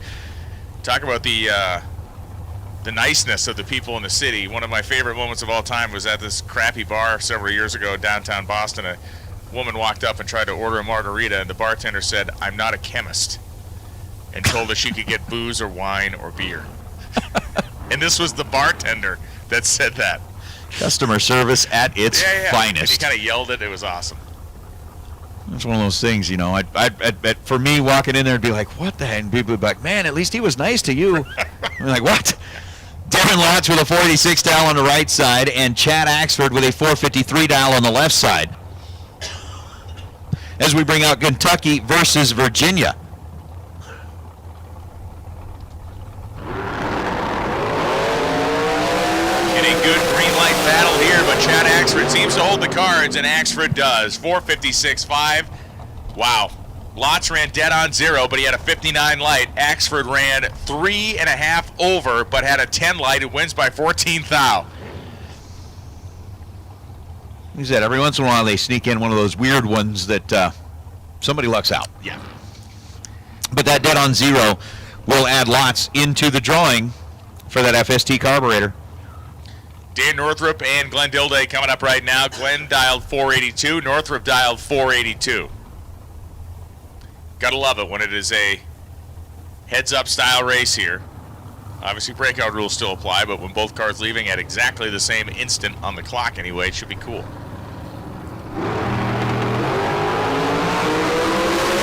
Well, kind of like we saw earlier, but this time they're not separated by a thou, a little bit more than that. Northrup is going to check out here. Glenn Dilday, 13 green and another dead on 0 run. 482 on the 482. Dilday taking a 25 thou stripe.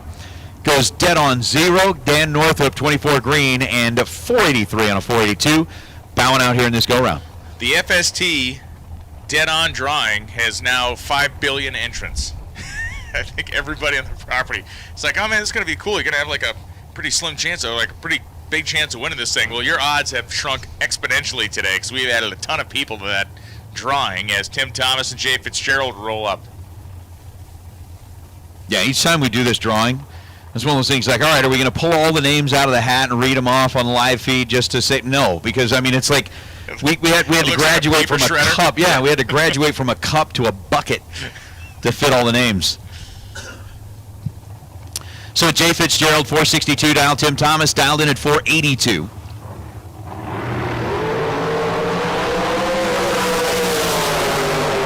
Oh, Fitzgerald is in a world of hurt.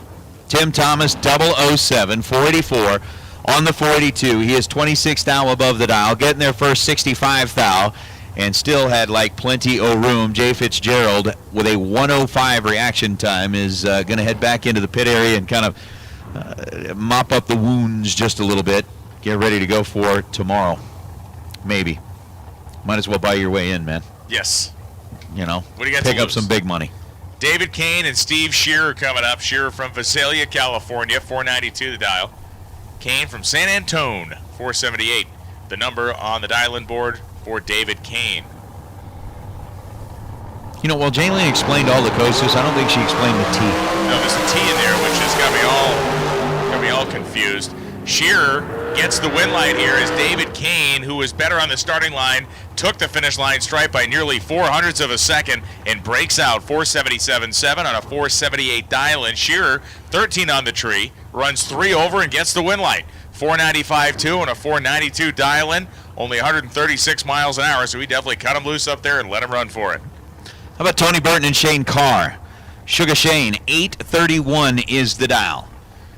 For a guy who's got, like many, a couple of entries out here trying to chase down 30 grand today. 454 on the board for Shane, 452 on the board for Tony Burton, the team out of Rochester, Washington.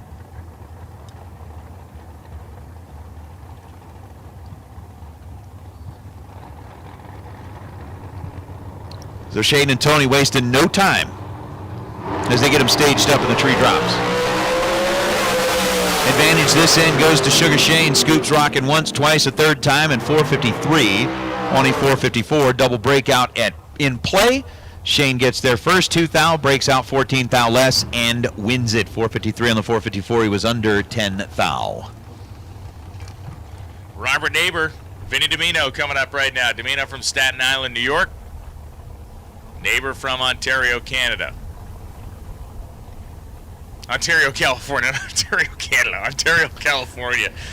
East Coast guy, anytime we say Ontario back home, it's always from Canada. You know, it's like you get tons of guys that come down there. But no, this is Robert Neighbor from Ontario, California. I can see where that would, you know. You see that great big CA there? Your brain just kind of defaults. Yeah. No harm, no foul. Mine just always defaults to the wrong thing. Californian, Canadian. It's, you know, virtually the same. Very polite peoples. Yeah. Both of them say a lot. They both love French fries with gravy on them. The French fries and gravy part. With cheese? Yeah. You got to go with that. Yeah. No, you got. I'm just like, Domino and Neighbor, a great side-by-side drag race, and Vinny Domino, 74 10,000ths margin of victory, 462.2, 461 dial, 008 reaction time, gets to the stripe first by 7 thou, and wins it by that margin. Neighbor was 1 over, going 469 on a 468 with a 16 light.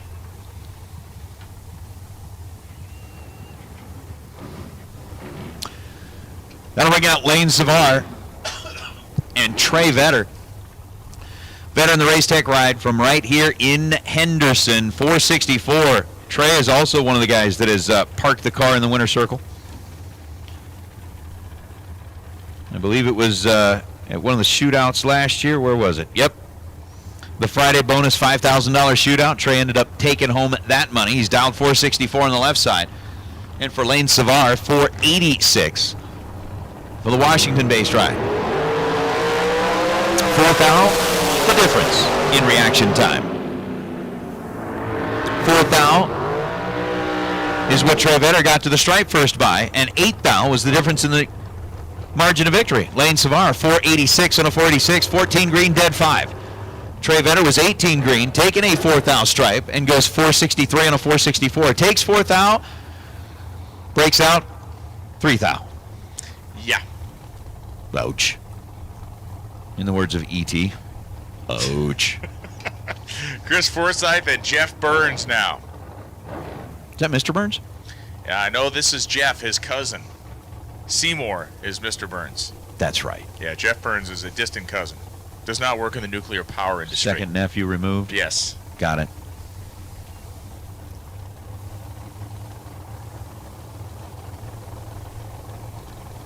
Does have a right-hand man named Smithers, though. So they do have that in common. Leave the starting line. Forsyth's like, I need a right-hand man named Smithers. Maybe you can earn one, Chris. You go dead on 2, 15 light. Jeff Burns was 004, better on the starting line, but ran 2 over and got there second. Forsyth, a 12 thou margin of victory, and that's exactly how much finish line stripe he took as well. Logan Ward, Gary Williams. Williams here on the right side, 490 is the dial. Logan War got a 200 quicker dial on his side of the racetrack with a 488. War coming out of Erda, Utah, was another one of the guys that was able to sneak out of the tower in Tucson with a big old envelope full of cash as part of that $50,000 shootout that was held. Not a bad little day when you are collecting at the end of it. Final call, Gear Wrench Pro Cars. We now need Super Pro Door Cars blue stickers. Super Pro Door Cars blue stickers to the lanes. Super Pro Door Cars blue stickers to the lanes, please, as Gary Williams goes 003 red and Logan War goes 484.8 at 143.34 miles an hour. So Logan War moving on down the line, and Gary Williams 003 red. This entry is out. Greg Hicks and Dennis Lithgow now.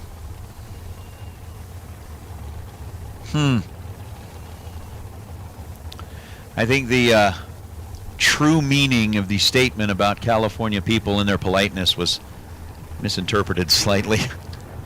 I was joking around. What was this? It's high comedy. Exactly, I was it is. equating, because people always equate Canadian people, rightfully, with politeness. They are. And I was being jokey. Jokey. I was joshing y'all. Oh, that's a term I haven't heard in a long time. I'm just joshing you. Dennis Lithgow and Greg Hicks hits the realtor from Vegas with a 462, and Dennis Lithgow with a 479. And George, we'll give you one of those here in a minute. I know they're slipping everyone. Oh, here we go. Lithgow, 005. Greg Hicks, 002. Hicks goes 464 on the 462. Dennis makes it 8 total. 469 on the 469. Gets their 15th thou and gets the win. Mo Trujillo and Scott Ball. Trujillo from Happy Valley, Oregon.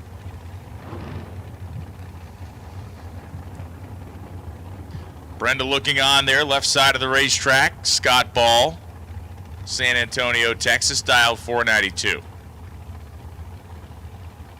So Trujillo got it parked there in the fully staged spot, as does Ball. And Scott Ball, 001, red light start. Mo Trujillo is heading on to the next round. Trujillo hit the tree for 14, then goes 4.503 at 154 miles an hour. Scott Ball runs dead on 8 after going 001 red. Bo Butner and Travis Theobald have decided that they are going to take their burnouts just about out to the 330-foot cone and then back them up this direction, as Bo has got the 455 dial on the Las Vegas side of the racetrack. Travis Theobald out of Washington, Utah, which I still don't know how long that is actually dragging a trailer, because, you know, from here to St. George with the pickup truck is an hour and a half-ish, depending on how fast you're going and if there are any cops in the way.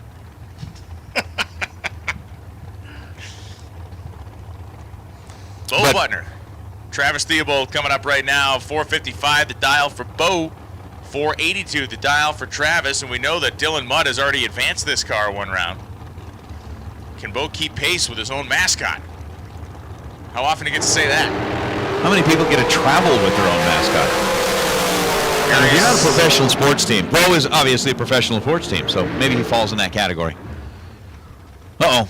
Travis Theobald, 24 green, 484 and a 482. Gets him there 37th thou to light up the scoreboard. Bo? No. 64 on the tree and 457 on a 455. So Travis gets the job done as Michael Pennington and Hannah Cook will be the two on the line. Hannah, 452 is the dial. Pennington dialed in at 470.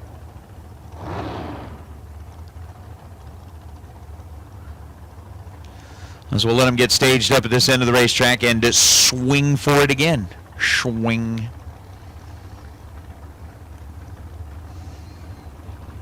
So we've got our Gear Wrench Pro cars back in the staging lanes. We've got our Super Pro door cars, round number 3, blue sticker.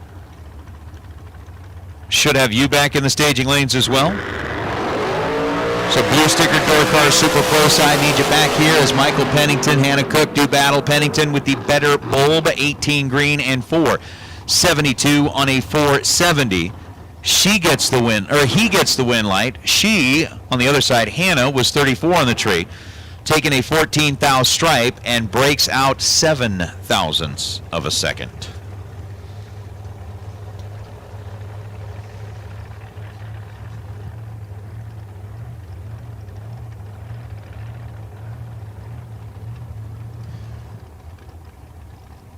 So Kanan Barrio coming up right now. Barrio now pre-staged.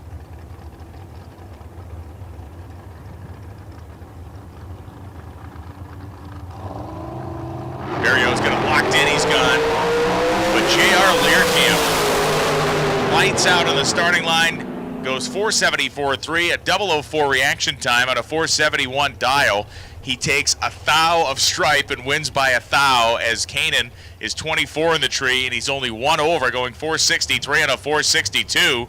But J.R. Learcamp made it all up with that killer 004 light. Dustin Henches now and Brandon Taylor. Taylor on the left side. Henches out of Olympia, Washington, the Left Coast Racing Limited Liability Corporation. Oh, I like it. Yeah. I mean, you gotta do things right. I mean, if you're gonna go racing, man, go all out. You got to build an LLC around it. Put an LLC out there, and it would be difficult to beat. 6th thou between them at this end of the racetrack. Finish line is going to be Brandon Taylor. 2th thou at this end of the racetrack. 3th thou stripe at that end of the racetrack, and 11th thou above gets him the win light. Dustin Hinch's was 008, dead on 8. And by that smallest of little hole shots, Brandon Taylor's able to hold on.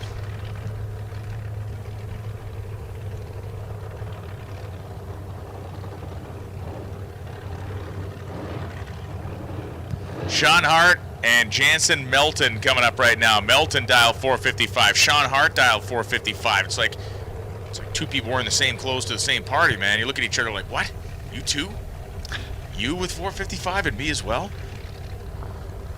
Find out what happens here as Hart and Melton. As we're starting to roll door cars ahead, we're at the end of the dragster run here. Just a couple of pairs left to run in round number 2.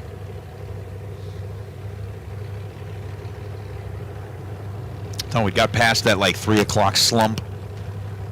Push right through it, man. I'm working. Push right through it. Trying.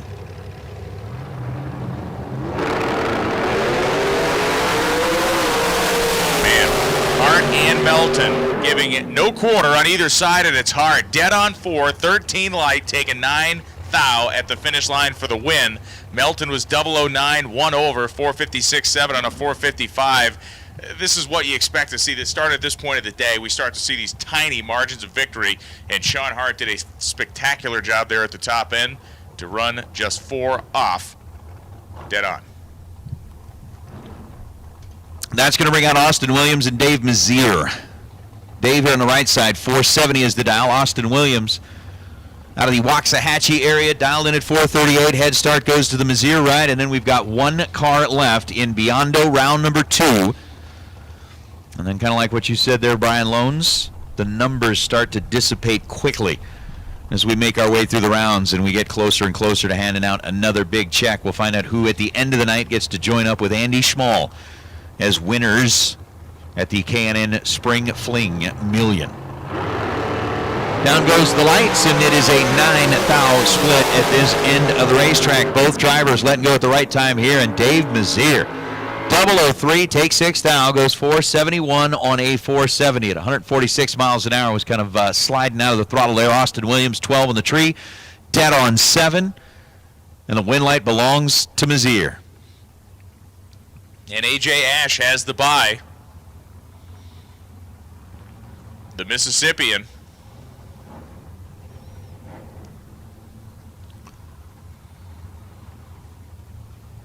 Will take the Blue Nova down the racetrack. There is a 3 in the missing hole up there, 530. It's like a game of The Price is Right. Like, guess the second digit of the dial-in. Is it a 3? Is it a 6? Still, gotta go back on YouTube every once in a while and look up the little mountain climber game. Oh, listen, that's the best. Plinko's the best game. 540 to 126.15 for A.J. Ash. Moving on to the next round, we now transition into Hoosier Racing Round 3, where the best losing package will be awarded a set of Hoosier Slicks. But to go back to the important topic here, Plinko, best game on Price is Right.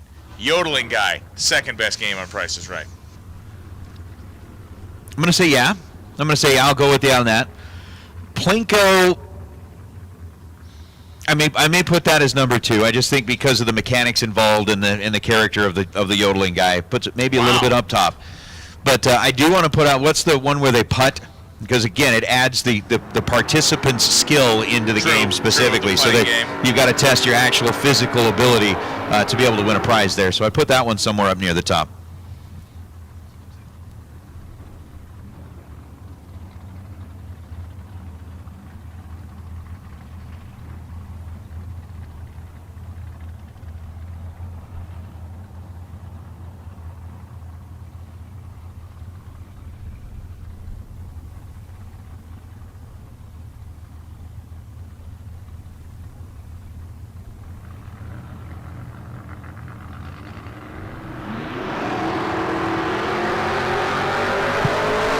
Robin Harris gets the win line as Darren Taylor swings wide with our Gear Wrench Pro cars now on the racetrack. Robin was dialed in at 660, goes 660. Down for the win, Darren Taylor fouled it away 55 thou, goes 621-0 on a 621, and while Darren will not get the opportunity to advance in today's contest, he will be entered into that drawing for the FST carburetor. So congratulations there, Darren. Somewhat. As unfortunately, the day comes to a close, but the dead on zero will certainly help out. So here's the deal, kids. After our blue door cars run, we're going to do some track prep. So orange sticker door cars, you don't have to leave your pit area yet.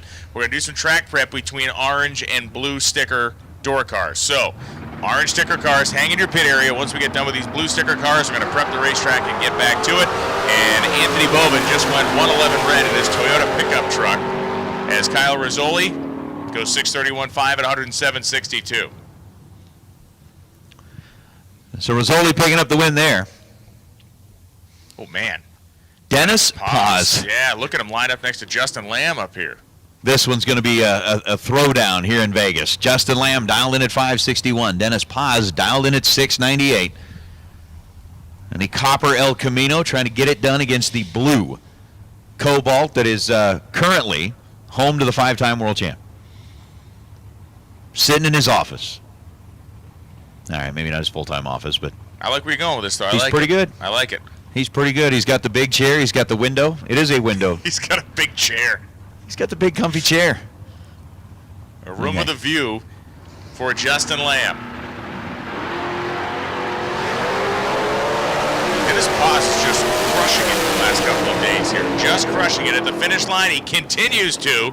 7:003 as Lamb breaks out. Paz wins. 7:003 and a 698 with an 0:24 reaction time. Justin Lamb took 18 thou of stripe, and he broke out by 6 thousandths. Difficult choices. You have to make them in life, and Justin had to make one there that did not pan out for him. In his office. Yep, in the office. Michael Clement and Nikki Thomas. Nikki in the pickup truck, 634. Michael Clement in the Camaro out of Meridian, Idaho, dialed in at 706.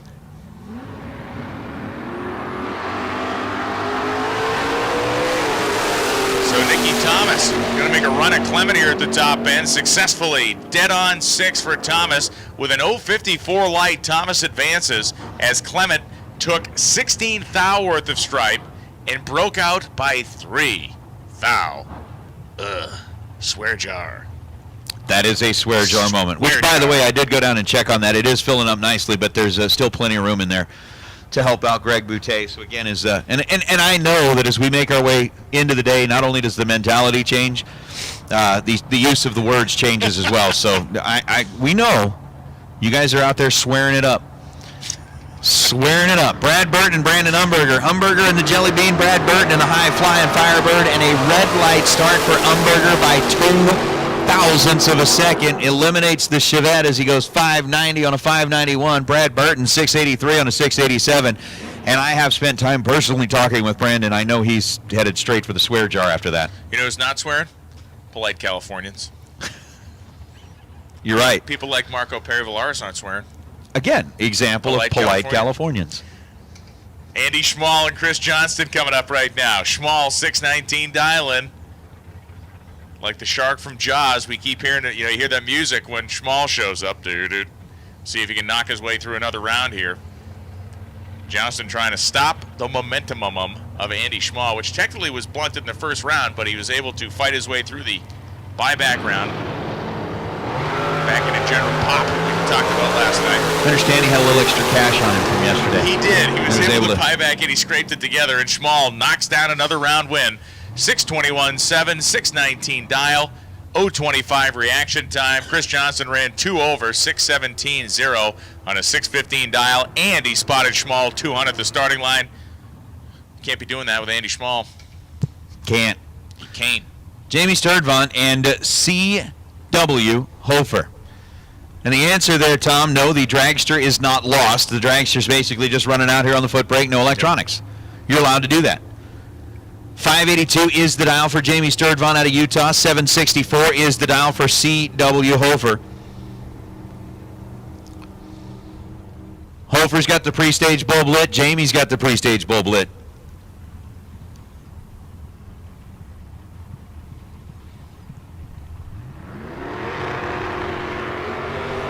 The light's green for Hofer, the light's red for Jamie Sturdivant. By 13 thousandths of a second, Jamie Sturdivant leaves the starting line a little bit too quick and goes 581 on the 582. CW was holding 200, 762 on a 764 after his 039 green, and that is going to bring up John Fistenberg.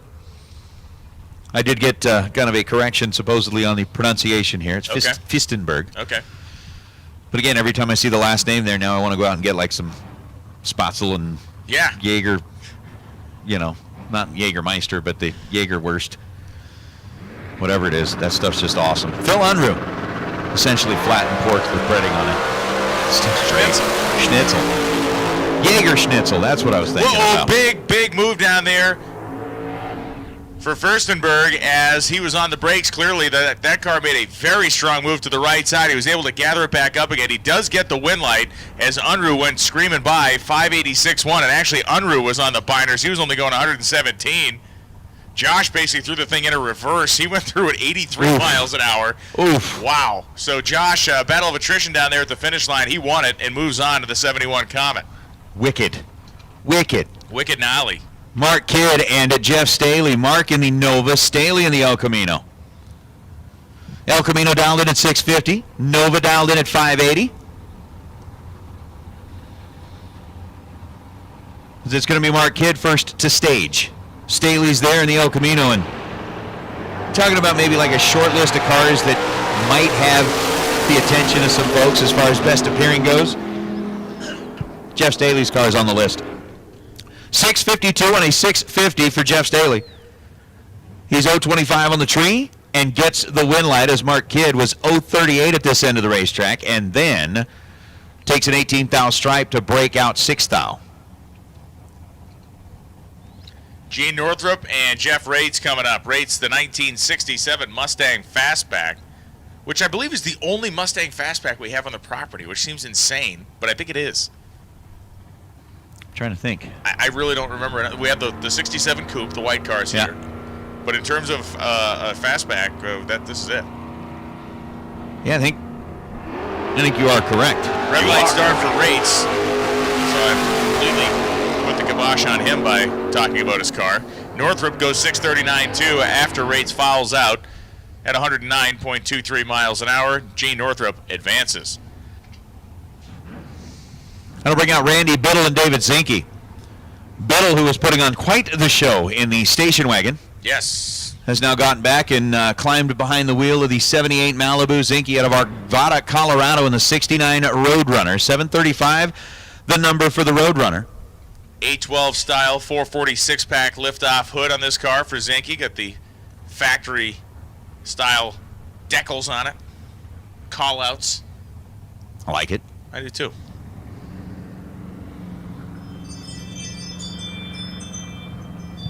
Nope, not wind chimes. That's your ring. That's your ringer. That is ring. Away goes the Roadrunner, and here comes the Malibu.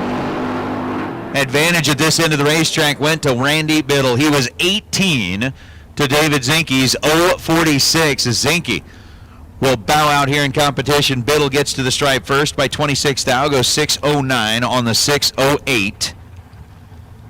John, Nick, technically, Nasty Nick's car is, well, actually, no, I don't think it's a fastback. I think it's a hatchback. There's a difference between a fastback and a hatchback. Wait a second. Is somebody trying to argue a 77 Mustang is a Mustang Fastback? Is that an You know what? argument Actually, someone's trying that to may make? be the. I was thinking about Nick's other car. I'm like, no, that's a hatchback. No, you're right on both accounts. What is that? The T1000 or whatever it is? The T1000 is the is a hatchback. the upscale Pontiac version of the Chevette that he competes Did you say in. upscale? Oh yeah, man. If you're a Pontiac, it had the advanced Naugahyde interior in it. Retained its shine a little bit longer. It did.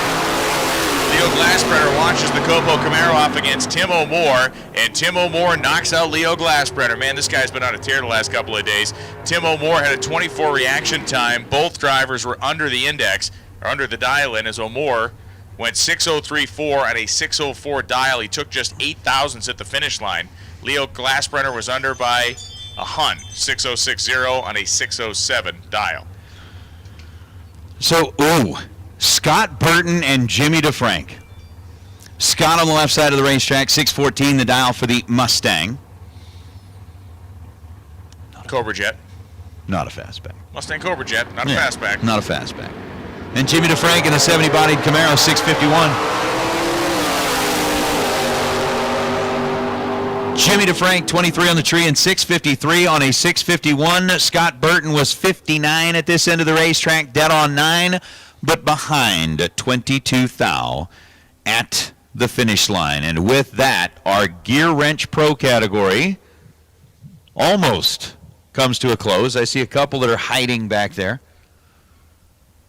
Now they're coming. I've called them out. You did. You called them out. Now they're moving. They're like, oh man, Nate saw us. We gotta.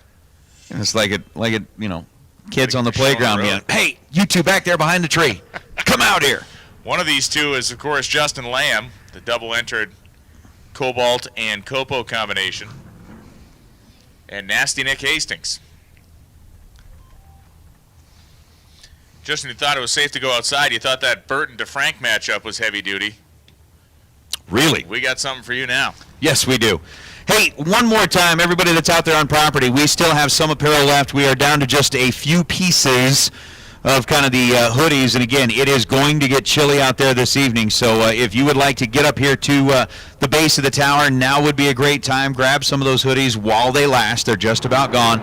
We've still got some T-shirts, some hats, some masks, but the hoodies are down to just a few left. If you're going to grab one, get it now.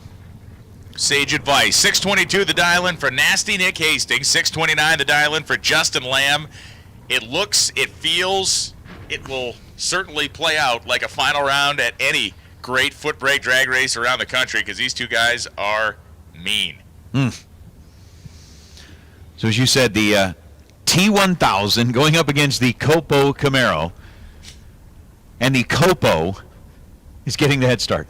Well, the crazy thing is, it's tough to bet against the guy in the T1000, right? Under normal circumstances, you'd be like, yeah, okay, we'll just go with Lamb here. But Nasty Nick Hastings didn't just get that nickname by being tapped on the shoulder with a sword. He earned every inch of it.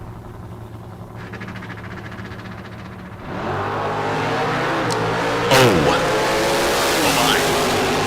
400 the difference in reaction time, and Nasty Nick goes 009 on the tree, 3 above, getting there first 27 thousandths of a second.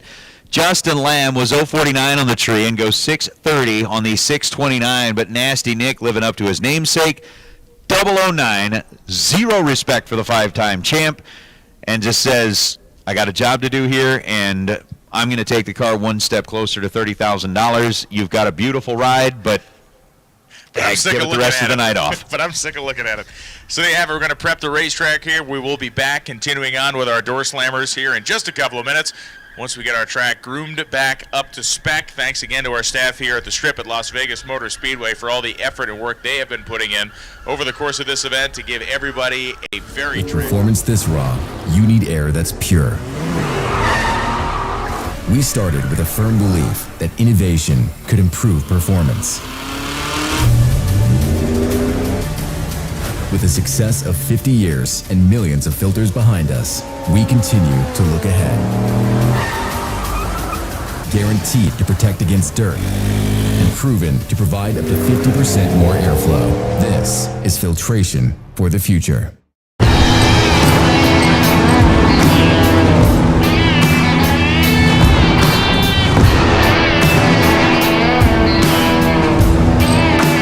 Trusted by all since 1960.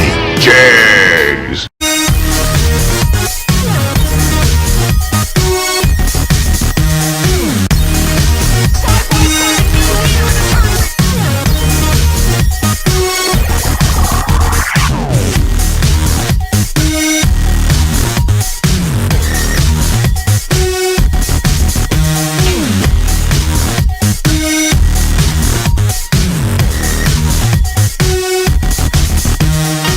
The leader in performance electronics. Racers know and depend on their state-of-the-art systems every day. Perform Air Pro and Perform Air Eclipse are the racing industry's standard high-tech, easy-to-use weather systems. Powerlight lithium batteries, the super powerful lightweight energy source for your machine. And the DataQuest PowerQuest, the most innovative data recorders and touchscreen switch panels you can find. Check out ultronicsinc.com for these products and more. Ultronics, the choice of champions.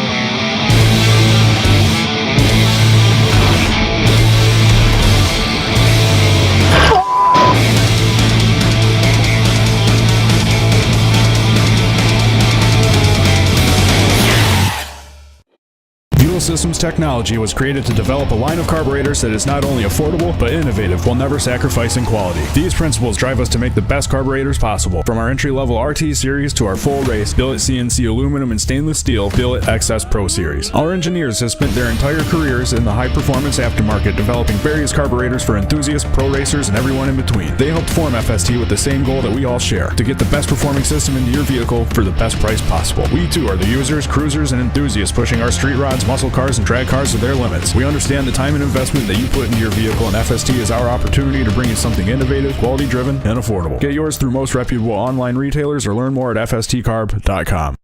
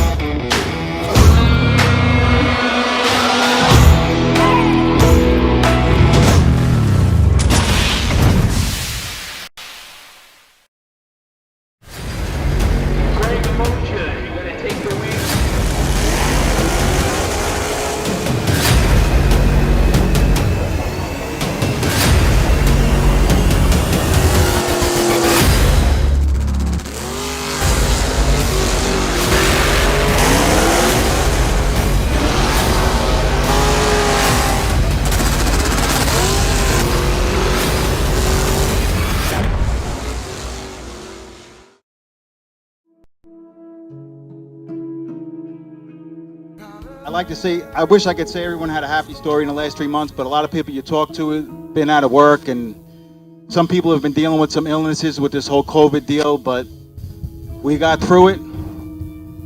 We're here, and we should really feel blessed. I know Kyle, Emily, and myself have been looking forward to this day for a long, long time, and we opened up the gates. You guys showed up big, as usual. We really do appreciate it. We hope you're excited about racing. Everyone I've been talking to is excited, and we're about to go after it.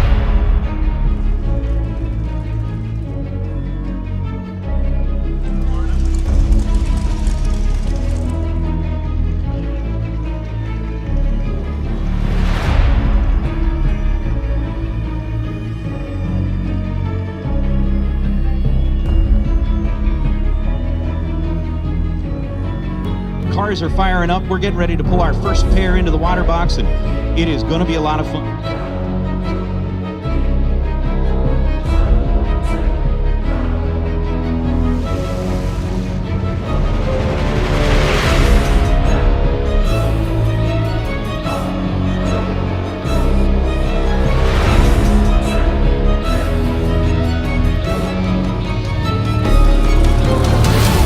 And now it's time to do a little racing for real.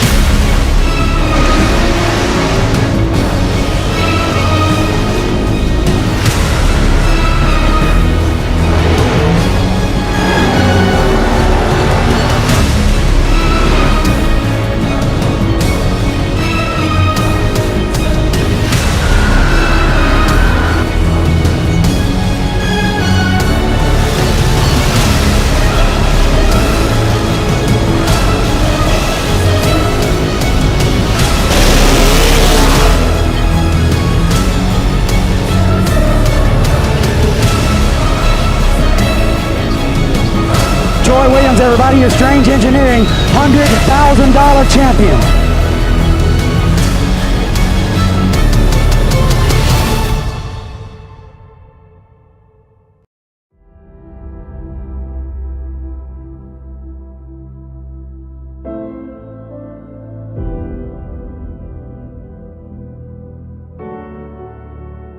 Peter and Kyle. For 10 years, the two of you have amazed the racing community. From that very first fling in Bristol, a decade ago, to this richest payday in bracket racing history today, these events have become the gold standard in our sport, and we all owe you both a huge debt of gratitude. It has the makings of an instant drag racing classic. Race it, experience it, bring some of the best of the business together, offer a huge purse, and let them rip. You probably had no idea just exactly what you had on those 10 sheets of paper. We hope you still have them because they probably belong in a Hall of Fame somewhere. The first event didn't go exactly as you had planned. Both of you worked your guts out, lost money, and wondered if you would ever attempt this again. You stuck with it though. Spent a few more years in Bristol, building up the brand. Then, you ventured west, added the strip at Las Vegas Motor Speedway for the left coasters, and after a few years, you doubled down and you two upped the ante.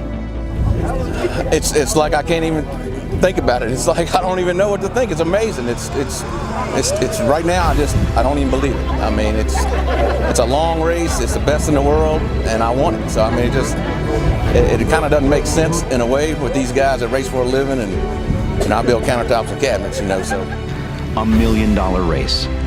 For the last 4 years, that event has made headlines in the bracket racing community and made household names of guys like Jeff Verdi, Luke Bogacki, Randall Reed, and Peeps Pennington. Not to be outdone on the East Coast, you took your brand to a new place, the state-of-the-art Galat Motorsports Park. There, you sold out the pre-entries in record time and showcased a world-class facility. Let's don't forget about the event that was the birthplace for the Spring Fling experience, Bristol. Which brings us back to this moment in time, a special moment, the Fall Fling 500K, a race that will no doubt live up to the 10th anniversary of an event dreamt up by two best friends. Over the last decade, there have been hundreds of thousands of dollars awarded, thousands of passes down the track, more products given away than one can count, and most importantly, countless memories made from these events. You two always say thank you to the racers, the staff, and the sponsors who've helped to make the Flings, the events, and brand they've become. Now it's our turn to say thank you. On behalf of every member of every staff, at every track, for every sponsor, and for every racer who's ever walked through your gates, thank you for daring to dream big, for sticking with it through those first few years, for believing in the brand. And above all, thank you for your commitment to bringing the best bracket races in the world to all of us. You have left an incredible mark on the sport. For anyone who dares to follow in your footsteps, you've set the bar high. Here's to 10 more years of the Fling. We can't wait to see where you take it from here.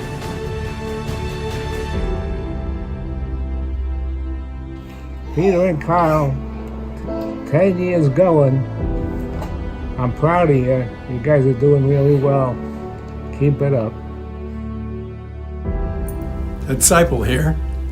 Just taking this opportunity to wish Kyle and Peter congratulations on their 10th anniversary of their Spring Fling product. And thanks going, guys.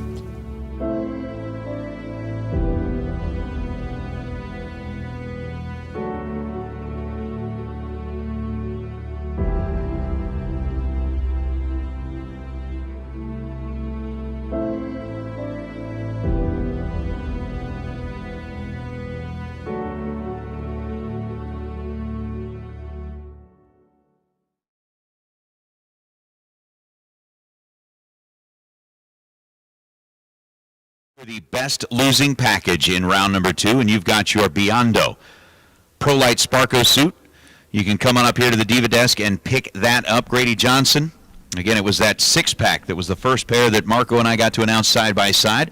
So Grady Johnson, you've got yourself a Sparko Complete fire suit thanks to Biondo Racing Products. You can come up here to the Diva desk. They'll get you situated and set up with that. And we did have somebody leave a black binder back here at the Diva desk. So if you left your black binder at the Diva desk, come on up here. They've got it and is waiting for you.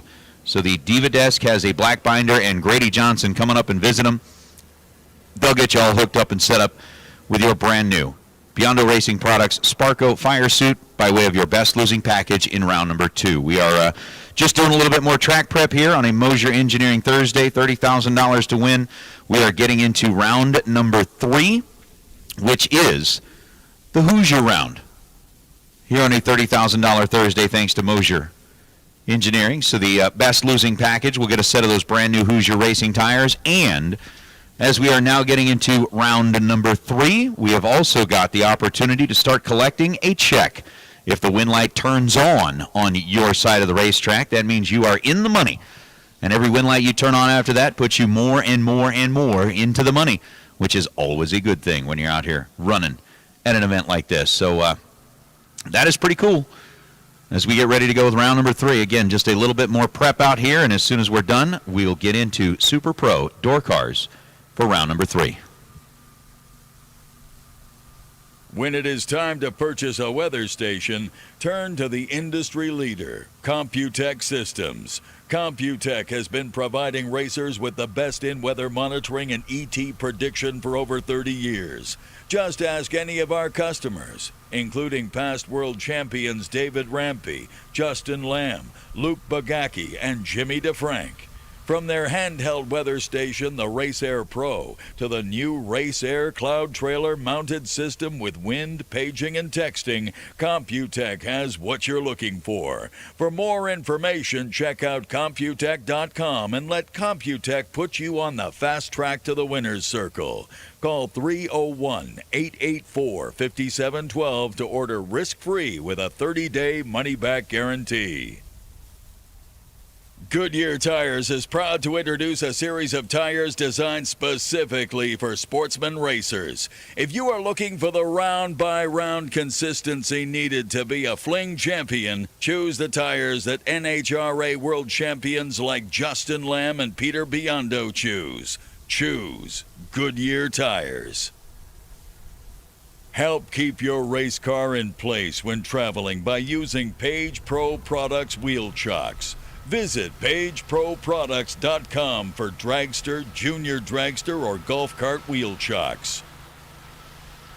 At Todd's Extreme Paint, we pride ourselves in supplying a quality product for racers, by racers. As racers ourselves, we pride ourselves in giving our customers an outstanding one-of-a-kind paint job at an affordable price in a timely manner.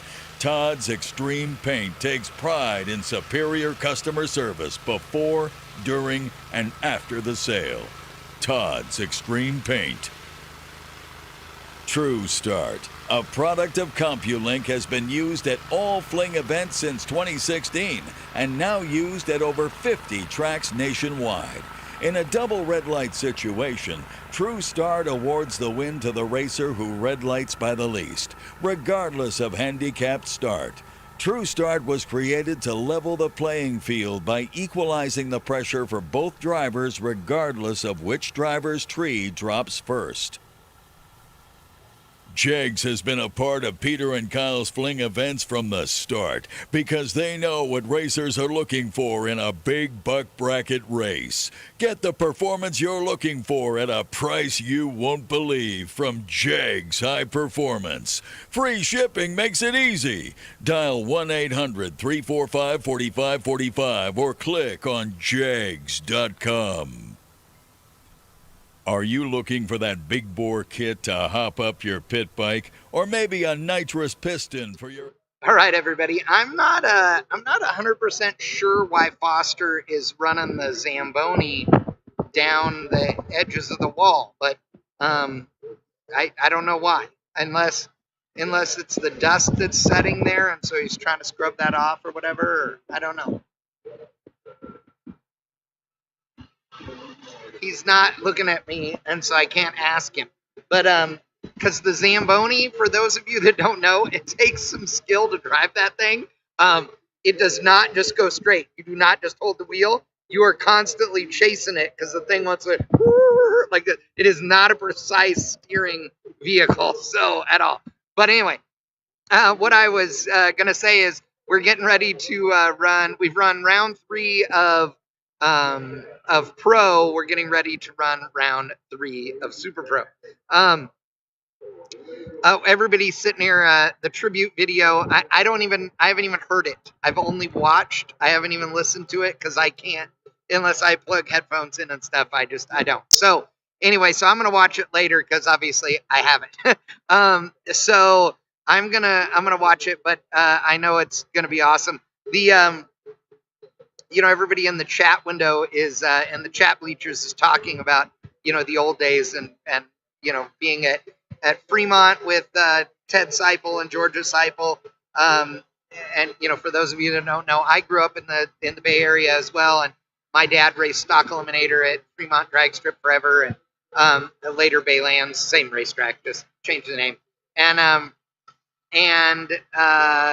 so I grew up.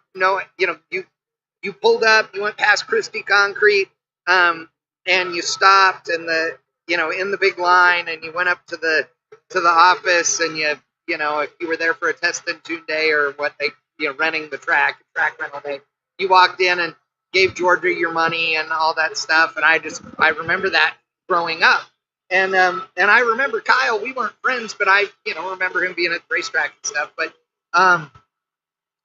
But what's funny is later on in life, when I had a big corporate job, I was living in Texas, but I got assigned to Petaluma, California to build an organization there and start up a new office. And so I went to Petaluma, and of course Petaluma is near Sears Point. And so I ended up taking my rental car because I was there literally for months. And so I had a rental car, and I would go on Wednesday nights and race the rental car, and I won a bunch of times. Won or runnered up a lot.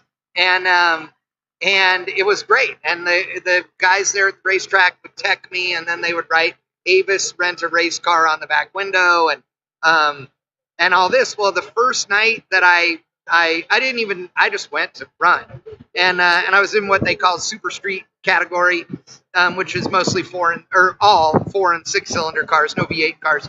And so the first night I get done and I go rolling out the gate, and the dude at the gate's like, "Man, how about that trophy?" And I'm like, "What?" And he goes, "Where's your trophy?" And I said, "Trophy?" And they're like, "Yeah, you get a trophy and stuff." I'm like, "Really? I didn't know. I was just there having a good time." So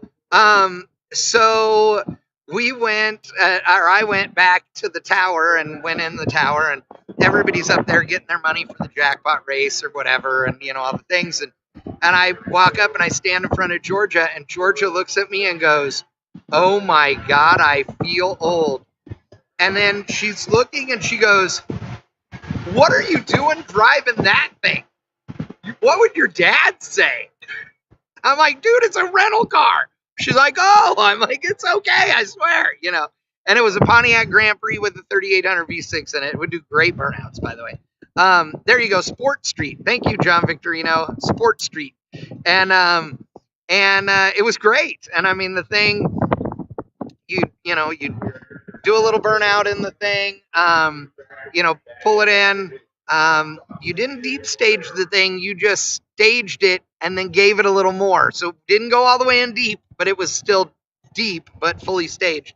And dude, I could, basically you left when the second to the last yellow was going out, is when you left. And that thing, I had 30 lights all day long in that thing. And I was slower than everybody or most people. So I was down there with all the mirrors in the rental car, and man, I had all the ABS brakes, dude. I would kill it. It was rad. It was super fun. So I like racing slower cars than everybody else. I typically am the guy getting chased, not the guy chasing. So it's kind of fun. But yeah, so it's very cool. So to all of you guys that are watching and know the story of the Seipel family, and of course, come on, Peter's family history beyond those is unbelievable as well. Just on the East Coast side of things, right? I mean, just two great drag racing families, and so there's just nothing cooler than Peter and Kyle together. They are truly an epic pair. Let me tell you, it is something special to watch and to be a part of, even the slightest little bit. So very, very cool. And everybody that's like, I've been getting a bunch of messages asking about Kyle. Dude, he is fighting the fight, and as everybody knows, but God, he looks great this week. It was so good to see him, and his spirits are definitely high, and it's great. So you guys have to just keep praying for him and for the family, and he's so thankful for all the support. It's amazing. So, all right, let's get into round number 3 of Super Pro, ladies and gentlemen. That is Hoosier Tires, round number 3 here on Mosier Thursday live. Thanks to Jegs and Hoosier, we appreciate it very much, as well as Holly and all of you people watching. Thank you so much. It's time to go drag racing. That comes out on top tomorrow. Well, we got a long way to go and a short time to get there. Jerry Reed fan. George Lewis's car made an immediate right-hand turn. It's going to scrub off some elapsed time. Jeff Verdi was his normal strong self, and he advances on to the next round. 11 reaction time for Verdi. Runs 4 over, going 6:01 at a 5:97 dial. George Lewis was 25 on the tree, but again, the early run kind of histrionics messed him up there as he also was 4 over. The 11 reaction time helping Jeff Verdi to a victory. He was trying to do what they say can't be done, and that is beat Jeff Verdi, and couldn't do it. It was now Ted Seipel and Gary Smiley. Smiley, the pickup truck out of Imogene, Iowa. 496 the dial in for the pickup truck, and for Seipel in the Ferrari 661. The number up on the board, Seipel is going to get the opportunity to leave first as we drop the tree. Seipel passes the tree on the green side. Gary's right there, and how about a 1-foul split between the two? Both drivers were 0-0. Seipel ends up 3 above the dial, 664, and bows out here in round number 3 as Gary Smiley starts to hear that nice little familiar sound of cha-ching. 497 on a 496. He was 007 on the tree. Nicely driven by Smiley as Kevin McClelland and Victor Spitall come up right now, or Spitali come up right now. Spitali from Tucson, or Tucson, as some would say. 574 the dial in for Spitali as McClelland goes 658 on the dial in the wagon. Look at the little Brogy-style 27 Roadster. A 001 light goes 4 over and wins as Kevin McClelland was 26 on the tree and then broke out, getting to the finish line first, taking 200ths worth of stripe and being 2,000ths under his dial-in. Daniel Fiello, Sean Schaefer. Schaefer, who has parked the car in the winner's circle here before. It was a dragster that he was driving at that point in time. 504 is the dial for Sean. For Dan Fiello, 629. And dragsters, let's hear door cars, orange sticker, door cars, orange sticker. We will now take you to the staging lanes for round 3. Door cars, orange sticker, come on down for the Hoosier. Round number 3 as Fiello's dialed with that blue Camaro out of Ukaipa, 629. Fiello part of that K&N family. And again, speaking of that K&N family, we're helping out Greg Boutte here this weekend by way of the Swear Jar. Racer, should you say a few choice words down at the finish line, as I'm sure Dan Fiello is? He grabbed the binders. You can see the nose drop. He goes 627 on a 629, taking a 15-thou stripe and breaks out. Sean Schaefer was 11 on the tree, gets there second, also breaks out. Schaefer breaks out 5-thou. Fiello breaks out 15-thou, and it is going to be Schaefer who will be back in his Roadster. John Corbin and Rodney Snyder coming up next. Snyder, the 1968 Camaro in blue with the white racing stripes. 511 to dial in, entered in the million, as is John Corbin from Waynesboro, Virginia, in the 1968 full-bodied Camaro with the roof on it, as they'd probably say in Virginia. It's got a roof. Got a roof? Got a roof on it. It's got a roof. 560 to dial in. Snyder ain't got no roof. He's topless. Looks like an head of herself. Just saying. It's a family show. It's the way to be. Corbin goes to the finish line stripe only to see Snyder run dead on 3 with a 20 light. Corbin got to the finish line first, 8,000ths under his dial-in, took 200 worth of stripe, and just got aggressive with the right pedal. That's all you can say about it. Just, Swear jar. Smidge too much. Smidge too much. Jason O'Terry. The Firebird on the left side. 705 is the dial. And for Damon Bustamante out of San Dimas, California, where strange things are afoot, he's got a 631 dial. I've always wanted to go visit that Circle K. I can't remember which one it is, but it's somewhere down there in the California area. So the 705 for Jason O'Terry as we wait for the cars to get staged up. Again, entering round number 3, which is the Hoosier Tire round for the Super Pro door cars. Again, as we had talked about here, you turn on the scoreboard, you start to see a paycheck. Damon letting go at the right time. Jason O'Terry was not bad, but it's going to be Damon Bustamante. 005 dead, 1-6 total. Taking a 25,000 stripe. Jason O'Terry was 14 on the tree. Again, not bad, but it wasn't the 005 that Damon Bustamante laid down as Bustamante moves to round number 4. Vega action with Dave Pratch coming on the right side from Woodburn, Oregon, the 1972 Vega, and Dave Jackson. Jackson, I guess we'll call it fall-themed Corvette, orange with the black scoop. Very popular color palette in the month of October. Very popular. The car is in high demand at that point of the year. We got a traffic cone, we got a jack-o'-lantern. Looking right. As Dave Pratch and Dave Jackson both leave green, but Jackson may have given Pratch too much. No, Jackson, 501, he's dead on 3, dead on 3. 137 miles an hour, took 5 10,000ths of stripe and won the drag race. He was 32 in the tree. Pratch was 1 over, running 573 and a 572 dial with a 25 light, so he was a little bit better on the starting line, but Jackson, airtight at the finish line, 5 10,000, that's the tightest margin of the day. That is nuts, as Mikey Bloomfield Jr. and Andrew Olson are going to be our next 2. Second tightest of the day. We had a 3/10 thou. We did, okay. We had a 3/10 thou. Andrew Olson and Mike Bloomfield Jr. in the pickup truck. 640 is the dial, and for Andrew Olson in the Camaro, he's dialed in at 594. Away we go on the green light. Bloomfield getting the better of the 2 bulbs. 640 on a 640. 15 down at this end of the racetrack, taking 18 at that end to be 18 total. Andrew Olson 40 on the tree and goes 593 on a 594. Under 4 thou, chasing him through. Super Pro orange stickers to the lanes for round 3. Super Pro orange stickers to the lanes for round number 3, please. As Roger Cotto and Dan Bain.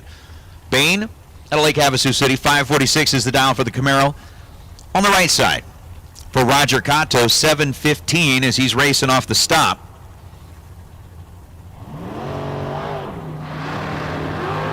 He'll stay on the stop till right about there when he'll start to pick up speed again and race his way to the finish line. Roger Cotto, 717 on a 715. 009, take 5 thou to be 2 above for the win light. Dan Bain was 16 on the tree and 547 on a 546. Bowing out at this end.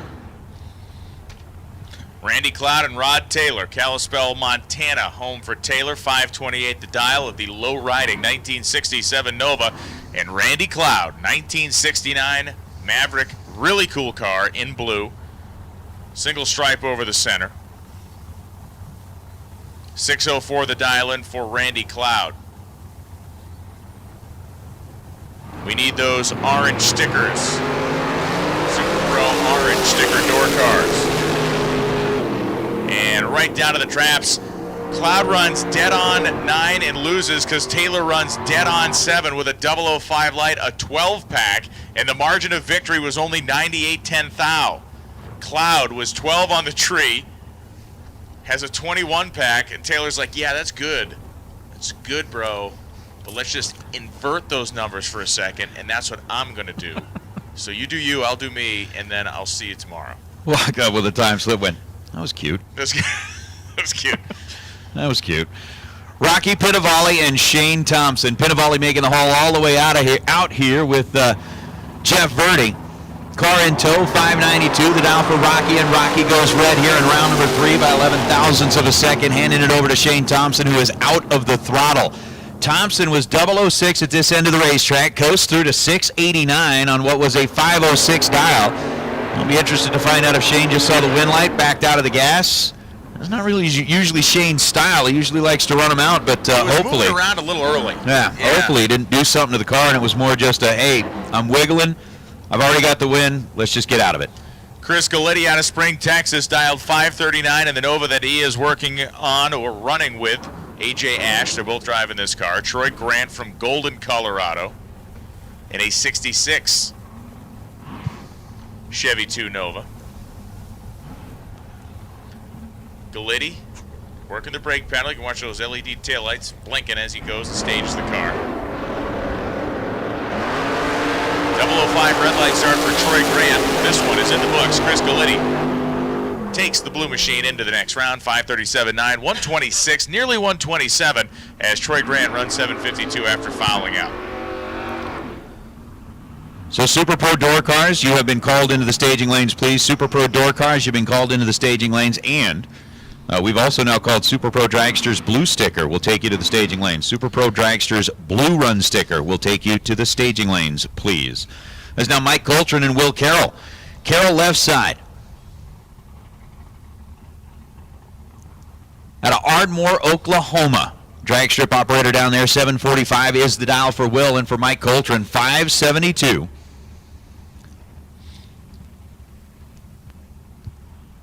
For the 67 Chevelle out of Boise, Idaho. Chevelle getting it pre-staged, getting it set and ready. Will Carroll. Still got the black top on the Nova. Beautiful looking car. Away we go. Will Carroll grabbing himself 14 thousandths of a second at this end of the racetrack. He jumps on the binders, and it's not going to get it done. He gives the stripe back as Mike Coltrane slides by. 572 on a 572 for Coltrane.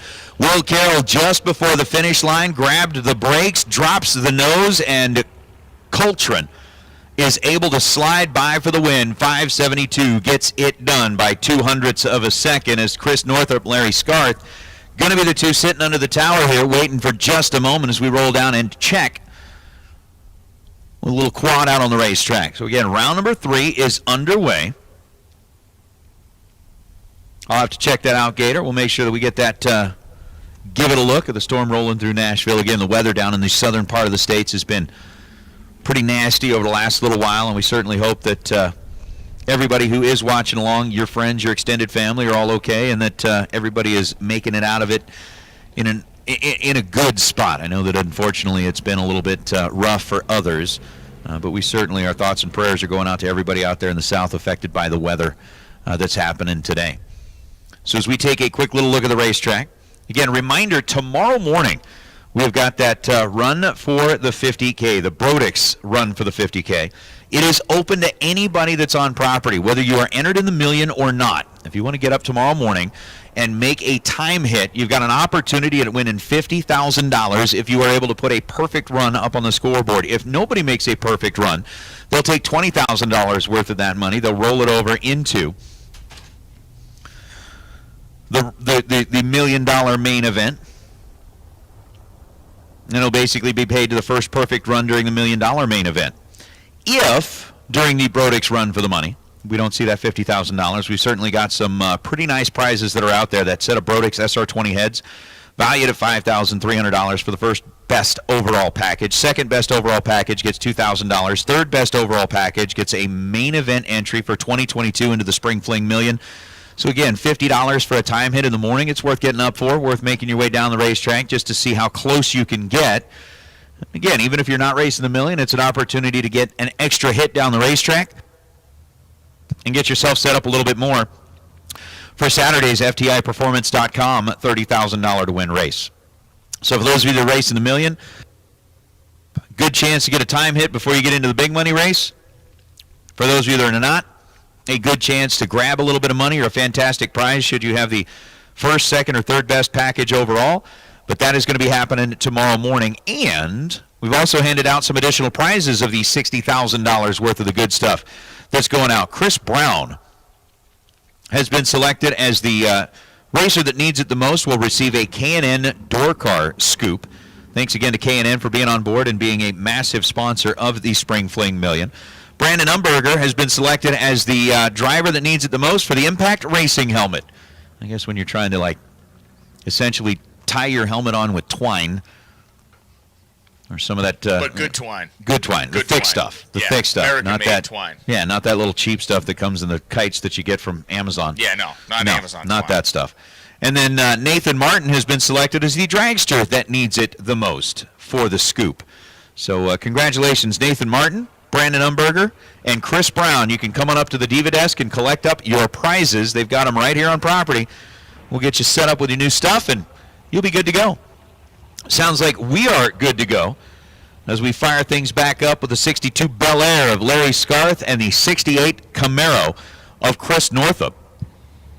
And we need those Super Pro Dragster blue sticker machines to the staging lanes, please. Super Pro Dragsters with blue stickers.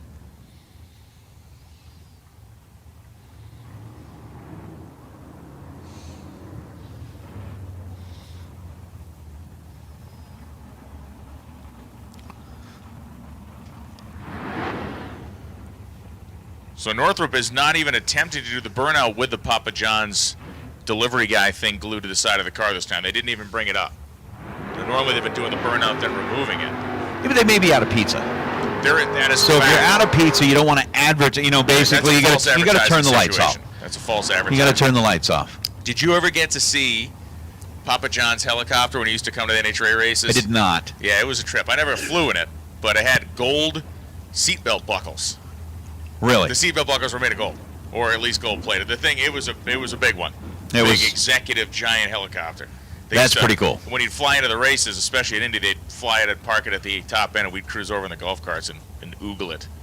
Yeah, I did actually get to see him there in Chicago. Okay. We were at Route 66, and he did what he always did, actually, like, delivered a pizza to the tower. So it's one thing to say that, hey, I've had Papa John's delivery versus I've had Papa John deliver the pizza. So that part was actually kind of cool. I think you were there that day. I was. You were hanging out with us that day. Yeah, when he came in holding the pizza. It wasn't quite the stuffed crust stuff, but it was still good. Larry Scarth, 621 is the dial to Northrop, 663, and 663-0 for Chris Northrop will not survive the round. He was 26 on the tree. Larry Scarth was 7 thou better than that with an 0:19 reaction time. Scarth is dead on 7, taking a 3-10 thou margin of victory. Second one we've seen here today to be 0-0-0-3 and 0-0-0 so close. But it was Chris Northup, who is dead on 0, will get his name into the drawing, will not get his name on the list for the invitations for round number 4. So Dave Kinney, Dick Vandermeer coming up right now. Vandermeer, 491 dial. Dave Kinney driving the Nasty Nick Hastings T1000.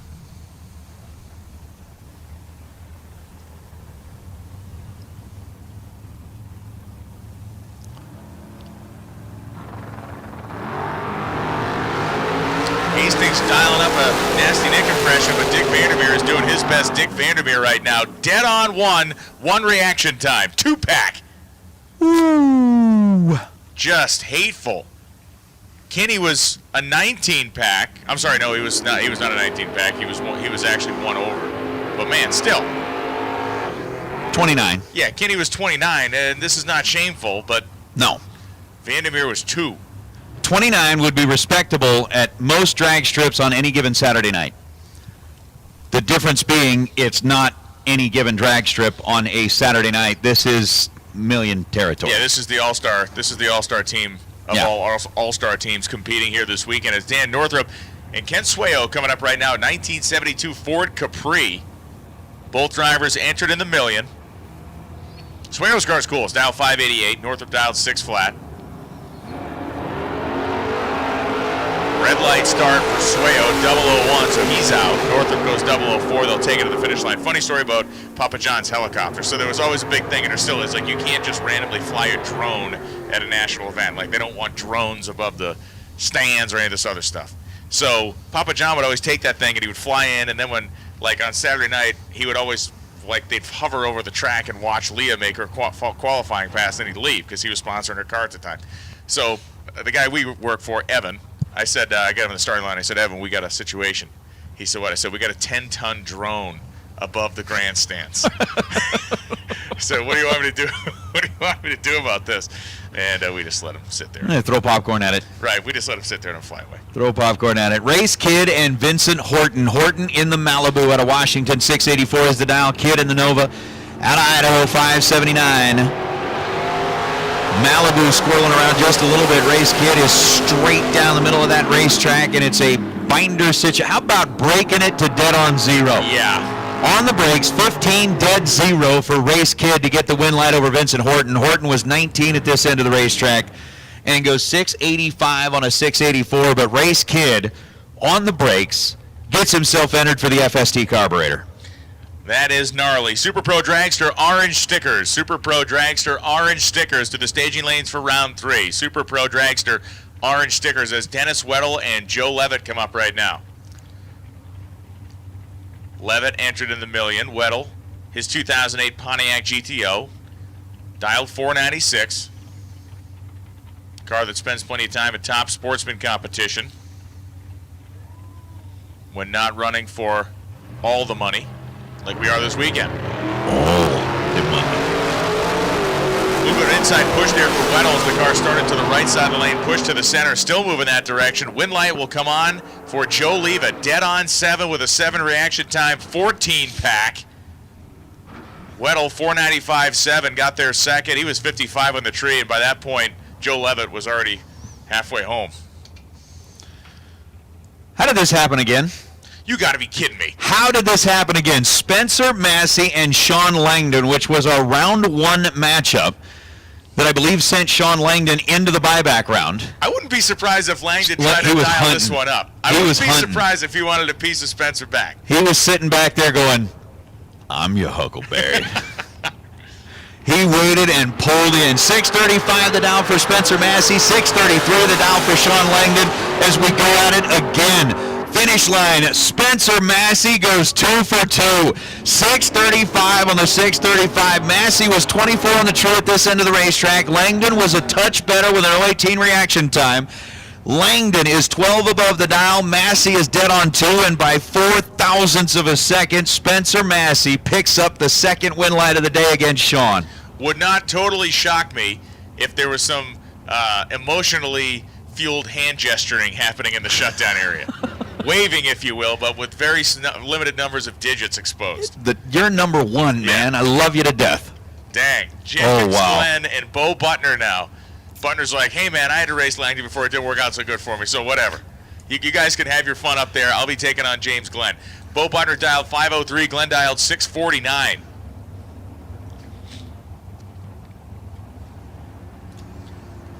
Butner, the Corvette Roadster, is in. Beautiful light on the mountains at the top end of the racetrack. Aren't those like the Goat Mountains? There's some weird name of that. The Sheep Range. The Sheep Range.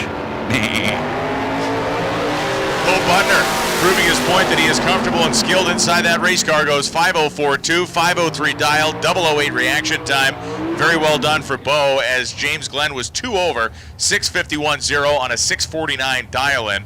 He was 23 on the tree. Nothing wrong with any of it. As we've said 100 times, it is serviceable, it is okay, it is just not good enough to win here this weekend. Now Patrick Conlon and Kevin McClellan. Wait a minute. Isn't that Kevin walking behind the car? I think it's Daniel.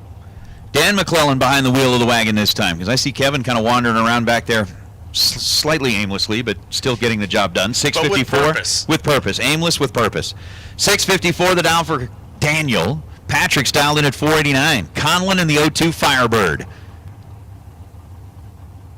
McClellan's in. Got the pre-stage bulb lit.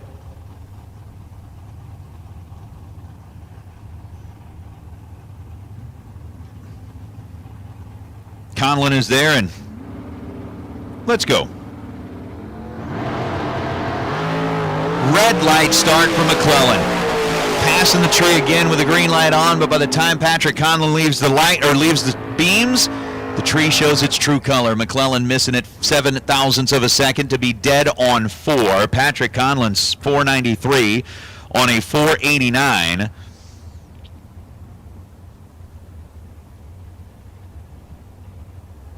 And that will get it done for Conlon. J.R. Learcamp now and Mike Bloomfield Jr.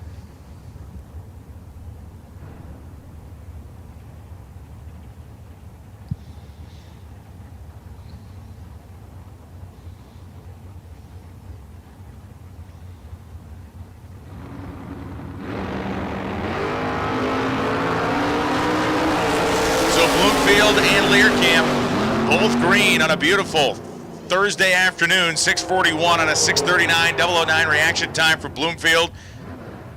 Took himself 2400ths of finish line stripe to win the drag race. Learcamp 5:46.8 at 124 miles an hour, was 3 over with an 18 light. Not cutting the mustard. Dave Barcelone and C.W. Hofer coming up. And again, big props to Dave Barcelone. A little while ago, they held a special raffle for a Spring Fling million entry. Dave Barcelone with Trucktown up there was the one that kind of sponsored that whole deal and was able to get another racer into the $1 million event. C.W. Hofer here on the left side. In the Nova out of Calamasa, dialed in at 692. Barcelone dialed at 635. Away we go. Barcelone favored on the starting line and favored at the stripe. Dead on 0 with an 18 light for Barcelone at 106 miles an hour. Hofer was dead on 7 with a 27 light. And again, this is really where it starts getting fun around here. It's just because these racers are so good. They're locking in. They're locking down. Barcelone dead on 0, 18 light. Very well done for Dave. And just to mention, too, about a guy who's just been a great supporter and really a patron of drag racing, Pacific Northwest and other places. Remember a few years ago he had some health issues, and he wanted to make sure those cars that he owned were out there in the racetrack. He had drivers out there running cars when he couldn't be in them, and it's spectacular to see him in a race car winning rounds here this weekend. Yeah, absolutely. Dragsters, again, orange sticker needs you into the staging lanes. Dragsters, orange sticker, so both blue and orange sticker Dragsters have been called as A.J. Ash and Dustin Henches head-to-head here. A.J. in the blue Nova out of Long Beach, Mississippi. 539 to Dustin Henches is 621. Both drivers running dead on the dial. AJ was 10 on the tree. Dustin was 4th thou better with a 006 as Dustin, 006 dead 5, beats AJ's 10 and dead on as well. Woof. Nasty. Cindy Wiggins and Jeremy Wilson coming up right now. Grand Junction, Colorado, 468 the dial-in for Wilson. Wiggins dialed 480.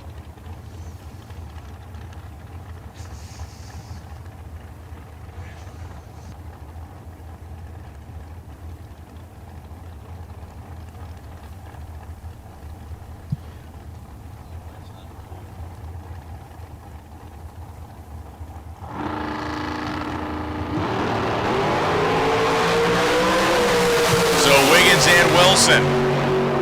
WW win for Wiggins. 481 on the 80 dial, 12 light, taking a bunch of stripe, half a tenth worth down there, as Jeremy Wilson was dead on 3 but had a 79 light.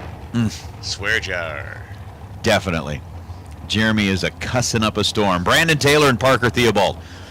Parker was one of the top 10 players in the world last year on the NHRA side with Super Comp 494. The dial for Parker. Brandon Taylor dialed in at 468 out of Roanoke, Alabama.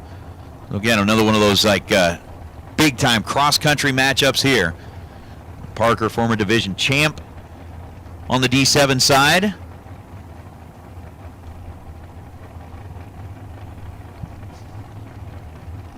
And we are sitting in pre-stage here for a minute, just thinking about it. We got 2 wide coming around the bend here on the return road. I like it. Parker and Brandon both crushing it on the starting line, but it is going to be Parker. Dead on 5, 008 light, 13 pack. Brandon Taylor is dead on 5, 15 light, 20 pack.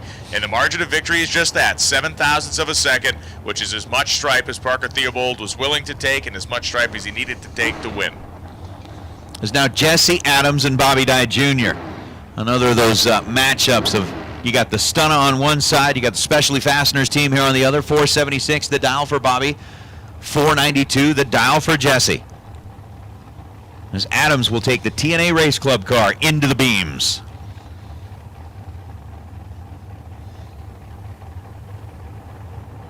They're both gone on green. Bobby Dye Jr. trying to race under the lights like he did last night, and he'll have an opportunity to advance to the next round. 477.3 at 132. Jesse Adams was a hun behind Dye leaving the starting line, and he was a hun ahead of him getting to the stripe, but that was too much. 491.2 on a 492 Dylan. Jesse Adams breaks out by 8th thou while taking 11th thou of stripe. Allison McCone and Hunter Patton. Like Allison has had, or rather I feel like Hunter has had a couple of female racer rivals today. He has survived their attack so far. I feel like you're right. I feel like Hunter is, again, kind of playing the game like he played it yesterday. It's kind of one of those just enough to get by type things. Hasn't really laid down anything super, and I guess maybe he's not super strong is not the right way to say it, but it's been just enough to get by, and it's keeping him rolling, which, again, that's kind of the name of the game, do just enough to get you by. But, again, as we do get into the later rounds, we'll see exactly how tight it gets, which you've already seen, like some 3 10-thou margins, some 5 10-thou margins, all of that kind of stuff popping up. Allison McCone was 40 on the tree, and again, kind of that whole thing, just enough to get by. Allison McCone was 40. Hunter Patton was 9th thou, better than that with an 0.31 reaction time as he's 15th thou above. Lets Allison get there first by 24,000. She breaks it out by 18th thou, and it's going to be Hunter Patton moving on. Tim Thomas and Chuck Lynn. Lynn from Port Orchard, Washington, 495 dial. Tim Thomas dialed 482. Again, like we talked about last night, starts to get dark. You start to see and react to the tree a little bit different. Obviously, air temperature dropping. Performance going to pick up a little bit as far as the cars go, so the breakouts become more prevalent. Orange stickered Dragsters. Orange stickered Dragsters. You should be in the staging lanes. Orange stickered Dragsters. You should be in the lanes. So with Thomas and Chuck Lynn on the starting line right now, they're staged, set, and gone. Lynn is in trouble. Tim Thomas is in control as Thomas with a 17th thou light goes 485 on a 42 and takes a 10th thou stripe for the win. Chuck Lynn had an 0.61 reaction time, ran dead on the dial, but was not going to be able to essentially revive and resurrect himself after what was basically just his head handed to him on a sticker on the starting line. Yeah. Shannon Justice and Sean Hart. Justice with a 489 dial in on the board. Sean Hart with a 456 dial in on the board.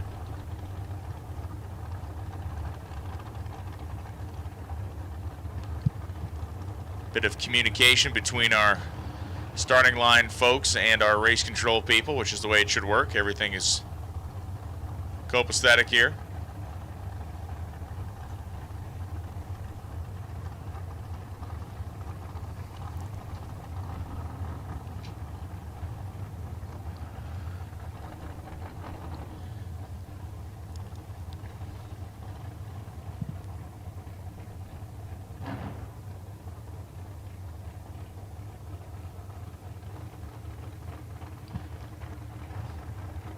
So after we double check it, make sure everything's A-OK, Sean Hart, 456.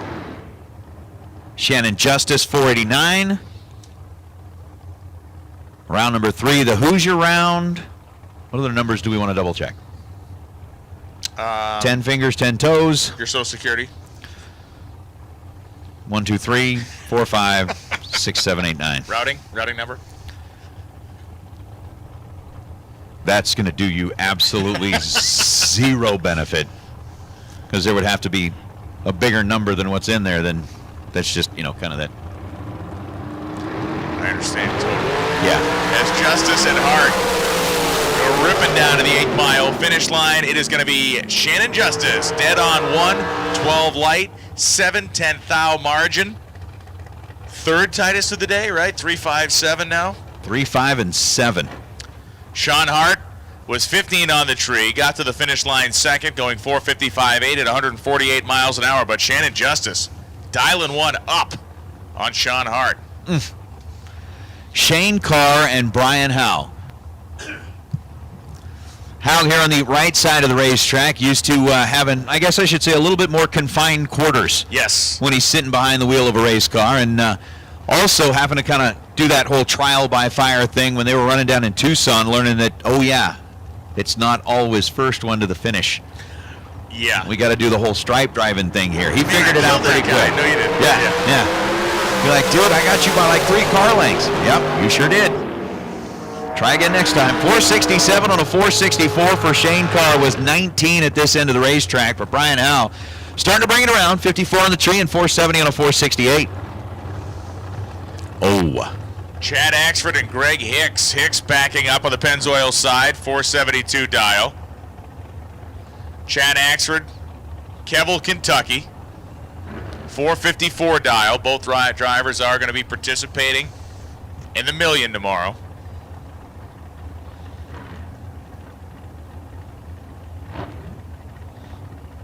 Sure, they'll both be participating in the Brodix Run for the Heads, a run for the 50 grand tomorrow as well.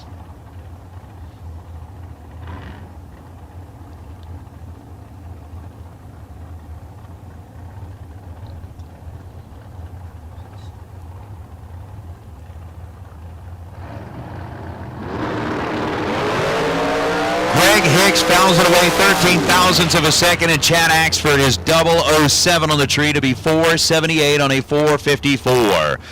That is one of those like Fox and the Hound type stories. At one point, we're the best of friends. And then a little bit later on in life, they're racing each other on the drag strip, and I'm sure there were some additional items at stake in that matchup. Johnny Carter and Mike Pennington coming up right now. Pennington 471 the dial in. Johnny Carter 498.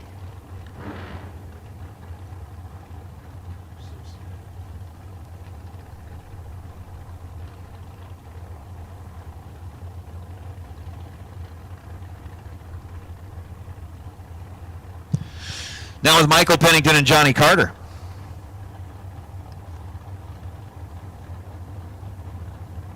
Up on the starting line.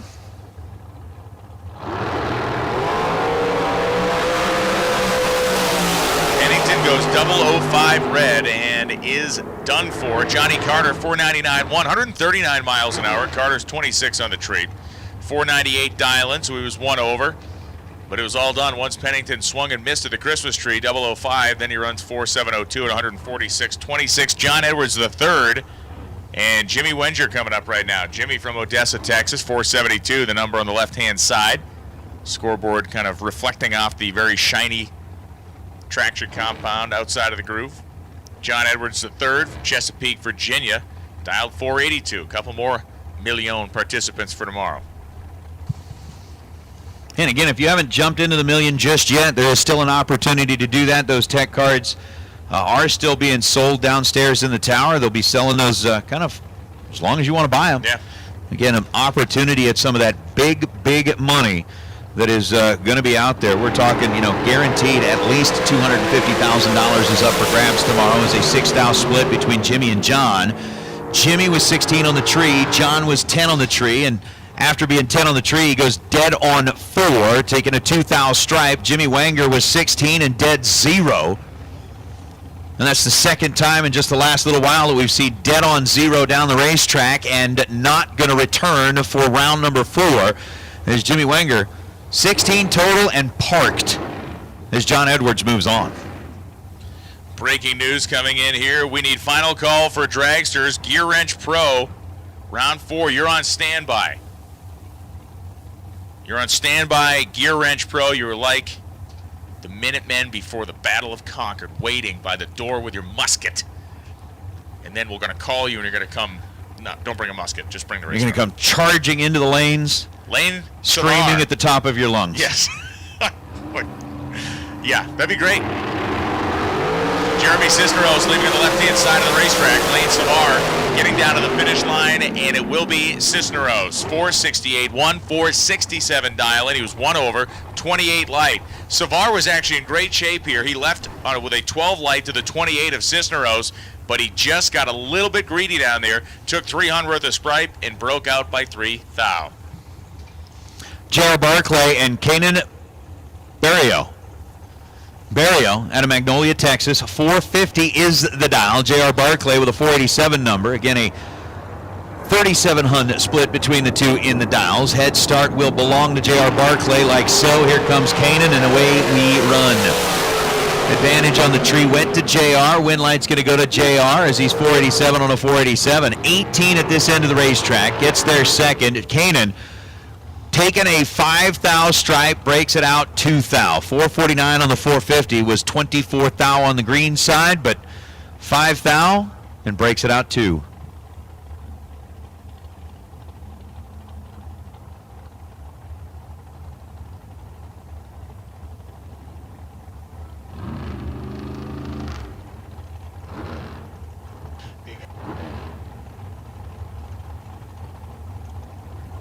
David Bills and Alexis Thompson coming up now. Thompson 463 the dial-in. Bills 479, left-hand side.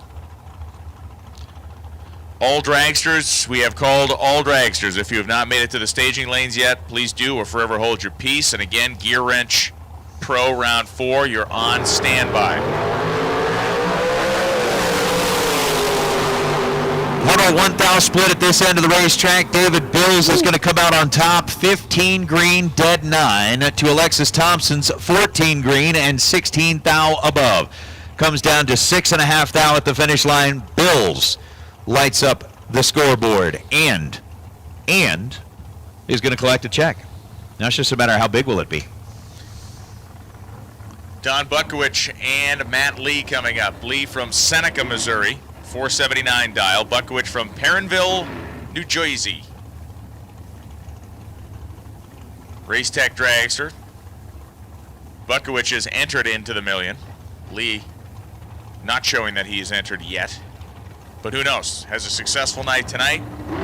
Got some money to burn. We'll see what happens here as Lee and Buckowicz head to the finish line. And it will be Buckowicz on the left side of the racetrack getting the win. Well done, well-rounded win there for Buckowicz. Took it right to the finish line stripe. 85 on an 83, had a 20 light. Lee, 488.4, just way too far off the dial to compete. Yeah, put together a really tight, nice little package on that one and picking up the win light there on the left side. 466 to a 493. Those are the dials up on the scoreboard right now. Troy Williams out of Florida in the Phantom-built car, he's got the 466. Cody Stevenson out of Utah in the Worthy chassis, he's got the 493. Tree is already dropping as we're in set and a red light start for Troy Williams. Williams, by 4 thousandths of a second, is out. 493.0. Cody Stevenson puts up 11 total. 493 was the dial, 493.0 was the run, was 11 on the tree. And that gets Cody Stevenson a nice little trip into round number 4. But Troy Williams, 4 thou on the wrong side of the tree at this end, and is Dennis Lithgow and Calvin Locke. Locke 510 dial right side. The Arizona-based runner going up against Lithgow out of Mansfield, Texas.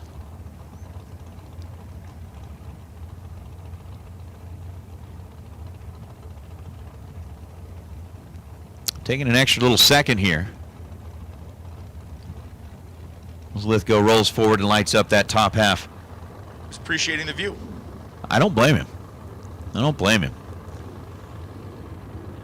I mean, the way that the shadows highlight kind of the way that the mountains are shaped out there. It's nice. It is nice. And we get down to the finish line stripe. 511 on a 510 for Calvin Locke. Hit the tree for a 10 reaction time. Dennis Lithgow was better. He was 004 in the starting line, but he decided to take the finish line stripe 200's worth, and he broke out by 6 thou. 468.4 on a 469 dial for Dennis Lithgow.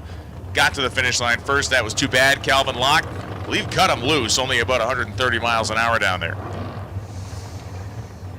Logan War and Bob Siemens. Siemens on the right side, Logan on the left side. 484 is the dial for Logan. 519 is the dial for Bob. And again, a lot of times it's not easy for me to remember to appreciate the scenery here at the track. I mean, looking down track, you can see kind of the hills, the peaks, the valleys, all of that. And it's really when the sun starts to hit it that it really shows it off. It does. It looks beautiful in the afternoon. Yeah. Yeah, for somebody that hasn't been out here I'm out here all the time. You just kind of forget to look and appreciate Mother Nature. Yeah, man. Red light start for Siemens. He has not appreciated the color of the bulb on that Christmas tree. Missed it by 2 thou, so Logan War dead on 6 with a 14 light. 20 pack takes it to the house, and Siemens Dead on 6 with a 002 red light. Chase Learcamp and Dylan Howe. You know, I saw some folks calling it out kind of in the chat bleachers, and it really is a true story. Dylan kind of really getting his feet wet and figuring things out down in Tucson a couple of weeks ago. Started off the weekend in kind of a little rougher spot, but by the time we'd gotten down to the later rounds on Saturday and Sunday, man, Dylan had this thing nailed and was just rolling through, lighting up scoreboard after scoreboard. We'll see if he can continue to do that here. Hey, Gear Wrench Pro, round number 4. Gear Wrench Pro, round number 4, and we are ready for you in the staging lanes, please.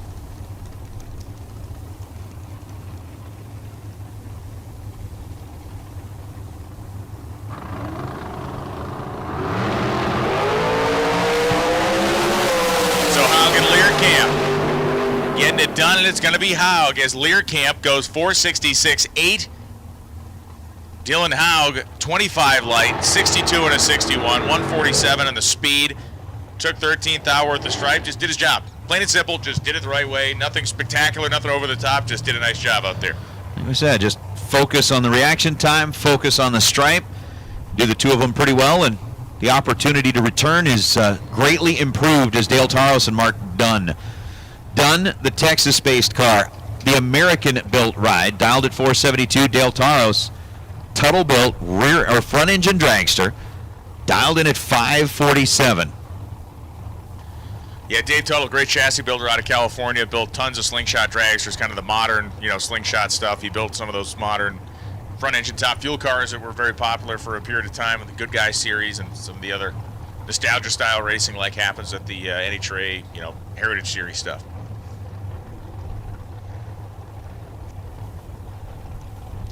Dale Taros' brother Don, one heck of an index racer, won loads of nostalgia drag races, and Dale Taros is moving on to the next round, and that, we call it the four-wheel bracket racing knuckleball there.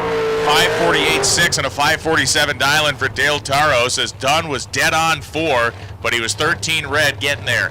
So Dale Taros of La Mirada, California takes his slingshot dragster into the next round. Jansen Melton and Chris Whitfield. Whitfield, it's rare that you see Whitfield really move around on the dial a whole bunch. Started off the morning at 477. Around the midday area, went into the 467 range. Dropped an entire tenth and is now climbing his way back up to the 476 range. Interesting. Kind of weird. Jansen Melton dialed in at 431. I believe that's, isn't that the same car that Megan Molinari is? Looks very, very similar. Maybe not. At least from here. I didn't see as it went by. I wouldn't think so. With Molinari coming in out of the, this part of the country and Melton coming in, it just looks similar from this angle. 431 on a 431, Jansen Melton, 6th thou at the hit, 4th thou at the stripe, and dead on 7 to get it done against Whitfield. Whitfield was 13 at this end of the racetrack, dead 4, put up a 17 thou pack, and gets edged out by a 13 pack. Mean. Vinny Domino and Peyton Janik. Domino 461 dial, Janik 472 dial. Domino being a Staten Island guy, I'm guessing Atco Dragway, Island Dragway. Numidia. The places he spends his time. So Domino's halfway home in the pre-stage as Janik finds her spot. Janik family involved in multiple classes of drag racing. Peyton. Getting the job done here in a dragster. Let's find out what she can do against Vinny Domino. Domino running up onto the stripe and getting the win light. 462.2, 461 dial, 026 reaction time. Peyton Janik ran dead on 8 but had a 43 light, and the only thing that kept Peyton Janik from moving on to the next round was the fact that her light was 43, Domino's was 26, and Domino got to the finish line 13 thousandths of a second ahead of her. Shane Molinari, Ed Olpen coming up now. open with that 476. Molinari dialing in sub-4s as he's done all day long. 399 for Molinari, 476 for Ed Open. Once again, we have called Gear Wrench Pro Round 4 to the lanes. Gear Wrench Pro Round 4 to the staging lanes, please. Be here or be somewhere else. We'd prefer you to be here.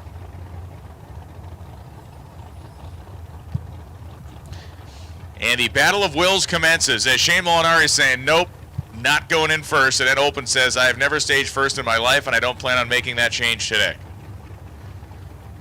Waiting for the starter to make his first steps forward to motion our friends to stage. Guys in the staging lanes are shutting their cars off. They're like, well, this is going to last a while. No, Molinari finally blinks.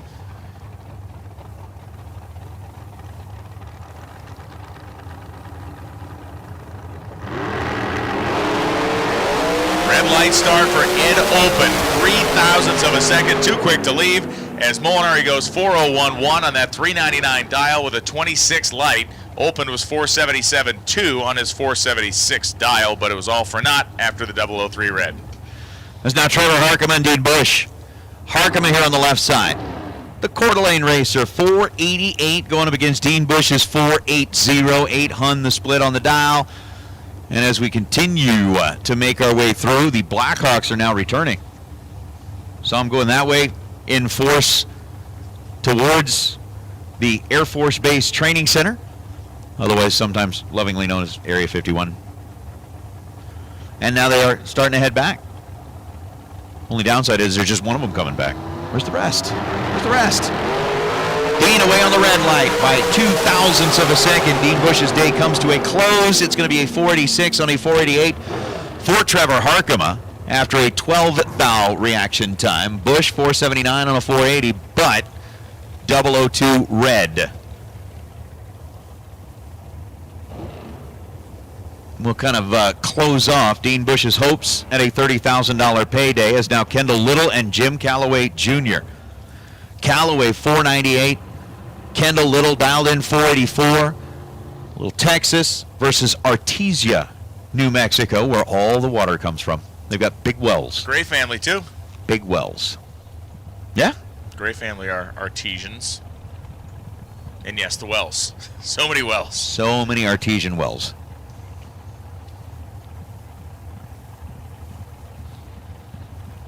I did not know that the Gray family hailed from the New Mexico area. Yes, they do. Jim Calloway Jr. leaps off the starting line only to see Kendall Little win by 4/10,000ths of a second.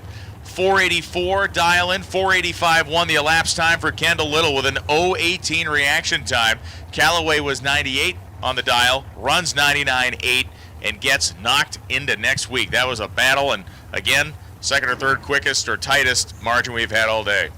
There's Todd Robinson and Tom Bayer. Bayer here on the right side.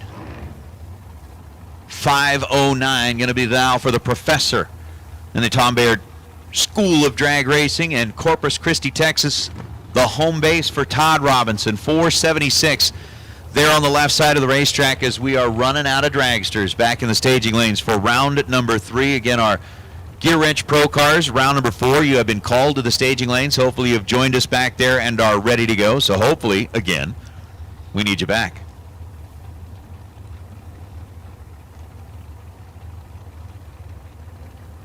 Pre-stage bulbs are lit between Todd and Tom. We're going to burn them out.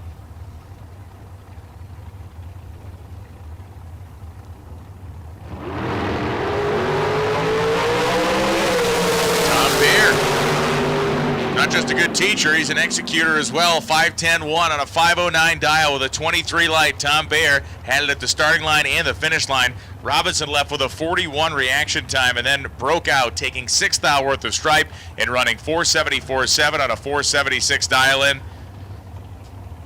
It wasn't going to happen for him. No, Austin Williams and Terry White.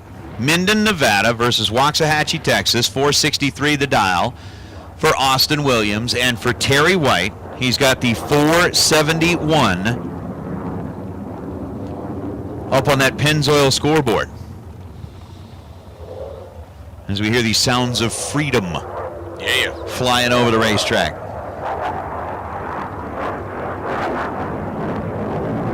I love it.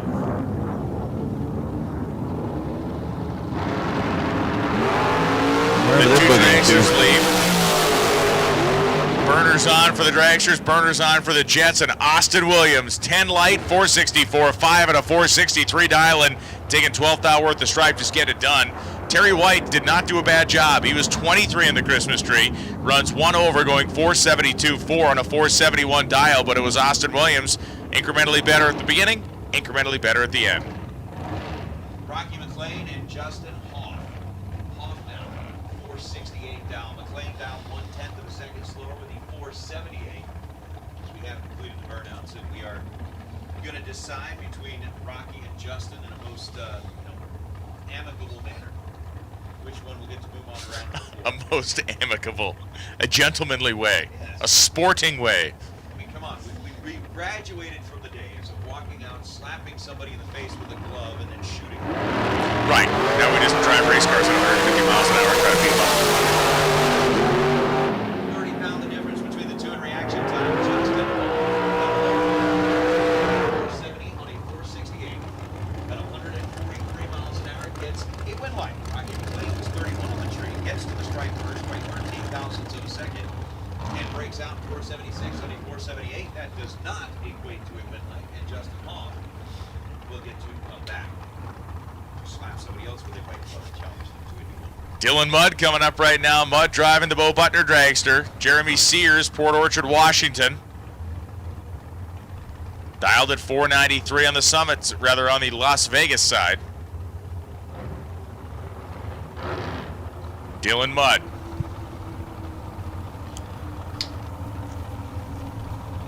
Has been doing a heck of a job.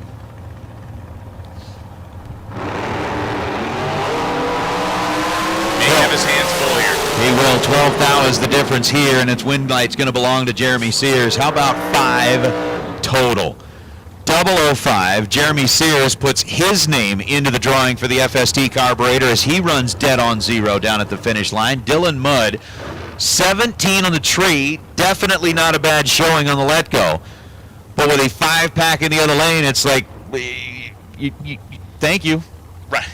Thank you for showing up. Thank you for doing a great job on the starting line. Now go sit down over there, and we'll finish racing with the big kids. Play the Golden Girls theme. Thank you for being a friend. You play that. That would work out well there. Chris Thank Forsythe. you for being a friend. Shane Thompson. 460 the dial-in for Thompson, just 468 for Forsythe.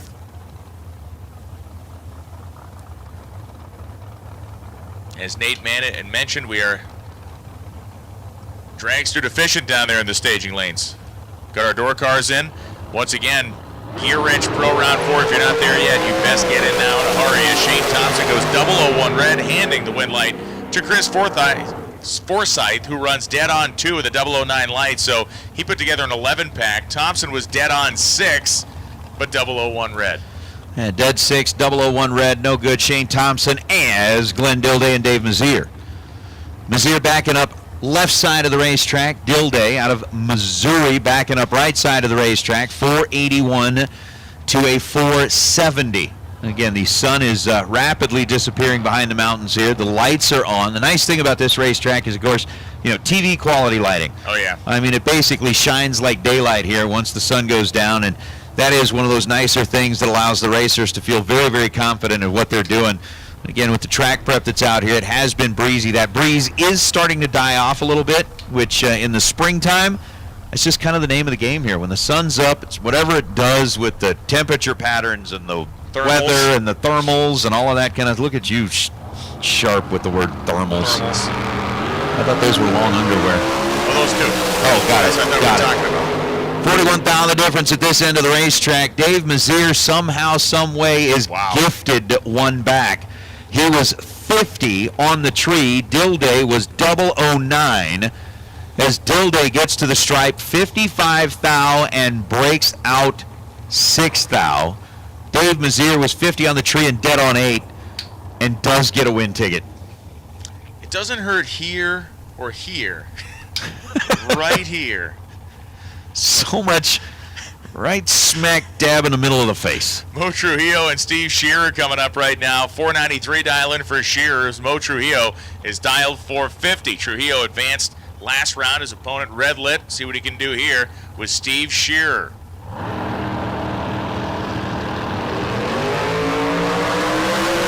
Trujillo has done himself a world of good on the starting line, and he continues to knock him down. 464 on a 450 dial-in because Shearer's car was tardy to leave and even slower to get to the finish line. A 505 and a 493 dial. Trujillo was definitely off the gas and on the brakes at only 127 miles an hour, as he should have been down there at the top end. Mark Kidd and Chris Northup. How about the Idahoans? Mark, 457. Funny Car Chris, 520. These are racers that are like probably more familiar with each other than they are with most other folks out here. I mean, I think the only other person that Mark Kidd might be more familiar with is his son Race. 457 on the left side of the racetrack for Mark Kidd. 520 on the right side of the racetrack for Chris Northup.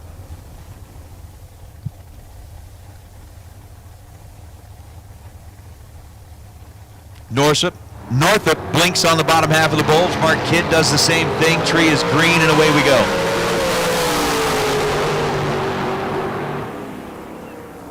Win light's going to belong to Mark Kidd. Chris Northup was 038 on the tree and goes 522 on a 520. Mark Kidd 15 green, and then 459 on a 457. And as we do get down to the end of our round number 3, again, it is the Hoosier round. Here at the K&N Spring Fling Million, we'll take door cars. Super Pro door cars, both blue and orange stickered rides to the lanes, please. Super Pro door cars, both blue and orange stickers. For round number 4, let's get you headed back this direction, please. Chad Axford, Troy Williams Jr., big-time matchup here. Axford better on the bowl, but it's going to be Troy Williams with a whomp at the finish line, lighting it up. 487 on a 486. Troy Williams, 15 green. Chad Axford was 004 and ends up 3 above the dial with a 490 on a 487. Axford tried to cut him loose. Troy Williams Jr. gets by 5 thou, lights up the board, and will be back. As now Travis Theobald and Hunter Patton. Theobald left side, 482 is the dial. Hunter Patton in the right side at this time. Dialed in 0.2 of a second quicker. 462 is what's shown on the bottom side of the Pennzoil scoreboard. As we do have our Gear Wrench Pro cars already lined up back there in the staging lanes, getting ready to go for round number 4, which is going to be our Mickey Thompson round. Of course, round number 5, the Goodyear round, but the Hoosier round is what we are doing right now. Best losing package will get a new set of those Hoosier tires.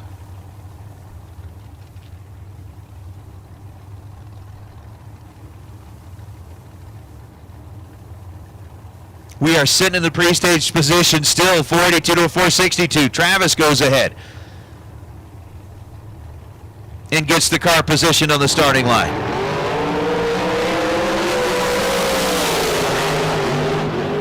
$14th the difference in reaction time as Hunter Patton goes to the next round. 463 on a 462 for Hunter. Was 19 at this end of the racetrack. Gets a 17th thou stripe. Theobald was 33 on the tree and goes 483 on a 482 as he exits the competition as Timmy Markeglu and Sean Langdon. Langdon, the dragster on the right side this time, 4.76 seconds the dial for Sean Langdon. Timmy Markeglu, again, a 2/10 split, dialed in at 456. The racer out of Staten Island, New York.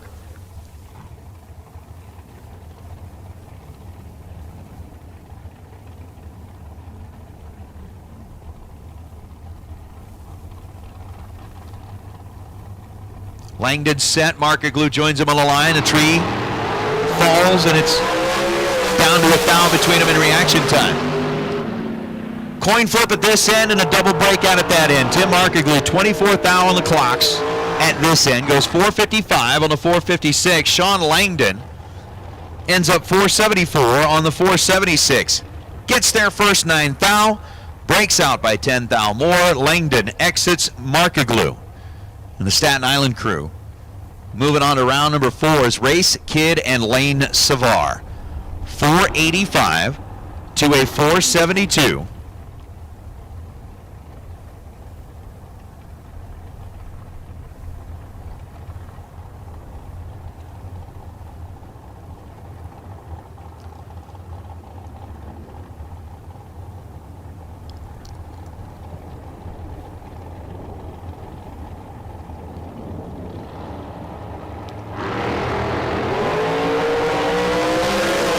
Found a split this time down the racetrack as we are getting to the stripe. Wind light turns on right side for Lane Savar. 484 on that 485. Savar was 2 thou under the dial, getting their first 12 thou. Race Kid 471 on a 472, also 2 thou under the dial. Comes down to that exact difference in reaction time as Race Kid bows out. Lane moves to round number 4. Picks up a check, just deciding how big it'll be by the end of the night, is Chris Galitti and Cindy Wiggins. 456 for Galitti, 445 for Wiggins, and Wiggins is red by 12 thousandths of a second. And then goes 447 down the racetrack. Chris Galitti wasn't going to make it easy. 18 at this end of the track, dead on 9 at the finish line for Chris Galitti. And the Galitti family already picking up one of those roller dragsters this weekend, which is a pretty nice little package to be taken home at the conclusion of the K&N Spring Fling Million, which is coming up in a couple of days. Mikey Bloomfield Jr., Shane Carr. 452 up on the board for Shane. 469 up on the board for Bloomfield. A couple of the big hitters matched up here in round number 3. 12 foul the advantage on the starting line, belonging to Mike Bloomfield Jr., but at the finish line on a double breakout, it's going to be Shane Carr who comes out victorious. Carr with an 0:17 reaction time gets there second and breaks out just 1,000th of a second. Mikey Bloomfield tried to tighten it up as best he could, was 0:05 at this end of the racetrack, gets there 15 thou and breaks out 4 thou. As Shane Carr will advance, as now J.R. Learcamp and Chris Whitfield. Whitfield 466. Learcamp 472. Learcamp left side. Whitfield right side.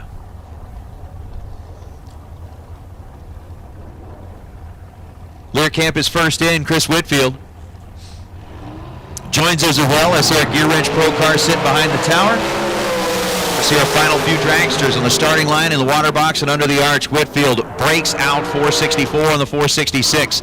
It was a 1 thou difference in reaction time. Learcamp was 12 on the tree and then runs 472 on a 472 to be 18 total. He's dead 6, picking up the win. Whitfield was 11 green, taking a 21 thou stripe. To break it out with a 64 and the 66 is Brandon Taylor and Sean Hart. Will be out next.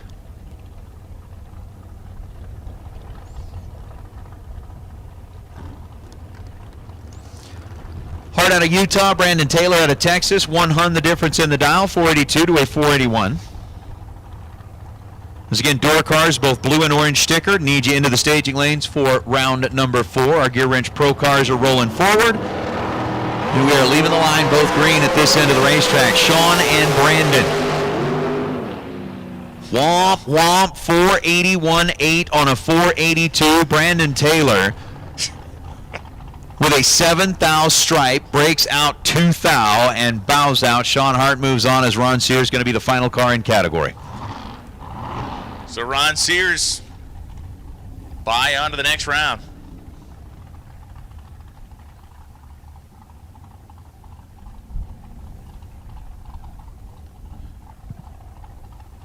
The ever-shrinking field of door slammers waiting at the head of the staging lanes to come ahead. I believe they will be on a ladder after this round.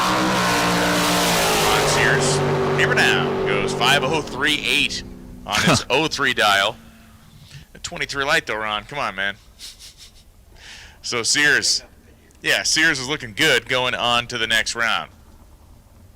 Just a moment away from pulling our 4th round of Gear Wrench Pro, and round 4 is the Mickey Thompson round, which means the best losing package in round 4 will receive a pair of Mickey Thompson tires. Thank you to Hoosier for your sponsorship of round 3.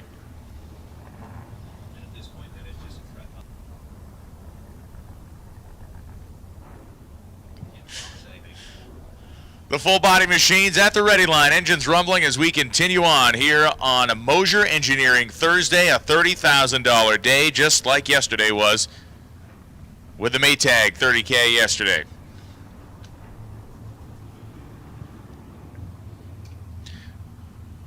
Josh Fistenberg coming up right now. Fistenberg from Battleground, Washington, the 71 Comet and Grabber Blue, and Dennis Paz from Stockton, California. 65 El Camino for Paz.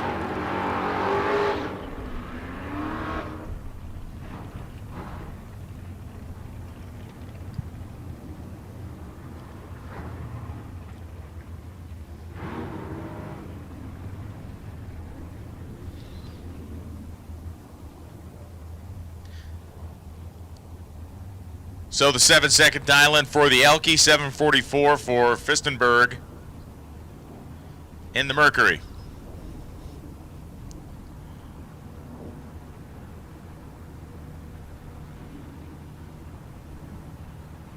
Bit of a hazier sky today than we had yesterday. It was bright blue skies, cloud cover here this afternoon into the evening.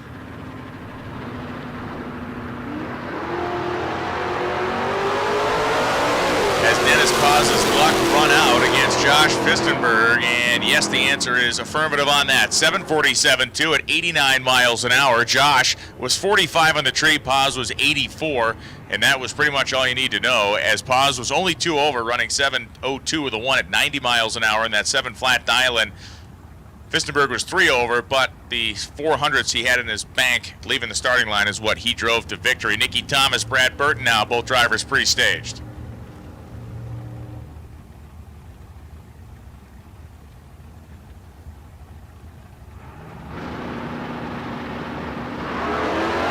Both green. Nicky Thomas trying to put a hurting on Brad Burton down at the top end. She goes 6:33.5 with a perfect reaction time.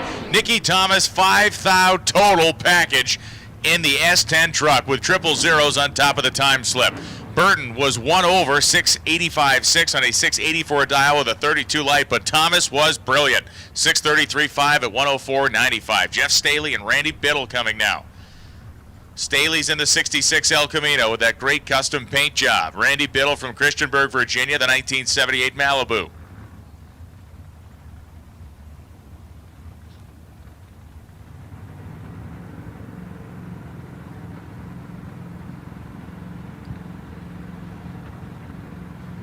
Biddle locks it in.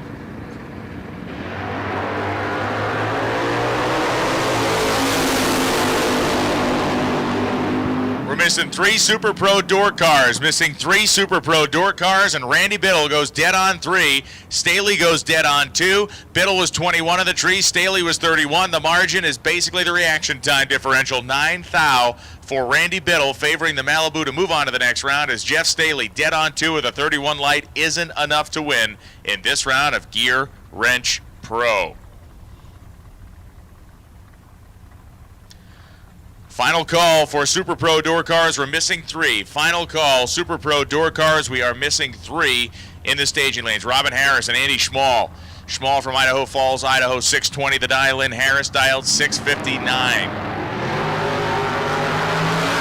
Robin Harris is going to know there's trouble at 330 feet when Schmall puts a fender on the Nova, pumps the gas pedal a couple of times, runs 25.2, pacing the Nova down the racetrack at 102 miles an hour. The differential in the starting line was over 0.05 of a second, 10 for Schmall, 68 for Harris, who ran 6:63.5 at 104. Schmall going on to the next round. Tim O'More and Gene Northrup. Blue sticker Dragsters, we need you to the lanes, please. Blue sticker Dragsters to the lanes for round 4. Blue sticker Dragsters to the lanes for round 4.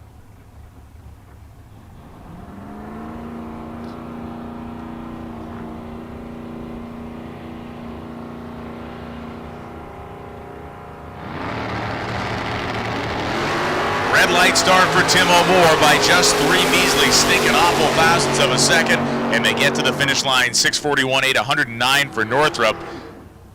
Tim O'More ran dead on 3 with a side of 003 red.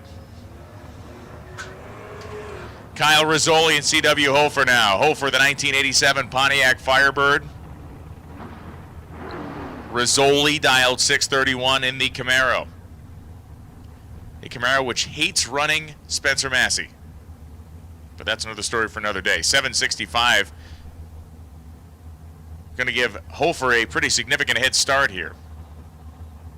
1.3 seconds and some change. Last couple of pairs of Gear Wrench Pro sitting in the starting line of water box area.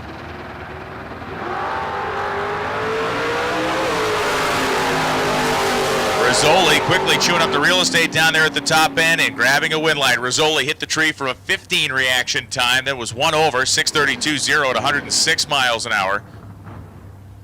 So a 25 pack as Hofer breaks out, taking the stripe by 9 thousandths and going 7.64.3 on a 7.65 dial-in. Hofer was 0.23 on the starting line. Nick Hastings and Jimmy DeFrank, another battle royale out here. Nasty Nick dialed 622. Jimmy DeFrank dialed 652.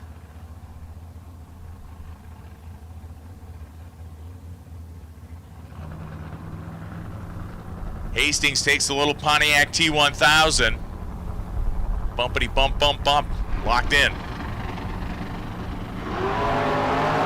DeFrank's car pulled the wheels up, made a slight move to the right. They leave within 3 1,000ths of each other, and it is going to be Jimmy DeFrank, 6.53 on a 6.52 with a 15 light. DeFrank wins by 13 10,000ths. Nick Hastings, 23.3 on a 22 dial with an 18 light. That one came right down to the wire, 15 and 18 on the starting line. DeFrank and Hastings putting on a good show, but Jimmy DeFrank will move on to the next round.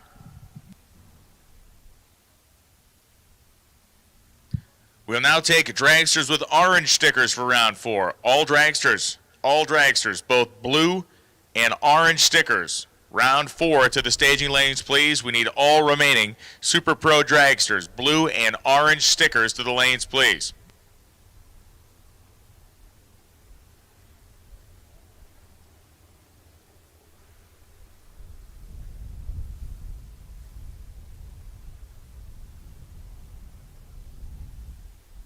And pro competitors, you are going on a ladder now. We have carved you down to small enough numbers. Pro competitors, you are going on a ladder. We have called Super Pro dragsters blue and orange stickers. We need all of our remaining Super Pro dragsters to the lanes, please. We were missing a handful of Super Pro door cars, but I believe we have found them all. Thanks to all of you tuned in on Bankshift.com for the live streaming coverage of this 2021 K&N Spring Fling Million presented by Optima Batteries. You are watching Mosier Engineering Thursday, culminating in a $30,000 to win race, which is going on right now. And tomorrow it will be a day of massive, massive earning potential. The Brodix cylinder heads, run for the heads, run for the 50 grand. You pay $50, it's open to anybody. You go down the racetrack, if you can make a perfect run, you will be paid $50,000, something that happened just 4 months ago. Best package, if we go beyond, of course, that perfect run. If nobody makes the perfect run, the best package will be awarded a free set of Brodix SR20 cylinder heads, a $5,300 value.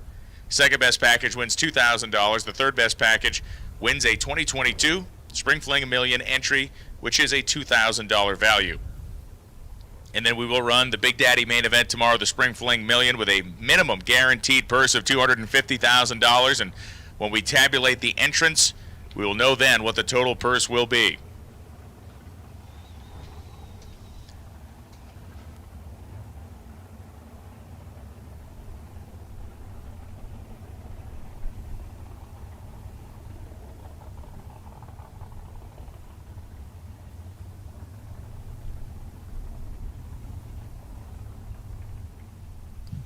Jimmy Wenger wins a free set of Hoosier Racing Slicks with the best losing package of 016 in round number 3. So, Jimmy Wenger, you have won a free set of Hoosier Rare Slicks with a best losing package of 016 in round number 3. Dave Jackson, Mike Bloomfield Jr., as we move into our Super Pro door slammers now. $4.99 dial-in for Jackson in the Corvette Roadster, $6.40 dial-in for Hamilton, Ohio-based Mike Bloomfield Jr.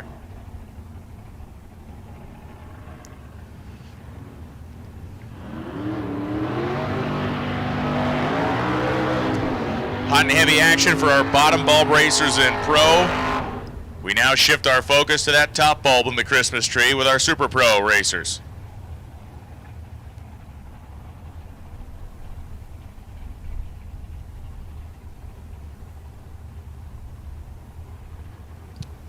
So Jackson and Bloomfield Jr.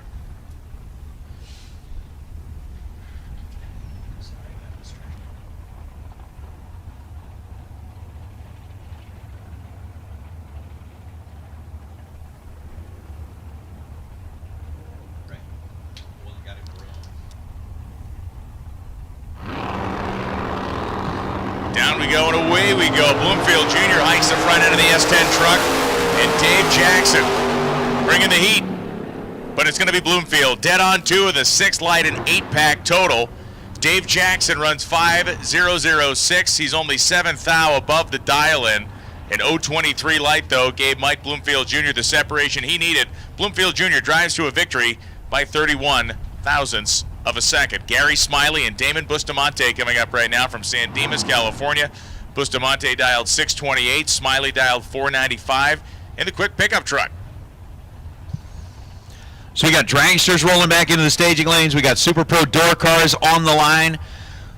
All right, door truck. Door trucks. Door trucks on one side. Yeah, bro, it's a door truck, brah. And no door vets on the other side. It's a doorless vet, brah. The doorless? It's doorless. I can never do that that whole thing. Unless I'm saying something like lobster. Even that's bad. That was not good. It's not good. I'll quit trying. Everybody goes law, you gotta go law. Lobster. See, that was good. Lobster. Down to the finish line, 495, 340 miles an hour, dead on 3 for Smiley. Damon Bustamante had a 002 light, but he ran 6 over the number at only 118 miles an hour, so there was not a lot going on down there as far as throttle application for Bustamante at the finish line, and Smiley drove right on by for the win. Yeah, I realize there is Rodney Snyder and Rod Taylor. See, that's good. It's Rod. Rod. That's the. Yeah, I realize now with the aw sound, you actually have to put the swoop in it. You got to get the swoop in it. It's like so you got to say, get like they try to say Boston's. No, it's Boston. Got it. Boston. Boston. So it's Rodney Snyder and Rod Taylor. The wicked Cole Nova. And some guy said, in a Camaro, which is not how you say it. 5.11.0, 131 miles an hour. Check that out. As Rodney Snyder, by 9 thousandths of a second, gets the win light. Taylor was a little bit better in the starting line, 17, but he was 2 over, 529.2 in the 527 dial. Snyder was 1 over and 3 thou slower at the starting line, resulting in a 9 thou margin of victory favoring Rodney Snyder. There's now Patrick Conlon and Jeff Verdi roll in. Verdi in the 596 dialed Firebird on the right side. The Pennzoil Lane, Patrick Conlon, the Las Vegas side of the racetrack. 492 with the door cars doing battle here. So with Conlon in the Firebird, of course, Jeff Verdi. Wouldn't be $1 million event out here without Verdi making an appearance. He has already entered in for the big show tomorrow. Again, round number 4 is where we're at. The Mickey Thompson round. Here, the K&N Spring Fling presented by Optima Batteries. Jeff Verdi is moving on as Patrick Conlon turns on the red light by 9 thousandths of a second. He goes 490 on a 492. Jeff Verdi, 17 green and 599 on the 596. The Firebirds coming back in round number 5 as Dustin Henches and Sean Schaefer will now go head-to-head. Henches, big player out of Olympia, Washington. Sean Schaefer, big player out of Idaho. 503 the dial for Schaefer, doing the chasing here in this pair.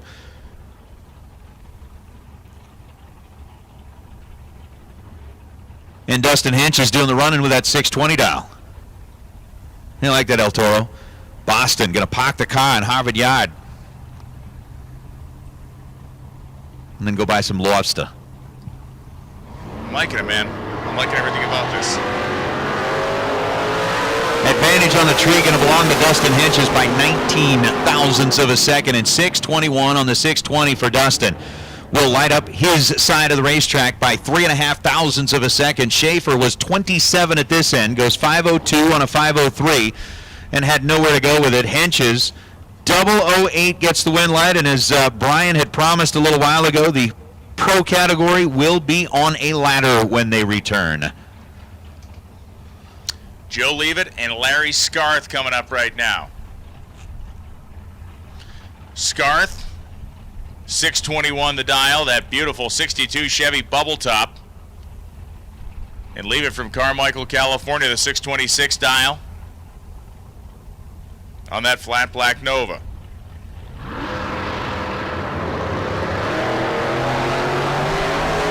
9,000 the difference at this end of the racetrack as Scarth trying to get it done against Joe Leavitt. Finish line, it's going to be Scarth. 6:21.0, add another name to the FST carb drawing. He is 19 green, taking a 14 thou stripe. Joe Leavitt was 10 on the tree at this end of the racetrack and 23 thou above to be 33 total.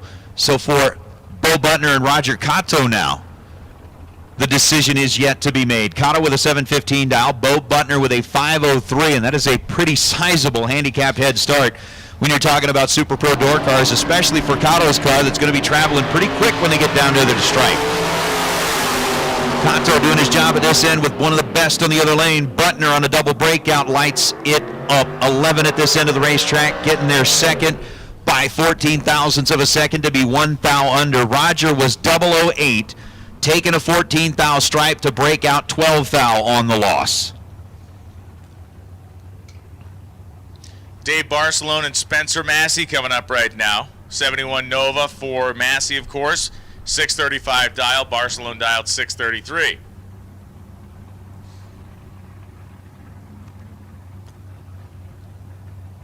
Barcelone, the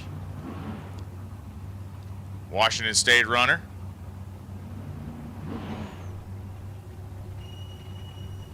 Both drivers now sitting in pre-stage. Spencer Massey going to be second to put that car all the way in. Barcelone goes red by 2 thou. Spencer Massey was 102 on the Christmas tree. And anybody that's lost to him today is going to go, wait, what? Why did I not get that, Spencer Massey? Why did I get the one that was good on the starting line? 635.5, 635 dial, but man, if Barcelona hadn't gone red, that would have been a different story. Kind of like we were talking about earlier, everybody that made it deep into the rounds had that one round that wasn't quite what they needed it to be, and for Spencer Massey, that was it. That was it. That was it. So Spencer, you're spent. Yeah. There is no more. If you pull another one of those, I seriously doubt that your odds of advancing would be any good, as Mike Coltrane and Race Kid are going to be up next. Race, the orange Nova, 578 is the dial. Mike Coltrane, the orange Chevelle, 570 is the dial as we are underway. Race Kid doing a spectacular job. 009 light, he's one over, 79 on a 78. Coltrane was dead on 9, but he was 29 on the tree. He just gave Race too much leash on the starting line, and Kid wins, taking the stripe by 17 thou. Chris Galitti and Shane Thompson. We go from the Nova and the Chevelle to the Nova v Nova. Shane Thompson, 506 is the dial. Chris Galitti, 538 is the dial. And we're getting down to that time of night where, Galitti's going to turn on the headlights. Yes, he is. You the love blue, that. Oh, I love the blue love headlights. Makes me giddy. Childlike joy on the face of Nate Hershey right now. It is. And I've got no shame in my game about loving the blue headlights. Never have you ever. About anything. Including things you probably should be ashamed of. You're Look right. at that. Top end 506.1 and a 506 dial. 610 thou at the stripe. They're both dead on. Galitti's dead on 8 at 125 with a 007 light. Thompson is dead on 1 at 132 with a 14 light, and it's Shane Thompson winning the round. So Mike Bloomfield Jr. and Dan Northup. Looks like they are going to be coming up on close to our last door cars. As our dragsters begin to roll forward, 640 to a 601. That's the difference in the dials. With Bloomfield working with that 640 number, Dan Northrop working with the 601 number. Camaro versus the pickup truck. And the heavenly smell of like spicy chicken wings has just wafted its way into this room. Go run a scouting mission out there. Scout them? Scout them. I was just out and about. If you want to go scout, go scout. Listen, I'll be right back. Go Probably for be it. covered in sauce. They make a thing called a napkin. You might be able to find some of those somewhere under a rock. So Dan and Mike Bloomfield, as the dragsters roll up and take their position under the arch. We're in round number 4, the Mickey Thompson round here. Identical at this end of the racetrack for the reaction times, and a 6:01 on the 6:01 for Dan Northup. Mike Bloomfield takes a 6 thou stripe, breaks out 2 thou. As Dan Northup gets the opportunity to move on. Congratulations, Brad Burton, winner of that $100 K&N gift certificate and $100 cash based off of the random tech card draw for the Gear Wrench Pro round number 4. Racers who bowed out. So another $100 from K&N. On the gift card side, another $100 cash from the Gear Wrench Pro treasure chest. Thank you very much from our friends at K&N, as the dragsters Hunter Patton and Cindy Wiggins will be the first two. 480 on the board for Cindy Wiggins, 458 on the board for Hunter Patton. What did you find, speaking of the treasure chest? Brown things. Is that fried cheese? Oh, how can you go wrong with fried cheese? 460 on a 458. Hunter Patton, 17 thou at this end of the racetrack, taking a 22 10,000 stripe. Gets 2 advance as Cindy Wiggins with an 0:35 reaction time. Put her at the disadvantage at this end of the racetrack. She's 12 thou above the dial, and it's going to be Honey Wayne taking his entry into round number 5 as Sugar Shane Carr and John Edwards. Edwards dialed 482. Shane Carr dialed 463. A 1900 split between them here as far as the dial-ins are concerned. Chesapeake, Virginia versus Bradenton, Florida. Both drivers making the long haul to be here and be part of the Spring Fling Million.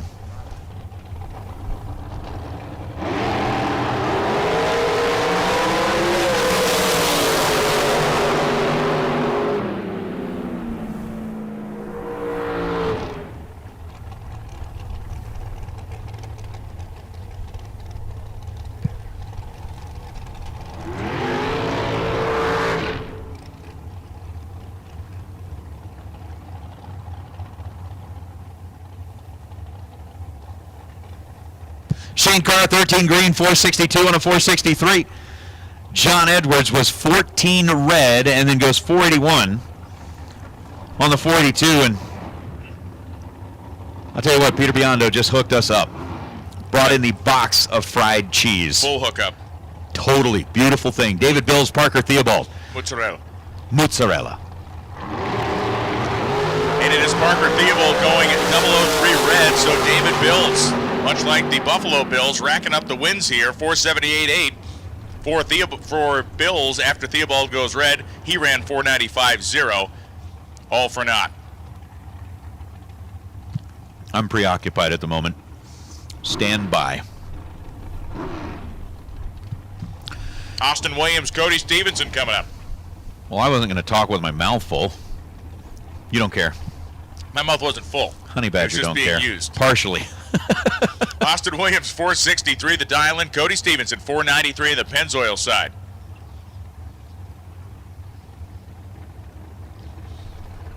If you have a dragster and are not in the staging lanes, you are in the wrong place if you are still in competition, as Williams locked in.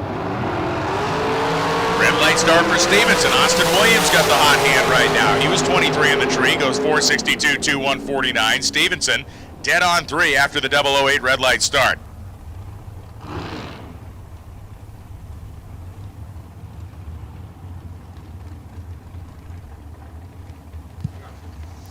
I got to tell you this. Tom Worthington, it does harden my arteries too, but it does my taste buds. really well. It does. I'll take the trade-off. Troy Williams Jr., 486 is the Dow. Big Vin Domino, 462. The Staten Island, New York runner versus Daytona Beach, Florida. So with Williams, lining it up, getting it ready to go. We'll see if Vin Domino can get the job done against one of the best of the business. Williams flickers the bulb as he goes in. Domino going to do about the same thing here. There it is, blinking, it's on. Wow. Domino standing right up to Troy Williams Jr. and getting the win light dead on zero with a 24 reaction time as Troy Williams Jr. took 7th out of stripe and broke out by 8. Wow. Vin Domino, 24 dead zero, adds another name into the drawing that, again, we're going to have to graduate from the cup to the bucket for the number of folks that are getting into that Dead on Dialer award. As Dale Taros, who I remember catching a note from Dragster Jeff Kreider that Dale, his Dawn used to build a ton of cars that would run in the Heritage Series. So these guys big into the Heritage Series type stuff. As Jeremy Cisneros over on the left side dialed in at 466. It's even more fun to know that and having him out here and throwing down. Making some money tonight too. They definitely got a tail light on that thing that is visible. Because the rest of the car is not. And look at this, Jeremy Cisneros doesn't leave. Dale Taros, 549 on the 547, was 058 on the tree, and Cisneros is just kind of now coasting his way down towards the 330-foot mark.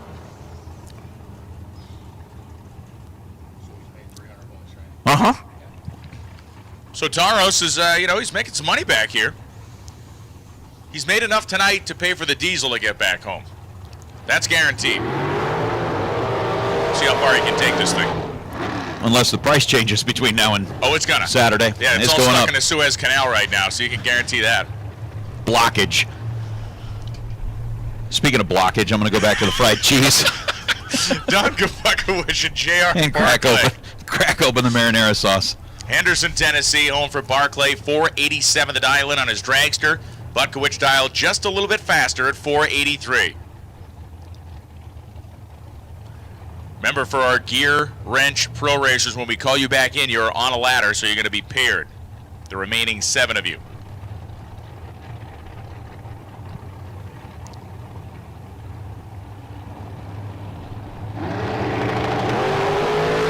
And J.R. Barclay, 005 red, is eliminated. Don Butkowicz moves on. Dead on 1 for Butkowicz, an 18 light, a 19 pack. Barclay was dead on 3, but he was 005 red to get the whole party started, so Don moves on. Shane Molinari and Shannon Justice coming now. Justice from Lexington, North Carolina. Molinari from Battleground, Washington. This is the second time Justice has had to race somebody from Washington State. We calculated Everett, Washington to Lexington, North Carolina was 2,881 miles. Probably about the same to get to Battleground. I'm wondering, in a situation like this, as Shannon, you're talking about having to race a couple of guys from Washington, how many times has he had to look over and see a 4 flat dial over on the opposite side of the racetrack? That's a first. So the 4 flat to the 487 makes the math easy as far as the split goes in the dial. That's like 60-something. Interesting that Molinari slowed this thing down a little bit, right? 98, 99, now he's at 4.0. Right, especially when they get it cooler, you'd think that it would pick up a little bit, but the red light start for Shane Molinari by 10 thousandths of a second. Shannon Justice, 18 green and 487 on a 487. Justin laying one down here, taking a 2,000 stripe. Molinari 403 on the 4 flat dial after a 10,000 wrong bulb as Jansen, Melton, and Justin Hoff. A couple of mid 4-second cars here. Hoff on the upper end of the scale, 469. Melton on the lower end at 431.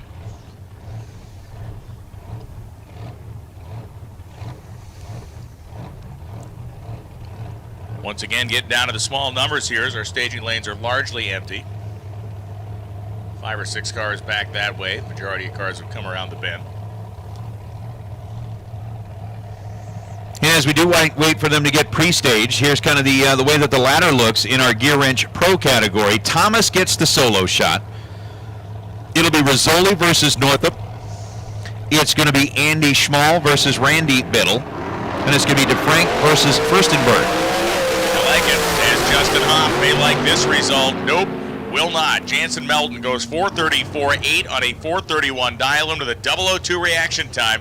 Takes about 3 hun worth of stripe down there, closer to 4 to get the win light, as Justin Hoff just ran too far off the number. 4:75.7, only 142 miles an hour. The brakes were on. 009 light for Hoff, got things off to a good start, but did not finish that way. As we have received a communication on the bat phone, we need Gear Wrench Pro to the lanes. We do. We just talked about what the ladder is going to look like for those 7 drivers. We'll take those 7 drivers back into the staging lanes. Tim, Thomas, Logan, War. War left side, 484. Thomas right side, dialed 482. We give them just a moment to breathe before they go ahead and put the cars on the starting line.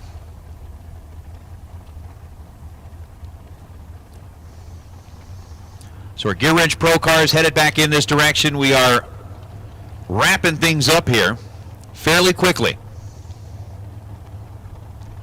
And Mickey Thompson, round number 4.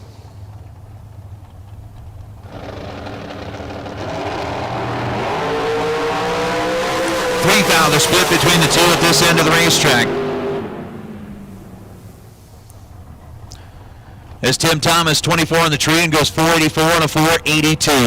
He's going to get the win light. Logan War was 27 green and goes 488 on the 484. By 24th thou, Tim Thomas gets the win light. Again, just a 0.03 of a second split at this end. Thomas getting the better of that, as he's 27th thou above, taking a 24th thou stripe for the win. Trevor Harkiman now and Calvin Locke. Locke's got a 509 dial shown on the bottom side of that right lane scoreboard here at the strip at Las Vegas Motor Speedway. Going to be kind of interesting to see just how the air holds up here tonight. It has been overcast for the majority of the day. We'll keep some of that maybe heat trapped in there. How about Calvin Locke fouling it away 0.15 of a second. Trevor Harkema, trip zip perfect bulb, 486 on the 487. Calvin was done at this end, 566 on the 509. But Trevor Harkema picking up another win light as Johnny Carter and Tom Bayer back up from the burnout.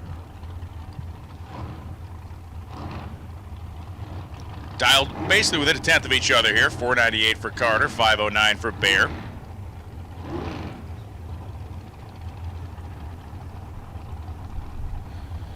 We do need our Gear Wrench Pro competitors back in to set up a semifinal round.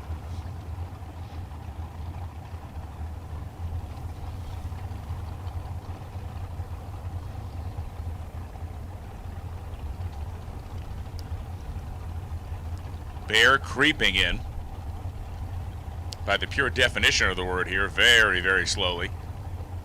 There he goes.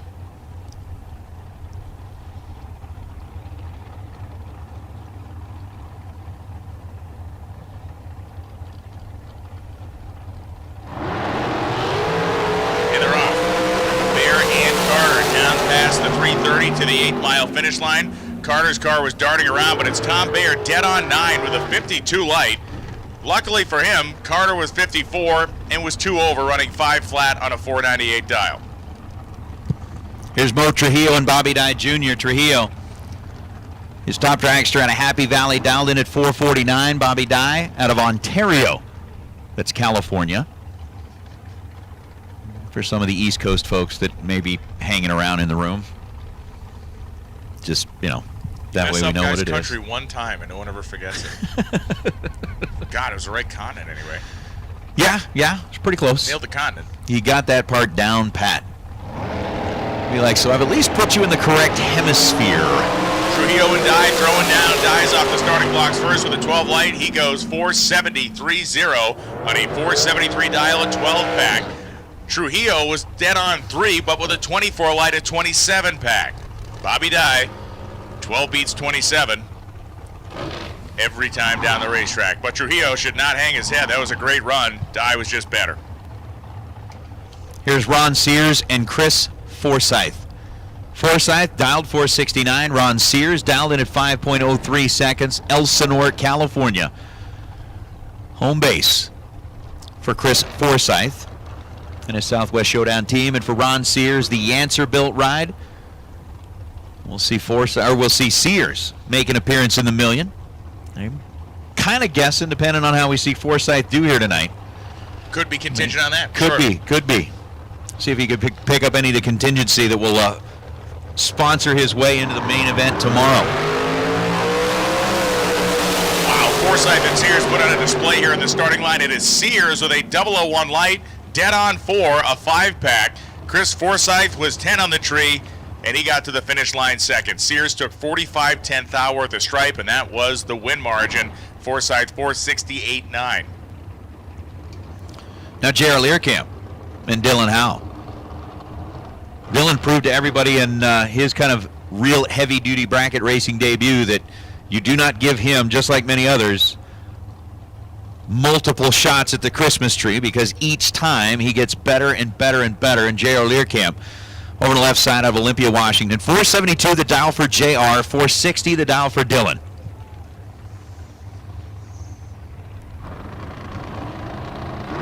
Blink, blink, blink, go the bulbs, and away we go. 3 foul the difference between the two. Almost identical at this end of the racetrack. 15 on the tree and lays it down. 460 on a 460 for Dylan Howe.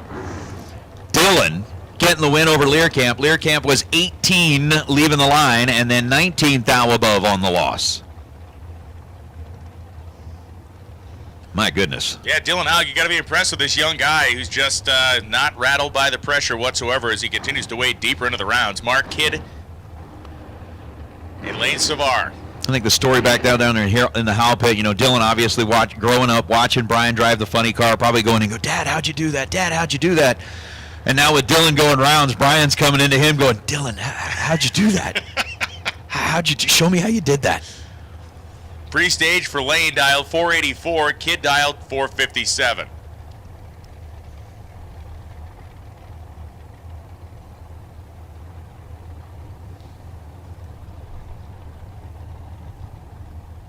I'm counting back in the staging lanes. I count, 1, 2, 3, 4, 5, 6 maybe of our 7 for the Gear Wrench Pro cars.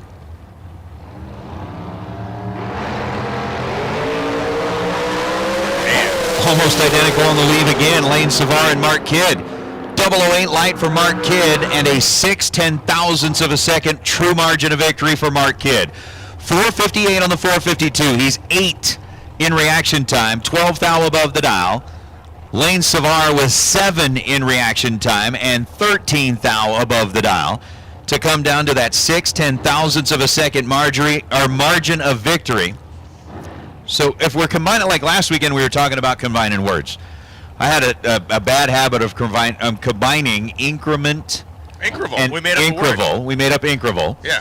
Last weekend they took like brutal and vicious and made brudicious. Okay.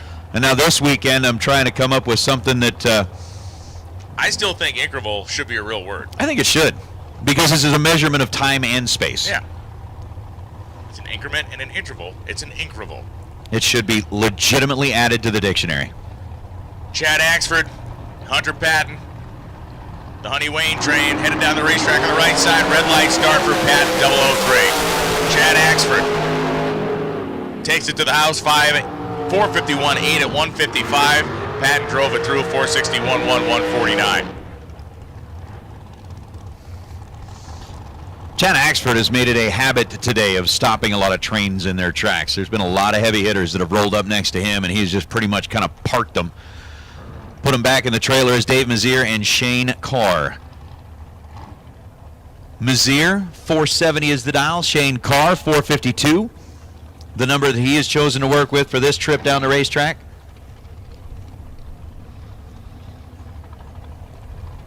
As we've hit that straight up 7 o'clock hour here at the strip at Las Vegas Motor Speedway.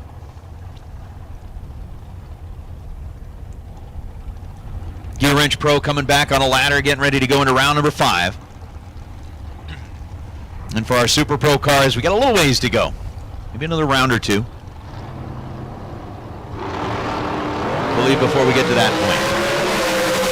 Carr and Mazier not giving each other an inch. It's going to be Dave Mazier. 469.8, double breakout here as Shane Carr was 009 on the tree, took 100th worth of stripe, and went 451.4 on a 452 dial-in. Dave Mazier, 469.8 on a 470, and he crossed second to his benefit. Jeremy Sears and Kendall Little, as we're down to our final 4 cars in round number 4. Oh, one more pair coming around. Fine.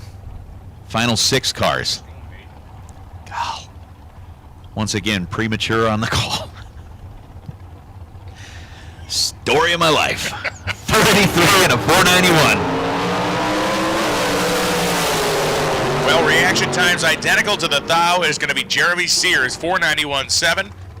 7 over the dial of 491, or 7 thou over, I should say. Kendall Little went 3 hunt over, going 486.5 and a 483, but they had identical 005 reaction times.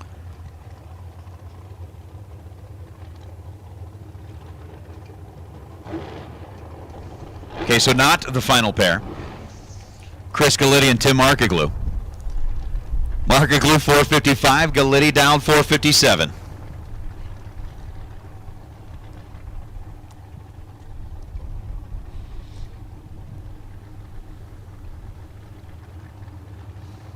Markaglu, another of the Staten Island contingent. Red light start for Tim. 017 red. It will be Chris Galitti, 454.6 at 151 miles an hour as Tim Markaglu fouled off the starting line. And now there is 1 pair left to run. Unlike Nate, I'm not trying to rush through this whole thing. He's just trying to declare rounds done, declare things over. When they're not, I like to just let it happen. And here comes our final pair in this round of Super Pros we have called the Gear Wrench Pro Round 5. Back to the lanes, please. Dick Vandermeer and Logan War.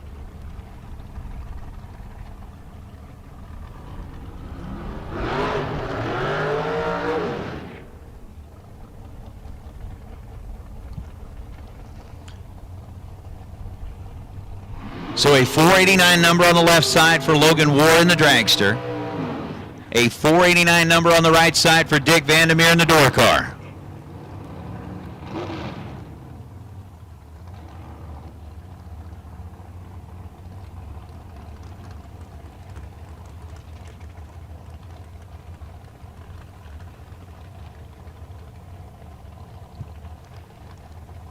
So as we stage them up here in round number 4.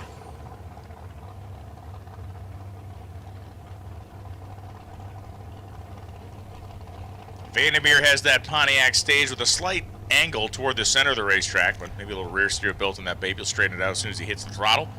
Logan War lined up, center of the groove, left-hand side.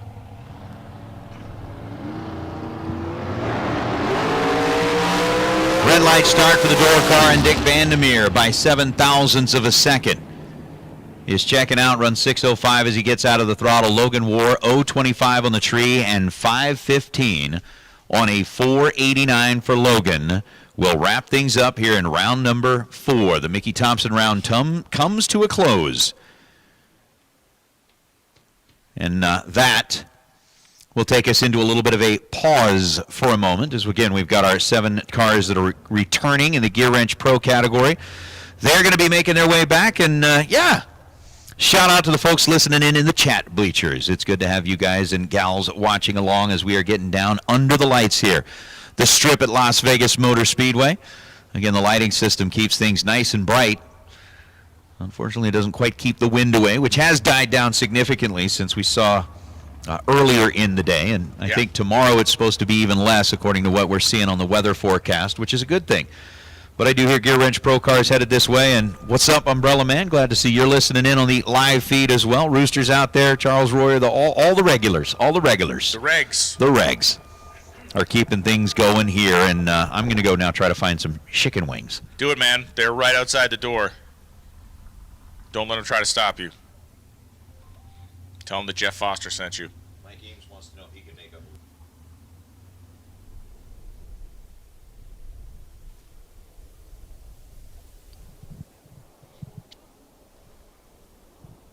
So as we set up our semifinal in the Gear Wrench Pro category, it will be fun to watch. And see how far Andy Schmall can go tonight. He is going to make a case for himself here. He's going to be having a tough customer in Biddle during this particular pairing. And again, we run our pro cars down to 1. That pro winner gets inserted into the field of remaining Super Pro cars. Also collects a bonus of $500 for besting them all in pro.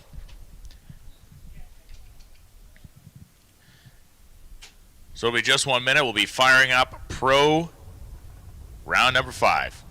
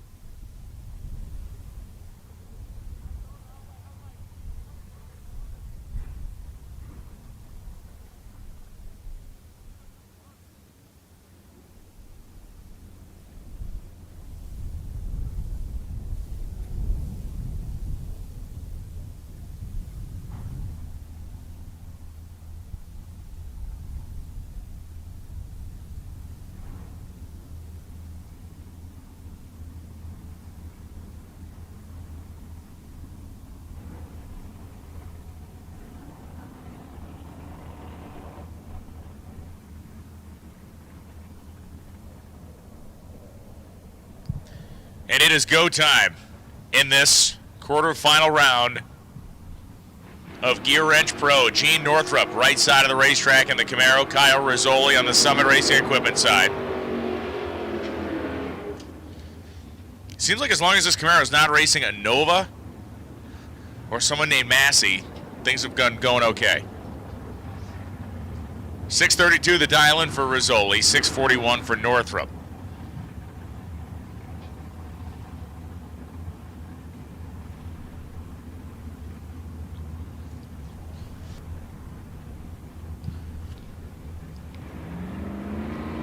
Pre-stage bulbs on for both of these Chevrolet Camaros here as we set up our semi-final round. Winner here will race off against Thomas. Red light start for Northrop by 6th thou. Kyle Rizzoli will advance onto the semi-final round to race Thomas. I'm sorry, the ladder resets. That is correct, so I cannot make that prediction as of yet. Rizzoli's 0:39 reaction time will likely not place him atop the field in terms of best lights we see this round. Jimmy DeFrank and Josh Fistenberg. We need Super Pro door cars. Super Pro door cars to the lanes, please. Super Pro door cars to the staging lanes, please. DeFrank dialed 652. Fistenberg dialed 744. And Jimmy DeFrank has looked really good here. We don't see Jimmy as much as we used to back in the day, but man, when he shows up, he certainly has the guns loaded. He's ready to go. Josh leaves first. Here comes Jimmy. And DeFrank may be in trouble here. A big starting line differential favoring Josh, and it is going to be Josh Fistenberg. 746 on a 744 dial-in with an 026 reaction time. 654.7 for DeFrank, 2 over, but a 71 light was his biggest problem. Yeah, big matchup here. Randy Biddle and Andy Schmall. Schmall, last night's winner for the $30,000, coming out of this Gear Wrench Pro field. Raced his way in. Again, we take the winner of the Gear Wrench Pro field when we get down to just one left and insert them into the ladder over on the Super Pro side of things. Andy Schmall, no fear, no worries, no nothing, as he was able to collect up the trophy last night, along with that $30,000 payday. 619 is the dial-in for the Banana over on the left side, and for Randy Biddle, the Malibu out of Virginia, trying to get down to the round of 4 that are coming back in Gear Wrench Pro. 608 the dial for Biddle. And a red light start for Schmall by a single foul, so Randy Biddle will move on to the round of 4 here in Gear Wrench Pro. Schmall just cut it too close. 001 red. Cut it close enough that it made it bleed. It did. It bled.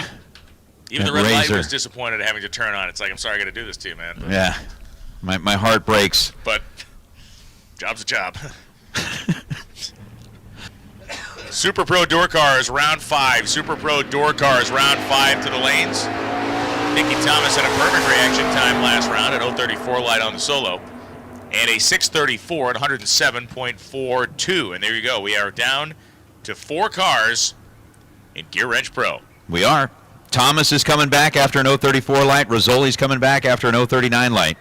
Randy Biddle with the 0:31 light is on his way back, and Fistenberg with the 0:26 light are headed back in. We will reshuffle the ladder, get it put back together, and we are underway here now in round number 5, the Goodyear round. So we got our Super Pro door cars headed back into the staging lane. Super Pro door cars, go ahead and make your way back here. We are going to get you down this track one more time with the lights on. Drag Champ is in the house, running around there with that behind-the-scenes coverage that folks have been enjoying, and it's great. It's great. They have. I mean, between being up here on the starting line and back in the staging lanes, kind of making everything happen, that's pretty cool. So, we're going to take a little break. We've got our door cars coming back. Hey, drivers, again, just kind of keep this in mind. We know that we've got some folks that are double entered. We know that we got some cars that are double entered and things like that. So racers, we're going to ask for some assistance here in the fact that we need you to help us keep track of those car numbers. You know, if you've got your regular entry and your X entry, please make sure that you know which car it is that you're coming up for, which one is still in competition, and please make sure that that is indicated correctly on the left side of the car so that as you roll up here, not only are we getting your dial right, but we're also getting your car number correct so that your entry is appropriately credited for the win as you move forward.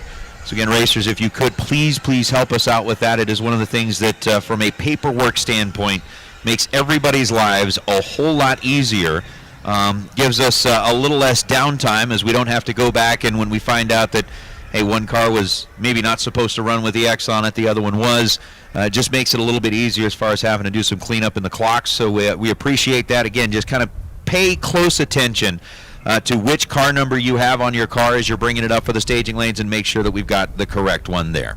Thank you very much. We got a little track prep taking place. And Mike Eames, you'd asked if you could make up a word. I'm wondering, what word can you make up? We came up with incredible a little while ago. Brodacious last weekend. We'll find out what word you come up with. As Eames listening in from, I think he's made it back from Disney World. Talk about living the life. You're going to hang out for the weekend in Tucson, call in a big buck bracket race, then you go home for like a day, then you fly on a plane down there to Disney World. Somebody is living a charmed one, that's for sure. Yeah. Yeah. I'm a little jelly. I got to admit. He's not that smart, though. So he doesn't, if we got to pick some nits here, Okay. Yankees fan, for starters. That's a big one. That's a big problem. Horrendous. It's a triple demerit on the scale.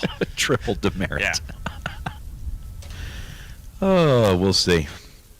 All right, I'm going to go back to some chicken wings. Yeah, keep doing whatever it is I got you're doing. some work to do here.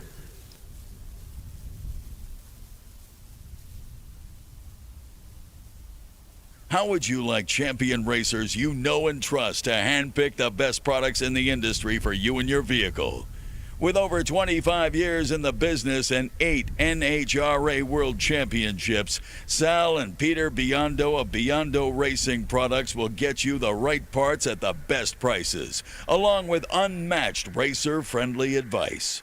From safety equipment to electronics and everything in between, call the racers at Biondo or visit www.beyondoracing.com. High performance, low prices. Get the parts you need now at Jegs High Performance. Free same-day shipping of an extensive selection of 1 million items from over 600 brands. Jegs offers unmatched value through everyday low pricing. Find it cheaper and we'll match it. Click on Jags.com today. 100% satisfaction and lifetime support included with every order. The place for performance since 1960. Jags. Next time you're in the market for a new 2 or 3-speed transmission, torque converter, super damper, or parts to upgrade your current transmission, let ATI supply you with American-made quality products. ATI is family-owned, has a staff of 70 people who work out of 100,000 square feet with 32 CNC machines, and we do it all in Baltimore, Maryland. Whatever you need, ATI can help. Check out ATIRacing.com or give us a call at 800-ATI-3433. At ATI, performance is our passion, and we make our passion your performance. Strange Engineering has been the leader in drive-in suspension and brakes for over 50 years. From street cars to top fuel dragsters and everything in between, Strange has evolved its product line to handle the most demanding of applications. Remember, don't just race. Race Strange. American Race Cars specializes in designing and building some of the most competitive race cars on the planet. Founded in 2004, American has quickly become one of the premier chassis builders in sportsman racing. Travis Colangelo and the American team focus on precision and driver safety. And remember, exceptional customer service comes with every car sold. Round wins, race wins, and championships start here. Join the American family today. For more information, visit AmericanRaceCars.net or see us at the track. A proud sponsor of the Fling events, Autometer is the brand the champions depend on to keep them running at their best. Check out the complete line of gauges, dashes, and data acquisition solutions at Autometer.com. Power, precision, passion. Autometer. And we need Dragster Round 5. Dragster Round 5 to the lanes, please. Super Pro Dragsters Round 5 to the staging lanes. We have called our Super Pro door cars to the lanes. Now we need our Super Pro Dragsters. Let's load them up.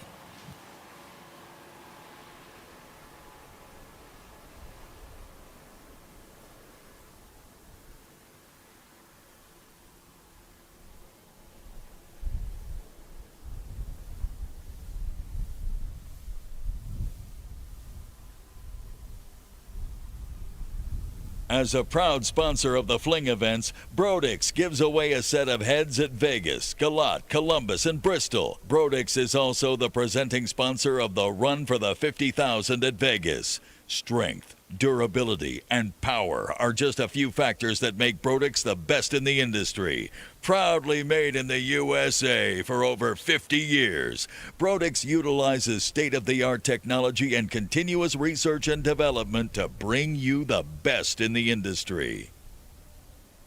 Since year one, Altalab Weather Instruments have been a supporter of the Fling series of events. At this year's event, Altalab will again be sponsoring the Best Dialer Award by giving away an Altacom 4X weather station to a racer who goes dead on with a 0. Reliability, accuracy, Altalab. Mazir Enterprises is very proud to be a part of the Fling series of events. As a dedicated family-owned business comprising of dedicated drag racers, Mazir works hard to provide racers with the very best quality components. Win, lose, or draw, we wish all of you a great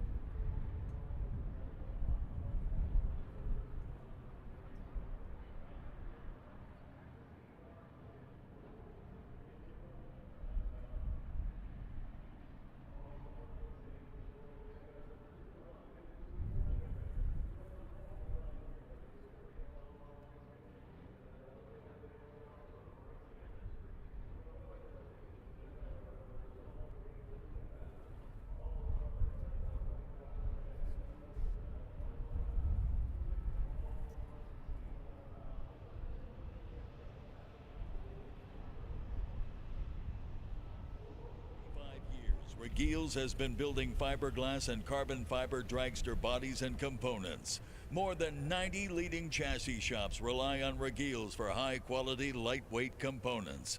Stop by the Regile display on the Midway and receive a 10% discount on all orders placed this week. Goth Enterprises is proud to be a part of the Fling Racer Appreciation Prize Program with their CVD drive shaft assembly. If you're looking for improved consistency in performance, contact Brett Goth. Brett would also like to wish all the racers. All right, gang. Sorry, when Nate said we have to wait for the pro cars to come back up, I thought that meant, okay, this would be a perfect time to take a break and go use the restroom. Turns out what he meant was they had to wait for them to turn the corner, which I found out about as I got to the corner.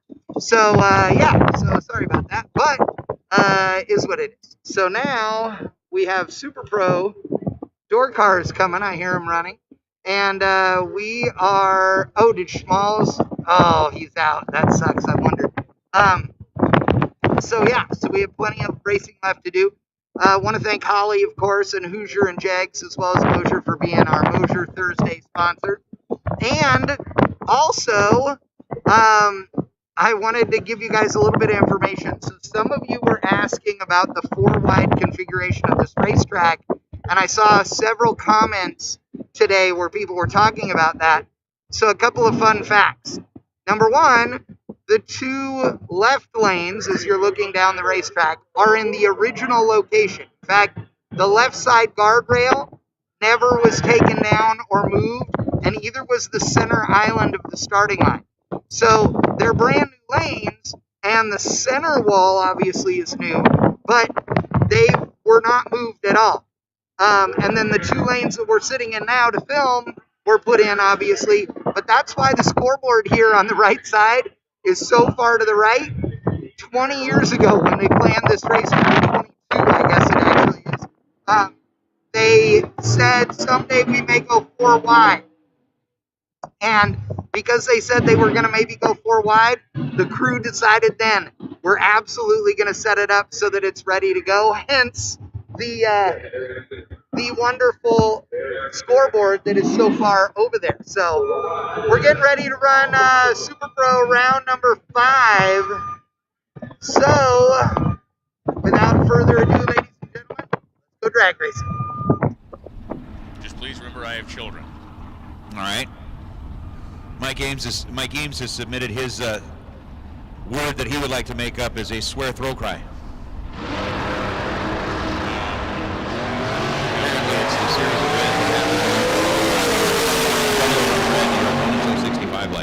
Larry Scarth was 11.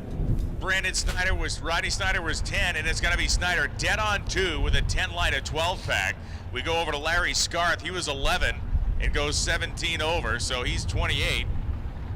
And the margin is 16,000. So imagine that. Math, ladies and gentlemen. Mathematics. Rodney Snyder takes his 68 Camaro on to round number 6. And how about Jeff Verdi and Race Kid for a second pair here in our Gear Wrench Pro, round number 5.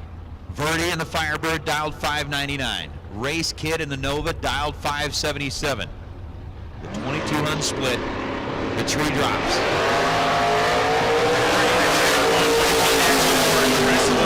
The starting line, they get to the 8-mile finish, and it's Race Kid. 78 on a 77, 14 reaction time, and Jeff Verdi was trying to make up that 100th of a second he trailed off the starting line.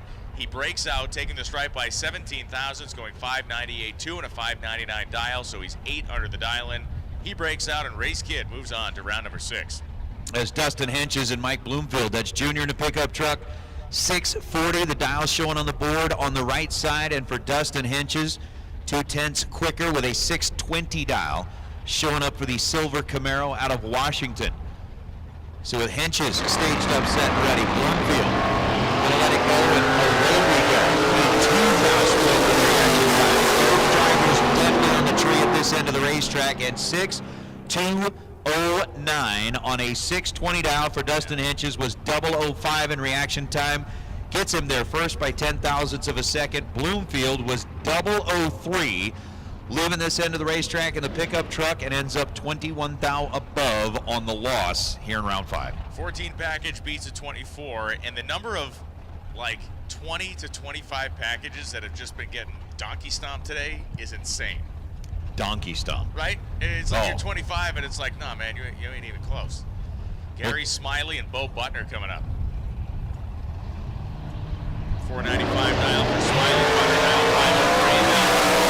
He has a couple seasons ago.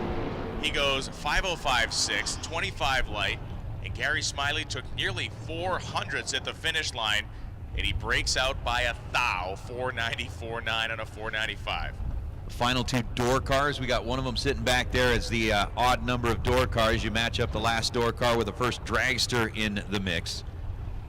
It's Spencer Massey and Shane Thompson. Thompson in the Nova from here in Vegas, 506 the dial for the Silver State Refrigeration Man, and for Spencer Massey, the 71 bodied Nova out of Fort Worth, Texas, 635 is the dial for Spencer. Spencer, who got away with one big time the last trip down the racetrack. As you can see, Thompson pedaling the car early, and it is going to be Shane Thompson. 507 on a 506 dial, 23 reaction time. Took the stripe by 56/10 thou, and that's all he needed. That was a true margin of victory, as Spencer Massey was one over, running 636.2 on a 635 dial-in with an 033 light. Wow.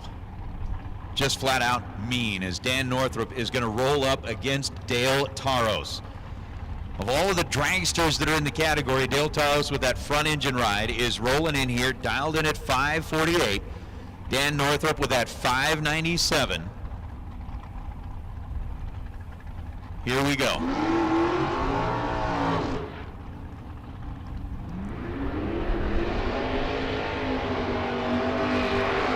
Northrup out of the water box as Dale Taros backing up the Tuttle Belt ride. 548 for Dale. You think the rear engine dragster guys had a difficult time judging Dale Taros in this front engine dragster? Put a guy in a Camaro next to him. Right, at this point, the visibility out that side window of the Camaro is going to be like, where is that car? Yeah, it is the normal level of complication at the finish line turns into a Chinese algebra problem when you look over and see, is that a slingshot dragster? What's happening over there? What is that scoopy thing? It's like right there. No comprende. Northrup, as you'd expect, has about a half a second jump on Dale Taros.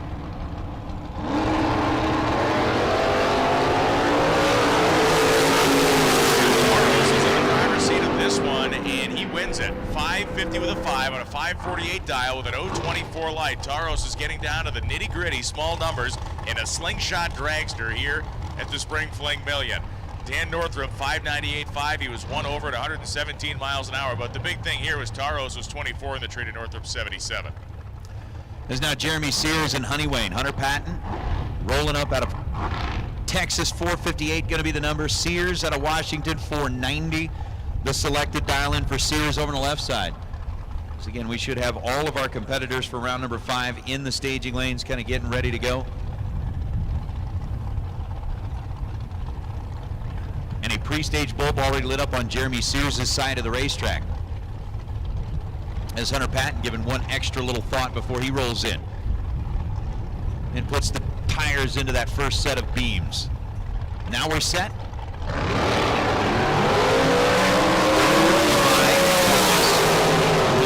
The difference between the two in reaction time. The 001 light leaving second. Hunter Patton with a 3-pack.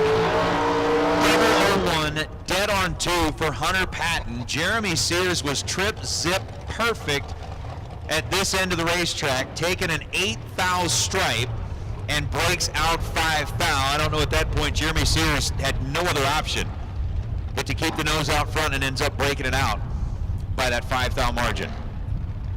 I mean, something like that could really make you hate drag racing. Yes. Something like that. That could certainly change your opinion about a lot of things. Dave Mazier and Shane Carr. Well, Carr dialed 464, Mazier dialed 470. Rolling back down the return road, muddling to yourself, this is stupid. I got a bumper sticker from Mouse Marcellus of the Wind Express one time that said, "The world has no gravity." It just sucks. Flat out. Frankly, in that moment, that's exactly what it is. Shane Carr is here. Nobody's perfect, but Mazier is closer to it than Carr is. He has a 10-pack, 009 reaction time, 4.701 and 4.709. Dave Mazier punches his ticket into the next round. Shane Carr was 18 on the tree, took the strike by 8 thousandths, which in the last two pairs seems like a very bad thing to do. And he breaks out by 6 thou, or by 16th thou, I should say. Oh, Jansen, Melton, Bobby Dye. Ontario and 472 the dial for Bobby. Gleason, Tennessee, and 431 the dial for Jansen, Melton. We've got all of our cars out of the staging lanes and rolling back up this direction. Again, as Brian had said, getting down into the nitty-gritty in this one. Hey, Gear Wrench Pro semifinals. Gear Wrench Pro semifinals. Let's get you headed back to the staging lanes, please. Gear Wrench Pro semifinals. Let's get you headed back here into the staging lanes, please. Melton's in and set. Bobby's there, tree drops. We stay green on both sides. Again, in reaction time. Melton 17 green and 32 on a 431 for a 6 thou margin of victory. On that left side of the racetrack, Bobby Dye was 18 green and 24 thou off the mark as he goes 474 on the 472, but Melton just kind of locked in, comfortable in his position on the racetrack, and continues to go rounds with Austin Williams and Vinny Domino, our next two. See if Austin Williams can continue on. Again, we've talked about the fact that the last couple of weeks have been good to Austin Williams. $30,000 winner down there at the Texas Two-Step, the Motorplex. Domino from Staten Island, New York, has won here. A $50,000 winner in 2015.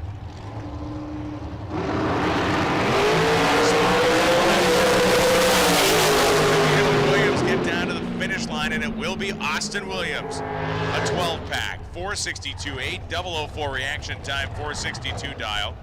Williams took 11th thou worth of stripe, and Domino was 33 on the tree to Austin's 004, and that was the end of it. He runs 460 to 147 and gets there as the number 2 finisher. Tom Bayer and Mark Kidd. We've seen Race Kid advance on the door car side of things. Mark trying to keep pace with his son as he is dialed in at 456. Tom Bayer, the professor, who has been kind of proven to his students that yes, I do know what I'm talking about, and yes, I do know how to light up wind lights, and yes, you are going to see a little bit of a show here tonight. You can see all of his very interested pupils standing against the wall. Yes. You know, if Tom Bayer was having any issue at all kind of advertising the school, which I know he's not, but at this case, at this point in time, he's like, look, we'll learn how to drag race, let me show you. Mark Kidd, professor on the trailer. He will, 457 on the 456, was 18 green at this end of the racetrack. Tom Bayer taking a 12 thou stripe, breaks out one little number.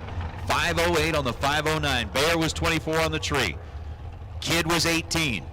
Kidd 17 thou above, 12 thou behind at the stripe, and moving on. David Bills and Tim Thomas, I should say. 482 dialing for Thomas, 478 for David Bills.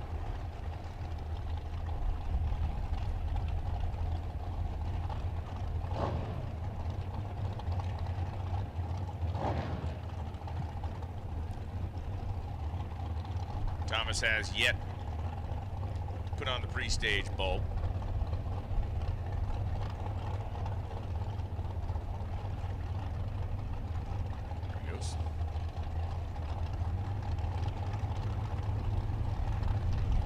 See how tight this pairing comes down to.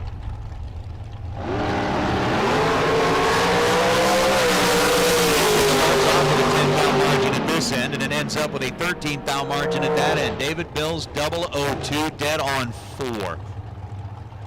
6 thou total. Tim Thomas was 12 at this end of the racetrack.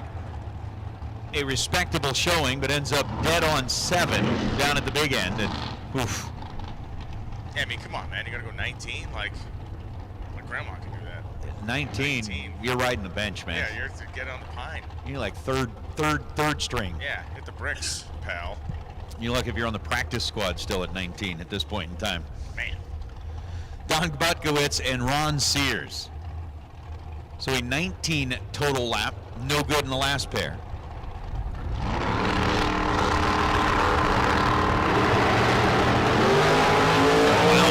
Sears is starts out from underneath of it as he leaves with a 296 reaction time. 5:02 on a 5:02. Butkowitz gets the win, like 28 green and 487 on the 483 for Don. Let's just advise Ron Sears not to pick up the time slip. Yeah. We'll advise Ron Sears to not look at the fact he was dead on 5 and lost by 0.2 of a second. Either that or, you're up in the time slip booth. Do Ron a favor and just cut out that little piece of the time slip. Right. Say that part got bound up in the printer and it's not there. That part, you can't see that part. The computer didn't pick that part up. It's been redacted like a government document. Chad Axford and Shannon Justice. Justice 487 dial in, Chad Axford 451. Yeah, Chad, we did see that from our vantage point. It looked like somebody had set a sparkler off. Yeah. Underneath of the car down here on the starting line. Justice again and Axford. We'll see if there needs to be any redactation done on the time slip in this pair. And if that's not a word, we just made that one up too.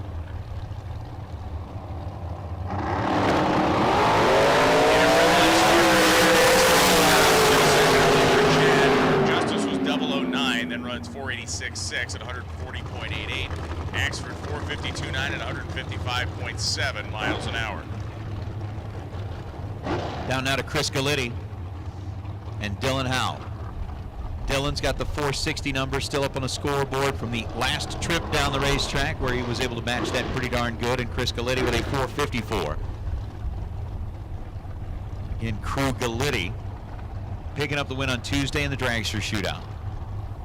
Now getting down into the late rounds here on a $30,000 Mosier Engineering Thursday. Gear Wrench Pro semifinal in each of the staging lanes. Slaying it out there, and there he goes again. 008 reaction time. He goes 61 on a 60 at 149 miles an hour. Galitti was playing catch-up from Jump Street and goes 453.6 in a breakout effort. Trevor Harcum, a Sean Hart.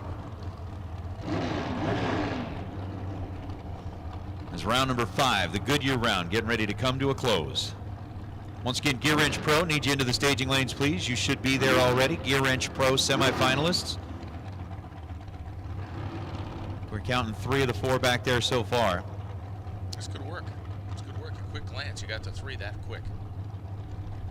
Well, the 4th one might be there. I just skipped over it. Just kind of glanced past it, as you said. 483 to a 487. 400 the split here this time.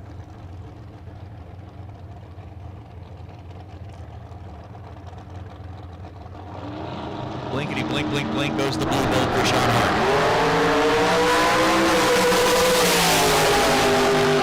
Advantage at this end of the racetrack with a 14 bulb went to Sean. He gets there first, 31,000, runs dead on 483 on a 483 to continue the Painter Boys charge through the field. Trevor Harcum 29 on the tree and 488 on the 487. And man, you called it. Mean, nasty, wicked, and brutal. All of those things. Apply significantly. And we still have multiple rounds yet to run. Yes, we do. Yes, we do. So, Chris Galitti going to pick up a set of Mickey Thompson slicks with a best losing package in round number 4. We're going to go back and figure out our best losing package in round number 5 here momentarily, but Galitti getting that set of slicks courtesy of Mickey Thompson. Again, a big thanks to Mickey Thompson and Goodyear, both sponsors of our best losing packages in round number 4 and round number 5 respectively. But it's going to be and more breaking news, Nate. Gene Northrup won a $100 K&N gift card and $100 cash based off a random tech card draw from the Gear Wrench Pro Round 5 losers from the Pro Treasure Chest. So congrats to Gene and Northrup. Honey and a honey. Little $200 bonus there. Thank you very much, K&N, for being part of the treasure chest. Again, $60,000, over $60,000 worth of prizes that are given away that are not included in the main event purses. Thanks to folks like FTI, Biondo Racing Products, Hoosier Racing Tire, Mickey Thompson Goodyear, Ultronics, Autometer. Then you start talking about some of the special prizes that are going to be given out thanks to Impact, Mazir Enterprises, and ATI, all part of that Gear Wrench Pro treasure chest. Again, we're talking about the bonus in Gear Wrench Pro for the last car standing. We are down to just 4. It's going to be Fistenberg versus Thomas. It's going to be Biddle versus Rizzoli. And I do count the 4 that are back there now. Yay. We kind of look at the potential of who advances and who ends up where, and really 3 of these 4 cars kind of in an ET clump in that mid 630, 620, 630 range. But Fistenberg, the outlier there at 746, he would be very pesky in Super Pro, dialing that car in the 740s. Would be Pesky. very pesky. Yes. Pesky is an appropriate term. Nightmarish might be the other way to describe it. Befuddling. See, that's good. That's very nice. He would be befuddling.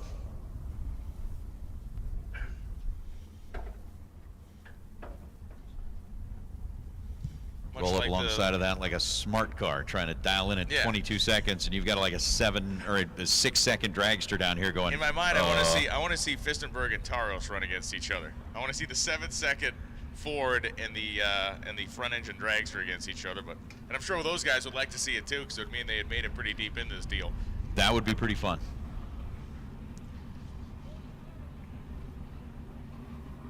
Man, they've turned on the bright lights here in the tower.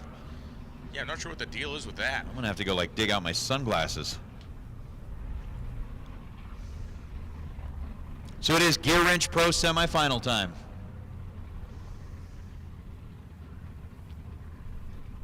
It is Thomas and Furstenberg. I thought we were Fistenberg with this. I thought we were. That's right, Fistenberg. You're right. We got to stick together in this, man. Don't leave me. Well, there's an R in there, so I think it's path that I don't want to go down here. Well, if there's the R in there, you'd think it'd be Furstenberg. You said it came from the chat. We're trusting that chat. Yeah, I might have read it wrong. I've seen some of these people in this thing, and I don't know if I want to be trusting them on the pronunciation. I might have read it wrong. That was like over 10 minutes ago. There's a statute of limitations on this whole thing. Either way, it's Josh and Nikki, and Josh is dialed 744 in the Ford, and Nikki is dialed 634 in the S10 truck. The Tower Light Show continues. Now we've gone into the gentle abyss. Darkness. The abyss. Let's start nodding off here. It's the gentle hum of race cars who goes to sleep. Away we go, Josh in the Comet trying to get it done against Nikki in the S10, and the win light's going to turn on for Nikki Thomas. 633.3 on a 634. Gets there second, breaks out by 7 thou less. Josh was 13 green, 742 on a 744, taking a 20 thou stripe, so it's going to be Thomas coming back in the final round of Gear Wrench Pro against either Randy Biddle or Kyle Rizzoli. And Askety shall receive. Both Biddle and Rizzoli have rolled up. And what do you know, Nate? We're on a ladder for Super Pro Dragster. And I'm not going to make the mistake I made last time where I looked at it and said, oh yeah, we got 16 cars in Super Pro, yada, yada, yada. We forget there is one over here from Pro that will be inserted into that mix the next time we come back. And when we well, do that, a couple rounds it from will now. upset the apple cart some because we will have non-round numbers. So we'll have It some will. buys. It will topple. Will topple. The apple cart will topple.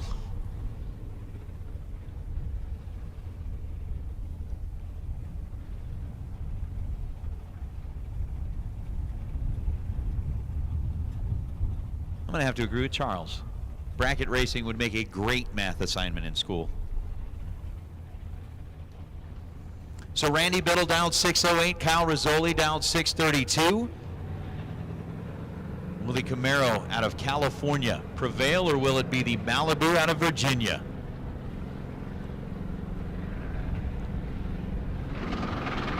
We'll find out in about 6 seconds. 5 thousandths of a second between them at this end of the racetrack. Brake lights are on. Randy Biddle tried to stop the breakout, but didn't have enough binders underneath of him. 606 on the 608. Biddle was 27 thousandths of a second behind the green light. Kyle Rizzoli had the 022 lights. Essentially, the coin flip down here at this end as Rizzoli goes 631 on the 632. Basically, that was the race to the dump spot. And Rizzoli comes out on the better end of the deal and will advance. Biddle putting on quite a show here in the Malibu, but gets stopped a couple of rounds shy of where he really wanted to be. That was the Panic Stop Nationals down there, and Kyle Rizzoli got the better of him. And we need Super Pro door cars and dragsters to the lanes for round 6. Bring them to the front of the lanes for pairing. You are on a ladder. Super Pro door cars and dragsters. Bring them to the front of the lanes for pairing at round number 6. We are down to technically 17 cars because we have the one lone Promobile that will show up, and we've yet to decide. Are you looking to add an in-tank fuel pump to your ride, but you're afraid it's a little too complicated to do on your own? Well, Holley has a solution for you. It's our universal retrofit fuel pump modules. Follow along, and I'll show you how to make the switch to EFI with a retrofit fuel pump module from Holley. With pumps capable of flowing 255, 450, all the way up to 525 liters per hour, Holley's sure to have a fuel pump for your EFI needs. Now you can convert your factory tank or fuel cell to an EFI-style in-tank fuel system with return or returnless setups. The first thing we need to do is to determine the best location to mount our fuel pump module in our fuel cell or fuel tank. To mount the module, you'll need to cut a 3 1/4 inch hole with a hole saw similar to this. Identify things like where the vehicle's fuel tank straps and frame rails will contact your fuel tank. That way we can avoid these areas. Now evaluate the position of your fuel level sender float. Removing the existing unit, if yours has one, will help you determine the float arm path. That way you can cut your new hole without interfering with it. Be sure to look for and avoid any bowls or baffles internally in the tank as well. You'll also want to look and determine the best routing position for any supply, return, and vent hoses may be required for your unit. Once you've determined the best possible location for your pump module, drill the 3 1/4 inch diameter hole in the tank with your hole saw. Remember, gas burns but fumes explode, so don't become a statistic. If you plan to reuse a fuel tank, make sure that all the fuel has been removed and consult with a professional about degassing the tank before cutting or drilling. Once you have the hole cut, use a file or some emery cloth to deburr the edge of your cut. The thick foam gasket supplied with your fuel pump module can compensate for ribs up to a 1/4 inch thick in the fuel tank surface. If your tank has deeper ribs or the ribs are perpendicular and have sharp edges, you'll need to use some additional sealant, such as Dow Corning's 730 RTV. Apply the sealant between the foam ring and the tank surface to seal it properly. Remove and clean any debris that may have fallen into the tank during the hole cutting process before you start the installation. Next, we need to measure the tank depth from the highest part of the fuel tank to the very bottom of the floor directly below. The maximum tank depths that our pump modules can accommodate vary from 12 to 13 7/32 of an inch, depending on which pump module you choose. And minimum depth requirements range from 7 to 9 inches depending on the model. Now take this tank depth measurement and insert it into the chart found in the instructions. Subtract your depth measurement from the supply hose specifications listed for your specific model to get the proper length for the supply and return hose. Now measure and mark your return hose, starting with the end of the tape at the end of the hose and pulling back towards the module. Once you have your mark, you can cut the hose to length. Now cut the supply line that's already pre-attached to your fuel pump using the same method, pulling from the end of the hose back towards the fuel pump, then mark and cut. To determine the length we'll need for our pump hanger bracket, you'll use the same measurements that we used earlier for our return and supply lines. Using your measurement, place a mark on the hanger bracket, then cut the hanger at the mark. Install the pump hanger bracket to the flange boss using the 2 screws and lock washer supplied with your kit. Install the bracket so that the groove is facing your fuel pump. You'll have to remove the foam ring in order to access both holes. Install the pump hanger bracket to the flange boss using the 2 screws and lock washer supplied with your kit. Then torque them to 12 to 18 inch-pounds. Don't forget to reinstall the foam gasket. Slide the screw clamp over the supply hose and push the hose outlet onto the hose barb found in the pump module body. In order to gain better access to the clamp screw, you can remove one of the clamping lugs. Next, rotate the pump until it contacts the hanger bracket. Then slide the hose clamp towards the pump and over the hose barb. Tighten it to 13.5 inch-pounds. Now install the 2 2-inch diameter screw clamps around the pump module and mounting bracket. Place a clamp at each end of the foam sleeve on the pump. If you've chosen an EFI system that's capable of being run returnless, why not choose one of our returnless fuel pump modules? The installation is the same as before, but be sure to check the chart included in the instructions, since the base measurements change with the returnless style pump modules. When you go to install the hydromat filter onto your fuel pump module, position the hydromat so that the shortest length of filter is closest to the wall of the fuel tank, and the longer section is pointed towards the center of your tank. You'll also want to avoid interfering with the swing motion of the fuel level sender float, as well as any internal baffles or bowls. First, remove the caps from the pump inlet and the filter outlet. Line up one of the holes found in the filter mounting tab with the locating pin found on your fuel pump. Be sure that the fuel filter is going to be orientated correctly once it's installed into your fuel tank before you proceed. Once you're sure it's in the correct position, push the hydromat onto the pump inlet until it bottoms out and locks into place. If you're installing one of our retrofit fuel pump modules into a polypropylene tank, better known as a plastic tank, we recommend that you use one of our stiffening shims. Separate the shim at the slot and spiral it through the tank opening. You can apply some adhesive compound, like Loctite 571, between the shim surface and the tank to hold it in place. Use clamps or tape to keep the shim against the inside surface of the tank opening until the adhesive sets up. Position the shim so that it's not visible in the opening and wipe away any excess Loctite that protrudes into the tank opening. Before installing the pump module into your fuel tank, install any adapters or ports needed for your supply, return, and vent lines. Now is also a good time to go ahead and install the preferred electrical connector. Now we're ready to install our pump module into our fuel tank. Make sure that the foam ring is installed on the flange of the pump module. Slide the longer side of the hydromat into the tank opening first. Then fold the shorter side, just enough to allow you to get it through the whole opening. Now lower the universal pump hanger into position. If you can, look to see that the hydromat is in the desired position and that it's not interfering with any internal obstructions. If it is, you can rotate the universal pump hanger assembly as needed. Make sure that all the swing out mounting lugs are in the closed position, then lower the module the rest of the way down into the tank. Press down on the module and compress the seal against the tank surface. Then tighten the assembly screws in a clockwise motion to swing the mounting lugs out into the open position. Then gradually torque the 5 assembly screws using a crisscross pattern until the torque of 40 to 60 inch-pounds is achieved. Finish your install all the way to the engine bay with one of our fuel system kits. We have several to choose from depending on your needs, and they include hose, pumps, regulator, fittings, filters, and clamps depending on which one you choose. To complete your installation, make all the necessary connections for your fuel, vent, as well as electrical connections and the fuel sending unit. Once you have your tank up in place but not fully secured, it's a good idea to go ahead and power up the pump. That way you can check for any leaks. If you're leak free, go ahead and raise it in its final position and secure the tank. Make sure that you don't pinch any wires or crush any fuel lines though. And remember, all vent lines must terminate at least 6 inches above the top of your fuel tank. That wasn't so bad. Now you can convert your factory tank or fuel cell into an in-tank EFI system quickly and easily, all on your own. For more great fuel system solutions and how-to videos, visit us at Holley.com.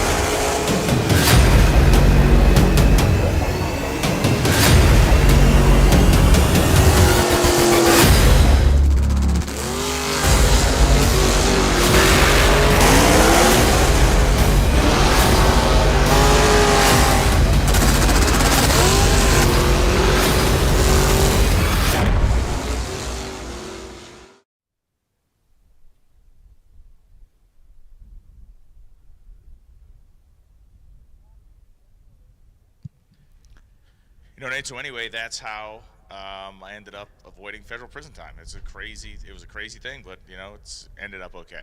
I had no idea that you were actually that close to serving time in a federal penitentiary. Probably the best story I have in my entire life. I hope everybody enjoyed it. Oh my gosh, that is unreal. I mean, I can't believe it. I mean, for those that are listening on the chat, that has got, I mean, my jaw is on the table. I cannot. But I felt like tonight was the night. I think that's incredible, man. Yeah. I mean, for those of us that got the opportunity, those listening in, I mean, wow. I am shocked at hearing that you know, Brian Loans was that close to actually being a felon. But I'm not. Like registered. Not like you'd lose your chance to vote, the whole deal. Right, it would be bad. But Oh, wow. anyway, came on the right side of that one. So. Oh, that is unbelievable. I can't. So listen, dude, I'm still trying to process it's all right, that you get a whole little story. emotional. A lot of people do get emotional when they hear the story. It's just you know, it's trying for the human spirit type of thing. You know what I mean? Oh goodness. Enemies become friends, friends become enemies. It's a whole game. Yeah. Really. Yeah, that kind of stuff happens. Oh man. So I mean, I don't know how we make this transition, but I know earlier we were going to kind of ask you. It is, you know, kind of Easter time. The different candies are coming out. I'd asked you, kind of, what's your thought about, you know, are you a Cadbury Cream Egg guy? Yes or no? You said, and maybe one type thing. Yeah, I eat a Cadbury Cream Egg, I think, once a year to remind myself that I don't really like it that much. But on paper, it's like, oh, this is going to be great. And then it's kind of like gross. Chad says he does enjoy them during Easter time only. What is your take on the cream egg? Mine's kind of the same thing. I'll maybe eat two. Okay. You know, it's like I'll get one kind of the beginning of the season and then one again just before they take them off the shelves type thing. But we were talking about Peeps. And, you know, are you a Peeps guy? Do you like the Peeps, the marshmallow, you know, chicks with the sugar on them? And the honest truth is here, you know, you and I were both Peeps guys, and it's funny when you asked me, do you want Peeps? I said, oh yeah, but I got to eat them a certain way, and it may sound weird. I crack the package open and let them sit, and of course you were like, wait, what? That's how we do it. So again, for both of us up here in the tower, we are Peeps guys, love them. Yep. But the only way would they eat them, do not eat them the same day the package is open. You got to wait 2 or 3 days, let them dry out just a little bit and become almost more taffy-like. So we wanted to see what the folks in the chat bleachers had to say. If you guys are like Peeps the same way, or if it's more like you got to have them fresh, or absolutely no way are you ever going to put anything like that near your lips. And now we wait. We do. We wait for the response. Stephen Umberger, I got to tell you, man, the story that Brian was telling, I dropped my jaw. I had no idea that that's what was going on, and it definitely something to behold. I hope you guys were able to catch that as well, because it was just ridiculous. Kevin McKenna of National Dragster at home with his wife Jill watching. Jill chiming in on the private chat room known as my phone. Very profane text message, but did describe her disdain for Cadbury cream eggs. So she is not a cream egg person. Not by these words. Like she won't even pick up one. I have to wash my eyes with bleach after reading the level of anger that was just sent through my phone. Fair enough. So far, all the votes are no on the Peeps. Garbage. Peeps are nasty. Because these guys are eating them fresh. You can't do that. Exactly. Give it a try. Give it a try. Bob Welsh says gross. Again, give it a try. Let them sit for a couple of days. They become a little bit more taffy-like, and they're definitely the way to go. They probably absorb all kinds of weird bacteria and stuff in the air too. That helps. You know, that's always the thing. That adds to the flavor. I think you got Twinkies that have that incredible shelf life as long as they're still in the wrapper. Peeps, their shelf life like gets longer the longer they're out of the wrapper. Right. Oh. Easter has the worst candy and food. Come on, man. You don't like ham? Right? Don't you have a ham on Easter? Like, how do you not like ham? Ham was like the one meat that any kid, that chicken nuggets and ham is like the one meat that any kid on earth will eat. That's true. Right? That's true. I mean, some of them you can't get to eat turkey, you can't get to do anything else, but in between ham and chicken nuggets, I mean, some kids will even turn up their nose at hot dogs. And that's a problem. That's where this country's going wrong. Once we lose the hot dog kids, what else is there? Jill has chimed back in, loves the aged Peeps, so she is also on Team Aged Peeps. Who's on Team Aged Peeps? Jill is. Hates Cadbury cream eggs, but has come around for the aged Peeps. You know, not everybody's perfect, but we'll certainly give her the win on the aged Peeps. They don't have Peeps in Australia, which explains a lot of things. If they had Peeps in Australia, you know. Well, I wonder if they're going by a different name down there. Peeps, mate. Yeah, but I'm just thinking because, you know, it seems like there's a lot of the same stuff everywhere. All right, NORAD's going with the stale Peeps. Eat it with chocolate like s'mores? Rooster, shame on you. Listen, Don Lynn is watching, and Don Lynn seems like a real party because his post was sugar is poison. Hippie. Man. Mike English is chiming in, saying he'll just toss this in. Okay. Mike English was alive when they invented birds. And then peeps were invented many years after birds were invented. So Mike has been around to see the whole process. Joe Foley with the stale peeps are underrated. They are. Yep, that's a If smart more guy people right would give there. them a chance, they would certainly jump to the top of the list.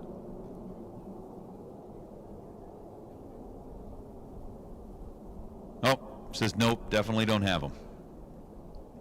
All right, Well, I bet you can use the internet and get you some. Maybe you could be the distribution point. And I mean, the nice thing is, Australia. the delivery time from here to Australia, you wouldn't even, they'd be stale by the time they get to you. Yeah, you would actually have the best kind. It's brilliant. Okay, so we go from the peeps discussion. I mean, it was brought up, black jelly beans. For me, black licorice is a hard no. Love black licorice. Do not like the licorice flavored jelly beans. Okay. For me, anything resembling the black licorice is a hard no for me. But then I think the other one, so we'll throw this out here, just get everybody kind of riled up. So the debate between the stale or fresh peeps, the debate on black licorice, yes or no, but then the bigger debate in my mind is red vines or Twizzlers.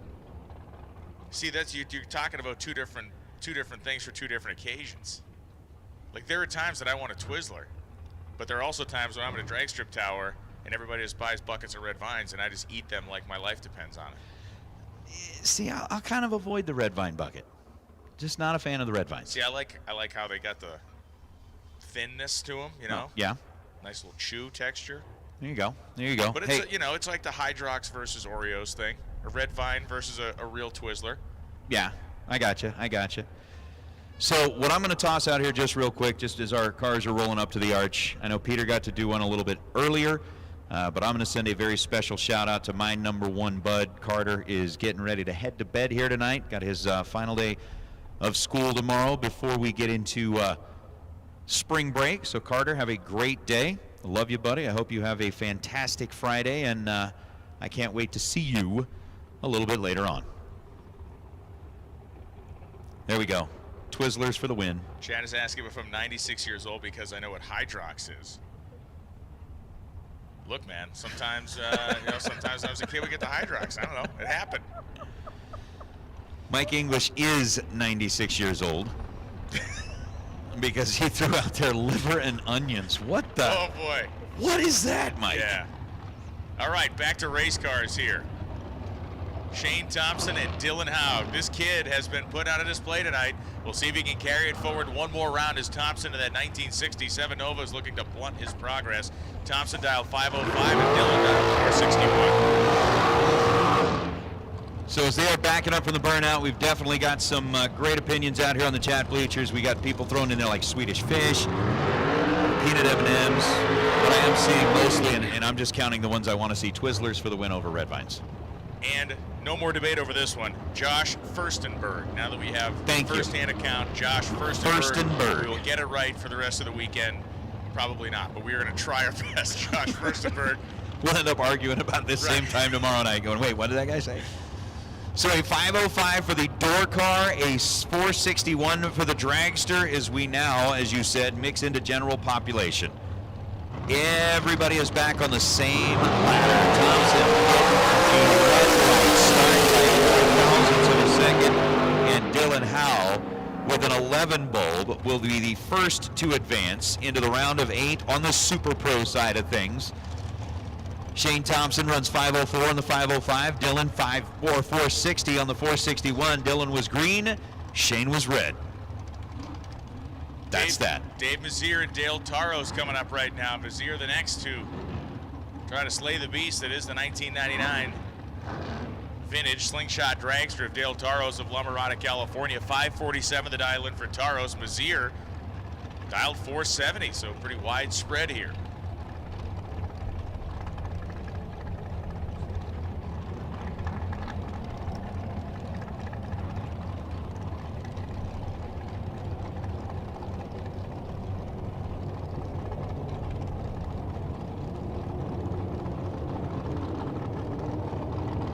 Nice. Chelsea Lazari chiming in there.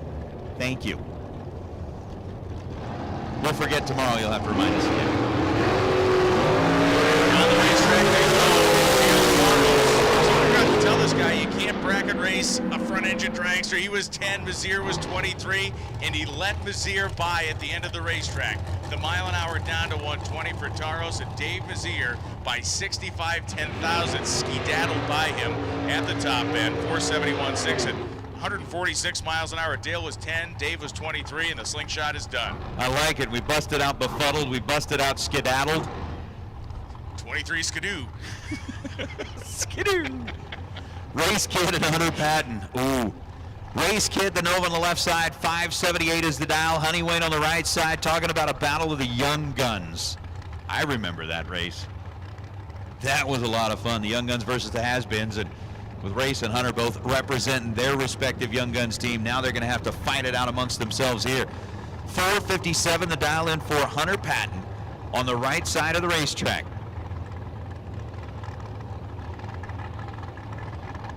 It was like a blink, blink, pause, blink to get it into stage position. 10,000 split between the Quarterfinal and the Dragster at this end of the racetrack. Grab the brakes, and Race Kid cannot slow down the car enough. Hunter Patton gets by 458 on a 457. Race Kid got to the stripe first by 32 thousandths of a second. He had quickly grabbed the binders to slow the car down a little bit, but by 9 thousandths of a second, still breaks out. Race Kid is done, and Hunter Patton rolls into round number next. We're in the Ultronics round. Bo Butner and Shannon Justice now. Justice.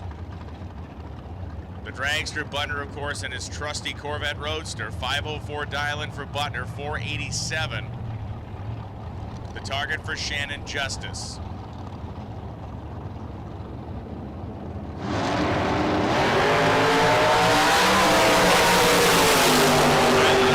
Some talent here. Unfortunately for him, Justice is dead on 6 with a 19 light, and Butner breaks out by 12 thou.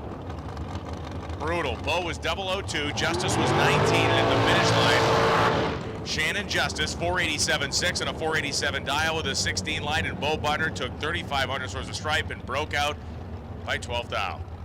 Wow, David Bills and Sean Hart. Bills with a 478 dial. Sean Hart with the 483 dial. We've gotten through 4 pair. We've got 4 left to go here in round number 6. Bills has got the pre-stage bulb lit. Sean Hart rolling in out of Layton, Utah.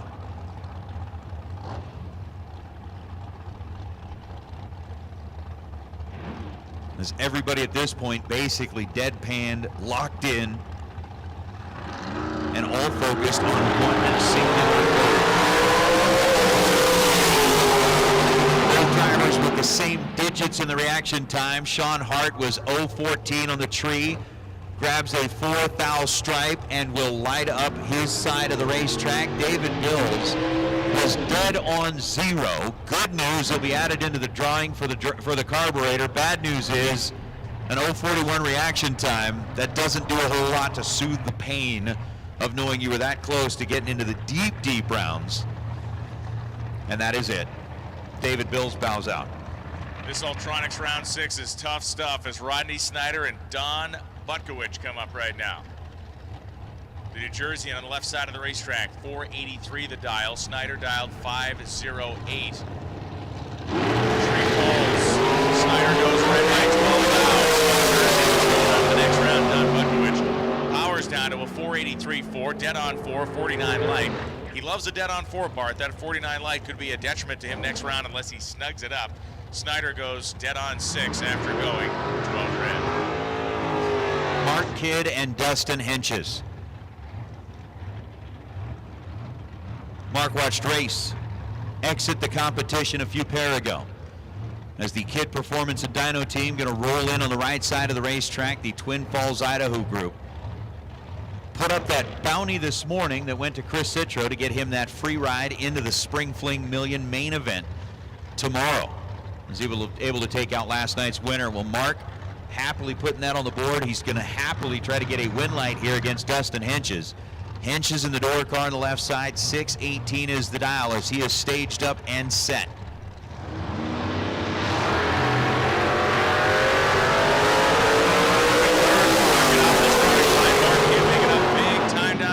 The throttle, and it's going to be Dustin Henches. 619 or 618 mile, taking 17 10,000ths of stripe was the right move here, as Kidd was the better reactor. 17 to Henches 27, except Kidd ran 2 over, 459.5 on a 457 dial. You can see the car heaving back and forth as he was working the throttle. Just ran 2 off the number, and Henches was just tight enough to get the win line. That'll bring out the final 2. Jansen, Melton, and Austin Williams. Williams 461 dial, Melton dialed in at 431, 0.3 of a second. The difference between the 2 numbers on the board. Head start to the Texas-based car on the left side of the racetrack, and then Jansen rolling in out of Gleason, Tennessee. We'll see if he can't take it at least one more round. You know, it's interesting tonight racing for $30,000. You can kind of see that it's going to be even worse. 10 on the tree for Austin Williams, taking a 7th stripe and dead on 5. Beats 11 on the tree and 11 above for Jansen Melton. Austin Williams will be back in the next round with that 10 light. And for Williams, the 0-0 could play to his favor. So moving on, as we make our way out of the round of 16, we've got Hunter Patton, Dylan Howell, Austin Williams, Shannon Justice, Sean Hart, Dave Mazier, Dustin Henches, and Don Butkowitz. What I like about this is when you go down that list, we have the great wide range of ages.